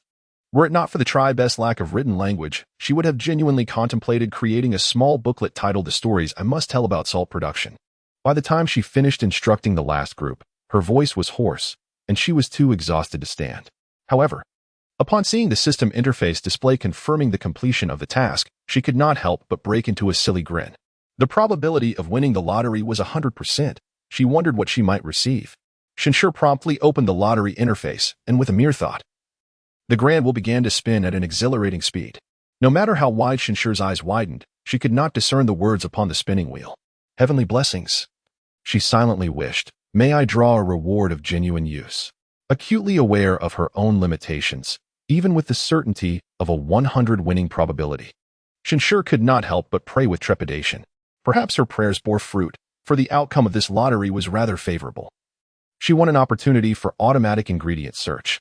Shen Shihuan naively believed that she could take advantage of the system to effortlessly search for all the ingredients, sparing herself the trouble of seeking them out. However, upon examining the details, she realized her folly. The automatic ingredient search not only had limitations on its scope, but if there were no ingredients within the specified range, it would amount to a wasted opportunity for a search. After reading, Shen Shihuan felt as though a bucket of cold water had been poured over her. Indeed, she remained the same old self. The one who could never be who she aspired to be, a realization that echoed through her existence. Take a rest. I shall prepare dinner, she said. Observing Shen Shihuan's slumped shoulders, Ji Zhan, mistaking her weariness for fatigue, affectionately ruffled her hair and urged her to relax. Through Shen Shihuan's guidance and example, Ji Zhan's culinary skills had significantly improved, no longer limited to merely boiling water. Shen Shihuan was indeed exhausted. She entrusted the task of preparing dinner to Ji Zhan and retreated into the house to rest. Although the peak heat of the day had passed, the stone structure retained a stifling warmth, and upon entering, Shen Shihuan was nearly overwhelmed by the oppressive air. Despite the glaring sun outside, a gentle breeze wafted through, rendering the outdoors surprisingly cool. Shen Shihuan casually took a piece of animal hide and spread it beneath the shade of a tree. With the gentle breeze caressing her, she soon drifted into slumber. Ji Zhan, wary of disturbing Shen Shihuan's peaceful rest, moved with utmost stealth. As the sun descended in the west, Shen Shihuan awoke from her dreams, her senses filled with the enticing aroma of food. Glancing around, she beheld the curling wisps of smoke rising, painting a scene of warmth and tranquility. Shen Shihuan gazed thoughtfully, feeling a sense of melancholy. When it comes to the level of civilization, the beastly era pales in comparison to the modern age. However, as civilization reaches new heights, the relationships among individuals have grown increasingly indifferent, lacking the warmth that characterized the more primitive times. The water is ready. Wash your hands and come eat dinner, Ji Zhan called, bringing Shen Shihuan's wandering thoughts back to the present. Aware of Shen Shihuan's emphasis on hygiene, he had also developed the habit of washing his hands before meals, and he would thoughtfully assist by preparing the water. Chapter 62. The Issue of Bathing. Shen Shihuan was awakened by the sweltering heat. She brushed her damp hair away from her forehead, feeling as though even her sighs were suffused with warmth. Although summer had only just begun, the weather was already more oppressive than the height of midsummer, particularly under the blazing midday sun, which Shen Shihuan felt was on the verge of melting her away. Tang Yu, upon hearing her lament, could not help but chuckle, teasing her, "You are not made of ice and snow. How could the sun possibly melt you? Have you ever heard of Elsa?" Shen Shihuan inquired with an air of mystery. Tang Yu, utterly perplexed, replied, "No. Who is she? Is she famous?" Shen Shihuan, with her own understanding, succinctly encapsulated that in the mythology of our tribe, she possesses the power to transform the world into a realm of ice and snow. Akin to a humanoid refrigeration unit, an entity truly worthy of summer's sweltering embrace. Upon hearing this, Tang Yu's expression abruptly shifted. She fervently wished that such a being would not grace our tribe with her presence. Why? Shen Shihuan restrained the latter part of her remark, initially intending to jest about the oppressive heat and invite Elsa to bestow a cooling snowfall upon the summer. However, upon witnessing Tang Yu's grave demeanor, she refrained from voicing her thoughts. In the biting cold, many lives are often lost. Tang Yu's gaze fell, and the smile that typically adorned her face faded. For the elderly and the frail female struggled to endure the harshness of winter's chill. Shen Shihuan felt as though a colossal stone was pressing upon her heart, heavy enough to render her nearly breathless. She lived in affluence, never wanting for food or clothing, completely oblivious to the grave implications that a harsh winter held for the impoverished tribes. When winter was mentioned, her mind conjured images of building snowmen and engaging in snowball fights. However, for Tang Yu and others, winter was a merciless force that claimed their loved ones and friends. "I'm sorry," Shen Shihuan uttered, momentarily at a loss for words, offering only her apologies. "What are you apologizing for?"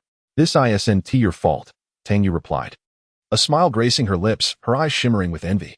"Your previous tribe must have been quite formidable, for you speak of winter without a hint of fear."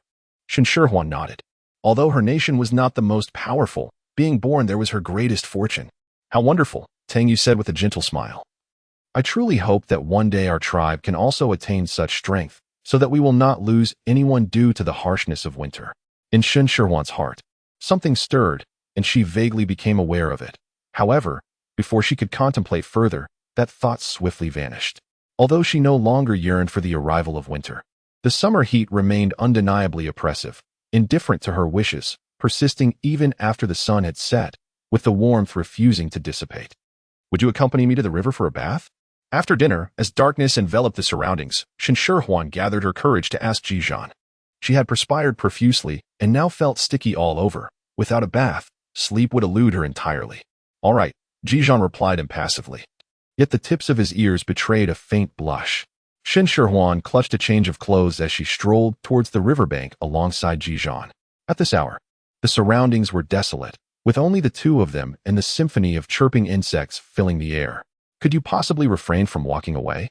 And please do not glance my way." Shen Shihuan wrestled with her conflicting emotions. The enveloping darkness instilled a sense of fear within her. Yet the prospect of Ji Zhan's close company evoked a blush of shyness. Ji Zhan nodded, assuring her, "If you need anything, just call."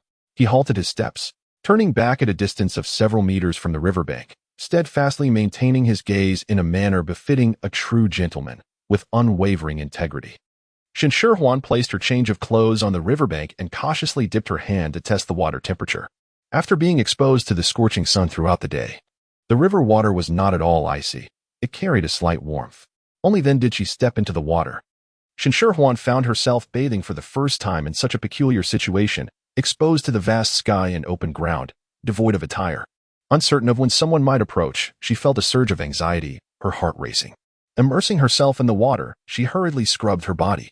Just as she intended to rise, a cold, clammy sensation ensnared her calf, prompting a startled cry that escaped her lips. Her body stiffened, losing balance, and she tumbled backward into the water. Upon hearing Shen Shihuan's cry, Ji Zhan rushed over, and without a moment's hesitation, he plunged into the water upon realizing her absence from the surface. After Shen Shihuan fell into the water, she struggled in a flurry, unable to hold her breath and swallowing several mouthfuls of river water, nearly believing she was on the brink of death. A pair of strong arms lifted her from the depths, bringing her to the surface. Coughing violently, tears streamed down her face as she stammered, "My leg, my leg." Ji Zhan immediately noticed the water snake entangled around Shen Shihuan's leg, with one arm cradling her. He seized the snake by its vital point and flung it away with great force. It's all right, don't be afraid," he awkwardly reassured her.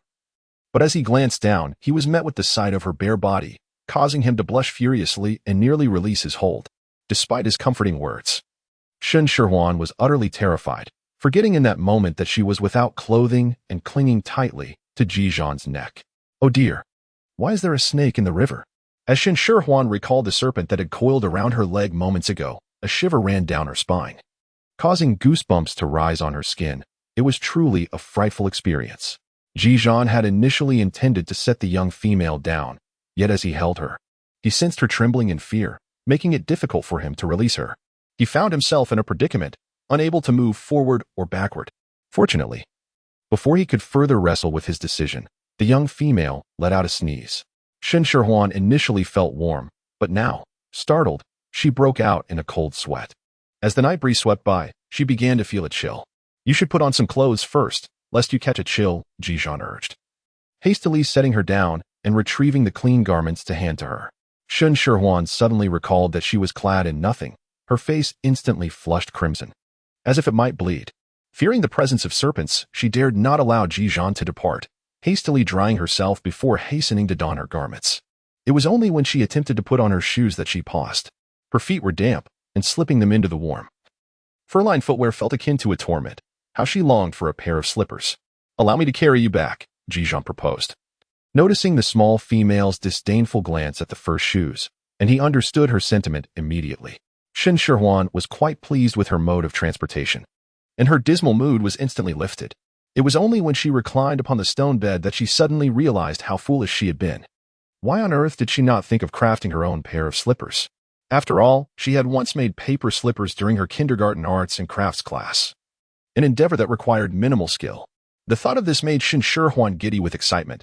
She felt an irresistible urge to begin crafting her slippers immediately. However, the darkness of night had already descended, signaling that it was time for slumber. Never mind, she decided. Sleep would have to suffice for now, and she would tackle the slipper-making project upon the morrow. Perhaps she could also create a pair for Ji Zhan, as a token of gratitude for his timely rescue that evening. Shen Shihuan meticulously organized her affairs and soon fell into a deep slumber. Chapter 63. Wooden clogs in the beastly world. The inhabitants extracted stones to construct their dwellings, while they showed a profound reverence for trees, refraining from indiscriminate deforestation. Shen Shihuan wished to craft wooden sandals, but could only seek out the timber from trees that had long since perished. Fortunately, the vicinity of the tribe was surrounded by 4 mountains, dense with foliage and abundant in fallen giants. Shen Shihuan meticulously selected a piece of wood with a tight grain yet lightweight texture, slicing it into planks of 1 centimeter in thickness. She then carved the outline of the sole according to the contours of her feet, smoothing it out before drilling a row of small holes along the sides. The wrought-tin skin, after being boiled and dried, became soft and resilient, perfect for weaving the upper part of the shoes. Shen Shihuan threaded the finely torn wrought-tin strands through the holes, recalling the bracelet-making techniques taught to her by her desk mate in middle school. After several attempts, she successfully crafted a beautifully patterned chain. The several chains that traversed the top of her instep effectively provided stability. Upon trying them on, Shen Shihuan realized her innate talent for craftsmanship. Although the wooden sole lacked softness, it did not chafe her feet. The wrought-tin woven upper was both flexible and durable, capable of withstanding significant force without succumbing to breakage. The sole's only drawback was its hardness, producing a rhythmic clattering sound with each step. However, this minor flaw was inconsequential. Shen Shihuan eagerly donned her new slippers, her feet, confined within the leather, rejoicing with every cell. She excitedly strolled around the courtyard several times before calming down. In order to make slippers for Ji Zhan, she needed to take measurements. However, it seemed more prudent to seize the opportunity before the sun reached its zenith and venture to the river to catch fish. Despite the fright she had experienced from a snake during her bath the previous day, her culinary cravings were unwavering. After her moment of fear, she found herself fixated on the fish in the river. With an array of delectable dishes such as braised fish, sweet and sour fish, poached fish, pickled fish, steamed fish, grilled fish, and fish soup awaiting her, all that was missing now was the fish itself.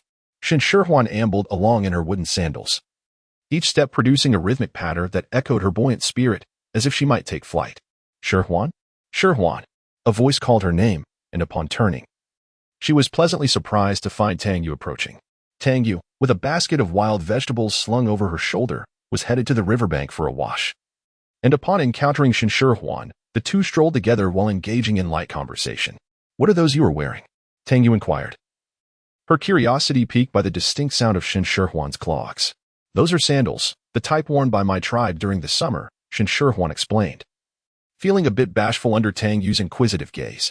"I must admit, they are rather rudimentary, but this is my first attempt at making them. I assure you, I shall improve with practice. Are they not uncomfortable?" Tang Yu pondered aloud, finding the wooden footwear peculiar and imagining the hardness of the material. "Surely, it must be quite painful to wear." Shen Shihuan shook her head, feeling quite comfortable. As the weather grew increasingly warm, wearing fur-lined shoes proved to be unbearably hot. Tang Yu concurred. Although winter's scarcity was displeasing, the sweltering summer was equally uninviting. As they conversed, the two made their way to the riverbank. Shen Shihuan removed her sandals and stepped barefoot into the cool water, intending to catch fish in the murky depths. Meanwhile, Tang Yu moved upstream to squat by the bank, washing wild vegetables. Although the fish were not particularly wary, and showed no fear of Shen Shihuan. Their swift movements and slippery scales made them elusive, causing her to grasp nothing but water with each attempt. Shihuan, what are you doing? Tang Yu, having finished washing the vegetables, looked up upon hearing the splashing sounds and saw Shen Shihuan bend over, her hands searching in the water. I'm trying to catch fish, Shen Shihuan replied, her expression serious as she intently focused on a fish leisurely swimming past her feet, holding her breath in anticipation of the perfect moment to strike. Shen Shihuan clasped her hands tightly around the midsection of the large fish. Just as she rose, the fish, having breached the water's surface, violently flicked its tail, striking Shen Shihuan's hand with a sharp crack. The sudden pain made her shudder, causing her grip to loosen and the fish to plunge back into the water, leaving her drenched with splashes, her expression darkening. Tang Yu, witnessing Shen Shihuan's disheveled state, bit her lip to stifle her laughter. What are you trying to catch fish for? They are fishy, bitter, and full of bones, utterly inedible. The fish is quite delectable, Shen Shihuan countered passionately. Not only is it delicious, but it is also nutritious. If it tastes bad, it must be the fault of the cook. Reflecting on Shen Shihuan's culinary skills, which were never lacking in flavor, Tang Yu's mind was made up. Then allow me to assist you in catching fish. May I join you for a meal? Absolutely, that would be wonderful, Shen Shihuan exclaimed, realizing that her own abilities were insufficient for the task. Tang Yu, eager to help, removed her shoes and waded into the river, mimicking Shen Shihuan's stance. She patiently awaited the fish's approach before swiftly launching her hands, skillfully capturing the fish with precision, refusing to release her grip despite its desperate thrashing. Impressive, Shen Shihuan admitted. Genuinely impressed. Puffed up with pride from the compliment, Tang Yu energetically caught several more fish before finally returning to shore. With her feet soaked and muddy, she found herself unable to wear her shoes, so she resorted to walking barefoot, carrying her shoes in her hands. Shen Shihuan washed away the mud from her feet and slipped into her slippers. The sun blazed down, and within moments, her damp feet and the slippers had dried. Tang Yu glanced at Shen Shihuan, then at herself, feeling a twinge of envy. She stole a few more glances but chose to remain silent.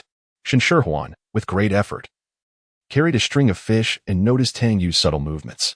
If you like, I can also make you a pair of slippers later. After all, there's plenty of wood, and it would be a token of gratitude for your help in catching fish. Really, is that possible? Tang Yu exclaimed with joy, but her expression quickly shifted to concern. Wouldn't that be too much trouble for you? Of course not. We are friends, Shen Shihuan replied with a smile. You can try it first, and if you like it, I can teach you how to make them. Then you'll be able to craft your own slippers in the future. Shihuan, you are too kind. If I weren't holding these shoes, I would want to rush over and give you a bear hug. Shen Shihuan merely smiled, finding nothing amiss. It was not solely the slippers. She could also delve into the study of grass sandals, cotton shoes, and more, all in preparation for the future. During their leisurely conversation, time seemed to slip away swiftly, and before they knew it, they had arrived at a fork in the road. Tang Yu needed to return home to drop off her belongings before rejoining Shen Shihuan, so they bid each other farewell. Shen Shihuan walked alone, carrying the weight of the fish, and only then did she truly feel its heaviness. It was solely by the strength of her will that she managed to return home, her feet aching and her hands weary. After resting for a while, she finally found the energy to prepare the fish for cooking. She had assumed that after such a long time, the fish would have suffocated and perished.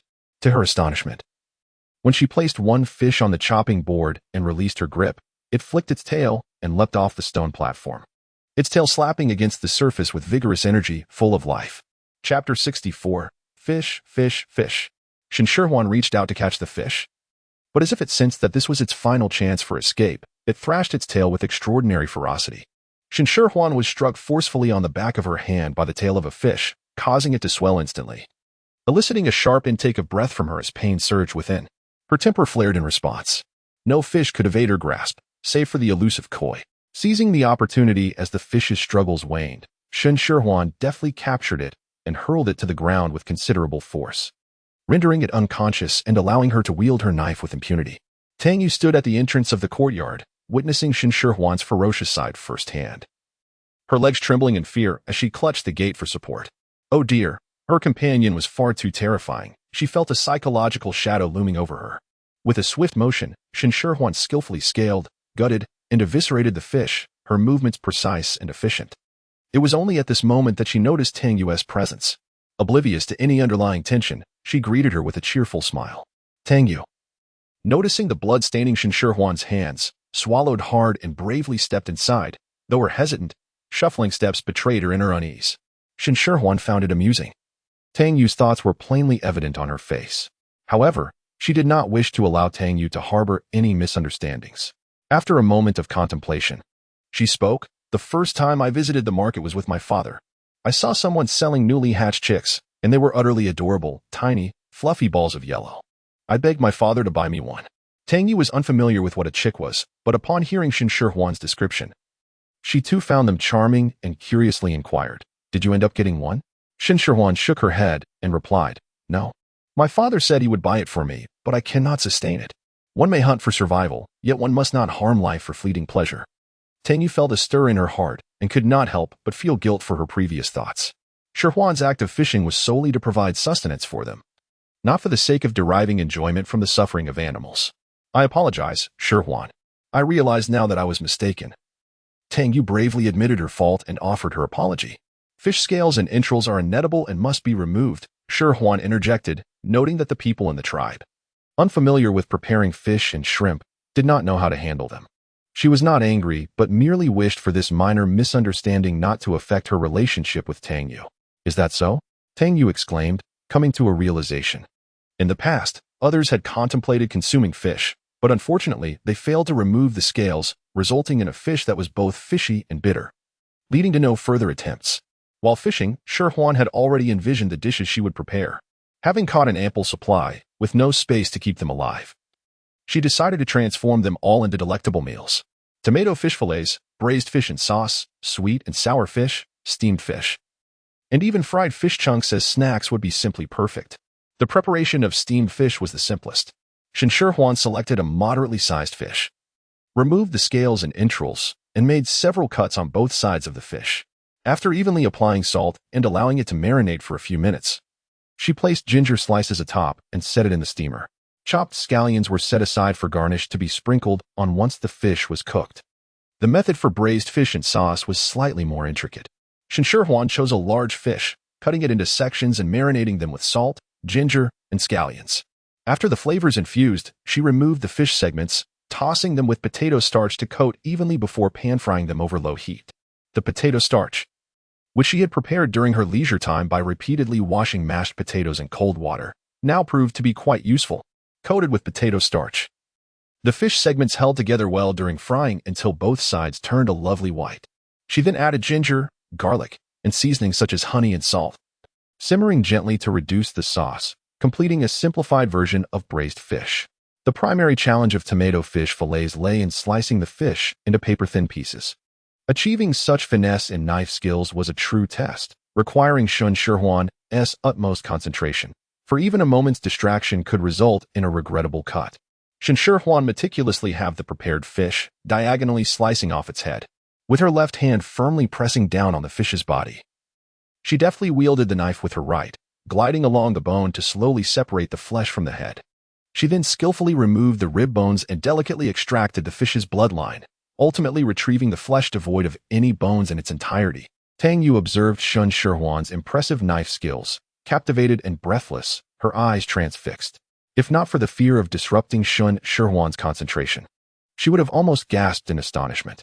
Shen Shihuan began to slice the fish, alternating between cuts that were wholly severed and those that merely grazed the flesh. Her movements were swift, producing fillets so delicate that they resembled the wings of a butterfly. When lifted, one could witness the light filtering through the translucent, glistening flesh of the fish. "Shihuan, how do you achieve such finesse in your slicing?" Tang Yu inquired, unable to contain her curiosity any longer. Shen Shihuan generously demonstrated the technique, slowing her movements and explaining as she went along. "Would you like to give it a try? With a bit of practice, you'll gain experience, and next time, you'll be able to prepare fish fillets on your own."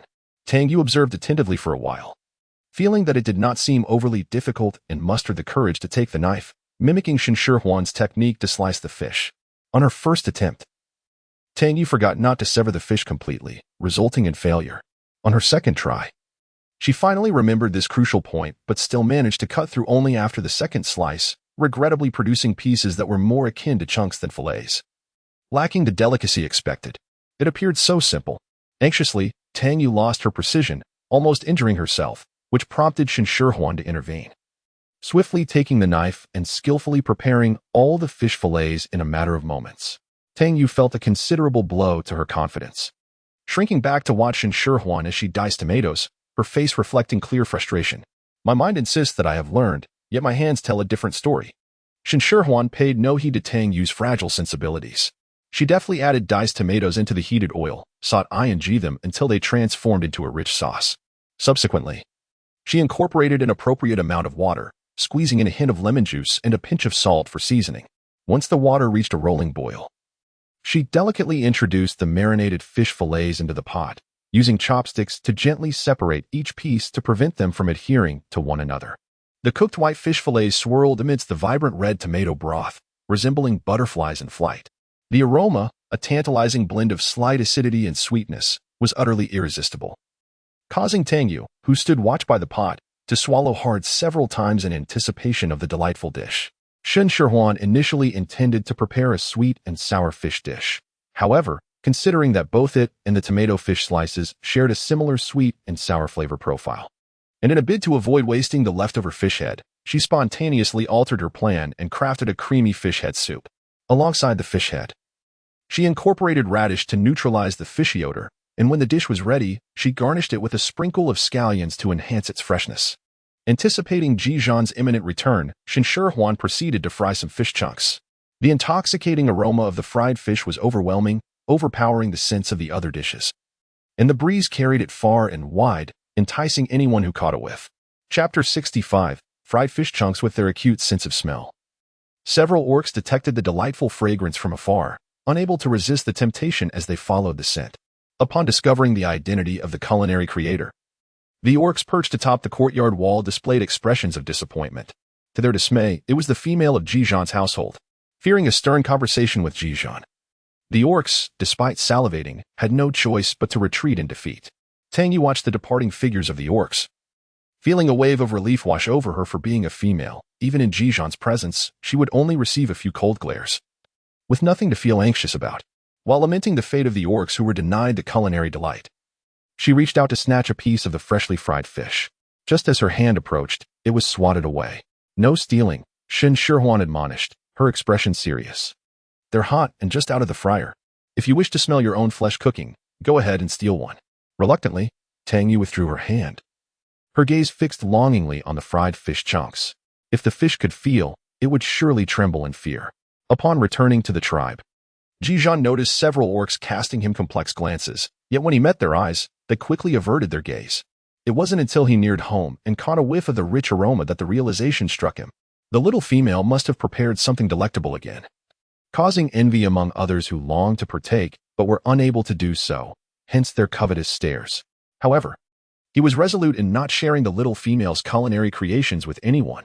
Though his demeanor remained stern and serious, his inner thoughts were quite the opposite. As he took a few more steps, he encountered someone who often came to mooch food, nearly losing his composed expression. Tang Yu turned around and met Ji Zhan's icy gaze, causing her to shudder as if she had been plunged into the depths of winter on a sweltering summer's day. Yet, thoughts of the tantalizing dishes invigorated her courage. The tomato fish slices were sweet and tangy, with all the bones meticulously removed, allowing for a delightful bite without the fear of choking. Even without scallions, ginger, or garlic to mask the fishy taste, the sweetness of the tomato overshadowed any hint of fishiness, resulting in tender slices that melted in the mouth. The braised fish, lacking soy sauce for color, may not have appeared as enticing, yet its balanced sweet and savory profile was still alluring. The fish absorbed the sauce thoroughly, infusing even the center with flavor, as if the sauce had granted the fish a new life. The steamed fish retained its original essence, even preserving a hint of fishiness. But the addition of scallions and ginger made this subtle taste more palatable, enhancing the fish's aroma and leaving one eager to discover the flavor of the pristine white fish. After relishing the fish, a sip of the light and refreshing fish soup effortlessly dispelled any lingering grease, leaving only the delectable essence of the fish and the refreshing crispness of the radish. Tang Yu finished her last sip of soup with a satisfying burp. Yet her gaze remained glued to the fried fish chunks, longing for a taste despite her full belly. Get up and walk around to aid digestion. I'll let you take a bowl of fried fish chunks with you, Shen Shihuan said, suppressing a laugh at Tang Yu's unmistakable desire. If she had refused, Tang Yu would likely have pushed herself to the brink of bursting just for a taste. Upon hearing Shen Shihuan's words, Tang Yu ceased to feel guilty about her full stomach and obediently walked around the yard to digest, not forgetting to take a bowl of fried fish chunks with her. Shen Shihuan had actually prepared these fried fish chunks as a snack. In the beast world, the concept of snacks was virtually non-existent, which was quite unfriendly for a foodie like her. She yearned for chips, chocolates, candies, and more, nearly driven to despair. Ah, indeed delicious. You must try some, Tang Yu urged. The fish chunks, after being fried, had become crispy, even allowing for the consumption of the bones, with a perfect balance of sweetness and saltiness, accompanied by a delightful charred aroma that made it impossible to stop at just one or two. The fish chunks were not large. Ji Zhan picked one up and devoured it in 2 bites, though they were a bit too crispy for an orc's strong jaws. The novel texture was unlike anything he had ever tasted, and before he realized it, he had consumed several pieces. As Tang Yu carried her bowl of fried fish chunks home, she was intercepted midway. The aroma of the now-cooled fish chunks was not as potent as when they had just been fried, yet it remained irresistible. And some individuals who had been longing for a taste could no longer resist. Tang, what is this? Let me have a piece. The person who stopped her was a female named Luo Chan, who had a good relationship with her and was even somewhat related by blood. It wasn't only the orcs who were enticed by the aroma. Many females had caught a whiff of it as well. However, unlike Shen Shihuan, they were not familiar enough to approach for food, but Tang Yu was different, often mingling with a few acquaintances. I can only give you 1 piece, Tang Yu said. Her face pained as she reluctantly offered the smallest piece, gritting her teeth. The fried fish's surface was crisp, while the interior maintained a slight chewiness. As she chewed, the savory aroma of the fish filled her mouth, and the balanced flavor made her mouth water uncontrollably. However, the piece was too small, and before she could savor it fully, it was gone. Luo Chan's eyes sparkled after finishing her bite. She stood before Tang Yu, showing no intention of stepping aside. Can I have another piece? 1 piece is hardly enough. Even another won't suffice. If not for her remaining rationality, she would have almost attempted to snatch the bowl directly. That's not happening. Tang Yu protectively cradled her bowl, declaring, these are all mine. If you want some, you'll have to make your own. Seeing Tang Yu guard her food so fiercely, Luo Chan understood she could not have any more and could only regretfully swallow. How do you make this? Can you teach me?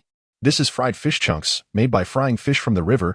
Tang Yu initially intended to explain how to fry them in detail, but regrettably, when Shen Shihuan was cooking, all her attention had been on eating, and she had not paid attention to the cooking process. Now, when asked, she couldn't articulate it. Fish from the river. Luo Chan's expression suggested disbelief. Having only tasted 1 piece, she couldn't fathom how something so delicious could come from river fish, which were often fishy and bitter. Hardly anyone would eat them. Tang Yu thought to herself, I used to think the same way. But after tasting the fish cooked by Shihuan today, I realized how ignorant I was. I'm not lying. I caught the fish from the river myself. And I watched Shen Shihuan cook it, Tang Yu said proudly, even if she couldn't replicate such delicious fried fish chunks. She could at least claim to have caught the fish. Shihuan is truly remarkable. Can I ask her to teach me? Luo Chan, also a foodie but unlike Tang Yu, preferred to cook for herself. Tang Yu hesitated to agree on Shen Shihuan's behalf and simply replied that she would ask first. Chapter 66. Bathing together. Recalling the incident when a snake coiled around her leg while bathing in the river, Shen Shihuan still felt a shiver of fear. However, the heat was unbearable. Even sitting still in the evening would result in beads of sweat. Compared to encountering a snake, she found it far worse to endure the stench of her own sweat. A bath was a necessity. Shen Shihuan once again invited Ji Zhan to join her for a bath. This time, she learned from her previous experience and asked Ji Zhan to first wade into the water to inspect the surroundings, ensuring that no snakes lurked in the river before she herself entered. The water was pleasantly warm yet slightly cool, dispelling the heat of the day. Immersed in the water, Shen Shihuan felt her pores open, a sensation of indescribable comfort enveloping her.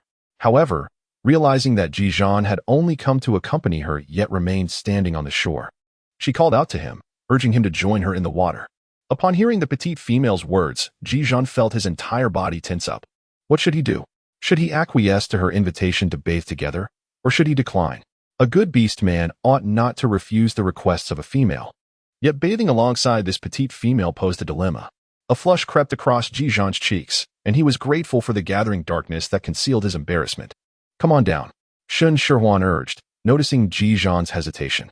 He must have worked up quite a sweat during the hunt, possibly even getting splattered with blood, leaving a scent of carnage.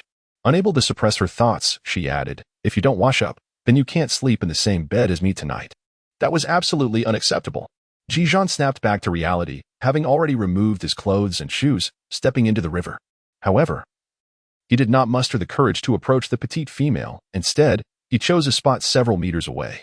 This way, he maintained a respectful distance, yet remained close enough to rush to her aid should any trouble arise. Shen Shihuan harbored no ulterior motives. She merely possessed a slight aversion to untidiness. Moreover, given her vision, she could hardly discern objects several meters away in the dim light of night. Bathing alongside Ji Zhan in the same river did not strike her as problematic. Lacking soap and shower gel, Shen Shihuan resorted to scrubbing herself more vigorously. As she continued to wash, her mind inevitably wandered to the future. She had only managed to gather a few of the ingredients required by the system, falling far short of the 100 needed. At her current pace, the dream of returning home before the weather turned chilly seemed utterly fanciful. Thus, a dilemma arose. Without a heater or hot water, how would she manage to bathe in the cold? Shen Shihuan furrowed her brows in frustration, her mind wandering as she strolled along the riverbank. Absorbed in her thoughts, she inadvertently stepped into the muddy riverbed. The mud was soft and slippery, yet she felt an unexpected hardness beneath her foot, akin to stepping on a stone, albeit sharper. After a brief moment of hesitation, she bent down and extended her hand into the mire. The sensitivity of her hand surpassed that of her foot, and upon contact, she discerned that she had trodden upon a slender object, its tip curving and composed of a firm material. Could it be a river clam? Shen Shihuan had never personally ventured into the river to touch a river clam, yet she had caressed the shelled river clams sold in supermarkets, finding their texture strikingly similar. She dismissed further contemplation, grasping the part exposed above the mud, exerting all her strength to pull it upwards. This object seemed deeply embedded in the mire, and the mud's tenacity was formidable. It took all her might to extract it, almost causing her to stumble in the process. As she anticipated, what she had retrieved was indeed a river clam, and it was of considerable size, feeling weighty in her hand. River clams are seldom featured on dining tables. As a variety of freshwater delicacy, they lack the popularity of fish and shrimp. The primary reasons for this are their challenging preparation and the difficulty in rendering them palatable. River clams, being mollusks that feed on microorganisms found in sediment, inevitably retain traces of silt within their flesh. Although the silt can be removed, the earthy taste often lingers. And if this musty flavor cannot be eliminated during cooking, it adversely affects the clam's texture. While few people relish clam meat, many are fond of another product derived from them: pearls. Lustrous and round, pearls can be fashioned into exquisite ornaments, and when ground into powder, they serve as a precious traditional medicine, renowned for their skin-nourishing and calming properties. Shen Shihuan cradled a river clam, her eagerness to pry it open and discover whether it harbored a pearl almost overwhelming. Yet, she quickly regained her composure, hurriedly ascending to the shore to change out of her drenched garments. After briskly drying herself, she donned a fresh outfit. Upon witnessing the little female emerge from the water, Ji Zhan promptly followed suit, fearing she might grow impatient. He transformed into his beastly form, stowing away his discarded clothes and shoes, and approached her side. Faced with the magnificent tiger, Shen Shihuan felt an irresistible urge to stroke its lustrous, water-smooth fur. However, with her hands occupied by her changed clothes and the sizable clam, she found herself unable to indulge in this desire. Perhaps she would caress it later, once they returned home. Shen Shihuan covertly glanced at that large tail, her gaze ablaze with intensity. When a beast man transformed into their animal form, they would uncontrollably succumb to their primal instincts, such as the inability to restrain their tail from swaying left and right. However, Ji Zhan noticed the little female's fervent gaze fixated on his tail, leaving him completely stiff, unable to move, his tail hanging limply. Shen Shihuan was so captivated by the alluring beauty of Ji Zhan that she entirely overlooked his peculiar demeanor. Meanwhile, Ji Zhan was tormented by her gaze, lost in contemplation throughout the journey home. Did the little female wish to caress him, or was she merely intrigued? If she were to touch him, should he acquiesce and lie still, or should he simply expose his belly, the softest part of him? Yet, she seemed fixated on his tail. Could it be that she desired to stroke it? Upon reaching the entrance of the courtyard, Shen Shihuan stepped inside. But from the corner of her eye, she noticed the great tiger sauntering leisurely ahead, as if oblivious to their arrival home. How could such a large door escape his notice? Ji Zhan, where are you going? Shen Shihuan inquired, her voice tinged with curiosity.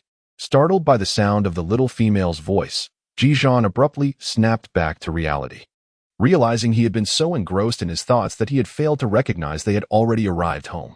Had it not been for her call, he might have wandered indefinitely.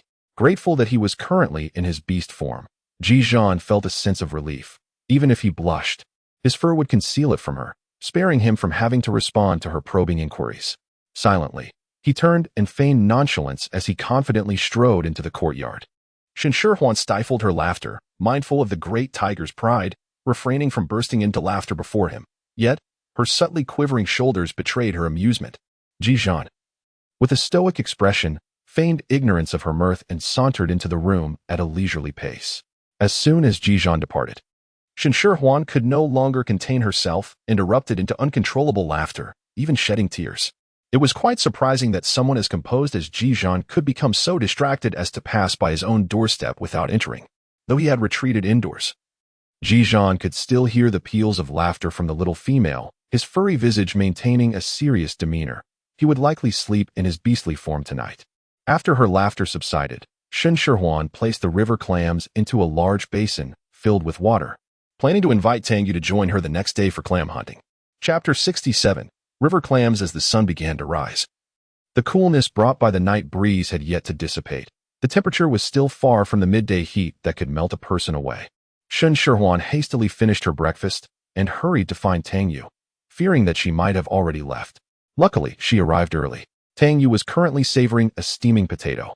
Upon noticing Shen Shihuan, Tangyu continued munching on the potato, her words slightly muffled as she asked, "What brings you here?" "I brought you some slippers and wanted to invite you to a place," Shen Shihuan replied, handing the finished slippers to Tangyu. No matter how close their friendship, Shen Shihuan believed in fairness.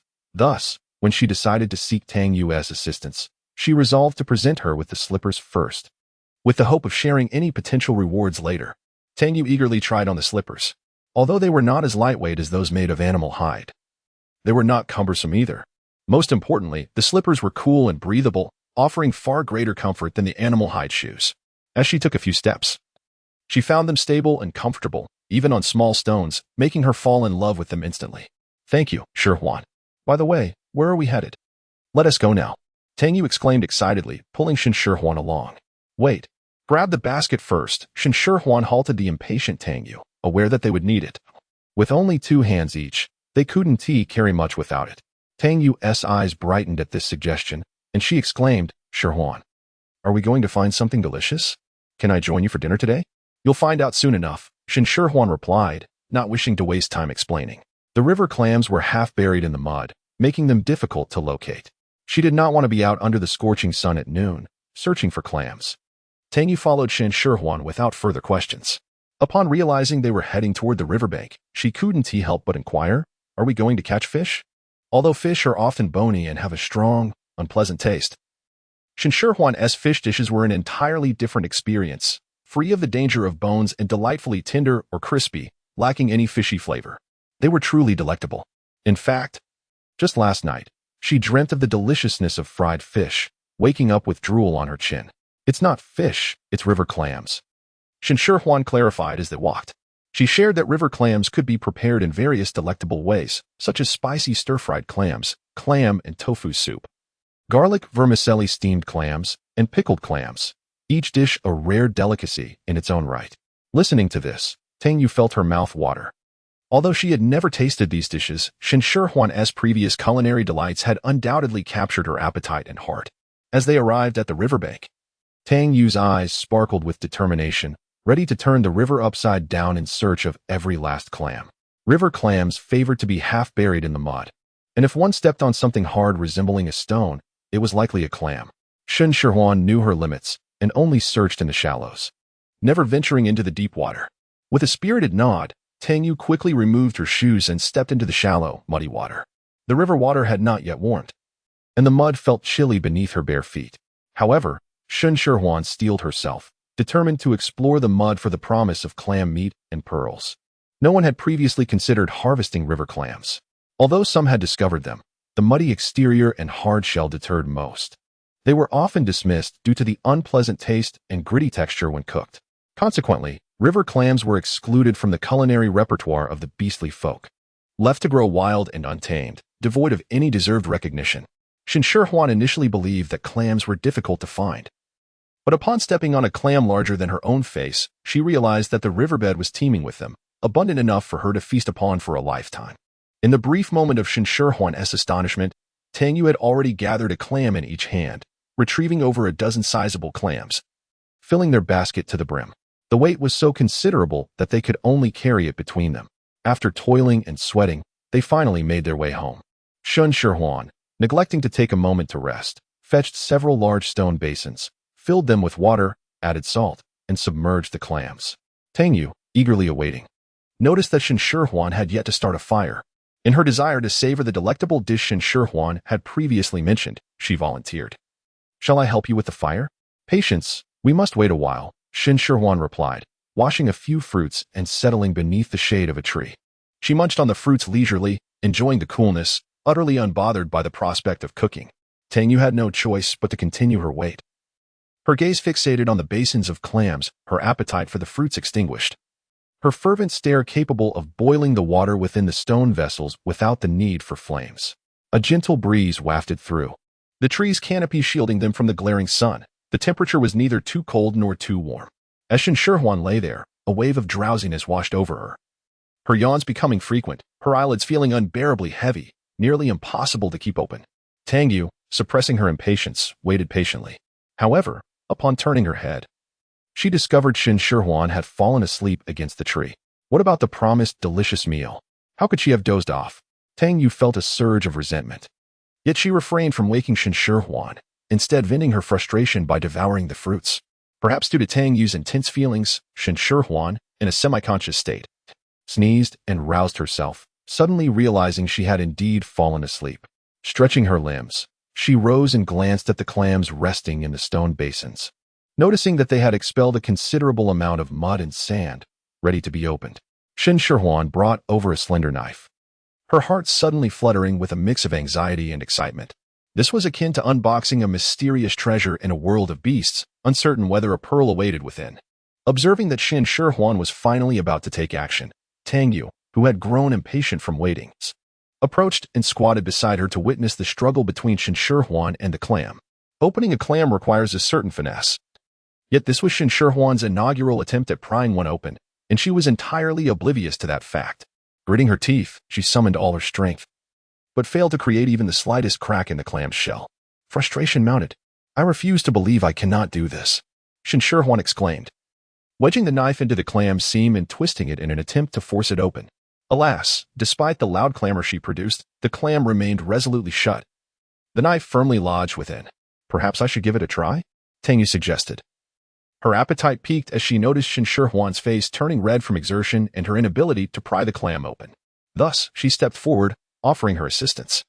Chapter 68. The pearl bracelet. Shen Shihuan handed the knife to Tang Yu, yet she harbored doubts about Tang Yu's ability to pry open the clam. A dependable figure flickered through her mind, prompting her to suggest, "Perhaps we should wait for Ji Zhan." With a deft twist of her wrist, Tang Yu effortlessly turned the knife, and the tightly shut shell yielded with ease. Shen Shihuan silently swallowed the remaining words, gazing blankly as Tang Yu effortlessly opened all the clams. Forget it, she thought. She ought not to judge the inhabitants of the beastly realm through the lens of modernity. Shen Shihuan redirected her attention to the river clams and was pleasantly astonished to discover that each clam contained pearls, and not just a few, but numerous large and lustrous specimens that would fetch a handsome price in modern markets. The clam meat appeared soft and slimy, somewhat unappetizing, initially eliciting disdain from Tang Yu. However, as she observed Shen Shihuan delicately extracting a glistening, round pearl from the pile of soft flesh, its exquisite hue captivated her instantly. "These are pearls. Aren't they beautiful?" Shen Shihuan held the pearl up to her eyes, admiring it more with each glance. While adornments crafted from gemstones and gold are suitable for both men and women, pearls embody the essence of gentle grace, fitting only for women to wear. After meticulously searching through all the clams, Shen Shihuan gathered a small handful of pearls. The largest ones approached the size of quail eggs, while the smallest were as thick as a little finger, each one smooth and flawless. "Choose a few that you like. I shall help you string them into a bracelet." Although Shen Shihuan cherished each pearl, she presented them to Tang Yu first for selection. "Are these truly for me?" Tang Yu exclaimed, her surprise rendering her almost speechless. her eyes wide with disbelief as she pointed to herself. Naturally, she adored these beautiful pearls, yet they belonged to Shihuan, and she had never contemplated taking them. She had merely intended to collect more clams later, never expecting Shihuan to offer her the first choice. Each pearl exhibited a distinct hue, some were pink, others a soft lavender, white, or beige, each one strikingly beautiful. After a moment's hesitation, Tang Yu selected 5 medium-sized pearls, all uniformly white. The largest was a lovely pinkish lavender, which Shen Shihuan cherished and hesitated to part with. But seeing Tang Yu had only chosen 5, she generously gifted her the second largest pink pearl. To string the pearls into a bracelet, holes needed to be drilled through them. While lacking a power drill, the task was still manageable. The wood was as hard as iron, only softening when exposed to hot water, and the females fashioned needles from the wood to stitch clothing. Capable of piercing even the thickest hides, this method was applicable for drilling pearls as well. However, Shen Shihuan lacked the strength to accomplish this, so it fell to Tang Yu to take charge. Lacking colorful thread, Shen Shihuan spun fine strands from silk produced by ice silkworms, dyeing them a delicate green with the juice from leaves. Using the pink pearl as the flower's core, she intricately wove layers of petals with the silk thread, interspersing the white pearls at equal distances along the bracelet. The result was a finely crafted piece of jewelry. What female does not cherish beauty? Even those who stumble upon lovely stones often drill a hole, threading them to create crude bracelets. Yet none could compare to this delicate creation of woven silk adorned with pearls. Tang Yu was utterly enchanted, immediately requesting Shen Shihuan to assist her in wearing it. The pale green bracelet accentuated her fair wrist, while the intricate petals framed the glowing pink pearl, and the chain, embellished with white pearls, exuded an air of elegance and refinement. Shen Shihuan found it beautiful, not because of her own craftsmanship, but due to the exquisite allure of the pearls, which shimmered with a delicate luster under the sun. Neither females nor women could resist such radiant beauty. Tang Yu admired it for a while before removing the bracelet. "Do you not like it?" Shen Shihuan asked, perplexed, for Tang Yu's expression clearly conveyed her fondness. "Why then, did she take it off?" "I do like it," Tang Yu replied, "but what if it gets dirty while I wear it? I should put it away for now and wear it again later." She was utterly enamored, yet fearful of staining it. She wished she could find a place to hide it. "If it gets dirty, we can just take it apart and make another one," Shen Shihuan casually remarked. "As long as the pearls remain, I can replicate it exactly. Even if a pearl is lost, it's no great matter. We can always search for more in the river." Tang Yu shook her head, insisting, "No, this is your first bracelet. I must cherish it well." Shen Shihuan, unable to persuade Tang Yu, had no choice but to accompany her. Little did she anticipate that the bracelet she casually gifted would incite a considerable uproar within the tribe. Although Tang Yu was reluctant to wear the exquisite bracelet for fear of tarnishing or damaging it, how could she resist the temptation to flaunt such a beautiful adornment? Thus, throughout the course of one afternoon, a significant portion of the tribe's females had laid eyes upon Tang Yu's pearl bracelet. Who among them could resist the allure of such a stunning and delicate piece? Without much contemplation, Tang Yu inadvertently revealed Shen Shihuan as the creator of the bracelet. Thanks to the earlier popularization of spices such as cumin and salt, Shen Shihuan had become a renowned figure within the tribe, her name recognized by nearly everyone. As soon as Tang Yu mentioned her, those desirous of the bracelet instantly knew whom to seek. Following the gifts received from the beastmen, Shen Shihuan was now presented with offerings from the females. "For me." Shen Shihuan gazed at the female before her, her mind momentarily blank with astonishment. Was this an expression of affection? Shen Shihuan understood that when a beastman presented gifts to a female, it was an expression of affection. However, she was uncertain about the implications of a female gifting another female. "Yes, this is for you," the female said with fervent enthusiasm, unaware of your preferences. "I prepared a few items based on my own inclinations. If they do not suit your taste, please let me know what you prefer, and I shall prepare something anew." Shen Shihuan had never realized the extent of her allure. It seemed she captivated not only humans, but also orcs, both male and female alike. Yet, gifts offered to her held no significance. Setting aside her lack of particular interest in females, she was already devoted to Ji Zhan, and it was inconceivable for her to entertain the advances of others. Ji Zhan was exceptional. No one could compare. "I'm sorry, but I cannot accept," Shen Shihuan resolutely declined. The female's expression fell into disappointment. Regardless of her feelings, acceptance was out of the question. "What must I do to obtain the bracelet you crafted?" the female asked, her face etched with concern. She had seen the bracelet worn by Tang Yu and had immediately taken a liking to it. which prompted her to seek out Shen Shihuan in hopes of exchanging something for a similar piece. A bracelet? Shen Shihuan blinked in confusion, her mind struggling to grasp the connection. Tang, you mentioned that the bracelet was a gift from you. I would like to trade these items for the bracelet. The female explained succinctly, clarifying her intentions. Shen Shihuan glanced at the items brought by this individual and felt she had struck a remarkable deal, a mere string of bracelets, which she could craft in no time, yet this person had delivered several bolts of fabric woven from the silk of ice silkworms.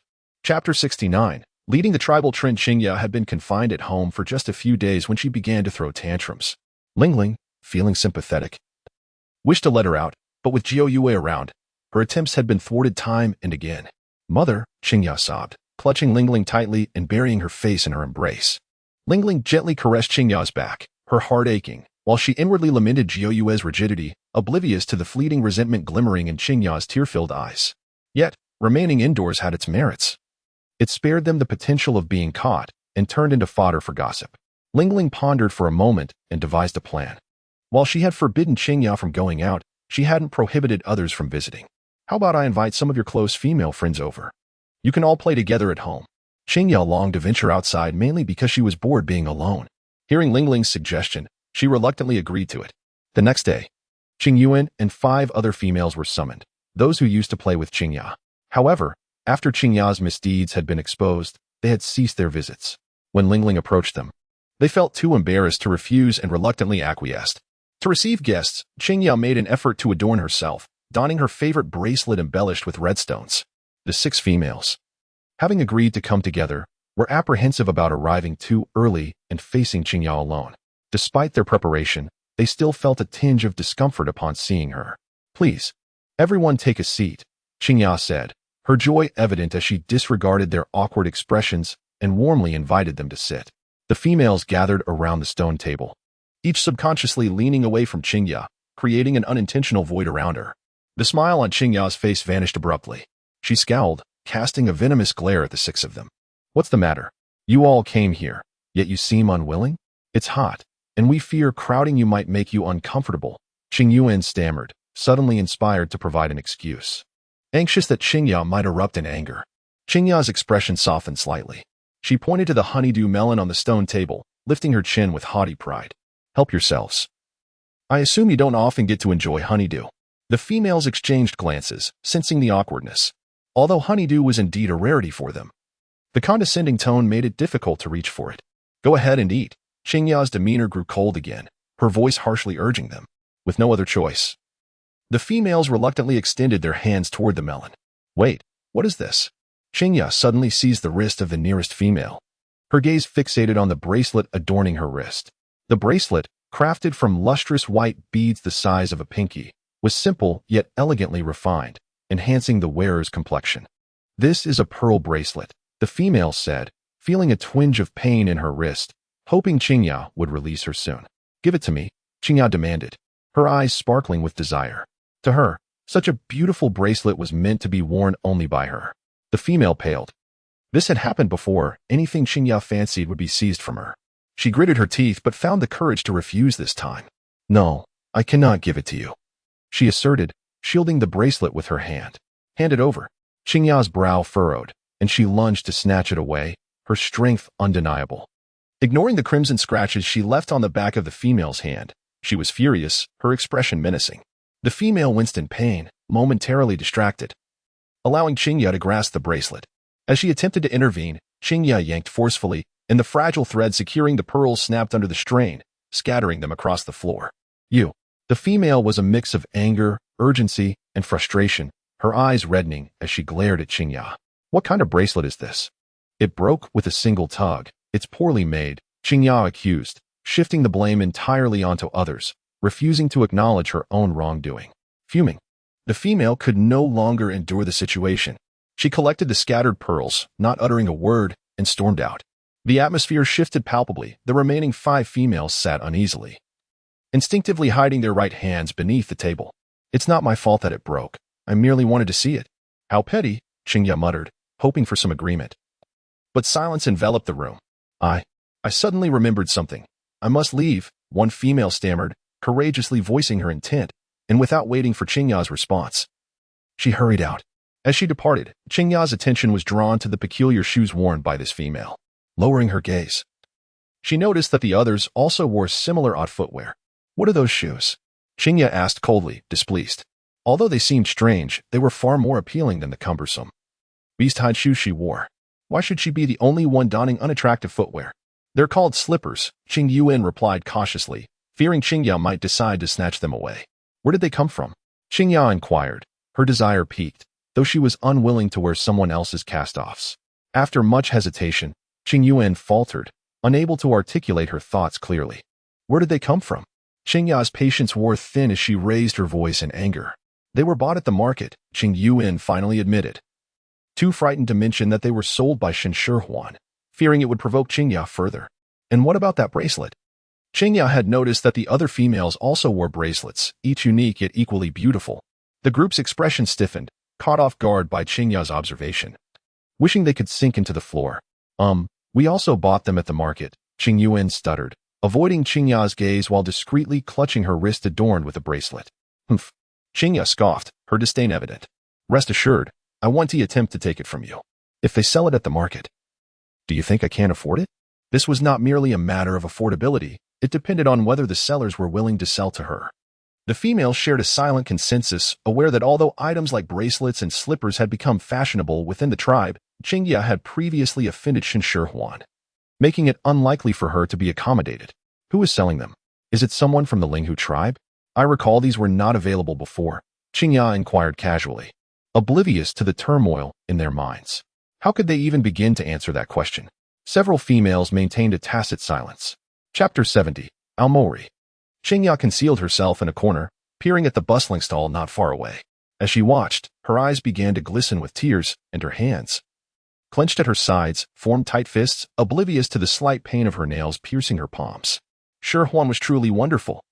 This bracelet was not only exquisite but also affordable, and buying several would even earn one as a gift. Two females, who had just left the stall with their purchases, chatted merrily as they walked. The sandals were delightful, both stylish and refreshing. Once adorned, one would hesitate to remove them. The female speaking had a lightness in her step, the wooden sandals tapping rhythmically against the stone pavement, producing a crisp sound. Qingya could not help but glance over, noticing the delicate sandals on the female's feet, even embellished with a few pearls on the woven upper, shimmering under the sun, utterly enchanting.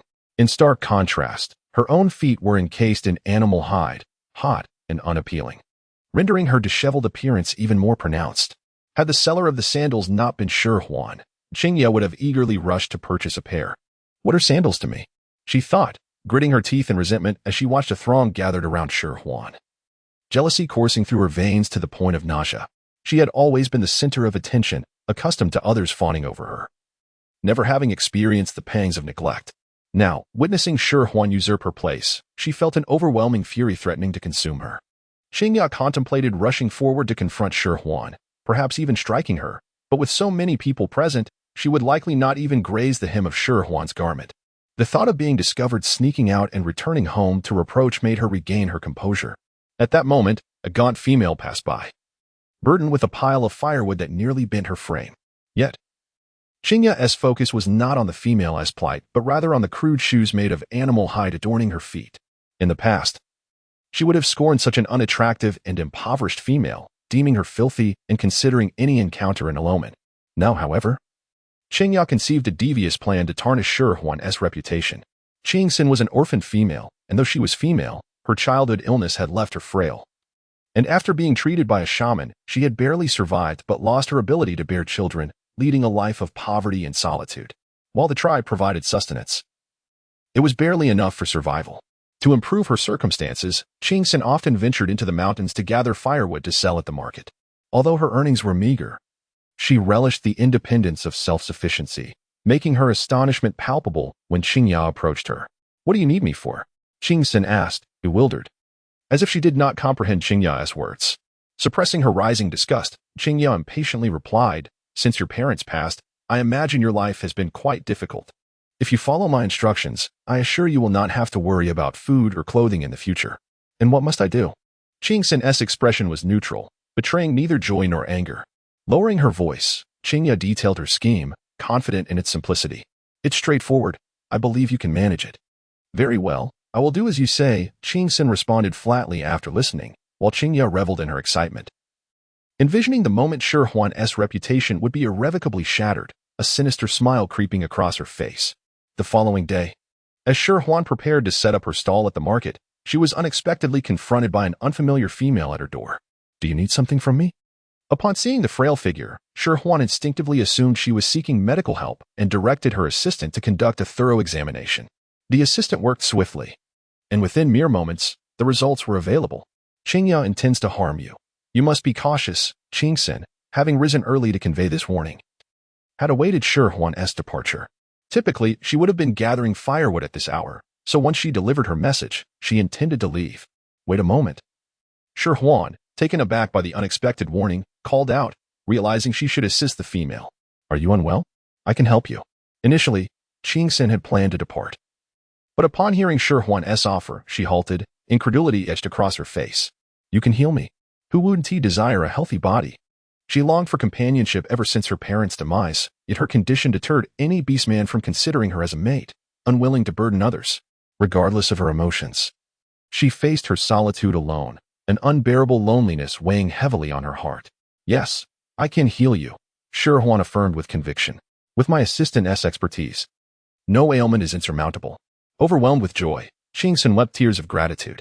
Shen Shihuan never anticipated that her mere words could bring someone to tears. In a flurry of confusion, she was at a loss for how to offer comfort. I'm so sorry, I was just overwhelmed with joy, Qingxin sobbed, her words tumbling out in a choked manner. Tears streamed down her face, yet she managed to smile, her eyes sparkling with a radiant light, as if they contained a flicker of hope. I must attend to my market stall now. This afternoon, you should go to Sangzi's place, and I will treat your ailment, Shen Shihuan reminded her. She had made prior arrangements with Tang Yu and couldn't afford to let her down. Fortunately, the affliction was not life-threatening, so a brief wait would be permissible. Qingxin eagerly agreed, momentarily forgetting about gathering firewood, as she looked forward to her visit to the shaman for treatment. Wait a moment, Shen Shihuan called out as Qingxin prepared to leave. You haven't told me your name yet. My name is Qingxin, she replied hastily, her spirits soaring, having forgotten to introduce herself. The name, meaning green forest, symbolizes the color of life and hope, a beautiful name indeed. Shen Shihuan selected a pair of sandals and a necklace from her wares and offered them to Qing Sr. These are for you, as a token of my gratitude for coming to inform me. Qingxin shook her head vigorously in refusal. That is not appropriate. I merely made a brief trip, and you still need to treat my illness. I cannot accept your gifts. How about this? I will purchase them from you. How much do you want? Shen Shihuan did not wait for others to finish their words. She directly thrust the items into Qingxin's hands, remarking that they were merely a result of her idleness, roughly equating to being free of charge. She urged Qingxin not to be so courteous and bid her farewell, promising to meet again in the afternoon. Holding the items, Qingxin gazed at Shen Shihuan's departing figure, her eyes unknowingly welling with tears. It was the first time someone had shown her such kindness since her parents' passing. The slippers and bracelets were immensely popular among the females, with many orcs purchasing them as gifts. Before long, the limited stock of slippers and bracelets had been completely sold out. Tang Yu counted the pearls happily beside her, while Shen Shihuan, lost in thought, furrowed her brow. Shihuan, we have earned quite a number of pearls these days, Tang Yu remarked after finishing her count. But upon turning to Shen Shihuan, she noticed the weight of concern etched on her face. Are you not happy, Shihuan? Tang Yu asked, glancing at the heavy pearls, perplexed as to why Shen Shihuan appeared downcast. They had made more pearls from selling slippers and bracelets than she had accumulated over many years. I encountered Qingxin today and realized that there are still people in the tribe living in such hardship. It's not that I am a saint. Rather, I am grateful to Qingxin for bringing news and not falling into the same depravity as Qingya. I cannot bear to see a good person living in such solitude. Shen Shihuan explained. Qingxin was quite well known in the tribe, and as soon as Shen Shihuan mentioned her, Tang Yu recalled her, feeling a sense of pity for her misfortunes. If her parents were alive, even without the ability to bear children, they could have supported each other, and life would not have been as desolate as it was now. Should she have the ability to bear children, even without her parents, she could have found a kind orc to build a new family.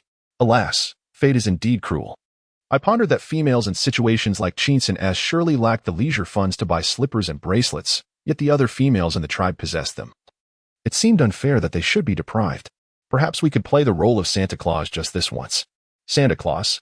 What is that? Tang Yu understood the earlier sentences, but was mystified by the mention of Santa Claus.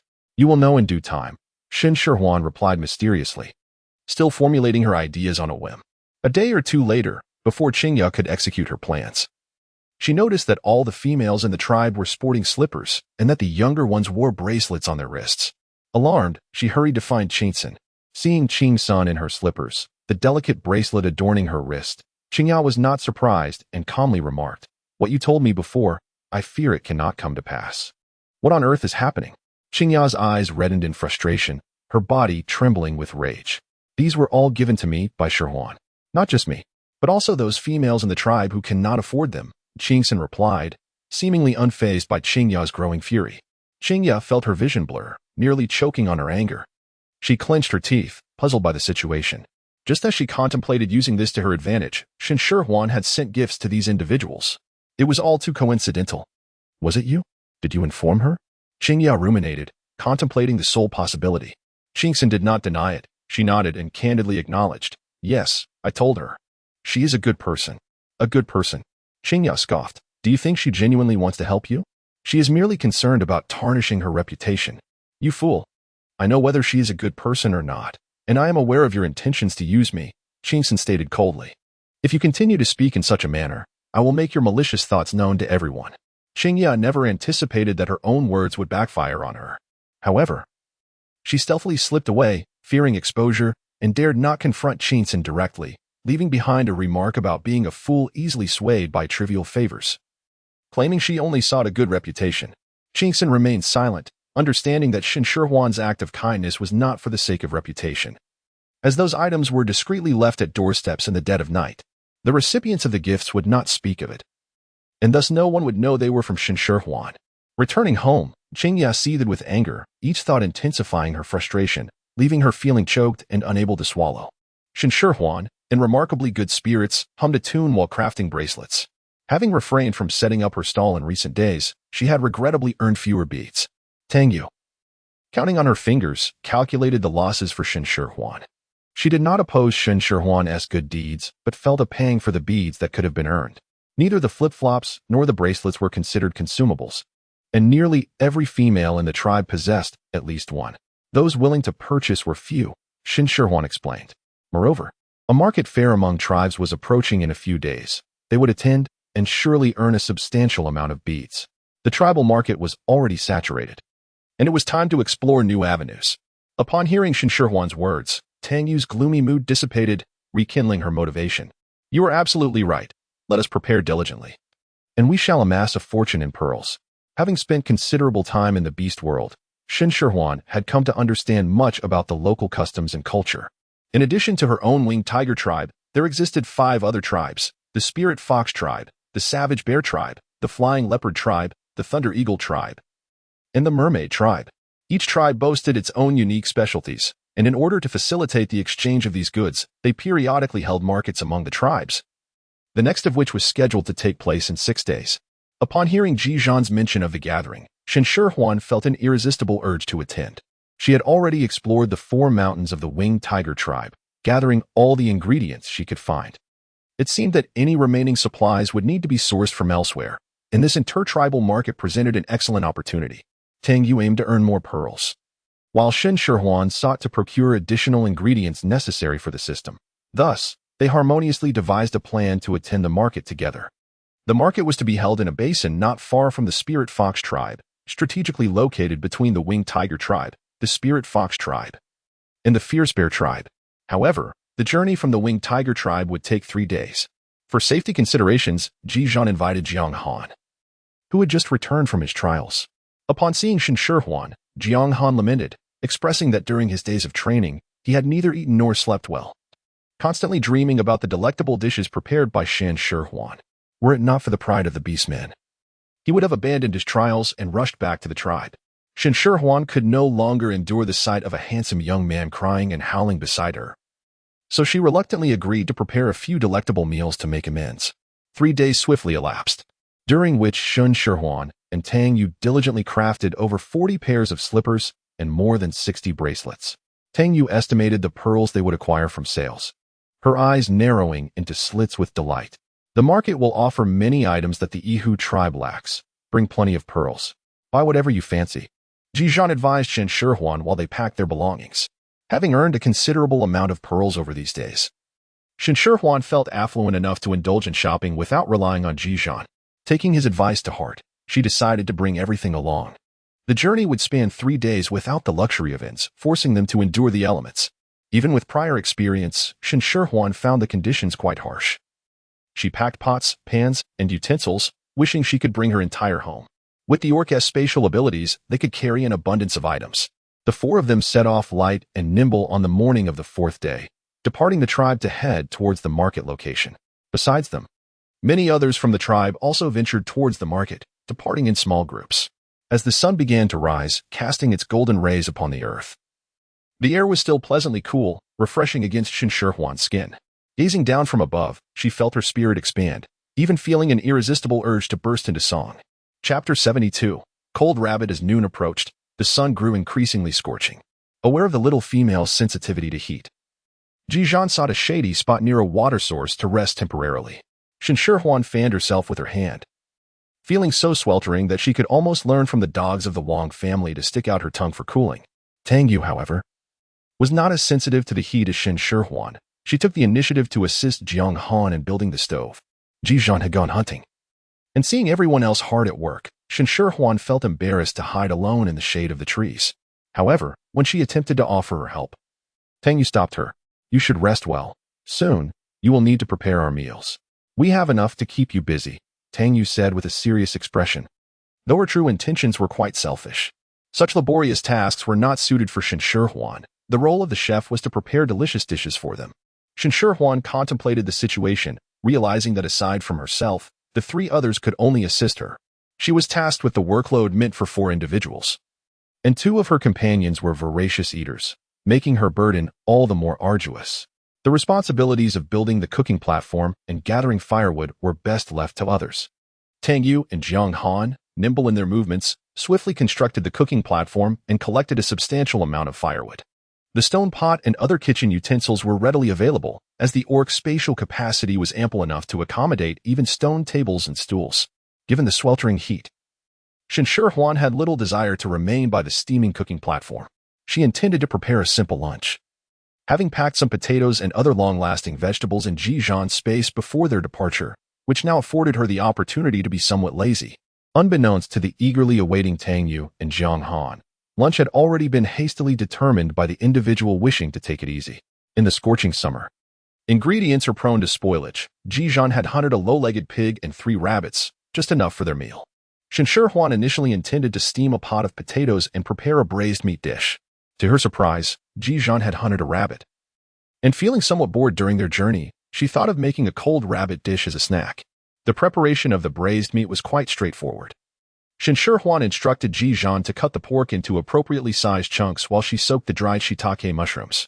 She then dry-fried the meat to render out the fat, added ginger and garlic to eliminate any unpleasant odor, followed by the diced mushrooms, and poured in the water used to soak the mushrooms. Finally, she added spices and seasonings to braise the mixture. The preparation of the cold rabbit dish was slightly more intricate, as it required the moisture from the rabbit meat to be fried out. Shen Shihuan devoted considerable time to this task, only removing the rabbit from the pot when it had turned a golden hue and the surface had dried. She then fried it a second time, ensuring the meat became firm and chewy. The rabbit had been marinated beforehand, and the aroma wafting from the frying was irresistible. Tang Yu, who was responsible for tending the fire, could hardly contain her saliva, her gaze fixed on the rabbit, unable to divert her attention. Shihuan, Tang Yu is nearly at her wit's end with hunger, she exclaimed. This was merely a semi-finished product. Shen Shihuan remained unperturbed, her hands deftly continuing their work.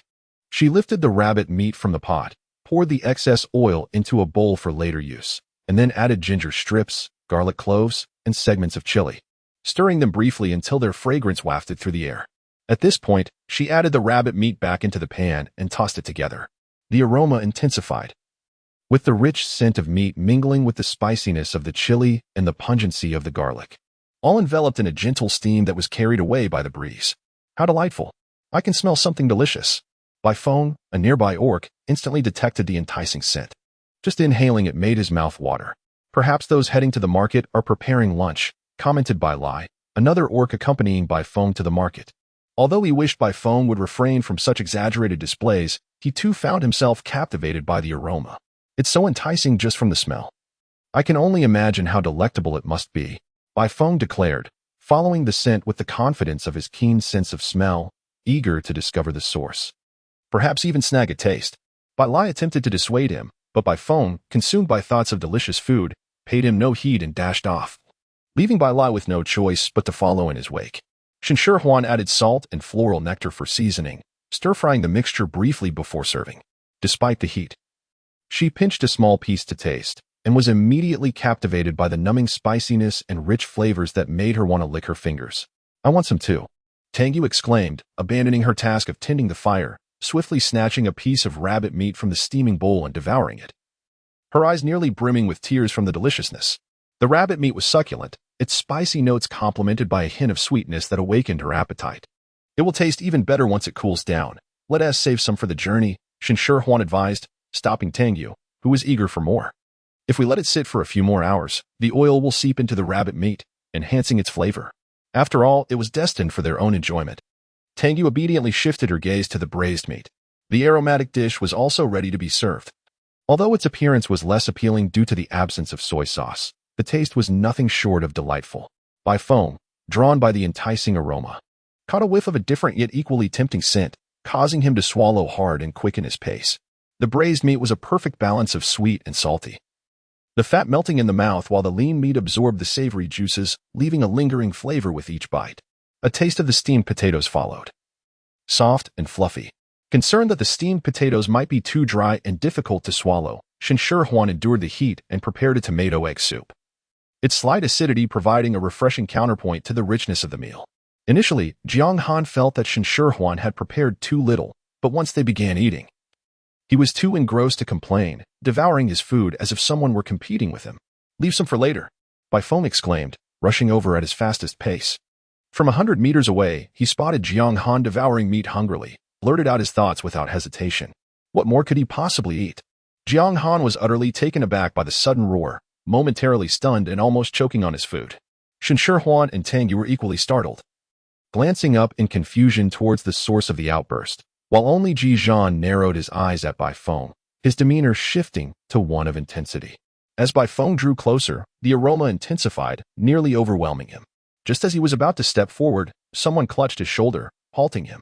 Bai Lai, exasperated, noted that this fellow was so fixated on food that he failed to notice the watchful glances from the nearby beastmen. Apologies, we mean no harm. We were merely drawn in by the delightful scent, Bai Lai explained loudly. It smells divine. Could you spare us a bit of food? Without waiting for a response from the four, Bai Feng followed up with fervent eagerness.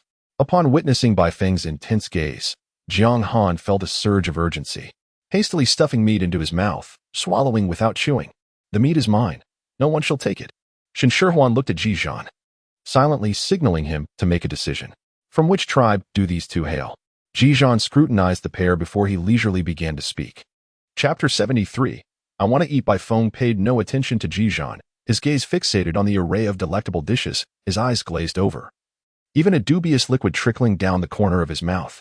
Observing Bai Feng's insatiable craving, Bai Lai felt compelled to respond, we are from the Spirit Fox tribe. Merely passing through, drawn by the alluring aroma. I'm not just looking. I want to eat. Before Ji Zhan could interject, Bai Feng boldly declared his intentions, revealing his true motive for approaching. As soon as he spoke, two hostile glares were directed at him. Following their gaze, he noticed the two guardians of the bowls, synchronized in their efforts to shove food into their mouths. Absolutely not. Did not even think about it? Jiang Han, his mouth stuffed with meat, resolutely denied the request, enunciating each word with clarity. Even Tang Yu nodded in agreement. Shen Shihuan, who despised the heat, was reluctant to linger by the stove, and the meals prepared had become increasingly perfunctory compared to before. The audacity of anyone attempting to snatch food from them was intolerable. Upon hearing this, Bai Feng's eyes widened, his breath quickening, seemingly on the verge of an outburst. Ji Zhan immediately became vigilant, discreetly shielding the petite female behind him, prepared to subdue the beastman at the slightest provocation. Bai Lai could not help but face palm, turning away, unable to bear witness to the impending spectacle. Bai Feng, a standout among the younger generation of the tribe, was simply too brazen. With a swift stride, he knelt before Tang Yu. Beautiful female. You are the most exquisite I have ever encountered. Might you spare me a piece of meat? Just a morsel would suffice. Ji Zhan struggled to maintain his stoic demeanor, his lips twitching at the audacity of this beast man, who had encountered many from various tribes but had never witnessed such shamelessness. Tang Yu was equally taken aback, her grip on a piece of braised meat faltering as she momentarily forgot to eat.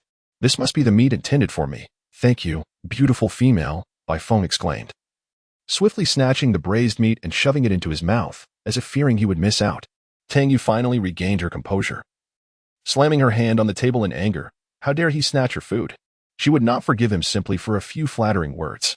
For the wrath of food is indeed formidable. Oh, beautiful female, your hand must be sore from the impact. Allow me to feed you, Bai Feng said, snatching the chopsticks from Tang Yu's hands and expertly picking the largest piece of braised meat from the bowl, devouring it voraciously. Shen Shihuan couldn't suppress a laugh. This individual was utterly comical. Not only did he speak as if in an opera, but his shamelessness and pursuit of food was astonishing.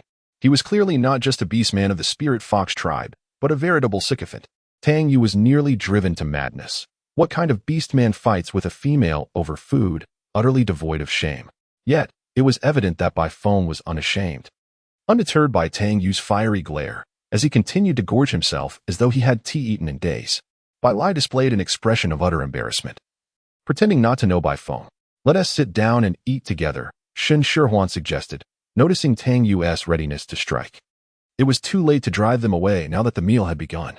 After all, meeting was a matter of fate. Sharing a meal was a reasonable gesture. Thank you. Bai Lai expressed his gratitude sincerely. He too could smell the deliciousness and longed to partake, yet he lacked Bai Feng's audacity, so he stifled his desires. Now that they were invited, he felt no need to hold back. With 2 additional mouths to feed, the portions Shen Shihuan had prepared for lunch were insufficient. Even with the offering of cold snacks, there was barely enough to satiate 4 beastmen. Delicious, yet not filling, had Shen Shihuan not intervened. Bai Feng would have nearly drunk the braised meat's flavorful broth. Shen Shihuan's reluctance to let Bai Feng indulge in the savory braised meat sauce was not merely due to concerns over its saltiness. Rather, it was her desire to savor the delightful combination of steamed potatoes dipped in that delectable sauce. She couldn't bear the thought of Bai Feng devouring it all at once. I'll go hunt some more animals. The large bowls are all empty, Bai Lai declared, rising with a knowing glance directed at Bai Feng. Why are you still sitting there? Hurry up and follow me. With an understanding forged through years of camaraderie, Bai Feng deciphered Bai Lai's subtle cues and, albeit reluctantly, accompanied him. Once they had distanced themselves, he began to voice his grievances. Why did you call me away? I wanted to converse a bit more with that enchanting female. To Bai Feng, a female capable of crafting such exquisite dishes was the epitome of his ideal partner. If he could win her affection, he would be treated to such culinary delights on a daily basis. Do you truly wish to sit idly like her, waiting for other beastmen to return from their hunts with ready meals? Bai Lai shot him a sidelong glance, his tone frosty, his fist clenched tightly, poised to deliver a severe reprimand should Bai Feng continue to display such foolishness. It was one thing to lose face within their tribe. It was another to embarrass himself in front of those from other tribes. What would he say when introducing himself as a member of the Spirit Fox tribe? He feared the mockery that would ensue. Bai Feng shook his head vigorously. No matter how much he loved food, the dignity of a beastman could not be compromised. He could not accept being dependent on others for sustenance. Then go hunt. Remember to catch plenty, Bai Lai urged, releasing his clenched fists. Bai Feng's eyes lit up at the prospect of more food. Bai Lai, you are truly clever. Fool, I didn't mean for you to eat more. It's for you to present as a token of gratitude. Bai Lai inwardly seethed, but recognized that reasoning with such a single-minded individual was futile. He gritted his teeth and added, if you find any fruits, remember to gather some as well. You actually remember that I like fruits, Bai Feng exclaimed, touched by the thoughtfulness. Fool, Bai Lai could only groan in exasperation, rubbing his forehead. Hurry back, avoid any trouble, and if you return late, there may not be any food left for you. Bai Feng, chastened, set off to hunt earnestly.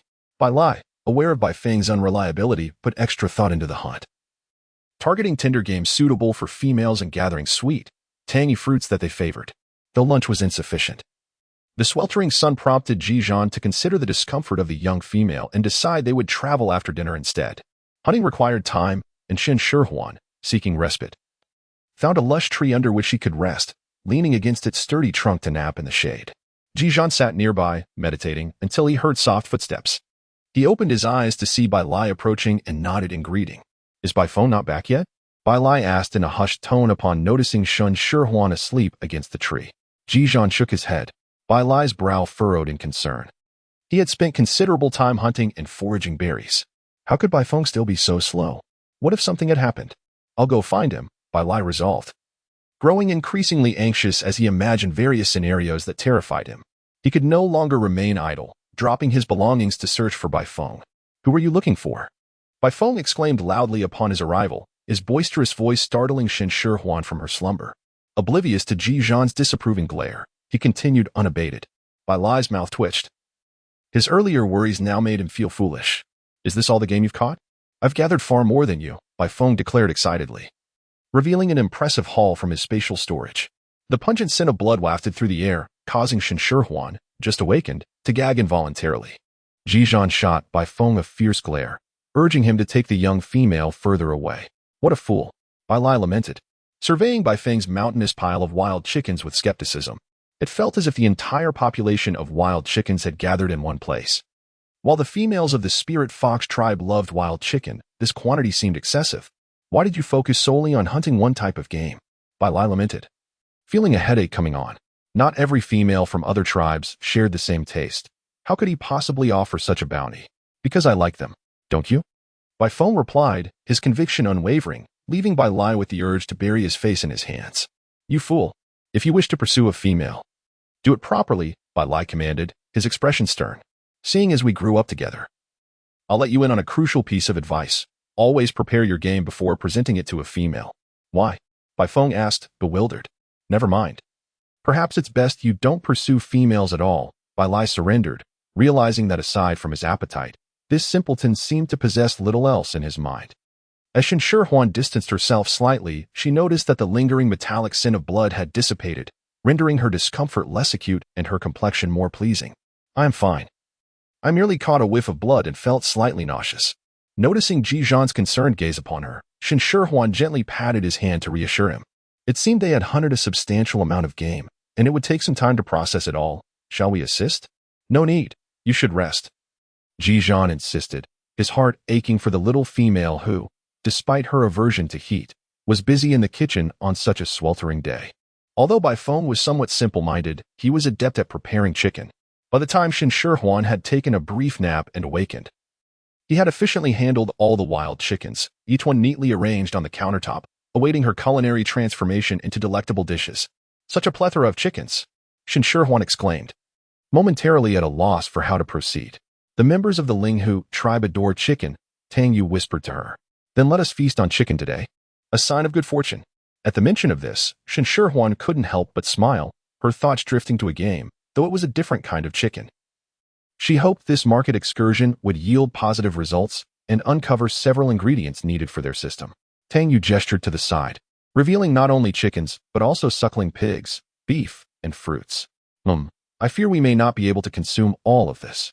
Shen Shihuan turned her head and noticed a sizable roasted piglet resting upon the stone table, accompanied by generous portions of beef and several fruits. Instantly, a sense of urgency overwhelmed her. The sweltering heat posed a risk. If a meal remained unfinished, it would spoil by the following day. Wastefulness of ingredients was a reprehensible act. Thus, it was imperative to transform these provisions into delectable dishes and consume every last morsel. Shen Shihuan calculated with her fingers, determining that with lunch, dinner, and a late-night snack, the 6 of them could consume everything. A roasted suckling pig would be prepared, slowly cooked to perfection for the evening feast, accompanied by several delectable dishes. As night fell, they would light a bonfire and prepare some beggar's chicken for a midnight snack.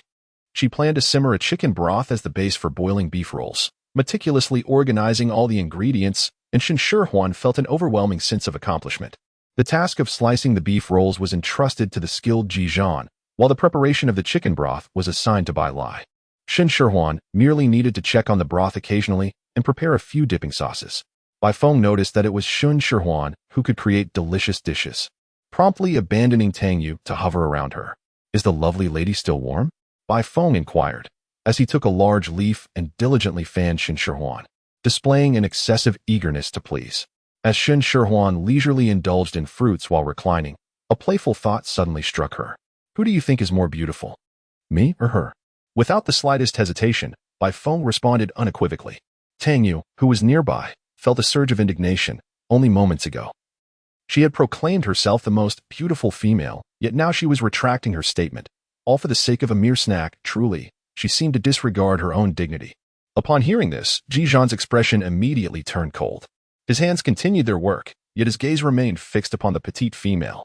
After a moment of contemplation, he beckoned Bai Feng, instructing him to bring a piece of meat. Upon being called, Bai Feng promptly approached, dutifully taking over Ji Zhan's task of slicing meat. Surprisingly demonstrating commendable skill, achieving a perfect thickness for the beef rolls. Satisfied, Ji Zhan settled beside the petite female, continuing to fan her with leaves. However, Shen Shihuan thought it unnecessary to keep fanning her, as it must be exhausting for him. Bai Feng paused in his slicing, feeling a sense of grievance. He too found fanning to be tiring. Why hadn't he expressed this earlier? I'm not tired, Ji Zhan insisted. Convinced that he could fan the petite female indefinitely without feeling fatigued, unable to bear the sight of the two growing increasingly intimate, Tang Yu discreetly rose and moved to sit beside Jiang Han, leaving space for the pair. As Shen Shihuan observed Tang Yu depart, she beckoned to Ji Zhan, indicating for him to come closer. Once he complied, she placed a hand on his shoulder, leaned in, and softly whispered in his ear, "In my heart, you are the best, no one compares." The warmth of her breath brushed against his ear, and although Ji Zhan fought to remain composed, the tips of his ears flushed crimson. He too believed the little female to be unparalleled, yet such sentiments eluded his lips, leaving him to persist in fanning her with gentle gestures. Bai Feng sighed silently. It was evident to him that his chances were dwindling. Resigned, he resolved to indulge in more food later to soothe his wounded heart. The enticing aroma of chicken soup gradually filled the air as Shen Shihuan meticulously minced garlic, chili, and green onions, arranging them in small bowls for everyone to customize their dipping sauce according to their preferences. She retrieved the tender, aromatic whole chicken from the pot, leaving behind a rich broth. The beef rolled in the chicken soup cooked in mere seconds, and once retrieved, it was dipped into the sauce, absorbing the essence of the broth.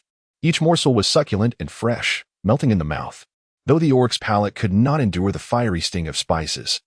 Both Shen Shihuan and Tang Yu had added a generous amount of chili flakes, resulting in a delightful blend of freshness and spiciness that compelled them to continue eating without pause. In Chapter 75, The Calculating Tiger, despite the overwhelming heat of the chili, the dipping sauce, crafted from garlic, green onions, salt, honey, cumin, sesame, and lemon juice, was equally delectable. For Bai Feng and Bai Lai, who were tasting it for the first time, it was so delicious that they felt as though their tongues might be consumed in ecstasy. Shen Shihuan initially believed that there would be an excess of beef, yet she evidently underestimated the formidable appetite of the orcs. Paired with a dipping sauce, the beef rolls vanished in an instant, leaving even Shen Shihuan herself yearning for more.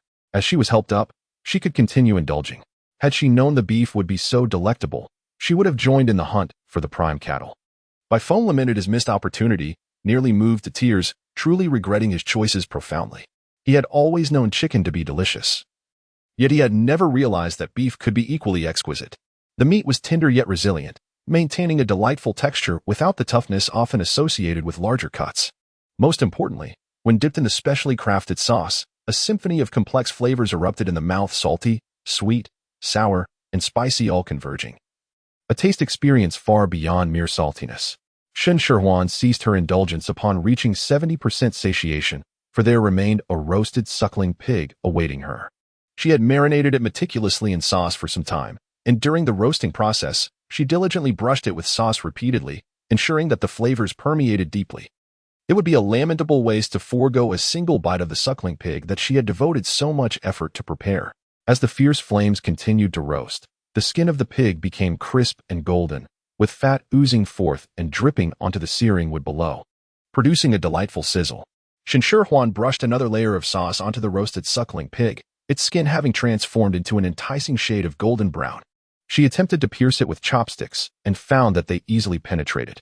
The roasted suckling pig was now perfectly cooked. Shen Shihuan skillfully employs a blade to roast the suckling pig, slicing through its skin, releasing a continuous plume of steam from within.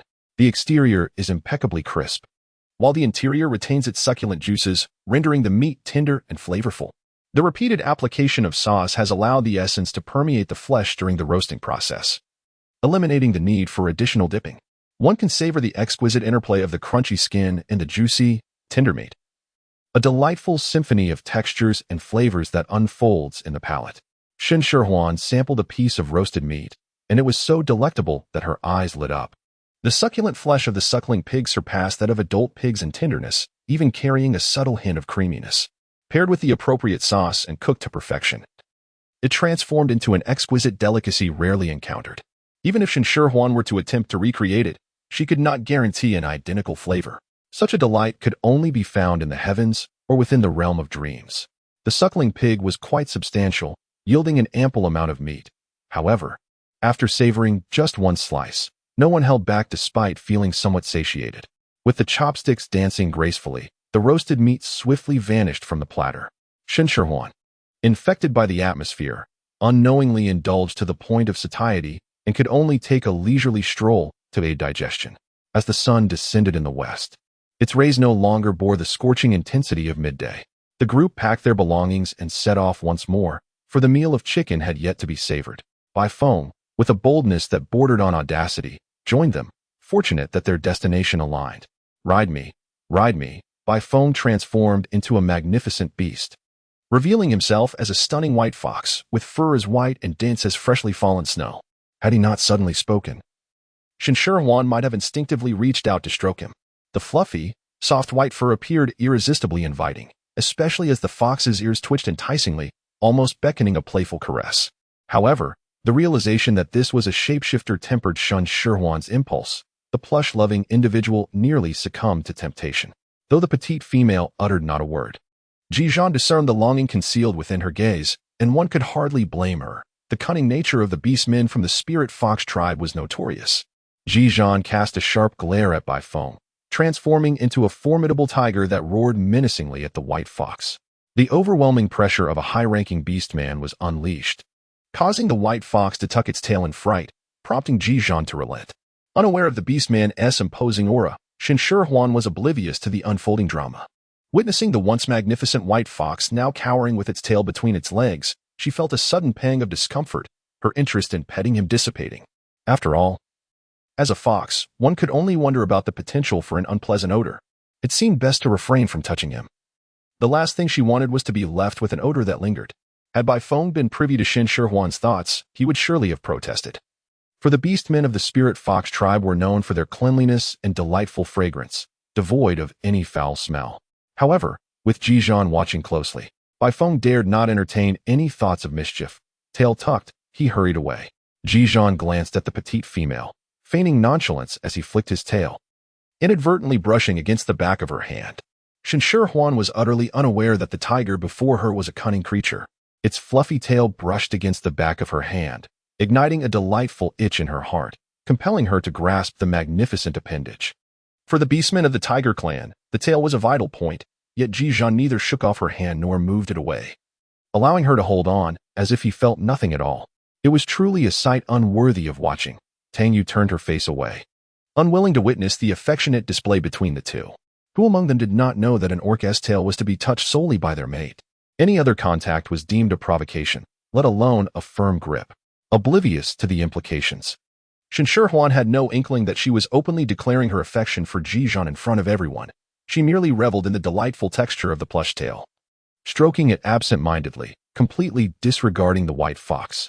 Bai Feng, with a downcast expression, had already discerned his lack of prospects and trudged forward, despondent.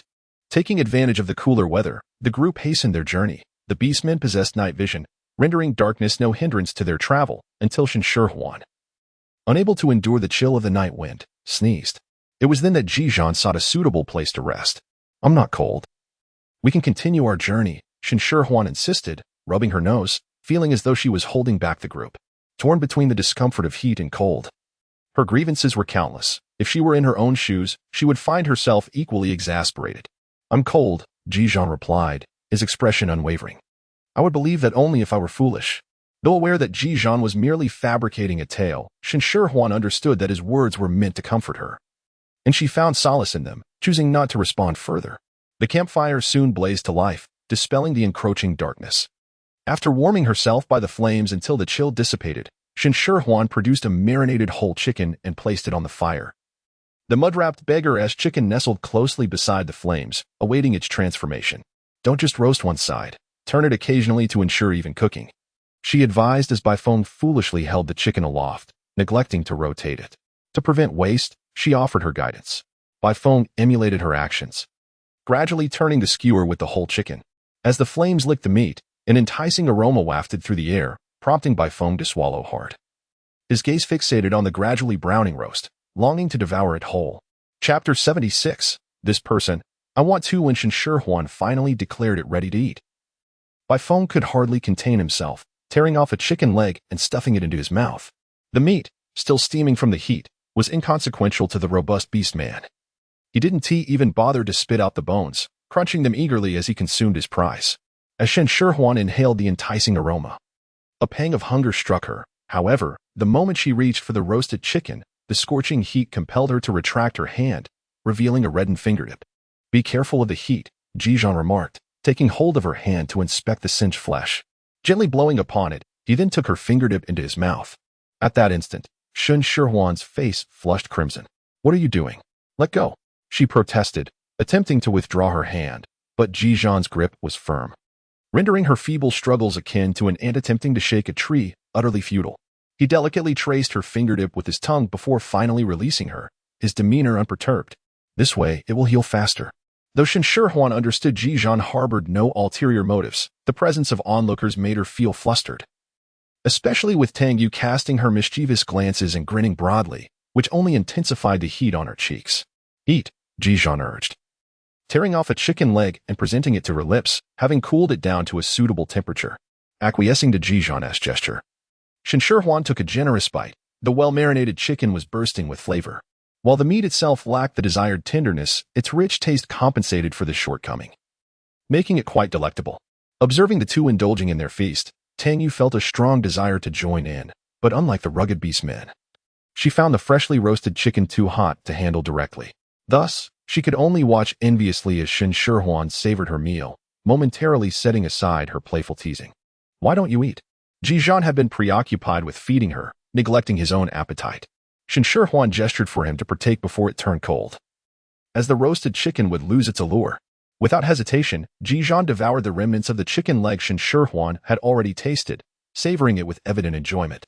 Shen Shihuan initially intended to intervene, for the chicken leg had been mostly devoured, leaving little more than bone.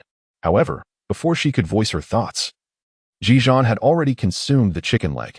With the formidable jaws of a beast man, the chicken bones crunched effortlessly with each bite.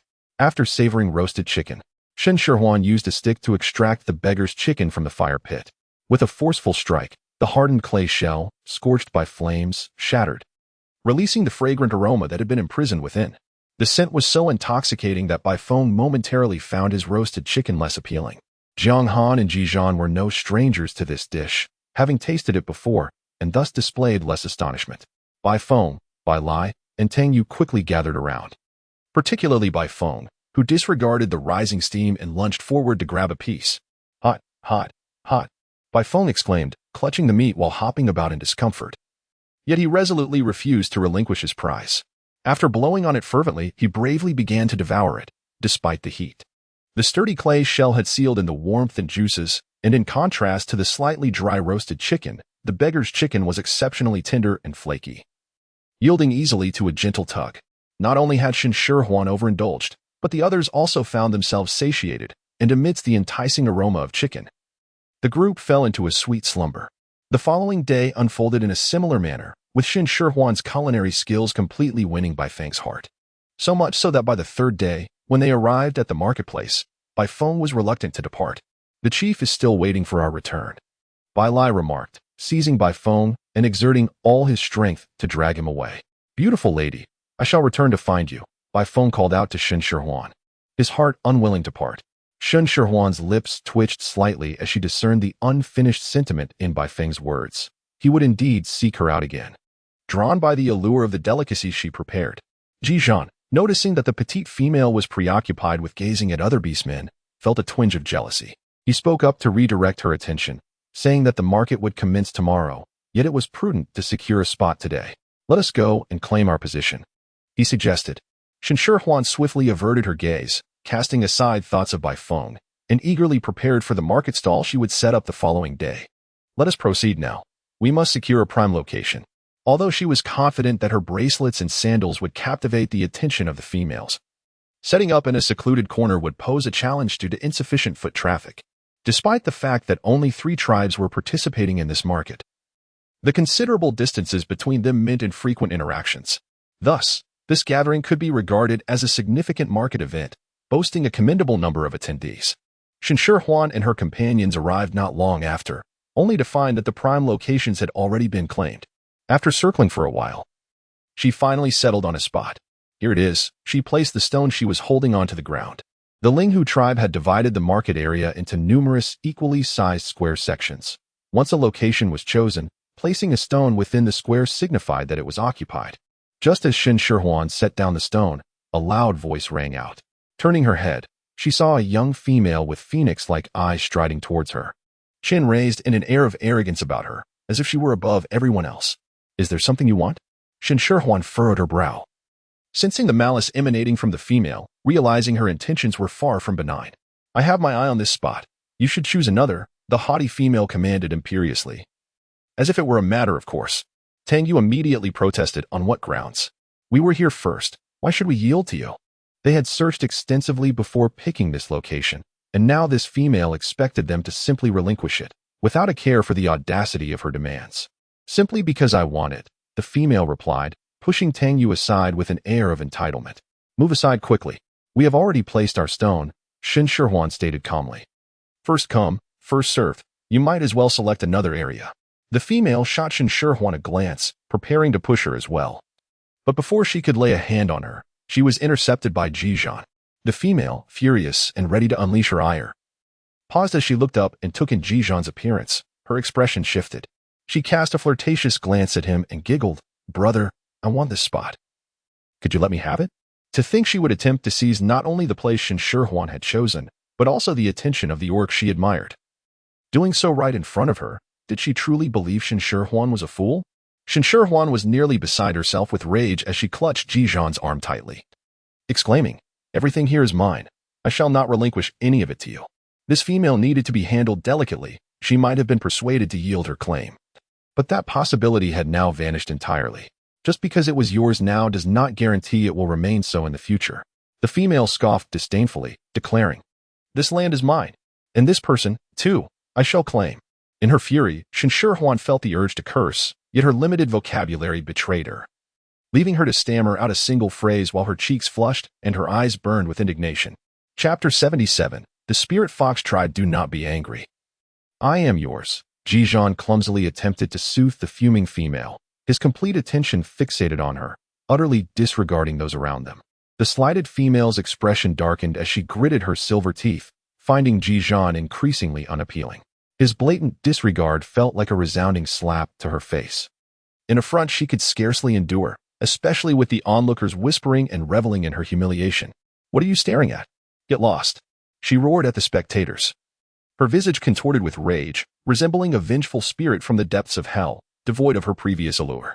The crowd dispersed in haste, yet many still cast surreptitious glances, unwilling to miss the unfolding spectacle. Just wait. You will regret this. She spat venomously before departing, casting a glare at Shen Shihuan that was laden with malice. It appeared she would not let this matter rest easily. However, Shen Shihuan was not one to shy away from confrontation. She met the glare with indifference, successfully rendering her opponent's face ashen with fury. You should leave this place swiftly, a discreet voice advised her as she contemplated her own departure. Eager to escape the troublemaking female, Shen Shihuan turned her gaze in the direction of the sound and beheld a slender female in the adjacent square, who was attentively arranging her wares. Had she not been utterly convinced of her hearing, anyone observing would conclude that this female was diligently preparing her merchandise for sale. Shen Shihuan suddenly realized that the female who had just been driven away by her must hold considerable power here. This female seemed to want to offer a warning, but was also wary of offending anyone, which explained her peculiar behavior. Shen Shihuan feigned ignorance, maintaining an air of composure as she excused herself for being weary, leading Ji Zhan away. The market among the 3 major tribes has a long-standing tradition, In order to secure a place to rest, each tribe has excavated caves in the nearby cliffs. Upon arriving at the cave of the Yihu tribe, Tang Yu could no longer conceal her concern, saying that individual appears to be a female of the Linghu tribe. This market is hosted by the Linghu tribe. If they seize the opportunity to create trouble, how will you respond? Shen Shihuan saw no distinction between that arrogant female and Tang Yu. Members of the Linghu tribe, whether orc or female, are strikingly attractive. Although identifying tribes based on appearance may not be wholly accurate, it is generally reliable. For instance, the orcs and females of the Baosheng tribe are robust and brawny. Shen Shihuan reflected for a moment. Indeed, Bai Lai was strikingly handsome, and even Bai Feng, whose temperament resembled that of a playful dog, was no less attractive than contemporary movie stars. Being a member of the Spirit Fox tribe did not concern her in the slightest. In fact, she even smiled, confident that any member of the Spirit Fox tribe with a modicum of intelligence would refrain from causing trouble at such a time. The market was not solely attended by the Spirit Fox tribe. Should news of bullying spread, it would tarnish their reputation. Moreover, many from the Winged Tiger tribe were also present, and should any conflict arise, they would not fear the Spirit Fox tribe. Perhaps fate is equitable. While the beastmen of the Spirit Fox tribe were graced with beauty, their martial prowess was comparatively weaker than that of the beastmen from several other tribes. Tang Yu could not fathom the reasoning behind this, but seeing Shen Shihuan's unwavering confidence, she opted to remain silent. Since she needed to rise early the next day, Shen Shihuan retired to bed shortly after dinner. Knowing that the annual market among the three great tribes would surely offer numerous treasures, she resolved to sell her bracelet and slippers first, and then thoroughly search for goods. With this determination, Shen Shihuan awoke at dawn the next morning, rising without the need for Ji Zhan to call her. Shen Shihuan harbored a distaste for greasy breakfasts, however, acknowledging the preferences of her orc companion. She prepared steamed potatoes and a rib soup with radishes. I can't shake off the feeling that you are merely going through the motions. Tang Yu grumbled softly while gnawing on a rib, her face contorted in mild discontent. It was evident that Shen Shihuan's culinary skills were commendable, yet the simplicity of the dishes suggested a lack of effort in her breakfast preparations. I apologize. I truly do. Once the market concludes, I shall make something delicious to make amends, Shen Shihuan declared, her focus wholly absorbed by the bustling market, leaving little room for culinary contemplation. I want to indulge in a plethora of delectable dishes, Tang Yu reiterated, emphasizing her desire with an abundance of many. Shen Shihuan nodded in agreement, assuring that she would prepare an abundance of delightful dishes to make amends with Tang Yu. After having breakfast, the four of them proceeded to the marketplace. Upon reaching the designated spot from the previous day, Shen Shihuan was about to instruct Ji Zhan to retrieve their belongings when a group approached. Leading the pack was the very female who had caused trouble the day before. This is my chosen place. Drive them away, she sneered at Shen Shihuan, then commanded the orcs following her. Shen Shihuan had already learned from Tang Yu that the beastmen of the Spirit Fox tribe were responsible for maintaining order in the marketplace. Presumably, this group of beastmen was tasked with upholding that order. This is clearly the place we designated, Tang Yu exclaimed in frustration, unable to contain her retort.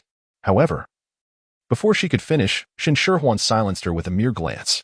I acknowledge that you are a female of the Spirit Fox tribe. But even if the order of the marketplace is overseen by your tribe, it is not solely comprised of your people. Are you attempting to assert your dominance in front of everyone, showcasing how the Spirit Fox tribe wields its authority? Shen Shihuan declared loudly, ensuring that each individual present could hear her clearly. The presence of so many beastmen from the Spirit Fox tribe was already striking enough. But Shen Shihuan's deliberate elevation of her voice drew even more attention. Did the Spirit Fox tribe truly believe themselves powerful enough to rival other tribes, disregarding them entirely? With a smile upon her face, Shen Shihuan spoke with a lightness that belied the gravity of her words. As she observed several robust beastmen, resembling small mountains, change their expressions, her smile widened even further. Engaging in psychological games with her was a miscalculation. The haughty female, regardless of her arrogance, grasped the underlying message of Shen Shihuan's words, yet she lacked the eloquence to counter such a verbal onslaught, leaving her to glare at Shen Shihuan in frustrated silence. Shen Shihuan was poised to add fuel to the fire, yet before she could utter a word, a resonant voice echoed from afar.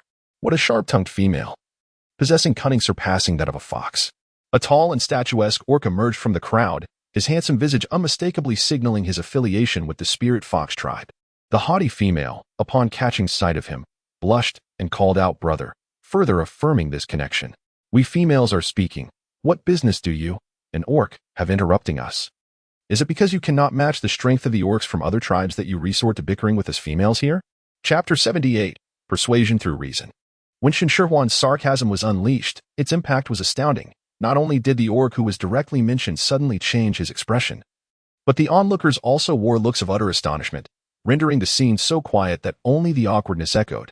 For the first time in his life, he found himself publicly humiliated, and by a female at that. Naturally, it was precisely because she was a female that, despite the seething anger within him, he could not allow it to surface. The Linghu tribe, responsible for maintaining order in the market, approached the gathering crowd, concerned about a potential dispute. What I said earlier was incorrect, and I have offended the esteemed members of the Yihu tribe. I humbly ask for your forgiveness. Bai Yi forced a smile, acutely aware that, as the son of the Linghu tribe's chief, it was utterly inappropriate for him to engage in conflict with members of another tribe, especially the Yihu tribe. However, suppressing his indignation was equally uncomfortable, so he subtly ridiculed Shen Shihuan and her companions, accusing them of disregarding the rules and disrupting the market's order.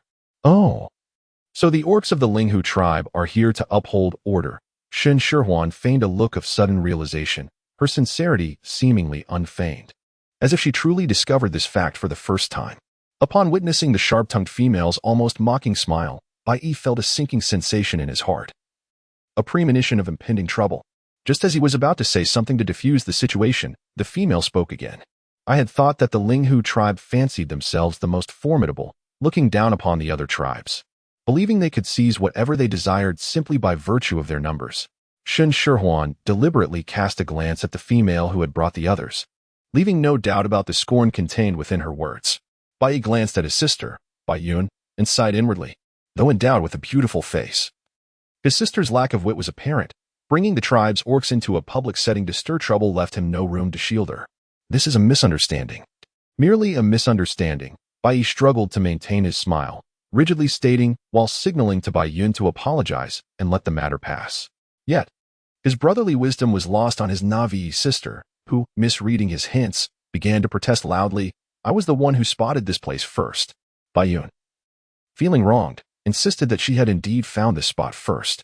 Although she had initially considered other locations, thinking perhaps something better might arise, she had not settled on one. To her dismay, upon returning, she found even this space had been claimed by another. If you had marked your spot, why didn't you place a stone?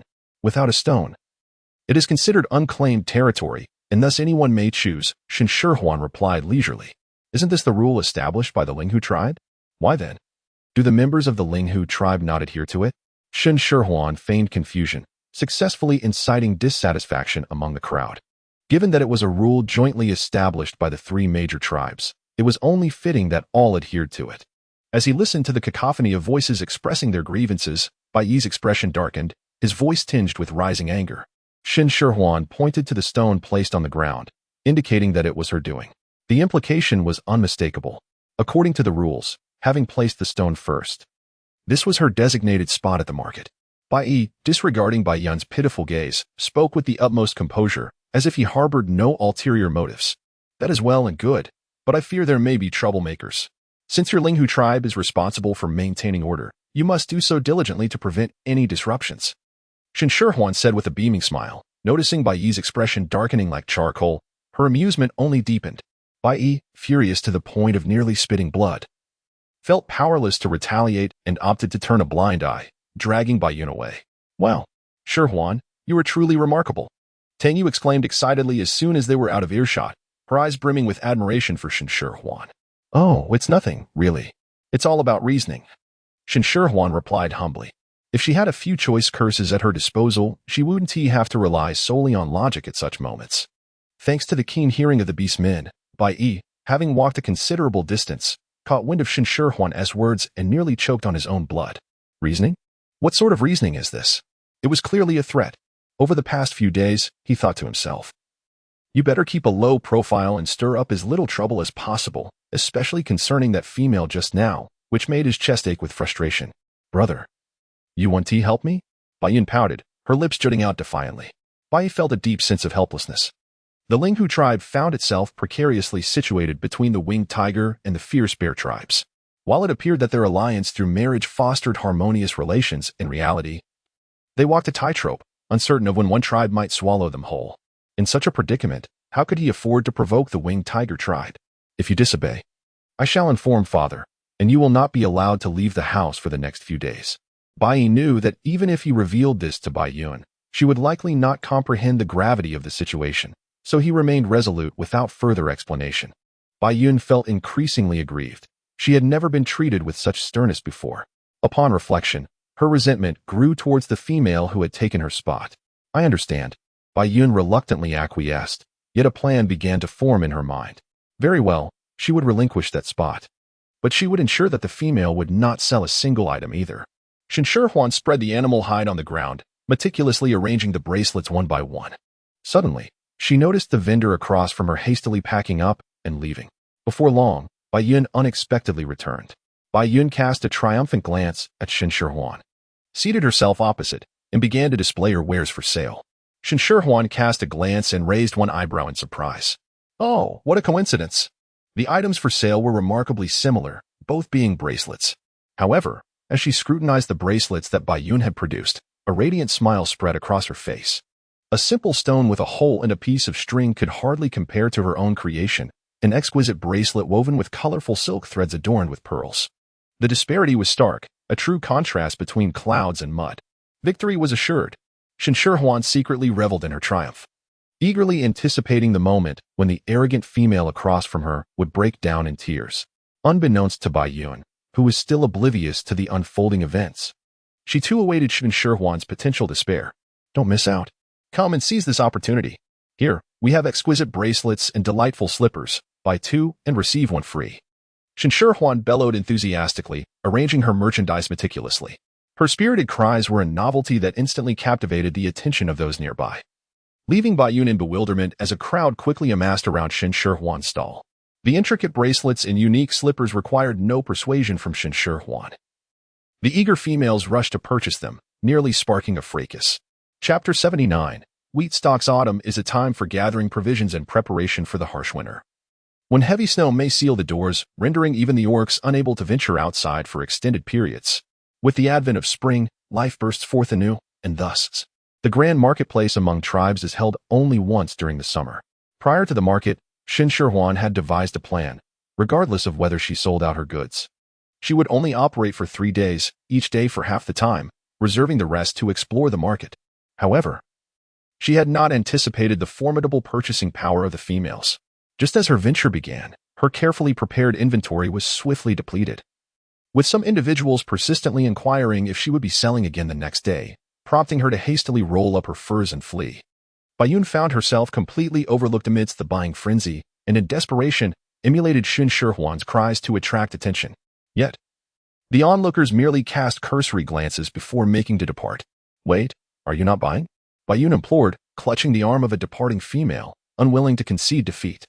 The females of the Linghu tribe were renowned for their craftsmanship. In previous markets, Bai Yun's bracelets had always found buyers.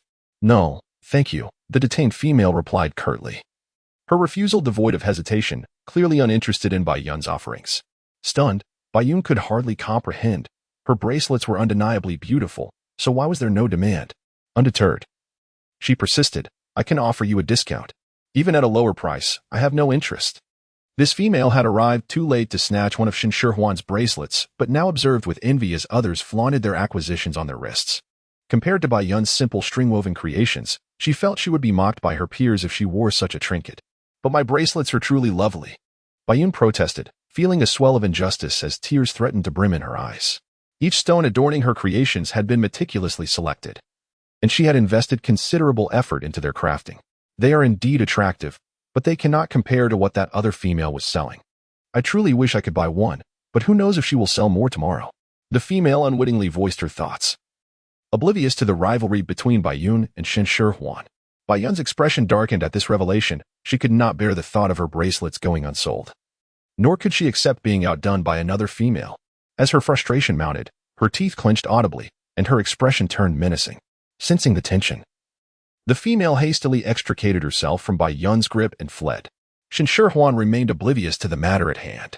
All her goods had been sold. yielding a considerable profit in pearls, which filled her with uncontainable joy. She eagerly pulled Tang Yu along, exploring one stall after another. The market boasted an array of handcrafted items, including not only jewelry, but also garments and stone tools. Shen Shihuan found little interest in the crudely made stone implements. Yet she did purchase several bolts of fabric woven from ice silkworm silk, intending to try her hand at garment making upon her return.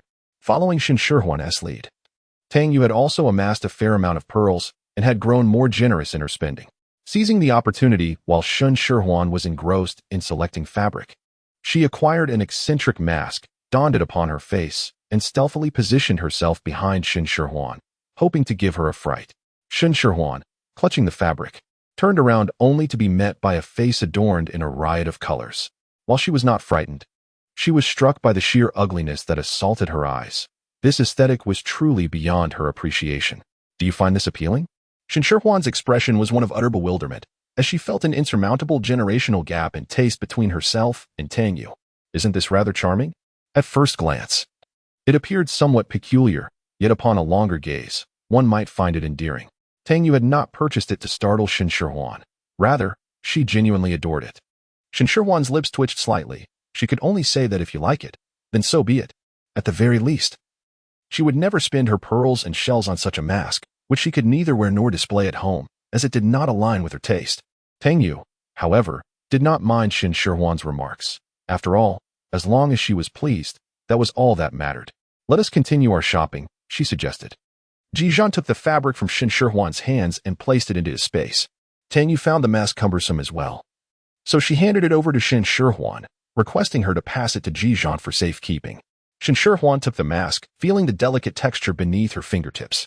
Upon closer inspection, she finally recognized the material from which the woven mask was crafted. Overwhelmed with excitement, she grasped Tang Yu's shoulders and urgently inquired, "Where did you purchase this mask?" Tang Yu winced slightly from the grip on her shoulders, perplexed by Shen Shihuan's sudden fervor.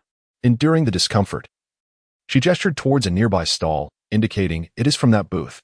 Shen Shihuan rushed over with such swiftness that she seemed to leave behind an afterimage.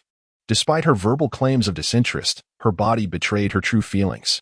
The female at the stall was intricately weaving masks from slender, tubular plants when a sudden intrusion startled her, nearly causing her to drop the unfinished mask.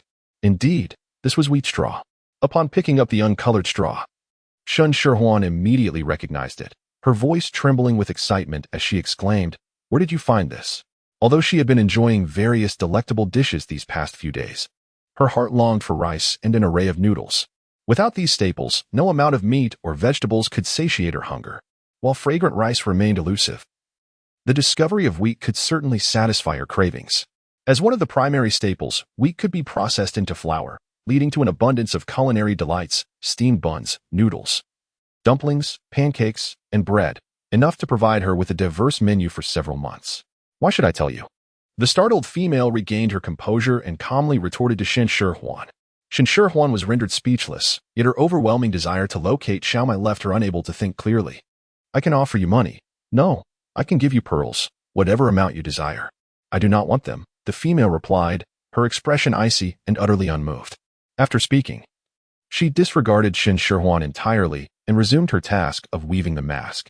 Shen Shihuan, feeling a surge of anxiety, nearly seized the collar of the individual before her in an urge to demand answers. However, she restrained herself, albeit her impatience seeped into her tone as she questioned, "What must you do to finally divulge the information to me?" The female, lifting her gaze to meet Shen Shihuan's, furrowed her brow and responded in a frigid manner, "Regardless of what you say, I shall not reveal anything to you." Upon hearing this, Shen Shihuan nearly lost her temper. "Shihuan," Tang Yu remarked, puzzled, "is this what you truly desire?" It was not the wheat straw she sought. What she truly yearned for was the wheat itself. Within Shen Shihuan's heart, a small voice cried out, yet when facing the beastly denizens who knew not the essence of wheat, she found herself at a loss as to how to convince them of its edibility. "If you could assist me in discovering where this plant thrives, I shall prepare you a delectable feast," Shen Shihuan mused, leaning closer to Tang Yu and whispering softly. Chapter 80, Acts of Valor with Unwavering Determination. Tang Yu stepped forward, only to return dejectedly. Her silence left Tang Yu disheartened, her shoulders slumping and the corners of her mouth drooping, as if enveloped by a shroud of despair. Never mind. Solutions are always conceived by the human mind, she thought. If she remains obstinate, we shall resort to a myriad of shameless ideas flickered through Shen Shihuan's mind, such as covertly trailing her or employing verbal intimidation. Yet before she could voice her thoughts, Tang Yu eagerly interjected, "Then let us give her a beating until she confesses." With utmost seriousness, she declared, "With my physique, I can take on 2 of her." Shen Shihuan was at a loss as to how to express herself in front of Tang Yu. This straightforward and crude approach bore a striking resemblance to the ways of a primal society. However, it was not suitable for her, as she considered herself a person of reason. "You may continue your shopping. I will remain here with Ji Zhan, keeping an eye on her.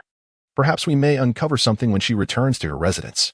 With more people around, the target becomes larger. Shen Shihuan decided to send Tang Yu away, intending to find a secluded spot later to engage in a proper discussion with this female.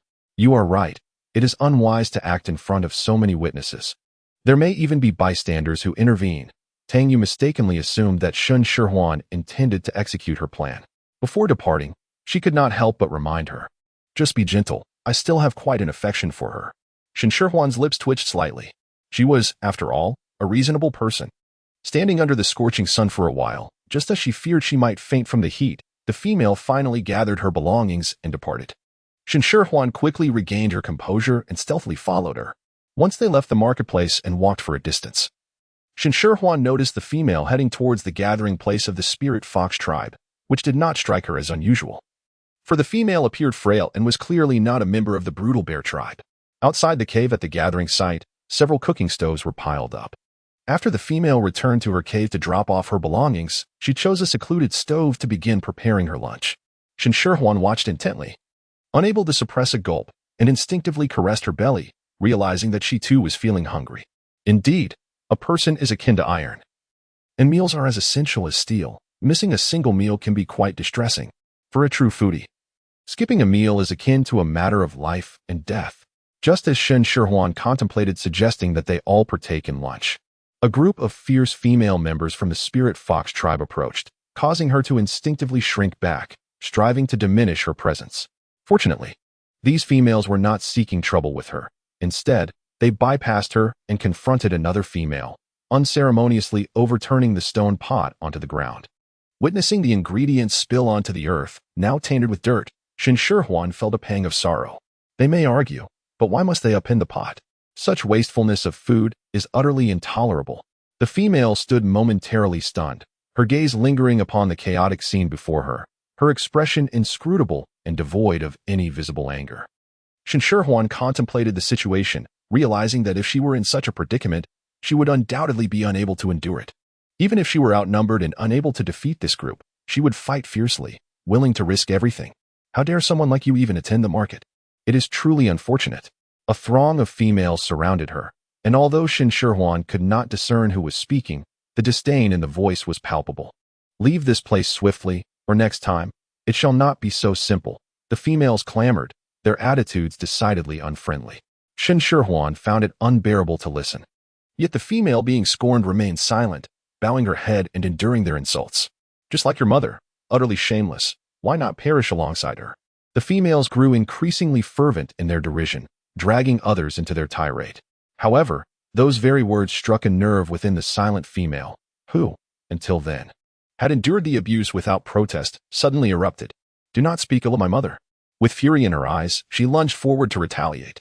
The nearest females, caught off guard, were momentarily taken aback, but soon they retaliated in kind. Chaos swiftly ensued. Outnumbered, the solitary female found herself at a disadvantage. Swiftly overwhelmed and unable to defend herself against the throng, Shen Shihuan perceived this as an opportune moment to leverage personal connections. Without waiting for Ji Zhan to intervene, she rushed forward, exclaiming, "Halt!" Shen Shihuan's voice cut through the clamor and din, causing the females to cease their activities and turn to gaze at her. "Who are you?" After scrutinizing Shen Shihuan, one of them furrowed her brow and spoke, "This is a matter concerning our spirit fox tribe. Outsiders should refrain from meddling." Shen Shihuan crossed her arms, wearing an expression akin to that of a spectator at a performance. "Please, continue," she remarked. "If the other tribe's orcs were to discover that the females of the spirit fox tribe possess such qualities, they might hesitate to take any of you as wives in the future." Many females from the spirit fox tribe had married outside their clan, primarily due to their beauty, gentleness, and capability. To put it bluntly, they excelled in the art of enticing orcs. Should today's events become public knowledge, it would tarnish the reputation of all the females in the Spirit Fox tribe. If it resulted in a lack of orc suitors, it would be quite unfortunate. Do you truly believe you are aiding someone of merit? Do you not feel any shame? Shen Shihuan glared at the female who had instigated this incident, her disdain palpable. I am fully aware of whom I am assisting. You all, ganging up on one individual, do you not feel any embarrassment? She directed her gaze towards the female, who was in a pitiful state due to the beating she had received. Noting her expression of indifference, Shen Shihuan realized her plans had failed, yet she felt no regret. There remained a flicker of righteousness within her. She could not stand idly by as this female was bullied. Be cautious, she bears the blood of the rogue orcs. Helping her could lead to your own downfall, warned one of the females as she passed by Shen Shihuan, speaking just loudly enough for all to hear. Rogue orc. Shen Shihuan was hearing these four characters for the first time, completely unaware of their significance. Initially, she had worried that these females would not relent easily and that she might suffer should a confrontation ensue. However, upon witnessing their departure, she hurried to the side of the injured female, scanning her from head to toe, and only felt at ease upon confirming that she was unhurt. I will not divulge anything to you, so you might as well give up. The female raised her head, casting a cold, piercing gaze at Shen Shihuan, her eyes sharp as if capable of piercing through the depths of one's soul. Even if you assist me, I shall not reveal anything. With her thoughts laid bare, Shen Shihuan felt a tinge of embarrassment and absent-mindedly touched her nose. She refrained from explaining that her intervention was not solely to ascertain the whereabouts of Xiaomai. Rather, she could not bear to witness a group bullying an individual. Allow me to assist you, she offered, noticing the female bending down to lift a stone pot. Shen Shihuan was eager to help, thinking that if she could prepare a meal, her culinary skills might win the female over. No need, keep your distance from me. The female firmly declined, her expression radiating a warning as she regarded Shen Shihuan with the same disdain one might reserve for a pest, making it clear that she was not welcome in her proximity. Shen Shihuan had never faced such rejection before, and a sense of bitterness filled her heart, leaving her feeling rather disheartened. Chapter 81. Inquiring about the situation. The female had entered the cave and had not emerged since. After waiting for a while, Shen Shihuan reluctantly accepted the harsh reality of her unpopularity and returned to Ji Zhan's side, increasingly feeling aggrieved and angry. Although her intentions in offering assistance were not entirely pure, she had, after all, intervened to halt the violent actions of that group of females. A simple expression of gratitude would have sufficed. Instead, they not only failed to thank her but treated her as if she were a thief, regarding her with suspicion and disdain. All she wanted was to know where she could find some wheat. Was it too much to ask for a few stalks to use as seeds? Forget it, let's go. I refuse to believe she wants to divulge anything. If she chooses not to speak, I will find it myself. Shen Shihuan's temper flared. If they wouldn't talk, she would seek it out on her own. Just as Shen Shihuan was about to leave, she noticed someone approaching, prompting her to hastily pull Ji Zhan into hiding. The newcomer was a middle-aged female, carrying a stone bowl brimming with roasted meat. As she walked, she continually glanced around, and upon ensuring the coast was clear, she quickly entered a nearby cave. Could this be a clandestine affair in the beastly realm? Shen Shihuan's insatiable curiosity ignited fiercely, as she risked exposure to delve into the unfolding drama she had vividly imagined. Yet, her anticipation quickly waned, for the middle-aged female had entered a cave that belonged to the other female. Shortly after, the middle-aged female emerged, accompanied by the younger one, and they appeared to be engaged in conversation. However, the distance rendered Shen Shihuan incapable of discerning their words. Can you hear what they are saying? She inquired softly of Ji Zhan, aware of the remarkable auditory capabilities of the beast men. Although they possessed keen senses, they did not resort to eavesdropping. Nonetheless, Ji Zhan relayed the snippets of dialogue he had overheard. The younger female expressed that she was a descendant of the wandering beast men, bringing misfortune to those around her, and implored the older female to refrain from seeking her out again. What exactly are wandering beast men? Shen Shihuan pondered, recalling that the fortunate females had uttered similar sentiments. Yet she had never encountered such tales within the Ihu tribe. The term referred to beast men who had erred and been cast out from their tribes, as well as those left adrift after their tribes perished, regarded as symbols of misfortune by those within the tribes, leading to the discrimination of their descendants. Shen Shihuan found the situation utterly absurd. It was one thing for the errant beast men to be judged, but why should the displaced beast men and their descendants suffer discrimination? Shouldn't compassion for the vulnerable and care for the marginalized be paramount? In a world where survival beyond the tribe is a formidable challenge, it is understandable that individuals dread losing the sanctuary of their community and harbor disdain for those who lack such protection, fearing the misfortune they might bring upon their own tribe. Although Shen Shihuan could not fathom why the young female was oblivious to such fundamental truths, this was not the first instance. Ji Zhan adeptly took on the task of elucidating the matter to her. Upon hearing this, Shen Shihuan could only succumb to silence, akin to the instinctive reaction of individuals who, upon witnessing someone afflicted by a contagious illness, extend their hands in benevolence yet recoil in fear, retreating even from the afflicted's closest kin to avoid the risk of contagion. This is a primal instinct she cannot rebuke, yet at this moment, she harbored a fervent desire to alter such a predicament. As an individual approached, noticing the young female lost in thought, Ji Zhan refrained from interrupting her contemplation until a middle-aged female drew near, prompting him to speak. Once she had distanced herself, they intercepted her. And Shen Shihuan had devised a plan. Perhaps it would be more fruitful to engage with this female. Shifang, upon observing the throng of females, discerned their intent to confront Han Yu, yet felt powerless to intervene, only able to discreetly offer some sustenance. However, she was acutely aware that such assistance would be of little value to the child, Han Yu, who had implored her not to seek her out again. Nevertheless, being her sister's child, how could she turn a blind eye? As Shifang pondered this, sorrow engulfed her, and tears threatened to brim in her eyes when two figures suddenly appeared before her, startling her into a daze. "I wish to discuss a matter with you. I hope you have a moment," Shen Shihuan spoke courteously, considering her status as an elder. Had it been someone else, she might have resorted to direct threats. Who are you?" Shifang scrutinized Shen Shihuan, hesitating, especially upon noticing the presence of a strange beast man, heightening her wariness. "Who I am is of little consequence. What I have witnessed is paramount." Noticing Shifang's reluctance, Shen Shihuan unleashed her trump card, successfully contorting Shifang's expression into one of distress. The tribe harbored a profound disdain for vagrant beast men, extending this aversion to their progeny. Were it not for Han Yu's mother being a female from the spirit fox tribe, and Han Yu herself being female, it was likely they would never have permitted her to remain within the tribe. Yet, despite this, Han Yu's circumstances within the tribe were exceedingly precarious. She frequently found herself the target of bullying.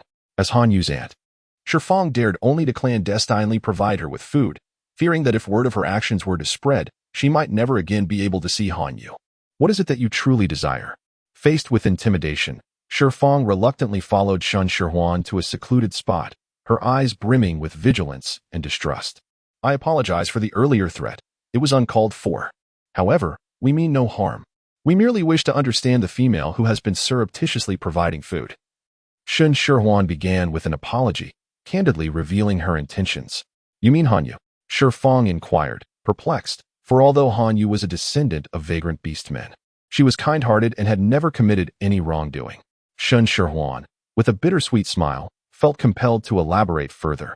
There was a matter on which she sought her assistance. Thus, she wished to gain a deeper understanding of her circumstances to persuade her. "What is it? Is it perilous?" Shifang observed Shen Shihuan's demeanor, noting a decrease in her vigilance. Yet, given the implications concerning Han Yu, she could not suppress her curiosity and pressed for more details, even at the risk of seeming overly inquisitive. "I merely wish to ascertain the origin of the plants used for crafting the masks." Shen Shihuan thought carefully, withholding the fact that wheat was edible, concerned that if she were to mention its edibility, the woman might be reluctant to divulge her source. "Ah, the masks." Shifang's expression softened with nostalgia. "That was taught to her by my sister. Ever since my sister's passing, Hanwei has come to the market each year to sell her masks." Listening to the tale, Shen Shihuan couldn't help but feel a profound sense of sorrow for Hanwei. The fact that her father was a wandering beast man was already unfortunate, but the death of her mother compounded her plight. It was truly remarkable that Hanwei had managed to remain uncorrupted despite such adversity. How had her mother passed away? Shen Shihuan pondered. Surely, the people of the spirit fox tribe, despite their madness, would not resort to murder. "She perished from starvation," Shifang replied, his countenance grave and voice somber.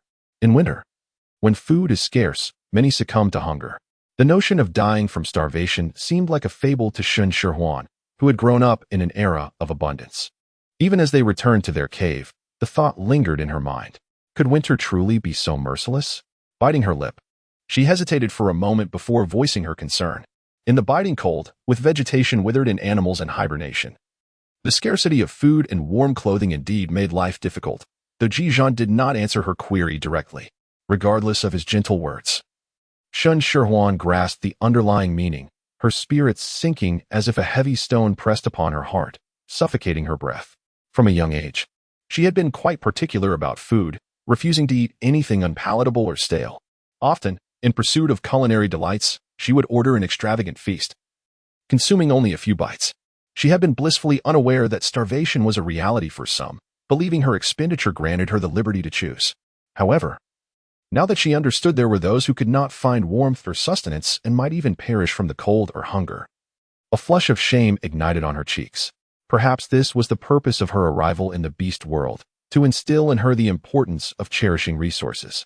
Rest assured, I am here to ensure you do not suffer from hunger or cold, Ji Zhan said, misinterpreting the complexity of her expression as worry for the winter. He comforted her with a gentle pat on the head. Although winter brought scarcity, the tribe members supported one another, and the winged tiger tribe had not seen a hunger-related death in many years. Ji Zhan added, with a sense of pride, that the winged tiger tribe was among the more formidable clans, having gained ample experience in weathering the harsh winters over the years. Shen Shihuan remained silent, contemplating various methods to aid her tribe in enduring the winter. However, the feasibility of these ideas could only be assessed upon her return to the tribe for experimentation. As she pondered, a sudden inspiration struck her, and she realized how to persuade Han Yue, ignoring the growl of her hungry stomach. She seized Ji Zhan and set off to find her. "What brings you here again?" Han Yue inquired, having just consumed some roasted meat and intending to craft a few more masks. Upon seeing Shen Shihuan's return, her expression immediately darkened. Shen Shihuan gestured for Ji Zhan to produce the items she had prepared, a considerable assortment that piled upon the ground like a small hillock. "Even if you were to gift me something, I would not divulge anything to you. You might as well resign yourself to that notion." Han Yu's expression was as frosty as a winter's night, utterly unmoved, refusing even to glance at what Ji Zhan had revealed. "You are mistaken. These are not intended for you. I merely wish for you to observe," Shen Shihuan replied bluntly, nearly implying that Han Yu was being overly sentimental. Although Han Yu appeared calm and composed, she possessed a fiercely proud spirit. Upon hearing Shen Shihuan's words, she misinterpreted them as mockery, and the long-suppressed ire within her erupted in an instant. "Indeed, I do not possess these items, nor do I covet them. Now take your belongings and leave." Han Yu, filled with uncontrollable fury, pointed vehemently toward the entrance, her chest heaving violently as though she might faint from the intensity of her emotions. "Do not be angry," Shen Shihuan implored, concerned that Han Yu might suffer a grievous reaction. The medical assistant's alarms echoed in her ears, prompting her to hastily clarify that these were merely preserved foods, ensuring they would not have to worry about sustenance during the winter months. From Shifang, Shen Shihuan learned that the mask had been crafted under the guidance of Han Yu's mother. Therefore, the mask, along with its materials, held profound significance for Han Yu. Her reluctance to disclose this was driven by a desire to protect the precious memories she shared with her mother from being tarnished by others. If the mask symbolized cherished recollections, then Han Yu's feelings towards the winter that had claimed her mother were undoubtedly fraught with both disdain and fear. Once she could untangle the knots in her heart, she would no longer cling to those memories. Shen Shihuan's method of resolving Han Yu's emotional turmoil was rather abrupt, yet undeniably effective. Han Yu's eyes widened in astonishment as they fell upon the array of items before her. She inhaled sharply several times, incredulously asking, "Can these truly be preserved for an extended period?" Each autumn, every inhabitant of the tribe, regardless of age, stockpiles provisions. However, both meat and vegetables proved difficult to preserve for long durations. Enduring hunger for 3 to 5 days may be feasible. But what of 10 days or even half a month? It is often the frail elderly, the younglings, and the females who succumb first, just as her mother had done, in an effort to preserve hope for the younger generation. This is a potato, which, when stored properly without damage, can last from 2 weeks to a month. This is dried shiitake mushroom, which can be kept for 6 months if sealed correctly. This is a winter melon, capable of lasting for several months. This is lotus root, which can remain fresh for over a month when submerged in cool water. This is. Shen Shihuan meticulously recounted the past, not only discussing vegetables and fruits but also the processed meats, such as cured and dried varieties, which could be preserved for several months. Noticing the shifting expression on Han Yu's face, Shen Shihuan resolved to employ a more potent strategy. In addition to these, the plant I previously inquired about is wheat, which is not only edible, but can also be stored for several months. Of course, wheat requires processing before it can be consumed. Shen Shihuan refrained from divulging all the details, unperturbed by the thought of Han Yu potentially turning against her. Is it truly edible? Han Yu's pupils dilated in disbelief. No. That's impossible. I have tried cooking it before, and it was inedible. Han Yu faced ostracism from the females in her tribe, making it difficult to forage for wild vegetables to stave off hunger. In her desperation, she had previously attempted to boil this particular plant, only to find it coarse and tough, utterly unpalatable. Wheat must be processed to be consumed. I can share the method with you. And if the quantity of wheat is limited, I will only require a small portion as seed. How can I trust that you are not deceiving me? Han Yu was somewhat convinced by Shen Shihuan's words, yet she remained vigilant and did not immediately acquiesce. Do you have any dried wheat ears? I can demonstrate the process for you. I have more faith in my culinary skills than in mere words. Once Han Yu tastes the dish I prepare, I am certain she will be intrigued. As for the notion that Han Yu could learn to make dough from just a single demonstration, Shen Shihuan harbored no concerns. If such a person existed, they would surely be a culinary deity, incapable of being bested by a mere grain of wheat.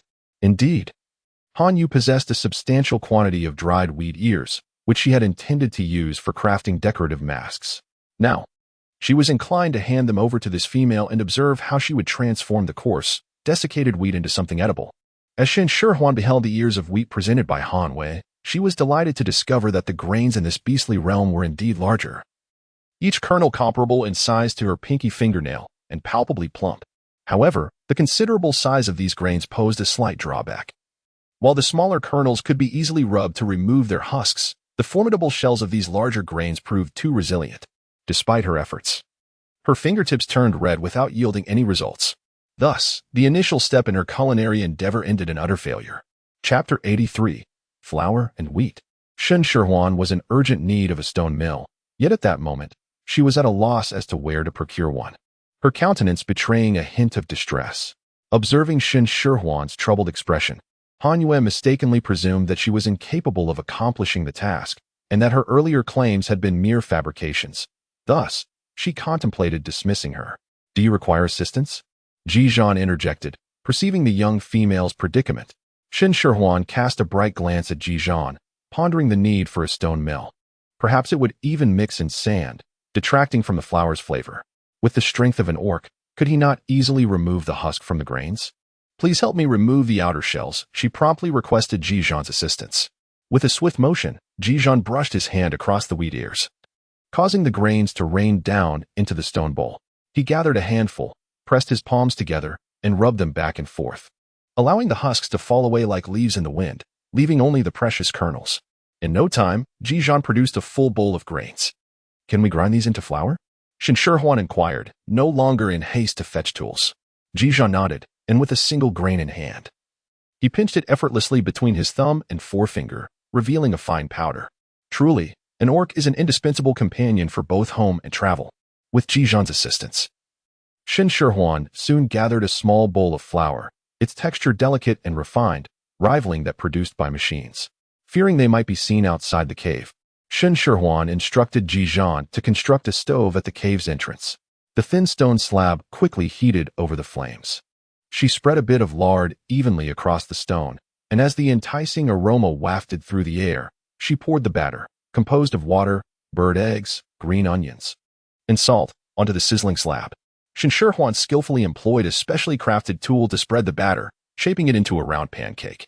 Once one side was baked to a crisp golden perfection, she deftly lifted it with a wooden spatula, flipping it gracefully in midair before it settled firmly onto the stone slab. At that moment, the enticing aroma of eggs, scallions, and sizzling oil intertwined, creating an irresistible fragrance. Han Yu endeavored to appear composed, yet the subtle act of swallowing betrayed her inner longing. Once her gaze fell upon the pancake, gradually transforming into a rich golden hue. It was as if it had been affixed with superglue, rendering her unable to look away. Shen Shihuan deftly divided the freshly made egg pancake into 3 portions, allocating the largest piece to Ji Zhan, while she and Han Yu each received a nearly equal share of the remaining 2. The pancake, still exuding steam from the heat, revealed a crispy exterior that gave way to a soft, tender interior with each bite. The faint gaminess of the quail eggs was subdued by the scallions, and the salt imparted a subtly savory flavor to the flour. The lard seeped into the surface of the pancake, lending a delightful fragrance without being overly greasy. Although it was somewhat hot, none of them could bear to pause, devouring it ravenously, bite after bite. It was delectable, truly exquisite. Shen Shihuan herself felt unsatisfied.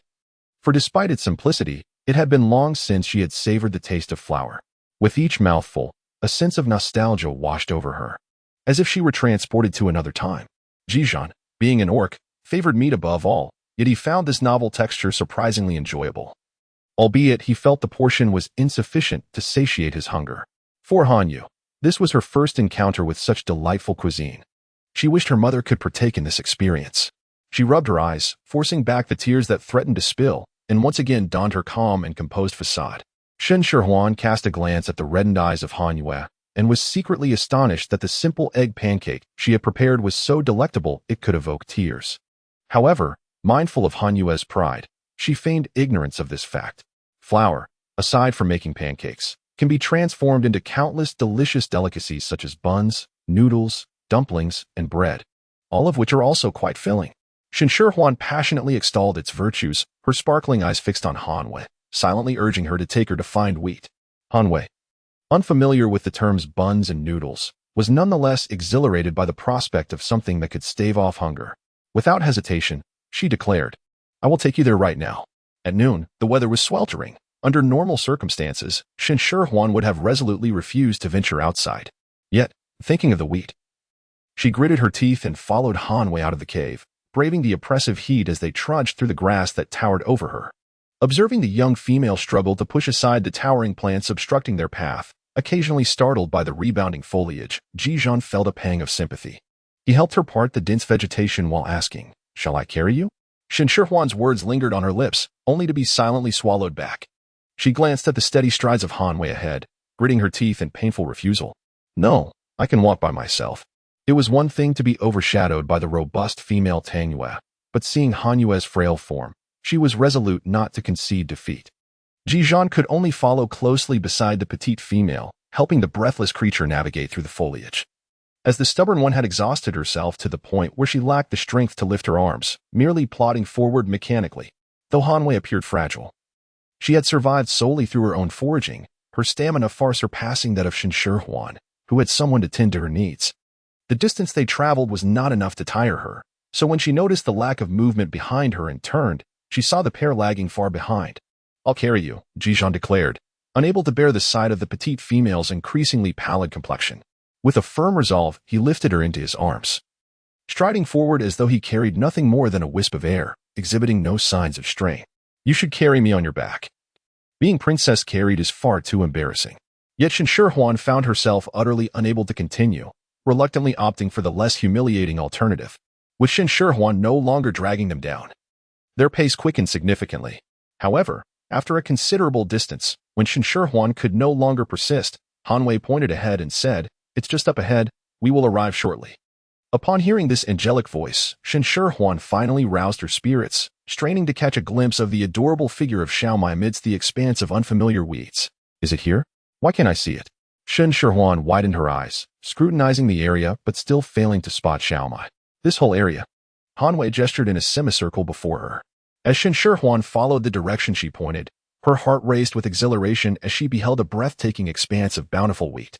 The reason for her earlier oversight was her assumption that the wheat would only reach her waist. She had been searching with her gaze lowered, unaware that in this realm, the wheat seemed to have been enhanced by some potent force, towering not only in its robust grains but also in height, surpassing even her own stature.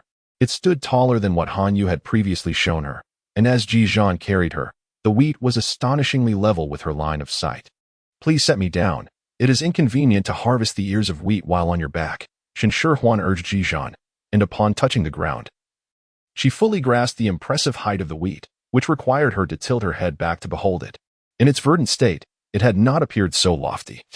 However, at that time, it had yet to mature, with the grain still underdeveloped. Observing Shen Shihuan's astonishment, Hanyu offered an explanation. Shen Shihuan had long observed that the growth cycle of plants in the beast world was remarkably brief, and they did not adhere to the seasonal patterns typical of other realms. Except for the frigid winter when growth was stunted, the other 3 seasons allowed for flourishing vegetation. yielding multiple harvests within a single year. Although it was still summer, the vast expanse of wheat had already turned a parched yellow, with its ears laden with plump grains. So heavy they bent the stalks low. Had they arrived a few days later, it was likely that the ripe grains would have begun to shed on their own. After the initial excitement subsided, Shen Shihuan regained her composure. Her eyes lingered on the bountiful wheat, yet she recalled her pact with Han Yue. With a heart that felt like it was bleeding, she asked hopefully, "How much can you spare for me?" "Half," Han Yue replied succinctly, without a trace of hesitation, clearly having contemplated this before their arrival. Shen Shihuan cast a surprised glance at Han Yu, not expecting her to be so generous. She had presumed that it would suffice for Han Yu to offer her a portion for seeds, yet to her astonishment, there was an ample half. Her perception of Han Yu improved considerably. The wheat ears, once dried, could be stored in a dry place for several months. If one found it challenging to remove the husk by hand, a large stone could be employed for grinding, and the grains could then be pulverized into flour. Shen Shihuan reciprocated with gratitude, succinctly highlighting a few crucial points she deemed significant. As for the culinary applications of flour, that was not a matter that could be elucidated in mere sentences. She resolved to teach Han Yu how to make the simplest of pancakes. Though pancakes are commonplace, they allow for a myriad of variations, being capable of enveloping slices of meat, rolling with scallions, or even being spread with various sauces. "Thank you." Han Yu expressed her gratitude to Shen Shihuan, earnestly noting down her instructions, particularly on the pancake-making process. Although she had observed Shen Shihuan previously, her understanding had been superficial. It was only through Shen Shihuan's detailed explanation of the steps that she truly comprehended.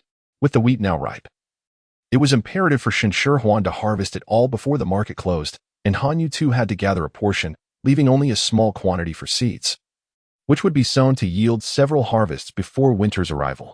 Shen Shihuan initially intended to invite Tang Yu and Jiang Han for assistance. However, as Han Wei wished to keep their endeavors concealed from a fourth party, she reluctantly braved the sweltering heat, accompanying Ji Zhan to gather the harvest. Shen Shihuan wielded the knife to harvest wheat for a while before succumbing to fatigue, her vision dimming intermittently, nearly causing her to collapse, her complexion paling. "You should take a rest. I can manage here," Ji Zhan said, his heart aching for the delicate female. The oppressive heat and glaring sun made the task arduous. While he did not find it exhausting, he worried about her fragile constitution. He wished for her to rest in the cave while he completed the harvesting alone. Yet she insisted on accompanying him. The sun had darkened her skin over the past days, causing him considerable distress. "I can endure, I will finish soon." Shen Shihuan gritted her teeth in determination, knowing they were close to completion, after which she could return with Ji Zhan. By the time they finished harvesting, the vibrant hues of sunset adorned the sky. Ji Zhan transformed into his beast form, carrying the female back to the cave with ease. "Where have you two been? Why the delay?" Tang Yu exclaimed upon seeing them, her tone tinged with the lament of a forsaken woman. Over the past days, she had wished to invite Shen Shihuan to explore the market, but her advances had been repeatedly declined. The prolonged absence of the two only intensified her curiosity and frustration.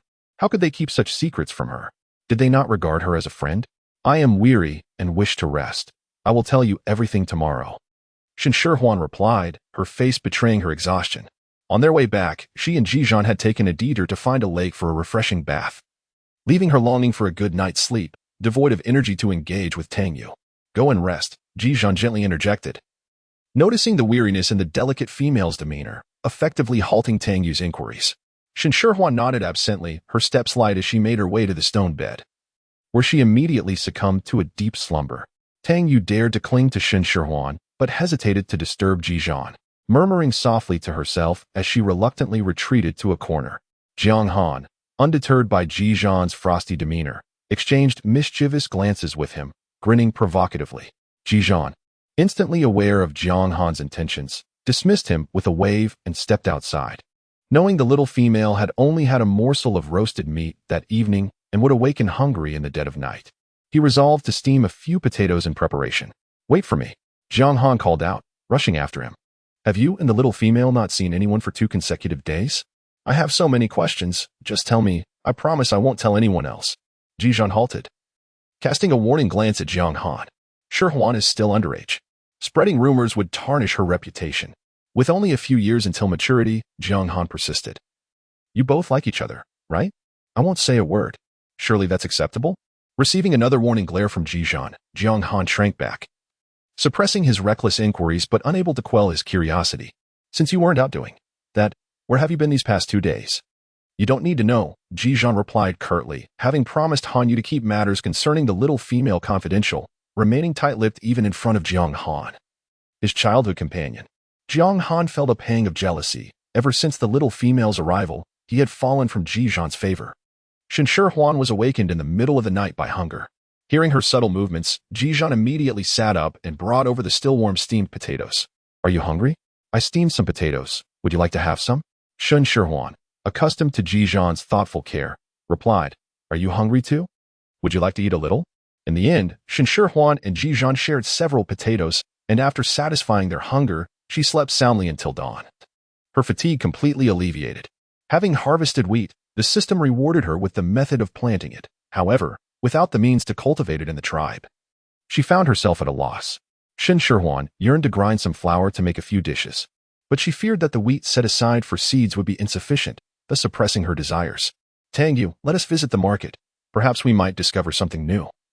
Shen Shihuan suggested, fearing that remaining in the cave would tempt her to use the wheat. She pulled Tang Yu along to divert her attention.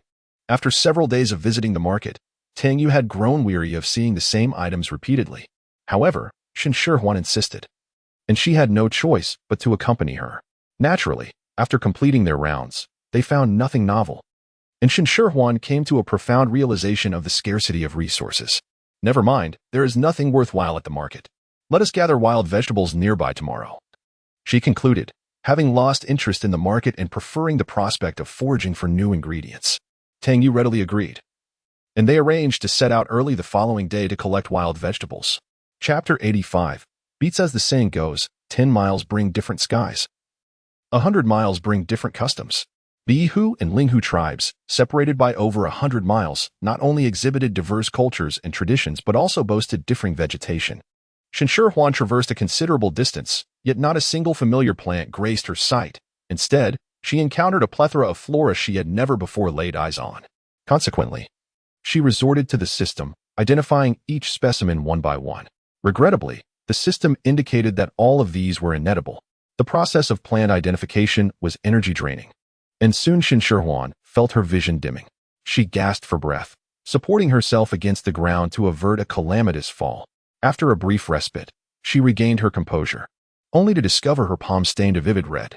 Upon glancing down, she realized that a dark purple, broad-leaved, low-growing plant had met an unfortunate fate under her weight, releasing its juices. The beet was edible. With a flicker of renewed energy, the system tenaciously provided identification information to Shen Shihuan. However, her recently regained strength was swiftly drained once more, causing her to stagger and collapse onto the ground. Yet, she paid no heed to the pain in her rear, instead grinning foolishly at the rather pitiful-looking beet. Vegetables are prone to spoilage. They had only brought a modest quantity of leafy greens, alongside a fair share of long-lasting vegetables such as dried mushrooms, potatoes, and winter melons. After several days of consuming these, regardless of the variety and preparation, Shen Shihuan had grown weary of them. Now, having discovered an edible wild vegetable, she was finally able to change her palate. This one is edible. Let us gather more, she exclaimed, presenting the beet to Tang Yu.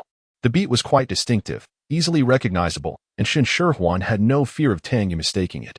Moreover, beets were abundant, and within a few paces, the two had collected a generous handful. The beet was rich in juice, and its tender leaves broke at the slightest touch, oozing liquid. Upon returning to their cave, they discovered that the juice had stained their clothes in a mottled pattern. Tang Yu, distressed over her soiled garment, hurriedly changed to wash it. Shen Shihuan glanced at the juice stains on her clothing, contemplating that if they proved difficult to wash out, the beet juice could serve as a vibrant dye, undoubtedly appealing to many females. She had purchased numerous garments crafted from ice silk, as well as various fabrics, and felt no regret in soiling one. She began to ponder how to prepare the beet, a plant unique to this beastly realm, and this was her first attempt at cooking it, leaving her rather perplexed. After thoroughly washing the beet, Shen Shihuan boiled a pot of water and blanched a beet leaf, the exuded juice transforming the entire pot into a pale red hue. Were it not for the system's identification confirming it as edible, she would have hesitated to taste it. Cautiously, she took a small bite, expecting to detect a subtle herbal flavor, perhaps with a hint of bitterness. To her surprise, all she encountered was an overwhelming sweetness, excessively sweet. The name beet was indeed fitting. Yet such a saccharine flavor rendered it unsuitable for cooking beyond seasoning.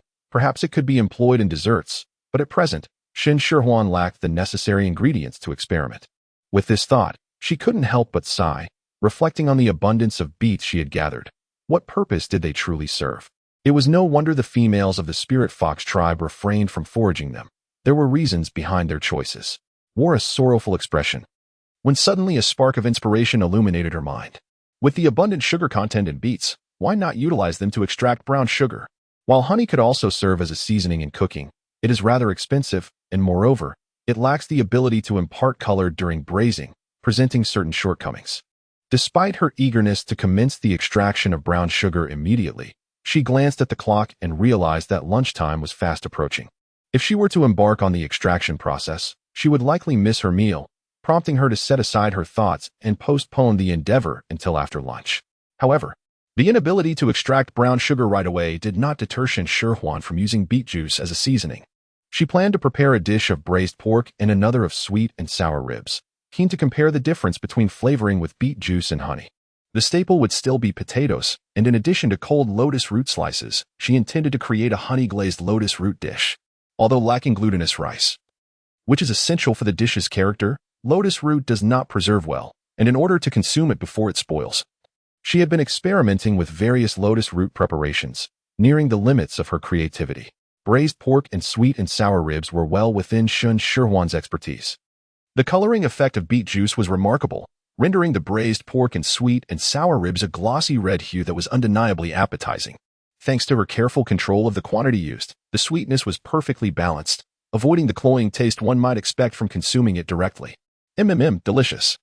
Shen Shihuan had merely intended to test the flavor, but upon tasting, she found herself unable to stop, devouring nearly half a bowl in one sitting. How dare you steal a taste? As Shen Shihuan was savoring her meal, a haunting voice suddenly echoed, causing her to shudder and drop the rib she had been holding with her chopsticks back into the bowl. Turning around, she saw Tang Yu, who had returned from doing laundry, gazing at her with an expression of deep sorrow that sent chills down her spine. "Oh, you're back. How did it go? Were you able to wash it out?" Shen Shihuan hastily attempted to shift the topic, but her casual inquiry seemed ill-timed. "It can't be removed," Tang Yu replied, her shoulders slumping in despair, on the verge of tears. A perfectly good piece of clothing had been ruined. How could she possibly wear it now? Shen Shihuan lowered her gaze to her flour-stained attire, her mind already concocting a plan. "If you trust me, why not leave it to me? You might be pleasantly surprised." Tang Yu readily acquiesced, for Shen Shihuan was full of ideas, and there could indeed be a delightful revelation, as they had just indulged in a secret feast. Shen Shihuan lamented her soiled garment, while Tang Yu mourned the delectable treats that had been devoured. All right, you may partake." Shen Shihuan offered Tang Yu a pair of chopsticks. The braised pork seasoned with beet juice and the sweet and sour ribs received Tang Yu's enthusiastic approval, and even the insipid honey-glazed lotus roots garnered her praise.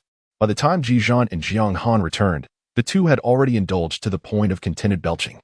"You actually snuck a snack," Jiang Han lamented with a face mirroring betrayal, accusing Shen Shihuan and Tang Yu of their clandestine indulgence. "We merely sampled the flavors," Tang Yu replied, standing tall with a sense of righteous indignation, though she belched immediately after her declaration. "The taste is indeed delightful. Let's enjoy it while it's warm." Although both were quite full and belching, Shen Shihuan had prepared an ample amount, more than enough for Ji Zhan and Jiang Han. Once Jiang Han sampled a piece of the sweet and sour ribs, he became too engrossed to continue his accusations, devouring the food with such fervor that it seemed he might bury his face in the bowl. The beet juice proved to be an excellent seasoning, rendering the dishes more exquisite than honey itself. Shen Shihuan resolved to later concoct brown sugar using beets. While beets are not particularly enduring, brown sugar can be preserved for a long time. Perhaps you should invite Tang Yu to gather beets tomorrow. Beets only flourish near the Linghu tribe, and it would not be feasible to come and go at will. Thus, she intended to make enough brown sugar to last her an entire year. A year seemed insufficient, so perhaps a decade's worth would be prudent. Chapter 86. Salt and pepper crisp. After lunch, Shen Shihuan commenced the process of making brown sugar. The system had not provided a method for sugar production, so she resorted to her own technique. She first crushed the cleaned beets and strained the juice, then simmered it gently over low heat, allowing the moisture to evaporate gradually until the beet juice thickened. Once all the water had evaporated, The beet juice transformed into a solid block of dark red sugar. Shen Shihuan exerted herself, breaking off a small piece and tasting it. The sweetness was utterly intact, though slightly excessive for her palate. Nevertheless, it proved to be an excellent seasoning. Inspired, she spent the entire afternoon crafting brown sugar. Upon finishing the last batch, she gazed at the remaining beet pulp, feeling a twinge of annoyance. Discarding it outright seemed wasteful, so she pondered how to extract its latent value. The surface of the beet greens was tender, yet their veins were coarse and fibrous, proving quite resilient. Despite her utmost efforts, Shen Shihuan could not pulverize them. With leftover steamed potatoes from lunch, she took one, peeled it, and mashed it in a stone bowl, blending it with the beet pulp. She then pressed the mixture into cakes on a slab greased with lard, slow roasting them to perfection. After baking, the beet pulp transformed into a fluffy delight. Its exterior enveloped in a crispy layer of potato mash. The first bite revealed a satisfying crunch, followed by a balanced savory sweet flavor of pepper and salt. It resembled both soda crackers and snowflake pastries, leaving Shen Shihuan at a loss for a name, ultimately settling on pepper salt crisps. The name was inconsequential. What mattered was its delectable taste. Beets were indeed treasures. Their juice could be used to make brown sugar, and the pulp could be fashioned into pepper salt crisps. She resolved to harvest beets tomorrow, the day after, and the days to come. After savoring the pepper salt crisps, Tang too fell in love with the delightful combination of sweet and savory crunch. Upon hearing Shen Shihuan's plans to gather beets, she eagerly volunteered to assist. Meanwhile, Ji Zhan and Jiang Han continued their daily hunts, spending their remaining hours perusing the market for anything worth purchasing. Shen Shihuan was so enraptured by the beets that she lost track of time, only awakening to reality when Ji Zhan reminded her that there was but one day left of the market. During this period, she had produced a considerable amount of brown sugar, sufficient for her to indulge for a year or two. She had also made numerous batches of spiced pastry and had simmered several jars of syrup. Let us wander the market once more tomorrow, Shen Shihuan mused. Realizing she had ample brown sugar, on this final day, she thought it would be delightful for her and Ji Zhan to explore the market together, for there might yet be new discoveries awaiting them. Upon hearing Shen Shihuan's words, Ji Zhan would naturally not decline. Shen Shihuan merely wished to enjoy a date with Ji Zhan, desiring to avoid any unwelcome distractions. Hence, she did not inform Tang Yu of her plans. The two discreetly ventured to the market together. Tang Yu, brimming with excitement as she sought out Shen Shihuan, stood before the empty cave, acutely aware of the meaning of prioritizing romance over friendship. The market was bustling with an abundance of people today. Perhaps it was the final day, and everyone was eager to partake in the festivities. The crowd was, astonishingly, even larger than on the first day. Were it not for Ji Zhan's vigilant protection, Shen Shihuan would have been jostled several times. There are always circumstances that cause delays, yet on this last day, those who wish to attend should have arrived by now. Ji Zhan, while shielding the delicate female from the throng, explained the situation to her. Shen Shihuan nodded slightly, directing her attention towards the stalls. Perhaps aware that it was the final day and the crowds would be larger, many vendors had decided to showcase their finest goods today. As she wandered through, she made several purchases, her pockets becoming fuller than her face. Warm jade, a voice called out loudly, amplifying the already chaotic atmosphere. Many people surged towards the source of the sound, and despite Ji Zhan's protective presence, Shen Shihuan could still feel the throng of humanity pressing around her. Let us also take a look, Ji Zhan said with a serious expression, guiding the petite female through the dense crowd. Shen Shihuan had encountered the concept of warm jade in various cinematic works, yet in reality, regardless of the jade's quality, it remains perpetually cold. Now, upon hearing someone call out for warm jade, she finds herself uncertain if it truly embodies what she envisions. How much for this warm jade? Before Shen Shihuan even lays eyes on it, an eager voice inquires about the price. 2,000 pearls, declares the owner of the warm jade. A figure that leaves Shen Shihuan astounded, while others around her display expressions of unperturbed acceptance, revealing no hint of surprise. I'll take it. I bid 2,001. The sounds of two voices echo in succession, and before the owner can respond, another voice interrupts with an escalating offer, causing the price to surge dramatically, swiftly surpassing the threshold of 3,000. What on earth is happening? Shen Shihuan was taken aback. It was merely a piece of jade. So why was everyone so desperately vying for it? She gazed at the smooth, exquisite mutton-fat jade, finding it beautiful but unable to comprehend the reasons behind the multitude's desire for it. Shen Shihuan initially intended to inquire about Ji Zhan, but upon noticing his furrowed brow, Indicative of some inner turmoil, she refrained from disturbing him. In the brief span of time, the price had surged considerably, however, as it escalated. The number of those willing to bid diminished, eventually leaving only 2 contenders. Would you consider bartering? One of them asked, his expression troubled, suggesting he had exhausted his supply of pearls but was reluctant to relinquish the warm jade. I would, but only in exchange for honey, came the response. The owner of the warm jade was an orc from the violent bear tribe, renowned for their fondness for honey. The two began to negotiate. And as the onlookers realized the outcome was imminent, they dispersed. Do you desire it? Shen Shihuan asked Ji Zhan, who had been gazing intently at the warm jade. Indeed, Ji Zhan coveted it. However, having previously purchased numerous items for the little female, his pearls were now insufficient, prompting a desire to barter. Lamentably, he lacked honey, making the prospect of missing out on the warm jade all the more regrettable. Wait a moment, Shen Shihuan interjected suddenly, observing the two still engaged in fervent negotiation. Though I do not possess honey, I have something that resembles it closely. Would you consider a trade? The bidder cast a disapproving glance at Shen Shihuan, as if to convey that she should refrain from meddling. Conversely, the orc from the violent bear tribe appeared intrigued by Shen Shihuan's proposition, urging her to present what she had. Shen Shihuan spoke of beet syrup, which she had tasted and found to be as delightful as flower nectar. Not only was it sweeter, but its texture was also more crystalline. What is this? Is it truly edible? Those whose transactions were interrupted by Shen Shihuan were quite displeased and, with condescending remarks, attempted to intimidate the orcs of the savage bear tribe. However, the orcs, undeterred, took a bold sniff, scooped a generous spoonful, and consumed it in one decisive bite. Before Shen Shihuan could intervene, she watched helplessly as he devoured a generous spoonful. She felt no sorrow. Her only concern was that it might be overly sweet, overwhelming him. Delicious, delectable, utterly delightful. The orc from the bear tribe, after finishing his meal, had his eyes gleaming with excitement as he gazed at the ceramic jar cradled in Shen Shihuan's arms, completely disregarding those around him. How much of this do you possess? Shen Shihuan greedily prepared over 60 jars, all stored within Ji Zhan's space. At this moment, she felt a twinge of concern about her insufficient preparations and anxiously inquired, how many do you desire? Chapter 87. The anti-wolf artifact. 50 jars of such considerable size caught the attention of the orc from the savage bear tribe, who narrowed his eyes, concealing the fleeting glimmer of sharpness that belied his seemingly simple demeanor. It is commonly said that the orcs of the savage bear tribe are honest. However, Shen Shihuan observed that they were not so different from the orcs of the spirit fox tribe, as he even specified the size of the jars.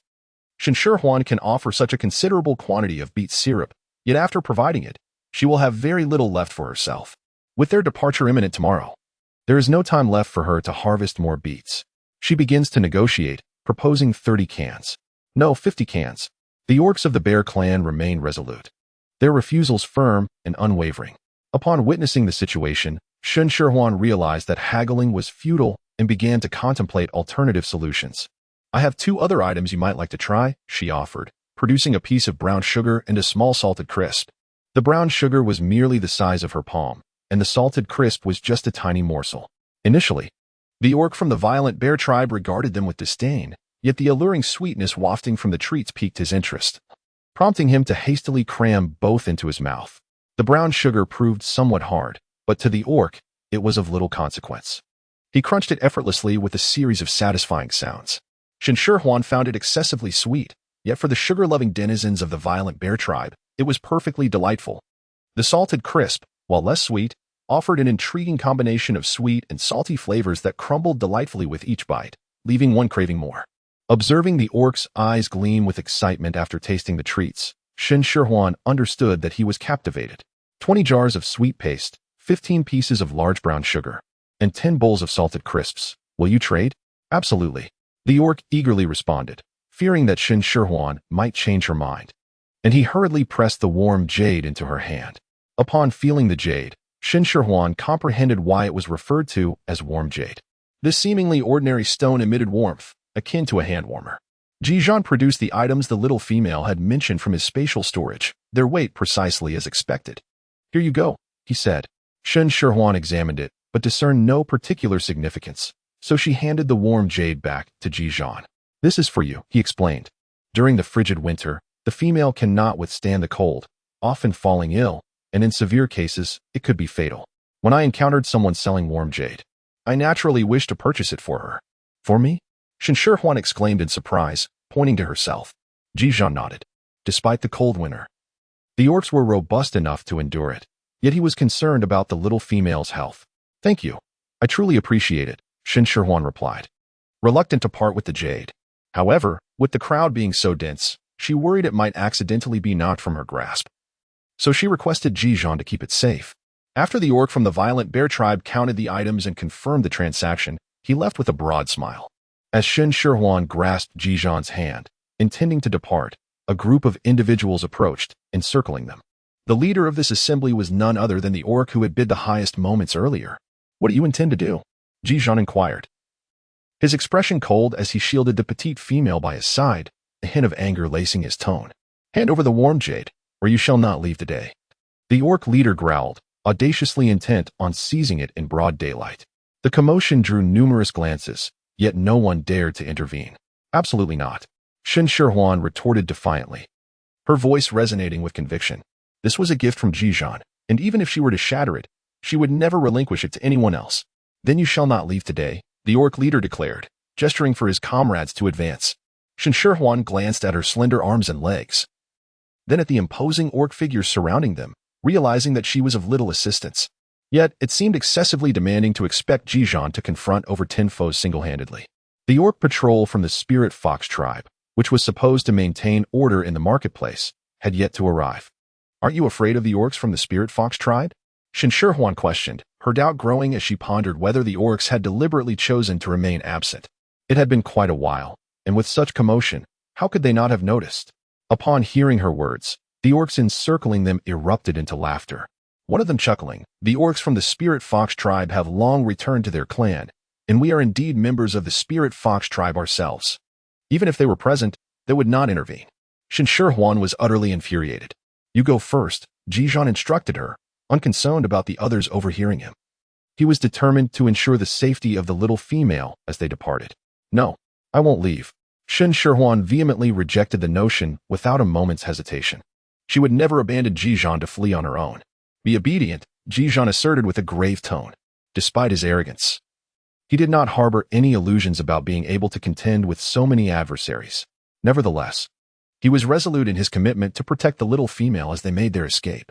Remain silent, swiftly contemplating a strategy to cope with the situation. Engaging directly was not an option. She was no match for the beastmen and would have to rely on cunning instead. Hand me a jar of chili powder, she thought. For when it came to self-defense tools, chili powder was undoubtedly essential. After much deliberation, this was the only feasible solution that came to mind. After all, these beastmen were unaware of what chili powder was, and she had no fear in mentioning it before them. Unbeknownst to Ji Zhan, the intent of the young female, he retrieved a jar of chili powder from his space. Fresh chili peppers were difficult to preserve, and Shen Shihuan had dried a considerable amount and ground it into powder for future use. Due to its intense spiciness, much of it remained, now finding an unexpected purpose.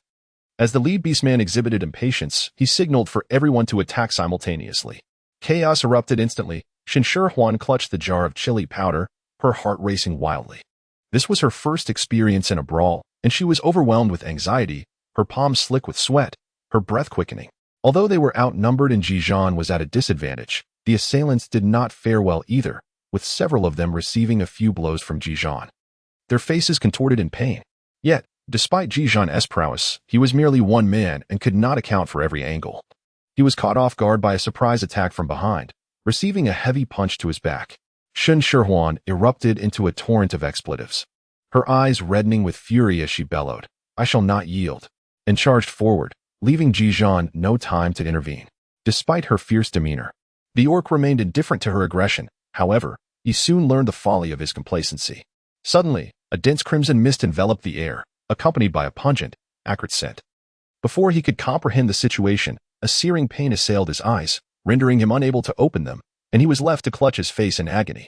The abruptness of the event left the other orcs momentarily stunned, their attention fixated on Ji Zhan, oblivious to the unfolding chaos.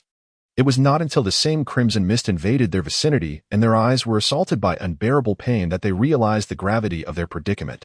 Yet, by then, it was too late. Chapter 88. Trouble at the market. The stinging sensation in their eyes was akin to being scorched by flames. Even the most battle-hardened orc could not endure it, and a deeper dread settled within them. the fear of permanent blindness. The air was thick with chili powder, and even Shen Shihuan found it somewhat irritating to her eyes, though she refrained from rubbing them, aware of the torment it would inflict. Witnessing the orcs' distress made her acutely aware of the suffering they endured. "Let us depart," Shen Shihuan declared, seizing the moment as the orcs were momentarily incapacitated. She swiftly guided Ji Zhan away, deeming the use of her chili powder in such a manner a waste. The orcs, hearing the commotion but unable to see, were left helpless, tears streaming down their faces as they struggled against the stinging winds. "Pack your belongings, we must leave immediately," Ji Zhan asserted decisively as they retreated to the cave. The presence of their adversaries had become a threat, and another encounter would likely prove perilous. Tang Yu initially intended to voice her discontent regarding Shen Shihuan abandoning her to explore the market with Ji Zhan, but the urgency of their departure momentarily erased her thoughts. After a brief pause, she inquired, "Why must we leave today? Is there not still a day left at the market?" "Trouble has arisen," Ji Zhan replied tersely, omitting any mention of Nuanyu. "What of the orcs from the Spirit Fox tribe? Are they not to be considered?" Tang Yu exclaimed in frustration. Her previous grievances against the Spirit Fox tribe now magnified by recent events. Shen Shihuan interjected, expressing disbelief. "I heard they have already left." Tang Yu was stunned, struggling to comprehend the situation. "They left? But the market hasn't concluded yet. What is happening? Why did the Linghu tribe depart before the market's end?" Jiang Han also found it hard to accept. After so many years of the market's tradition, the rules had been established collectively by the three major tribes. Why had the Linghu tribe chosen to disregard them? "Regardless of the reasons, we must leave swiftly." Ji Zhan's expression was grave as he collected all their belongings into his spatial pouch. The four hurriedly packed their items, informed the members of the Ihu tribe to depart promptly, and quietly exited the market, heading toward their tribe, with Shen Shihuan and Tang Yu in tow. Their pace was not swift. They took their time, only returning to the tribe on the fourth day. Upon their return, they quickly learned of the market's disturbances. "Thank goodness we left early. Otherwise, we would have faced the same fate as those who were robbed." As they passed by, they noticed a crowd gathered, fervently discussing the recent events. Occasionally, someone mentioned the market, prompting Shen Shihuan to curiously approach and inquire. It was then revealed that shortly after their departure, a band of rogue beast men had invaded the market, causing chaos and injuring many. "Shihuan, you should head back first. I need to speak with my father," Ji Zhan said, his tone serious and contemplative, unlike Shen Shihuan's relief. After a moment of reflection, he finally spoke. Shen Shihuan nodded and said, "Then return home early. The weather is hot. Stay indoors and refrain from wandering about. I shall return shortly." Although troubled by concerns, seeing the young female obediently nodding lifted Ji Zhan's spirits somewhat. Upon returning home, Shen Shihuan wasted no time. She had already studied the methods of wheat cultivation and was curious about contemporary practices. Surprisingly, the methods employed in the beast realm for growing wheat were astonishingly simple.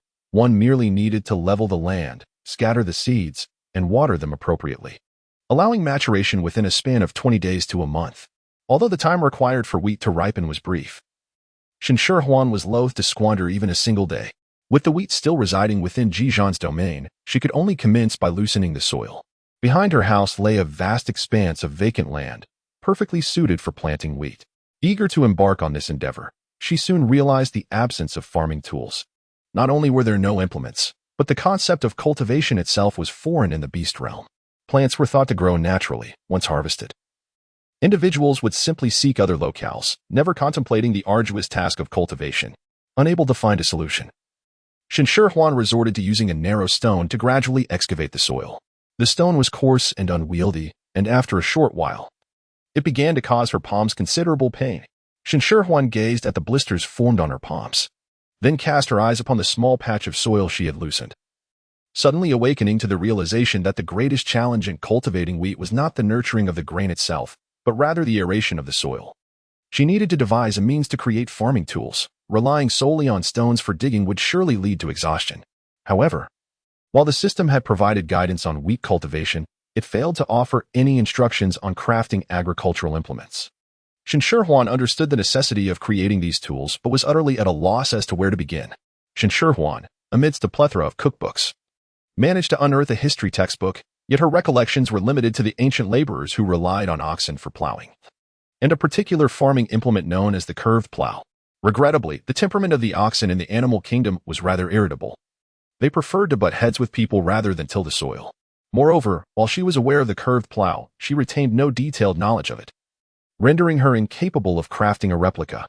Had she foreseen a day when she would engage in farming herself, she would certainly not have been preoccupied solely with feasting during her visits to agritourism destinations, but would have devoted herself to a thorough study of agricultural tools. Shen Shihuan's regrets were in vain, yet faced with the harshness of reality, he could only diligently till the soil with stones. Before Ji Zhan's arrival, Gu Yuan had already learned from the beast who returned earlier that something had gone awry at the market. He trusted Ji Zhan's capabilities, but the prolonged absence caused him concern. Upon seeing Ji Zhan safely return, his anxieties finally eased. It is a relief that you have returned. We must visit your mother shortly. She has been worried about you these past few days, Gu Yuan said with a reassuring pat on Ji Zhan's shoulder, a smile gracing his lips. Father, this incident is rather peculiar, Ji Zhan replied, nodding in agreement as he voiced his confusion. Such an occurrence is undoubtedly linked to the early withdrawal of the spirit fox tribe. If this was a deliberate act, did they not fear offending both major tribes? Gu Yuan furrowed his brow. Upon learning of this matter, I instructed Jiao Yi to seek clarification from the spirit fox tribe. He has yet to return. We shall ascertain the situation once he is back. With no further information, Ji Zhan did not linger. After reassuring Mu Mo of his safety, he made his way home, only to be intercepted before he could reach it.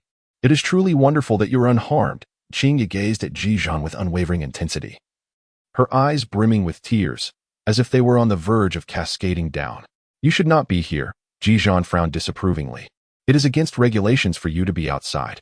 I am aware that something happened at the market, and I was worried about you, which is why I waited here.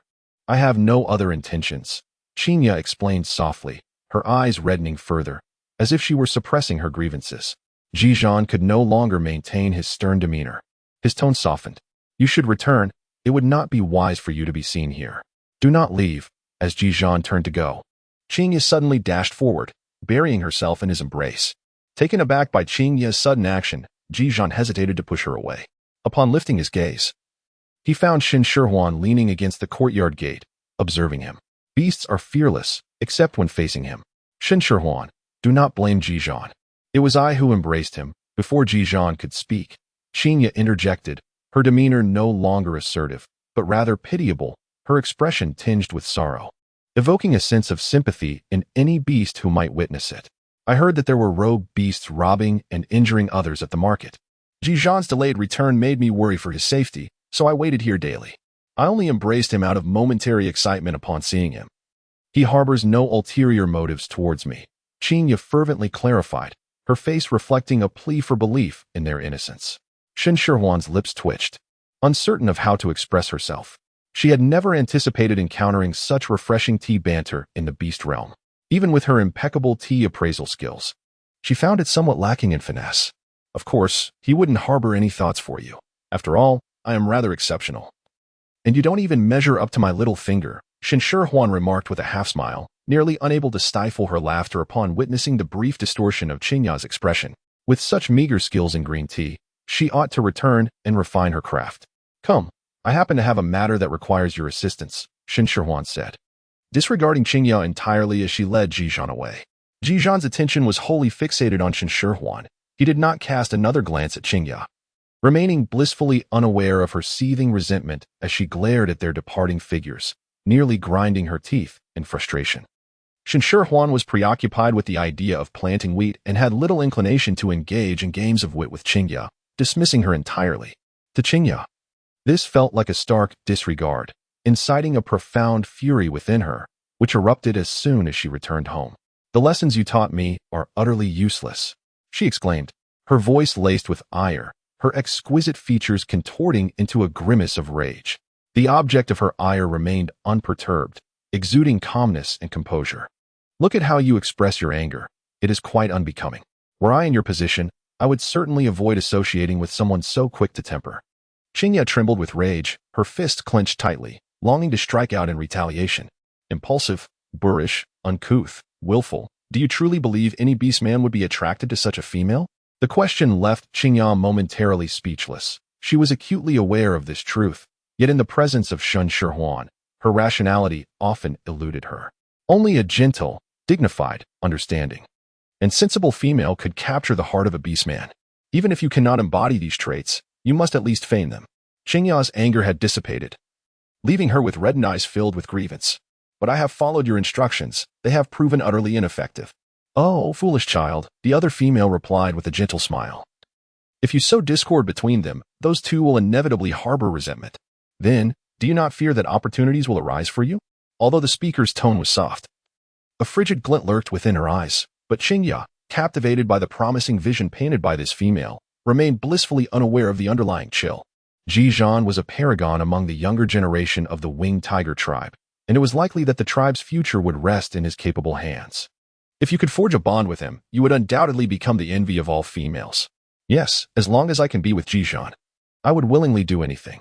At that moment, Shen Shihuan, who was instructing Ji Zhan on tilling the soil, suddenly sneezed. Is something amiss? Are you unwell? Ji Zhan immediately halted his actions, concern etched across his face as he gazed at her. Shen Shihuan was about to respond when she suddenly sneezed. It must have been due to the excessive dust in the air. Shen Shihuan was initially troubled by the lack of farming tools, fearing that her ambitious plans for cultivating wheat might come to naught. However, to her astonishment, Ji Zhan effortlessly loosened the hard soil with nothing more than a stone, as if he were merely poking tofu with chopsticks.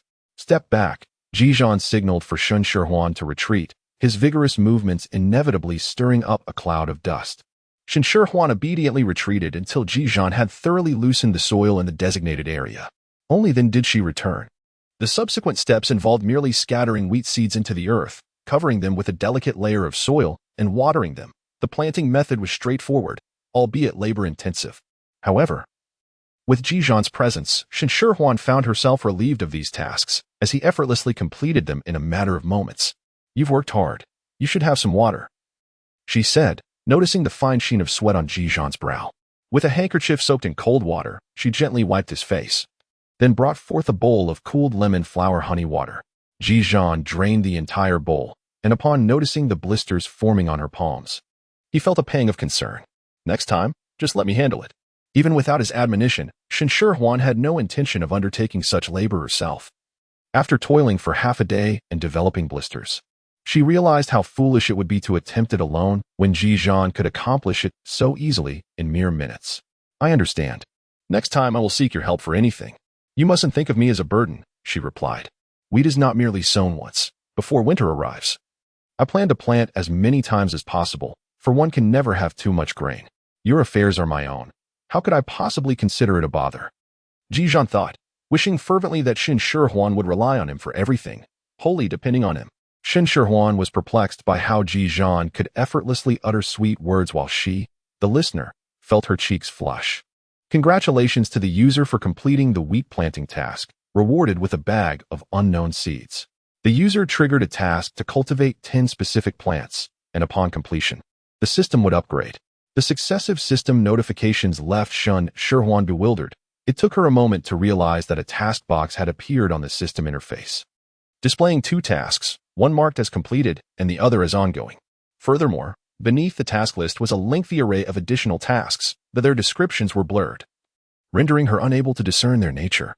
Shen Shihuan, who was diligently collecting 100 types of ingredients, found herself puzzled by the plethora of tasks. Was her objective not to gather ingredients? However, regardless of her myriad questions, no one could provide answers. The system was uncommunicative, leaving her with no choice but to faithfully fulfill her tasks. Seizing a moment when Ji Zhan was distracted, Shen Shihuan discreetly retrieved the seeds rewarded by the system. Inside a yellowed cloth bag lay 10 seeds of varying sizes and colors, and she suddenly realized these were the 10 specific plants mentioned in the other task. To her dismay, one plant only had a single seed, driving her to the brink of frustration. How could someone who could even kill a cactus possibly complete this task? Frustration aside, what troubled Shen Shihuan more was her ignorance about the nature of these seeds and how to plant them. Faced with such uncertainty, she opted to take a gamble, asking Ji Zhan to help her dig 10 holes and plant 1 seed in each. Chapter 90, Clothing Alteration, 1. Having wasted a piece of fabric, Shen Shihuan felt a pang of regret yet was reluctant to discard it. After measuring it against her body, she boldly transformed it into a pair of underwear. Although her sewing skills were lacking and the stitches were crooked, it was wearable, and since it would be worn underneath, no one would see it. Thus, its unsightliness was of little concern. However, when it came to making short sleeves, pants, or skirts, She could not afford to create anything unattractive, or she would be too embarrassed to wear it in public. After much contemplation, Shen Shihuan decided to consult Tang Yu, hoping to find someone who could craft the garments as she envisioned. You could seek out Qing Yin.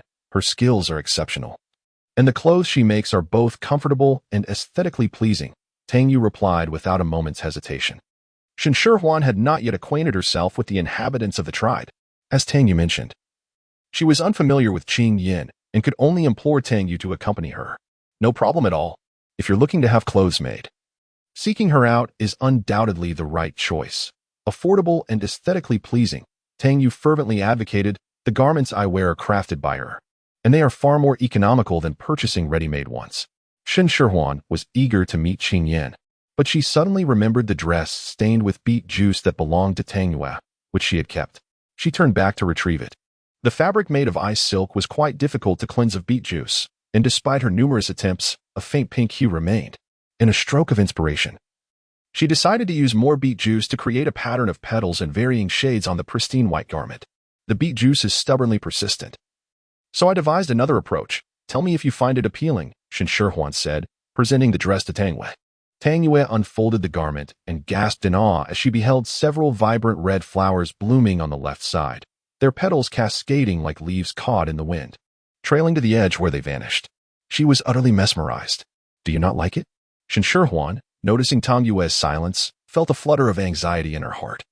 Lacking confidence in her artistic skills and fearing Tang Yu might find her design unattractive. Shihuan, you are truly remarkable. This is simply exquisite, Tang Yu finally exclaimed, her surprise bubbling forth as she immediately requested to wear it. Although the style of the dress remained unchanged, the newly added patterns transformed it from mundane to enchanting. When Tang Yu donned the dress, it imbued her with an ethereal charm. Is it beautiful? Tang Yu gazed down at her attire, filled with delight. Yet she turned her hopeful eyes toward Shen Shihuan, yearning for compliments. Indeed, it is beautiful, Shen Shihuan sincerely praised. While red is a hue that many struggle to carry off without appearing gaudy, she had skillfully avoided painting the entire garment a uniform red. Instead, she employed a gradient from deep crimson to soft pink, depicting the scene of petals falling, which rendered the dress lively and graceful. Reluctant to remove it, Tang Yu decided to wear the dress while seeking out Qing Yin, eager to showcase her splendid find. Qing Yin, come out quickly, she shouted as she dashed into the courtyard, startling Qing Yin, who was cutting fabric, causing her to nearly miss at a piece. Qing Yin looked up, ready to chastise Tang Yu for her raucousness, but her breath caught at the sight of the dress. Instantly captivated, she abandoned her unfinished work and hurried to Tang Yu's side for a closer inspection. Isn't it beautiful? Tang Yu boasted proudly, her delight palpable, as if she had a tail that would wag with joy. Did you make this? Qing Yin asked, suppressing her excitement. Although Tang Yu yearned to claim credit, the intensity of Qing Yin's gaze compelled her to speak the truth. No, it was made by Shihuan from our tribe, she declared, puffing out her chest with pride. Qing Yin was taken aback. She had heard of Shen Shihuan and knew her for her culinary talents, but she had not anticipated her prowess in garment making, especially to such an exquisite degree. In that case, I truly wish to meet her. It would be wonderful to discuss how to create such beautiful clothing. From a young age, Qing Yin had loved crafting garments, always aspiring to design the most splendid and sought-after pieces. Hee, I came to find you today to introduce her to you for clothing making, Tang Yu said with a smile, having rushed to share her excitement, leaving Shen Shihuan trailing behind. A flicker of confusion crossed Qing Yin's face. She could not comprehend why someone capable of creating such beautiful attire would seek her assistance. Was it possible they intended to mock her? If that were the case, she would not concede defeat lightly. A fierce determination ignited within Qing Yin, unwilling to yield in her passion for fashion. Shen Shihuan struggled to keep pace with Tang Yu, hastening her steps until she arrived at Qing Yin's residence, breathless and fatigued. As soon as she entered, she was met with a gaze fixed upon her, startling her to the point of nearly retreating back out. What on earth is happening here? Shen Shihuan was perplexed. Was this not their first meeting? Why was this person regarding her with such an odd gaze? Shihuan, come here. This is the Qing Yin I told you about. Feel free to ask her for anything you need. She can certainly accomplish it. Tang Yu, blissfully unaware of the peculiar atmosphere between them, continued to warmly beckon Shen Shihuan. Qing Yin's expression was grave, her tone even graver. What do you wish for me to do? I would like you to assist me in creating several outfits. I will provide the fabric and pay in pearls. Shen Shihuan quickly clarified her intentions. Are you unable to do it yourself? Qing Yin glanced at the garments adorning Tang Yu's figure, skeptical that this female had come seeking trouble. After all, if she could craft such exquisite attire, why would she solicit Qing Yin's help? Shen Shihuan contemplated the twisted and misshapen undergarment she had crafted, yearning to find a hole to burrow into. Vowing to conceal that garment upon her return, ensuring no one would lay eyes upon it. I cannot. Shen Shihuan's ears tinged with a faint blush. I wish to request that you create it according to my design. I wonder if that would be feasible? Qing Yin harbored doubts, yet she refrained from revealing them. What kind of design do you envision? Lacking paper and pen, Shen Shihuan resorted to etching her ideas into the earth with a small stick. Fortunately, her artistic skills were commendable. Despite the roughness of her sketches, she managed to capture the essence of short sleeves, trousers, and skirts. In the beastly realm, clothing resembled fabric with 2 holes cut out, allowing for the arms to pass through, with the fabric drawn inward and cinched at the waist. During colder weather, fabric would be wrapped around the arms for warmth, resulting in a rather crude construction. Qing Yin had been striving for innovation but found herself at a loss for inspiration. Upon gazing at Shen Shihuan's drawings, a spark ignited within her, and disregarding her earlier skepticism, she inquired with a trembling voice, "Could you elaborate on this?" Chapter 91. Clothing Improvement 2. Although Shen Shihuan possessed limited manual dexterity, she had a profound understanding of clothing styles. With a combination of verbal and visual communication, she elucidated her requirements with remarkable clarity, even down to the minutiae of each component. Upon grasping her vision, Qing Yin was eager to experiment. She retrieved a wooden ruler, chalk, and other tools, skillfully sketching the design onto the fabric. After cutting the material, she deftly stitched it together with silk thread, her needlework swift and precise. In no time, a short-sleeved garment began to take shape under her meticulous hands.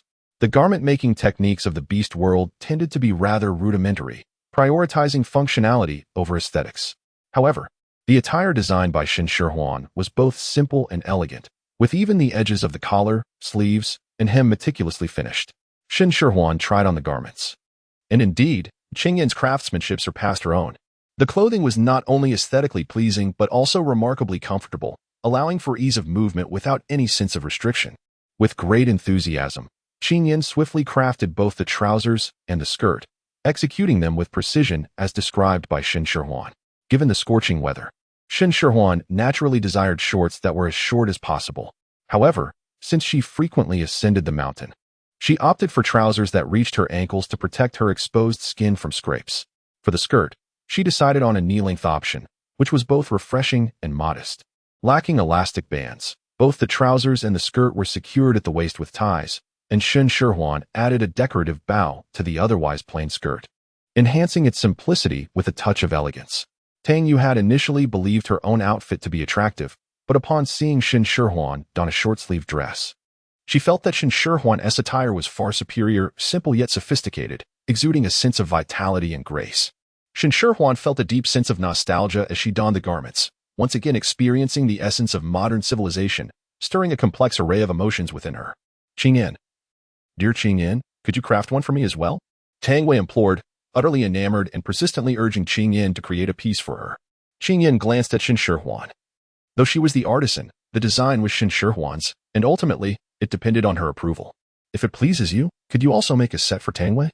If you wish, you may even fashion one for yourself, she suggested. Though Qing Yin did not articulate it, Shen Shihuan discerned her fondness through the glimmer in her eyes. Thank you. Qing Yin expressed her gratitude to Shen Shihuan, feeling somewhat bashful. Previously, she harbored a sense of rivalry towards her, but now she was entirely won over. In truth, I came today to discuss another matter as well. The earnings from selling bracelets and slippers have nearly been exhausted, and I doubt many will purchase more. Thus, Shen Shihuan contemplated the introduction of new products, pondering deeply as she set her sights on apparel. Shen Shihuan did not explicitly articulate her thoughts, yet Qing Yin instantly grasped her intention. You wish to collaborate with me in selling such garments? Indeed, besides this novel style, there are also fabric dyeing techniques. Shen Shihuan firmly believed that this new attire would undoubtedly appeal to the female clientele. I shall provide the creative concepts, while you will handle the production. And we shall split the profits evenly. Crafting clothing is Qing Yin's passion. She occasionally accepts tailoring commissions. Shen Shihuan's proposal for collaboration intrigued her, though she hesitated. I will supply the materials, and you will be responsible for the creation. For each piece sold, I shall allocate 5 pearls to you. with the stipulation that you must not disclose the production methods to anyone. Sensing Qingyin's reluctance, Shen Shihuan quickly proposed an alternative collaboration method. Combining Qingyin's tailoring skills with her own creativity, Shen Shihuan was confident that such garments would captivate the female audience. However, Qingyin lacked the courage to take a risk on this venture, and she empathized with her concerns. Very well, this time Qingyin readily agreed. Tomorrow, I shall summon individuals to witness our collaboration. Without paper and ink, we cannot formalize a contract, which made Shen Shihuan uneasy. Thus, she intended to find several witnesses to attest to the agreement. When it comes to financial matters, even familial ties demand clarity. Her cautious approach was certainly justified. This was Qingyin's first encounter with Shen Shihuan, and her trust was limited, so she too was willing to have witnesses present. The terms of their collaboration were amicably settled, and Qingyin resumed her sewing until darkness rendered her work impossible. She was swift, managing to craft not only a set for Tang Yue, but also a matching ensemble of short sleeves and long trousers for herself. Once she donned the attire, she personally experienced the comfort of this innovative design. The ice silk fabric was breathable and ideal for summer wear, while the loose short sleeves provided ventilation and coolness. The fitted long trousers protected every inch of her skin without causing discomfort, rendering her appearance spirited. Qingyin was quite enamored with the outfit and resolved to create a short skirt for herself the following day. Shen Shihuan sought several individuals to serve as witnesses to solidify her collaboration with Qingyin, one of whom was Mu Mo. The garments appeared both novel and aesthetically pleasing. Mu Mo expressed her desire to purchase them once they became available. If you fancy it, I can design a unique set for you, she offered. Envisioning a gift for Mu Mo that no one else would possess, diverging from the more conventional styles intended for the public. Mu Mo, treating Shen Shihuan as family, readily accepted the gesture, as there was no need for formality among kin. While beet juice produced excellent dyeing results, its color palette was somewhat limited. Shen Shihuan embarked on a quest to discover other dye-producing plants. She collected leaves from various flora, conducting repeated experiments with their juices, until she finally unearthed a green dye that was resistant to fading. Additionally, she found a fruit that yielded a light brown hue, which, although unlikely to appeal to females, was well suited for the orc population. Shen Shihuan planned to subsequently launch a clothing line tailored for orcs, with the range of dyes being restricted. She turned her focus to the patterns, adorning the garments with a variety of designs including floral motifs, flowing water patterns, and cloud designs. Due to the labor-intensive nature of handcrafting, the production speed was not swift. Thus, she intended to stockpile a sufficient inventory before venturing to the market. However, even before her garments hit the shelves, the females of the tribe were already aware of the new styles, largely thanks to Tang Yue, who frequently paraded around the tribe in her new attire, igniting a fervor among the other females. Many females, eager to acquire these garments, entrusted Tang Yue to convey their interest to Shen Shihuan. Upon learning this, Shen Shihuan recognized an exceptional promotional opportunity and requested Qingyin to temporarily halt his current tasks to assist her in creating a special outfit. This ensemble was intended as a gift for Mu Mo, and considering Mu Mo's striking beauty, Shen Shihuan modified a short-sleeved shirt into a more mature style. Crafted in pure white, complemented by a vibrant red ankle-length skirt that accentuated her allure. To complete the look, Shen Shihuan designed a pair of wedge sandals embellished with bright redstones. Mu Mo cherished the sandals so much that she hesitated to wear them for fear of damaging them. However, upon understanding Shen Shihuan's intentions, she donned the entire outfit and took a leisurely stroll around the tribe. Unsurprisingly, Mu Mo captured everyone's attention. Her attire drew envious glances from all the females who beheld her. Females from more affluent backgrounds donned garments made of ice silk, yet their styles and colors remained monotonous. Conversely, those from less fortunate circumstances were restricted to wearing cumbersome and unattractive clothing made from animal hides, rendering them incomparable to Mu Mo's exquisite ensemble. Chapter 92. Customized clothing. The advertising effect was particularly remarkable. In the present tribe, anyone unaware of the new clothing styles would surely feel out of touch. The new garments had become a trending topic, sparking discussions during meals and leisure moments alike. Shen Shihuan was preoccupied with garment making, her presence eluding those females eager to acquire the latest fashions. Even at Mu Mo's place, numerous individuals were inquiring about her whereabouts. If the beast world had a trending topic, Shen Shihuan would undoubtedly be a perennial subscriber. Aware of Shen Shihuan's subtle intentions, Mu Mo welcomed these inquisitive females, promising to inquire on their behalf. Yet when she sought out Shen Shihuan, It was to request another exquisite outfit for herself. News from Ju Yi arrived, announcing that Feng Yu would soon be visiting for a familiar reunion. It had been many years since I last saw her, and it was only fitting that we reconnect. Mu Mo wore a serene smile, exuding an air of composed elegance. Shen Shihuan rubbed her arms, feeling the goosebumps rise as she sensed a slight chill in the air. She contemplated inquiring about Feng Yue's identity, yet an instinctual awareness of danger prompted her to retract her question before it could escape her lips. "What kind of attire would you like to create?" she inquired instead, to which the response was, "Naturally, the more exquisite, the better." Mu Mo suppressed her true feelings, subtly hinting, "The outfit you crafted previously was already quite splendid." Shen Shihuan found herself at a loss, unable to replicate her previous designs. For a style too similar would fail to captivate. It was imperative that she conceived a completely novel creation. Inspiration for design was as elusive as the wind. The more she endeavored to seize it, the more it slipped away. Troubled by this conundrum, her inner turmoil manifested outwardly. "Is something troubling you?" Noticing the little female had been frowning for quite some time, Ji Zhan reflected on the matter, puzzled as to what could possibly vex her, and decided to inquire directly. "I've been contemplating making garments for Aunt Mu," Shen Shihuan replied sullenly, her mind a blank canvas devoid of ideas. "By the way, do you know who Feng Yu is?" Shen Shihuan deduced that Mu Mo sought her out for clothing due to someone named Feng Yu, yet she remained oblivious to the nature of their relationship, leaving her at a loss regarding the style of the garments to create. Feng Yu is the current matriarch of the Spirit Fox tribe. Ji Zhan did not inquire why Shen Shihuan suddenly mentioned this individual. He merely provided a succinct response. Shen Shihuan reflected on the attitude exhibited by Mu Mo when she mentioned Feng Wei, sensing that the relationship between the two was likely far more intricate than it appeared. Her feminine intuition hinted at deeper connections. She pondered whether there was any relationship between her and Aunt Mu. Without hesitation, Shen Shihuan posed the question directly to Ji Zhan. Feeling no trepidation in his presence, she believed that even if she ventured into forbidden territory, Ji Zhan would not take offense. Feng Wei had once sought to form an alliance with the Yihu tribe, her sights set on Shen Shihuan's father. However, her aspirations were thwarted when her father fell in love with Shen Shihuan's mother first. Although the long-forgotten tales of the elders were rarely spoken of, Ji Zhan had, in his youth, overheard fragments of them. Thus, it appeared that they were rivals in love. Shen Shihuan has begun to comprehend the intentions behind Mu Mo's visit.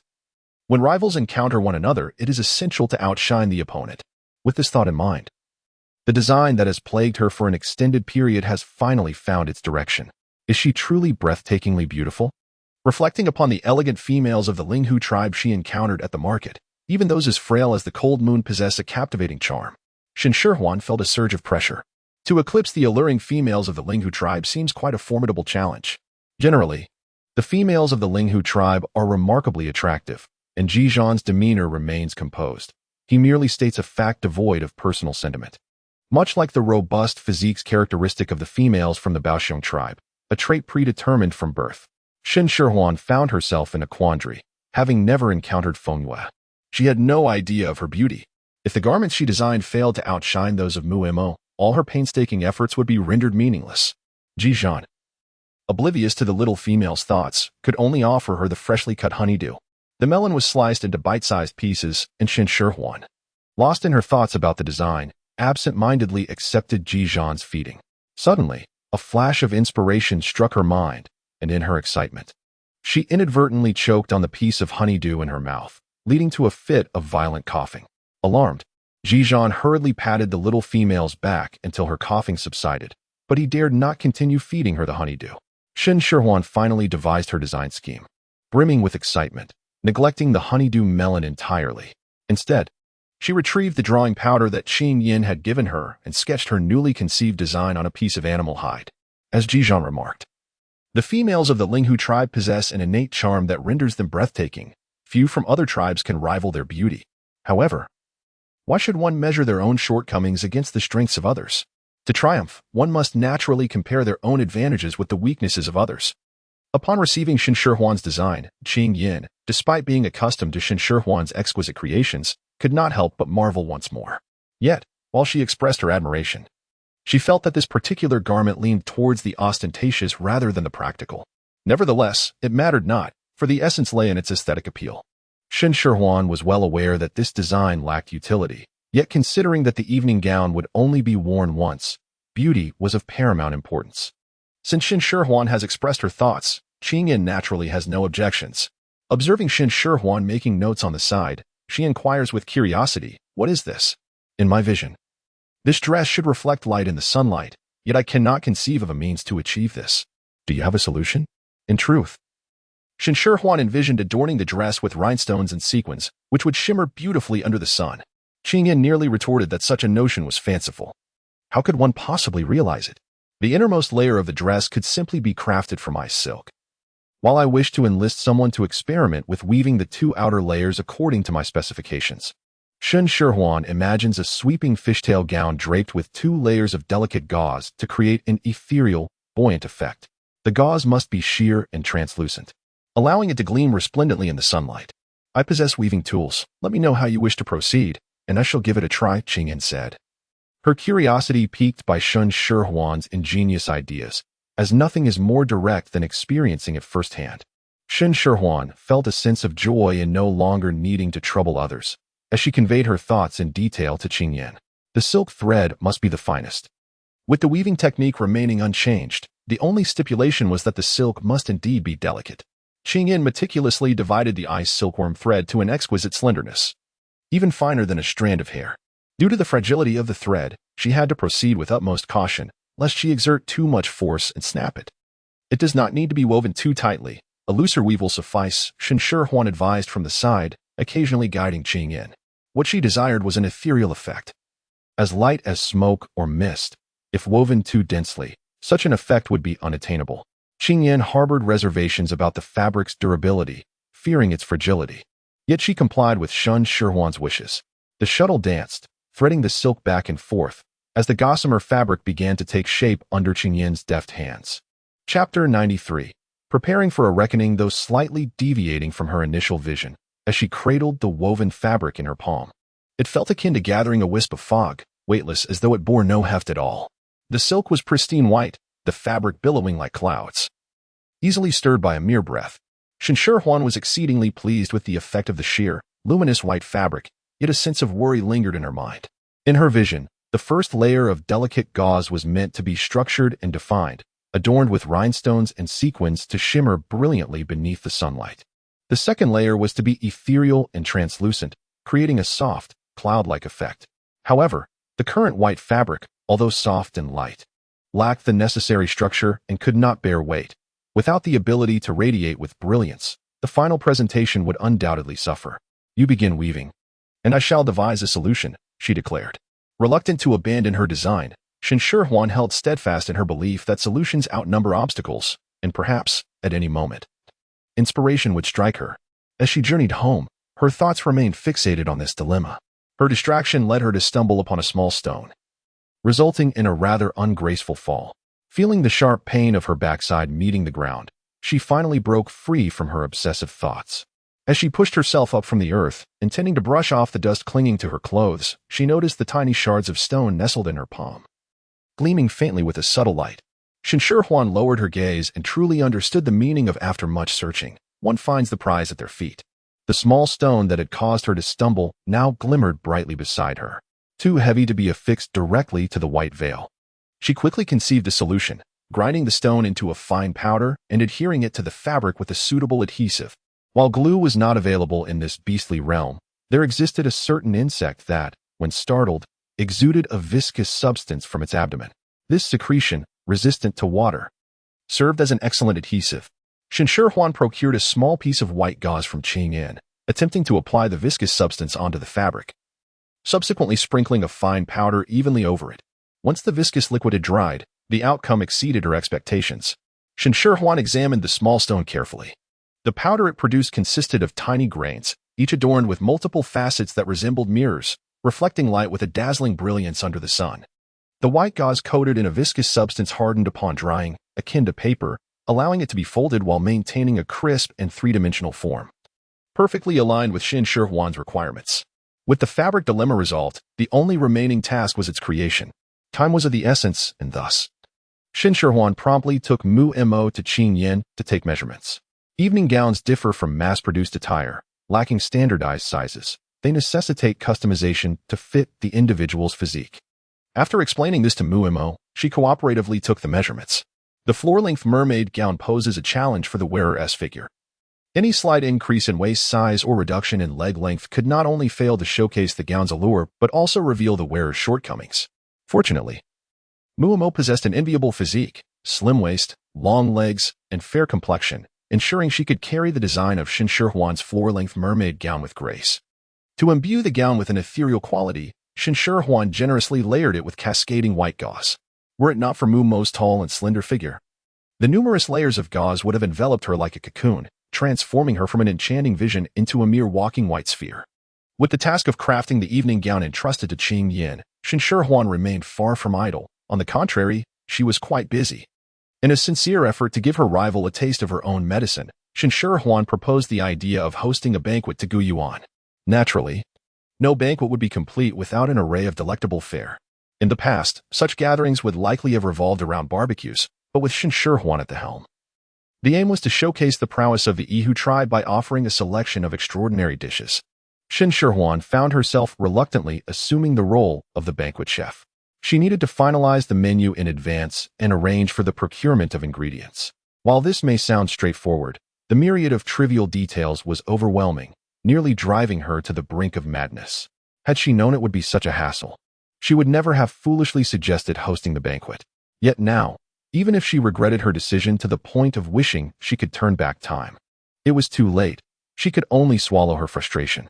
The 3 days of preparation passed in the blink of an eye, leaving her visibly exhausted. When Qing Yin arrived with the completed attire, she momentarily failed to grasp the significance of the gesture.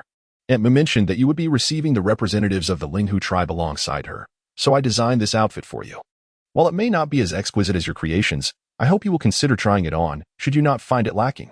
Shen Shihuan never anticipated that. In addition to her culinary duties, she would also be responsible for receiving guests. Her entire demeanor crumbled, her expression resembling that of someone on the brink of despair. And she appeared utterly exhausted. Could I possibly decline? Qing Yin regarded Shen Shihuan with a look of exasperation, lamenting her tireless efforts in crafting garments while this individual contemplated retreating. Feng Yu, a close acquaintance of Qing Ye's mother, had expressed a desire for Qing Ye to attend the upcoming banquet. If you choose not to participate, Ji Zhan may be whisked away by someone else. I shall accept this garment. Thank you, Shen Shihuan replied coldly, her heart ablaze with fury, akin to a volcano on the verge of eruption. She had always known that no one from the Linghu tribe could be trusted. The notion of Qing Ye attending the banquet was clearly ill-intentioned. Initially, she had considered sparing some face for the Linghu tribe, but now, if she didn't deliver a resounding blow to their pride, she would no longer bear the surname Shen. Upon receiving this unexpected news, Shen Shihuan felt invigorated, her weariness banished as if she had been infused with adrenaline. She believed that even if faced with a rival, she could triumph effortlessly, let alone if confronted by 10. Meanwhile, in a stone dwelling within the Yihu tribe, a serene female voice echoed, "Remember my words. I will help you fulfill your wish." This was Feng Yu, who had quietly infiltrated the Yihu tribe. Thoroughly pleased with her guidance of Qing Yu over the past few days, Qing Yu had transformed from her previous spoiled self into someone poised and gracious, resembling a completely different person. Feng Yu nodded in satisfaction, her smile reflecting her pride in Qing Yu's progress. "Good child, keep up the effort," she encouraged, patting Qing Yu on the shoulder. Though Qing Yu maintained a composed exterior, her eyes sparkled with excitement and anticipation for the banquet to commence.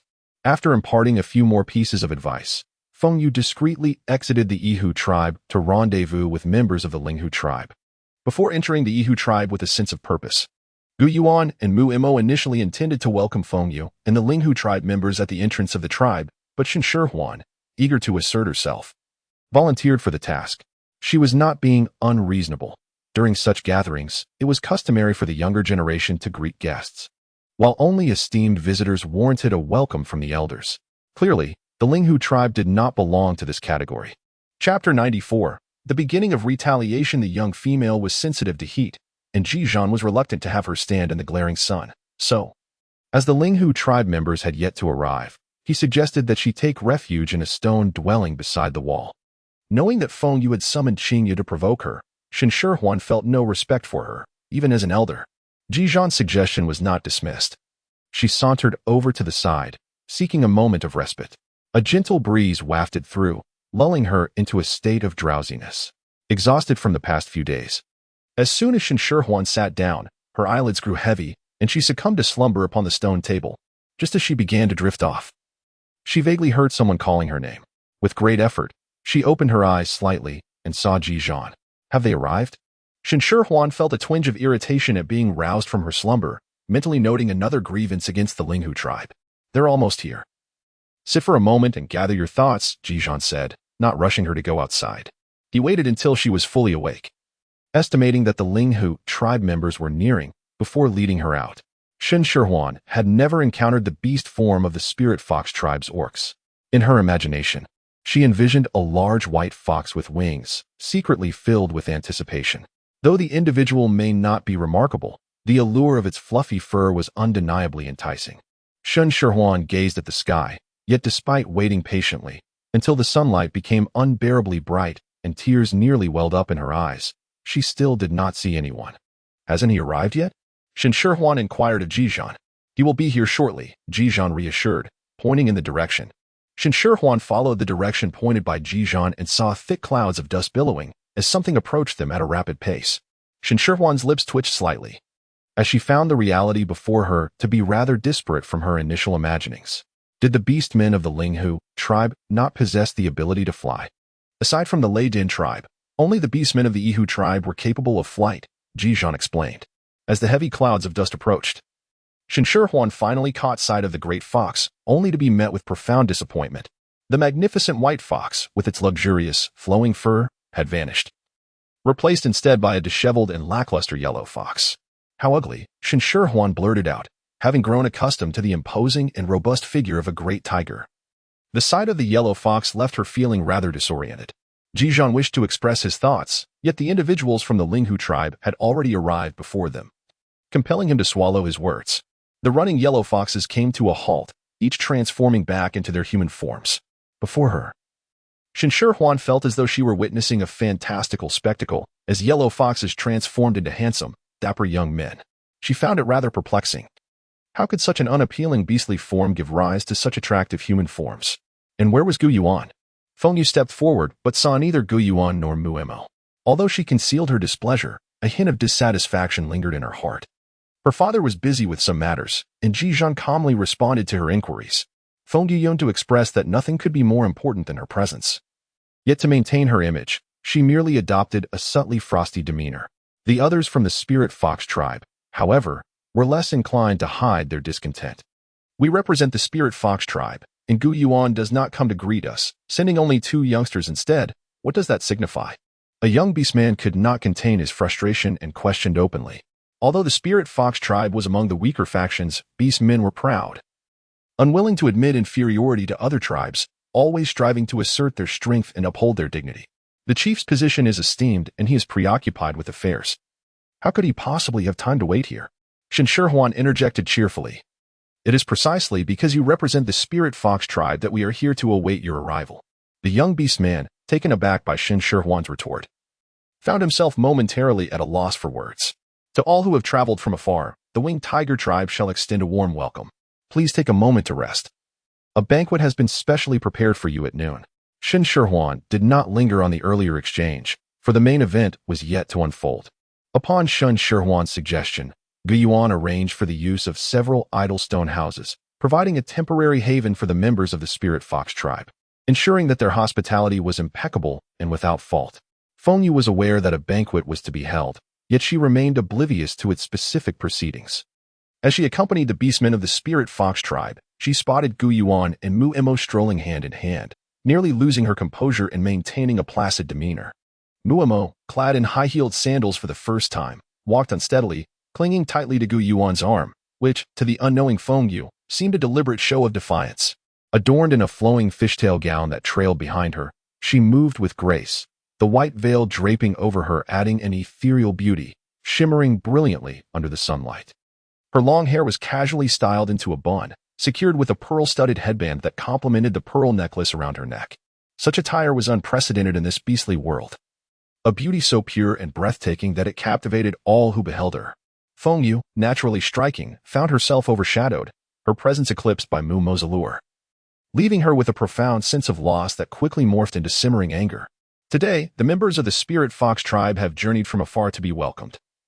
I now invite their representatives to share a few words with us. Shen Shihuan, reveling in the unfolding drama, assumed the role of host and beckoned Feng Yu to the forefront.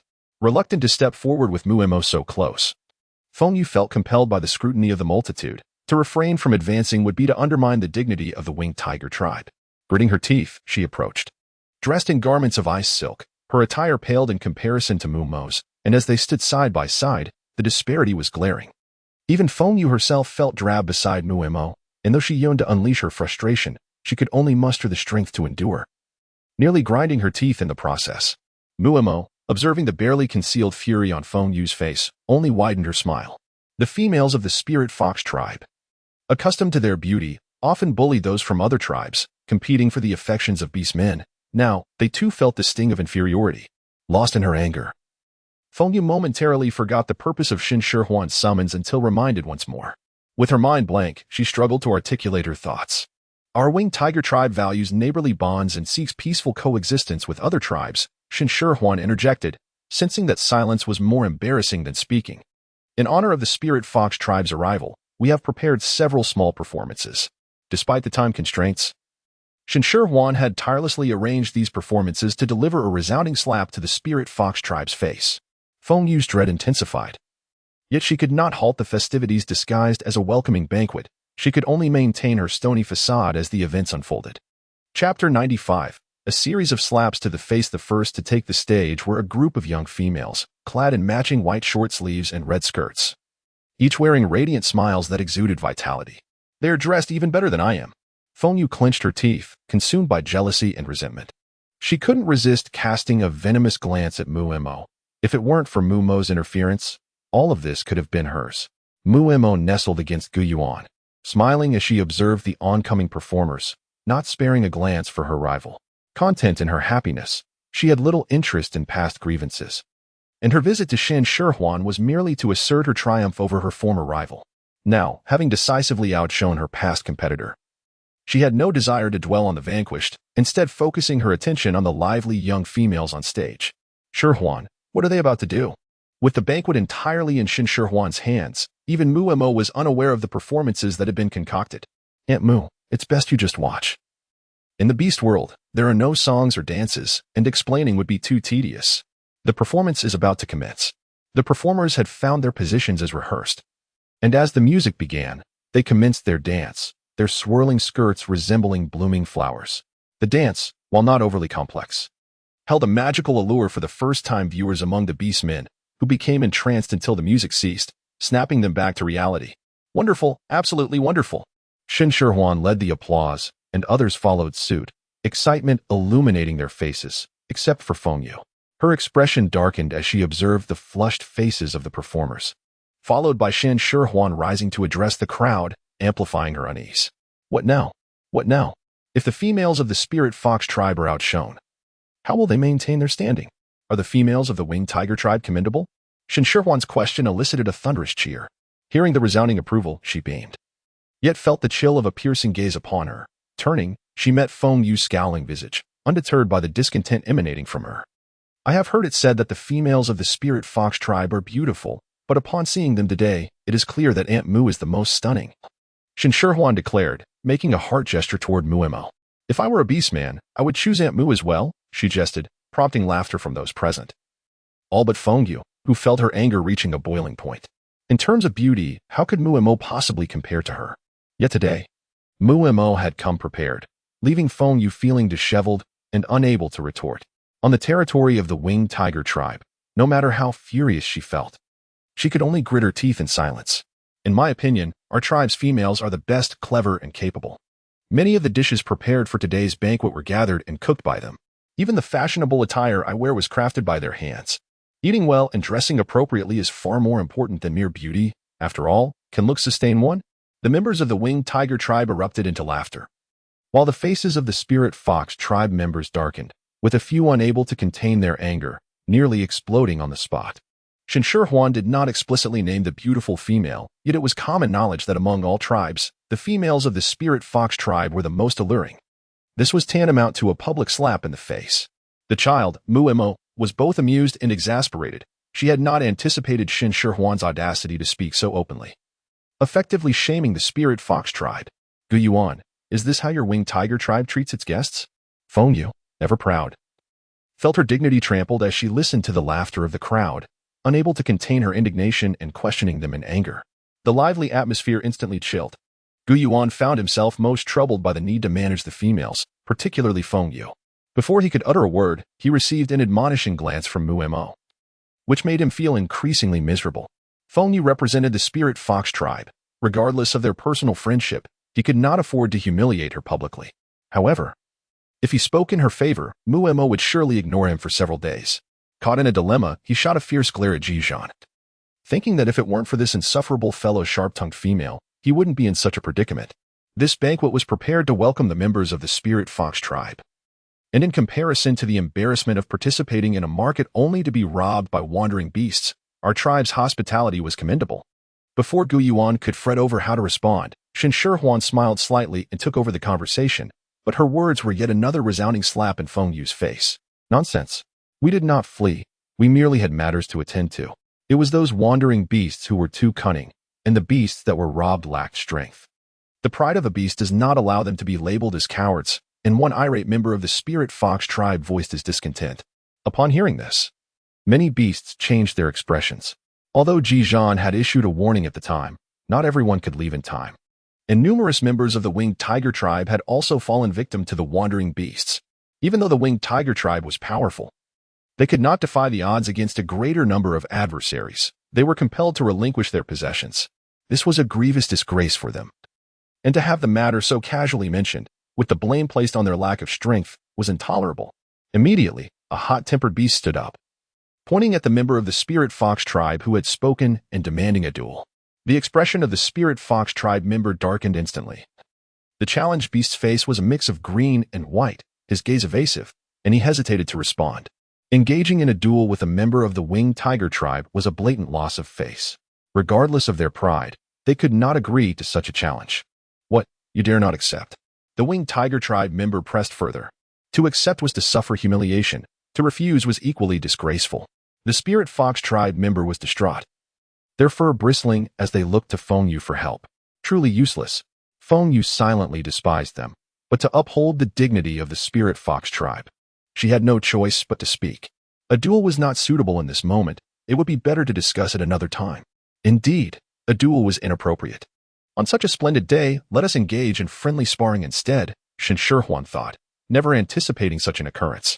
This spared her the trouble of finding an excuse and nearly made her chuckle aloud. In my homeland, there exists a competition known as a friendly match, conducted to honor the camaraderie between both parties. Why not arrange a friendly match to celebrate the friendship between the winged tiger tribe and the spirit fox tribe? Chapter 96. Friendly match? What friendly match? I've never heard of such a thing. Do not bring your provincial customs here. Are you not ashamed? Feng Yu did not conceal her disdain for Shen Shihuan, deliberately choosing unkind words. Ji Zhan remained expressionless, yet his gaze toward the members of the spirit fox tribe was as cold as frost and as sharp as a blade. Meanwhile, Shen Shihuan maintained her smile, recalling a little story from her hometown that perfectly suited the current situation, eager to share it with everyone. Feng Yu longed to express her disinterest in hearing such nonsense, but the members of the winged tiger tribe were urging Shen Shihuan to speak, leaving her no opportunity to intervene. Shen Shihuan had no intention of seeking Feng Yue's consent. Regardless of Feng Yue's desire to remain silent, she felt compelled to speak. There was a frog that, upon its birth, resided in a deep well, a pit excavated into the earth, filled with subterranean water. The only view accessible to the frog was a minuscule slice of the sky above the well. Having never encountered the vastness of the world beyond, it assumed that this narrow expanse was all there was. At first, the crowd struggled to comprehend the tale, but upon reflection, they grasped its essence. Delving deeper, they realized it served as a metaphor for mocking Feng Yue's ignorance and arrogance. The description was vivid and evocative, prompting many to stifle their laughter as they glanced at Feng Wei. Those who had previously suffered at the hands of the spirit fox tribe cast unabashed, derisive glances in her direction, each gaze silently ridiculing her. Feng Yue's anger surged, causing the veins on her forehead to throb. She nearly fainted from the effort of restraining her fury, her expression contorted with barely contained rage. Had there not been a shred of rationality left within her, she might well have erupted on the spot. I merely wish to share a little story. Please do not overthink it, Shen Shihuan stated with a solemn demeanor. If only she had not directed her gaze at Feng Wei while speaking. Her words might have carried even greater weight. The little female was mischievous, yet her mischief was endearing. Ji Zhan observed the animated little female, a smile gradually curling at the corners of his mouth. Tell your female to speak less. We wouldn't want to provoke anyone, Gu Yuan cautioned. Concerned that Feng Wei might be pushed to her limits, subtly signaling Ji Zhan. Has your father grown tender-hearted? Ji Zhan whispered, though his voice was loud enough for Mu Mo to overhear. Mu Mo cast a half-smiling glance at Gu Yuan and slyly moved her hand down his arm, expertly pinching a small piece of flesh and twisting it sharply. Are you heartbroken? The sudden, sharp pain surged through Gu Yuan, nearly eliciting a cry, but fortunately, everyone else remained focused on Shen Shihuan and Feng Wei, oblivious to his momentary grimace. No, I'm not heartbroken. Please let go, or I'll lose my flesh. Gu Yuan pleaded softly, clearly accustomed to this treatment. If you're not heartbroken, then sit quietly and don't speak, Mu Mo insisted firmly, knowing the measure of propriety. Shihuan was a sensible child who wouldn't act recklessly. Seeing Gu Yuan about to speak, Mu Mo shot him a fierce warning glance. Gu Yuan, understanding her cue, fell silent, inwardly anxious, hoping that Shen Shihuan truly knew how to navigate this situation, providing a graceful exit for the spirit fox tribe to prevent them from losing face. However, given the current circumstances, he found it difficult to believe that Shen Shihuan possessed such discernment. Shen Shihuan indeed maintained her composure, fearing that Feng Yu might become so infuriated that their friendly match would be thwarted. With a gracious demeanor, she chose to overlook Feng Yu's earlier display of arrogance and ignorance. The rules of the friendly match were quite straightforward. Each side would designate 3 participants, competing in a best-of-3 format. The regulations mirrored those of a duel, albeit with a more appealing title. Feng Yu wished to decline, but Shen Shihuan had already arranged for the dueling platform to be set up, clearly having prepared in advance, eagerly waiting for them to step into the fray. Given the constraints, she requested the members of the Linghu tribe to be understanding. They would use this large stone slab as the dueling platform, with the first to fall losing the match. Shen Shihuan smiled brightly, affording Feng Yu no opportunity to refuse. Having showcased the capabilities of the female warriors of the Yihu tribe, it was only fitting to also demonstrate the strength of their beastmen. The only way to do so was to put the beastmen of the Linghu tribe through their paces. Time was of the essence, so she eschewed idle chatter, inquiring who from their tribe would step up first. Having gleaned insights into the prowess of the Linghu tribe's beastmen from Ji Zhan, Shen Shihuan felt quite confident. Any one of her tribe members could easily secure a victory. I. The beastmen of the Yihu tribe eagerly volunteered, each voice louder than the last. Ji Zhan too wished to put himself forward, viewing it as an opportunity to vindicate the little female, but before he could voice his intentions, he caught a significant glance from Gu Yuan. Regardless of who stepped up, the beastmen of the Linghu tribe were bound to lose, so he refrained from joining the fray, opting to spare the Linghu tribe some dignity. Such matters of avenging the little female could not be entrusted to another. Ji Zhan exchanged a calm look with Gu Yuan, intending to rise, but Shen Shihuan had already selected a participant from the throng of eager beastmen, specifically, the one who had previously demanded the duel. Under the envious gazes of the other warriors, this beastman promptly ascended the dueling platform, eagerly cracking his knuckles in anticipation of teaching a lesson to the beastmen of the Linghu tribe. As for the guests from the Linghu tribe, who would they send into the arena? Shen Shihuan's gaze swept across the array of beastmen from the Linghu tribe, generously relinquishing the choice to Feng Yu. Observing her petite stature, it seemed that regardless of whom she chose, it would be a mere matter of a punch. Driven to this impasse, Feng Yu found herself unable to refuse. Losing the duel would be embarrassing, but surrendering without a fight would be even worse. Thus, she pointed to the beastman who had been so outspoken earlier. The verbally adept beastman of the Linghu tribe, however, proved lacking in physical prowess, and upon entering the ring, was promptly met with a punch that left him sporting a black eye. Shen Shihuan observed from the sidelines, shaking his head in dismay. There was scarcely a redeeming quality left to behold, not even a trace of a commendable visage. The orc who took the stage, though known for his fiery temperament, was not devoid of intellect. He refrained from immediately casting his opponent aside. However, the orcs of the Spirit Fox tribe were simply too feeble, and despite his leniency, they succumbed swiftly, leaving the duel arena with bruised faces. On one side, the winged tiger tribe erupted in waves of jubilant cheers, while the spirit fox tribe remained enveloped in an oppressive silence. The prowess of the winged tiger orcs became starkly apparent when faced in combat, a realization that sent shivers through their spirits. The second match commenced shortly thereafter, with the spirit fox orc taking heed of the previous lesson. Transforming into his beast form upon entering the arena, he presented as a withered yellow fox, its fur dry and tangled in disarray, a sight far from pleasing. Shen Shihuan felt a wave of disappointment as she observed closely.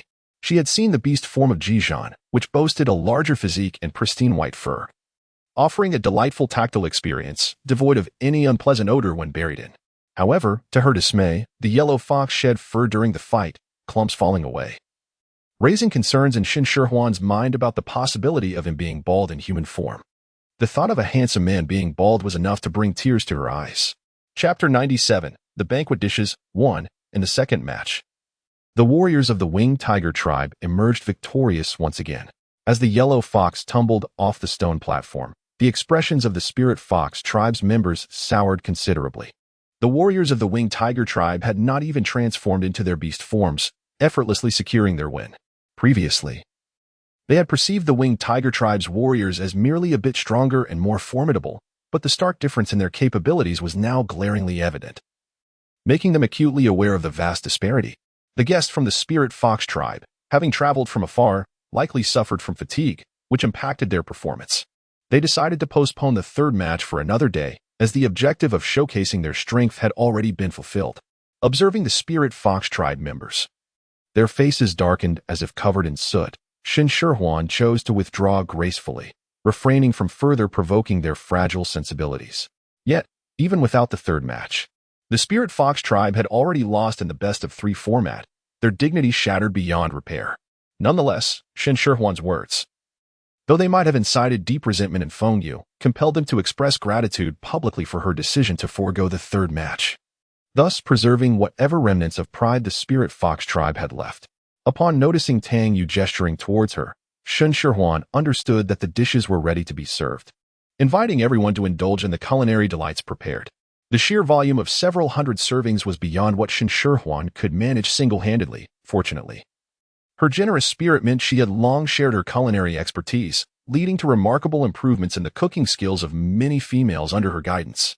Thus, she entrusted the significant responsibility of the banquet's fare to them. When finalizing the menu, Shen Shihuan decided on 8 cold dishes, 8 hot dishes, 2 desserts, and 2 soups, symbolizing prosperity and perfection through the auspicious number 8. The first cold dish served was smashed cucumber, a simple yet refreshing appetizer that delighted not only the females but also the orcs.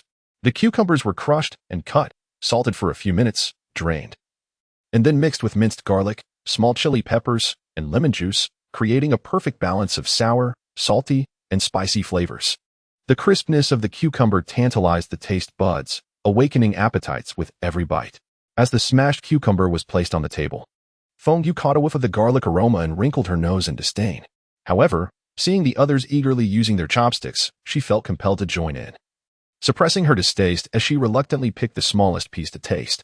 The cucumbers were marinated to perfection without losing their crunchy texture, although the garlic flavor was slightly overwhelming. The tangy, spicy, and salty notes captivated Fengyu's palate. Her hand moved of its own accord, reaching for another piece, and before she knew it, she had finished a small plate. In the Linghu tribe, each individual had a table to themselves, while the Ihu tribe shared tables among familiar company, resulting in varying portion sizes to prevent waste. The principle of finishing one's plate was always of utmost importance. It wasn't until Fengyu picked up an empty plate that she realized she had consumed everything, and her face flushed with embarrassment. Although everyone was preoccupied with their meals and hadn't noticed her, she felt a pang of humiliation, especially upon overhearing the orcs nearby praising the feast. In a tone loud enough for those around to hear, she remarked, "The Ihu tribe prides itself on its strength, yet we are only treated to vegetables?" Upon hearing this, Shen Shihuan felt displeased. She looked up, ready to retort, but Ji Zhan swiftly placed a piece of cucumber in her mouth with his chopsticks. Just then, the second dish was served, spicy mouth-watering chicken. Fengyu had just complained about the lack of meat when, to her astonishment, a meat dish appeared, striking her as a direct affront. She stubbornly believed that Mu Mo and Shen Shihuan had orchestrated this to humiliate her. The spicy, mouth-watering chicken was generously adorned with small chili peppers, cilantro, chopped green onions, and minced garlic, a vibrant medley of green, red, white, and yellow that was visually appealing. Humph! Merely pleasing to the eye, it must taste dreadful, Feng Yu thought, irked, as she fiercely picked up a piece of chicken and placed it in her mouth. Shen Shihuan initially intended to caution the members of the Linghu tribe about the spiciness of the dish, but upon witnessing Feng Yue's reaction, she found herself intrigued by the unfolding drama and swallowed her words. As for the individuals from the Yihu tribe, they had grown accustomed to consuming spicy food over the past few days, so they could tolerate this level of heat. Feng Yue took a bite of the chicken, and the fiery flavor erupted in her mouth. Unaware that the small chili peppers were inedible, she inadvertently included one in her bite. The moment she bit down, the heat exploded like a bomb. Her mouth felt as if it were ablaze. She struggled to endure the burning sensation, her expression twisting into a grimace. Ultimately, she managed to refrain from spitting it out, yet tears welled in her eyes from the intensity of the spice. Daring not to taste any further, she swallowed hard, yearning to voice her discontent. However, seeing that everyone else was enjoying their meal, she found herself unable to express her frustration. The beastmen of the Linghu tribe, equally overwhelmed by the searing taste, hesitated to take a second bite, leaving their portions untouched, much to the dismay of the Yihu tribe, who silently lamented the waste. Shen Shihuan had thoroughly enjoyed the performances of the members of the Linghu tribe and gestured for Tang Yu to bring forth the sour plum juice. Her intention was not to tease the tribe, but to win their hearts through delectable cuisine. The refreshingly cool and sweet sour plum juice alleviated the fiery discomfort in the mouths of the Linghu tribe, even prompting Feng Yue to request a refill. The third dish was a warm delicacy, steamed lion's head meatballs. Having recently discovered water chestnuts, Shen Shihuan was inspired to create braised lion's head. She prepared the pork by removing the skin and mincing it, then mixed in finely chopped water chestnuts, eggs, chopped scallions, minced ginger, and seasonings until the mixture became sticky. The mixture was then shaped into balls and steamed over high heat until cooked. The steamed lion's head meatballs were each the size of a child's palm. Perfect for a single bite, garnished with chopped scallions, the pale meatballs contrasted beautifully with the vibrant green scallions. Feng Yue attempted to find fault, but upon tasting, she found herself unable to pinpoint any shortcomings. The only complaint might have been the portion size, but she refrained from voicing this, choosing to endure it silently. The orc portion was slightly larger, as their appetites exceeded those of the females, and there was little concern about wastage. However, the orcs quickly devoured their servings, eagerly awaiting the arrival of the fourth dish. The fourth dish was poached fish slices and tomato broth. Upon its presentation, the members of the Linghu tribe remembered the fear instilled by the previous spicy dish and hesitated to pick up their chopsticks until someone could no longer resist the enticing aroma. Was it spicy? An orc nearby inquired softly. Not at all. The fish was tender and devoid of any fishy odor, with a refreshing sweet-sour flavor that whetted the appetite. And importantly, it contained no bones, allowing for worry-free enjoyment. Then why do your eyes glisten with tears? The inquisitive orc questioned, disbelief evident on their face. Feeling that trust among orcs was fragile, even among those of the same tribe. Because it is delicious, came the succinct reply, and the orc resumed their meal. Reflecting on their earlier reluctance to visit the Yihu tribe, now feeling immensely grateful for their presence, for where else could they find such exquisite food? Chapter 98. Banquet Dishes 2. Despite the psychological shadow cast by the previous spicy chicken, the sight of others savoring their meals compelled the members of the Linghu tribe to relent. What was a little spice? Would orcs truly shy away from such a minor heat? With a mouthful of fish, tears nearly brimmed in their eyes. Never had they tasted such delightful cuisine. Not even in their dreams. If not for the small bowls, one might fear these tearful orcs would engage in a scuffle over the food. After a few bites of fish, they did not spare the broth, slurping it down eagerly. Witnessing the enthusiasm of the Linghu tribe, Shen Shihuan's impression of them softened. Those who cherished food, capable of cleaning their plates, possessed redeeming qualities. Next came a cold dish, spicy and sour shredded potato salad. The potatoes were julienned and soaked in water with lemon juice, ensuring they remained crisp after blanching. The prepared potato shreds were briefly cooked, then cooled in cold water, mixed with similarly prepared shredded green peppers and carrots, and seasoned with chili oil, Sichuan pepper oil, honey, lemon juice, and salt. This dish, simple yet tantalizingly sour and spicy, was perfect for summer, with the vibrant colors of the green peppers and carrots enhancing its visual appeal. The spice level was moderate, making it palatable even for those in the Linghu tribe unaccustomed to heat. Even Feng Yue, attempting to resist, found her hand acting on its own, continuously bringing food to her mouth, and upon finishing her last bite, she felt a tinge of regret. Fortunately, another dish soon arrived, stir-fried lamb with scallions. Again, it was a small bowl, but the white scallion segments, red and green chili peppers, and thin slices of meat, all stir-fried over high heat, released an intoxicating aroma. The lamb slices had been marinated beforehand and coated with dry starch, making them not only flavorful but also tender, requiring little effort to savor. As the meat seemed to melt on the tongue, Feng Wei, unable to eat the scallions, peppers, or garlic, painstakingly finished the lamb slices. Then searched again to ensure no morsels remained before reluctantly setting down her chopsticks. The preparation of hot dishes requires time, so to avoid keeping guests waiting, a pre-prepared cold dish of lotus root slices with sweet peas was served.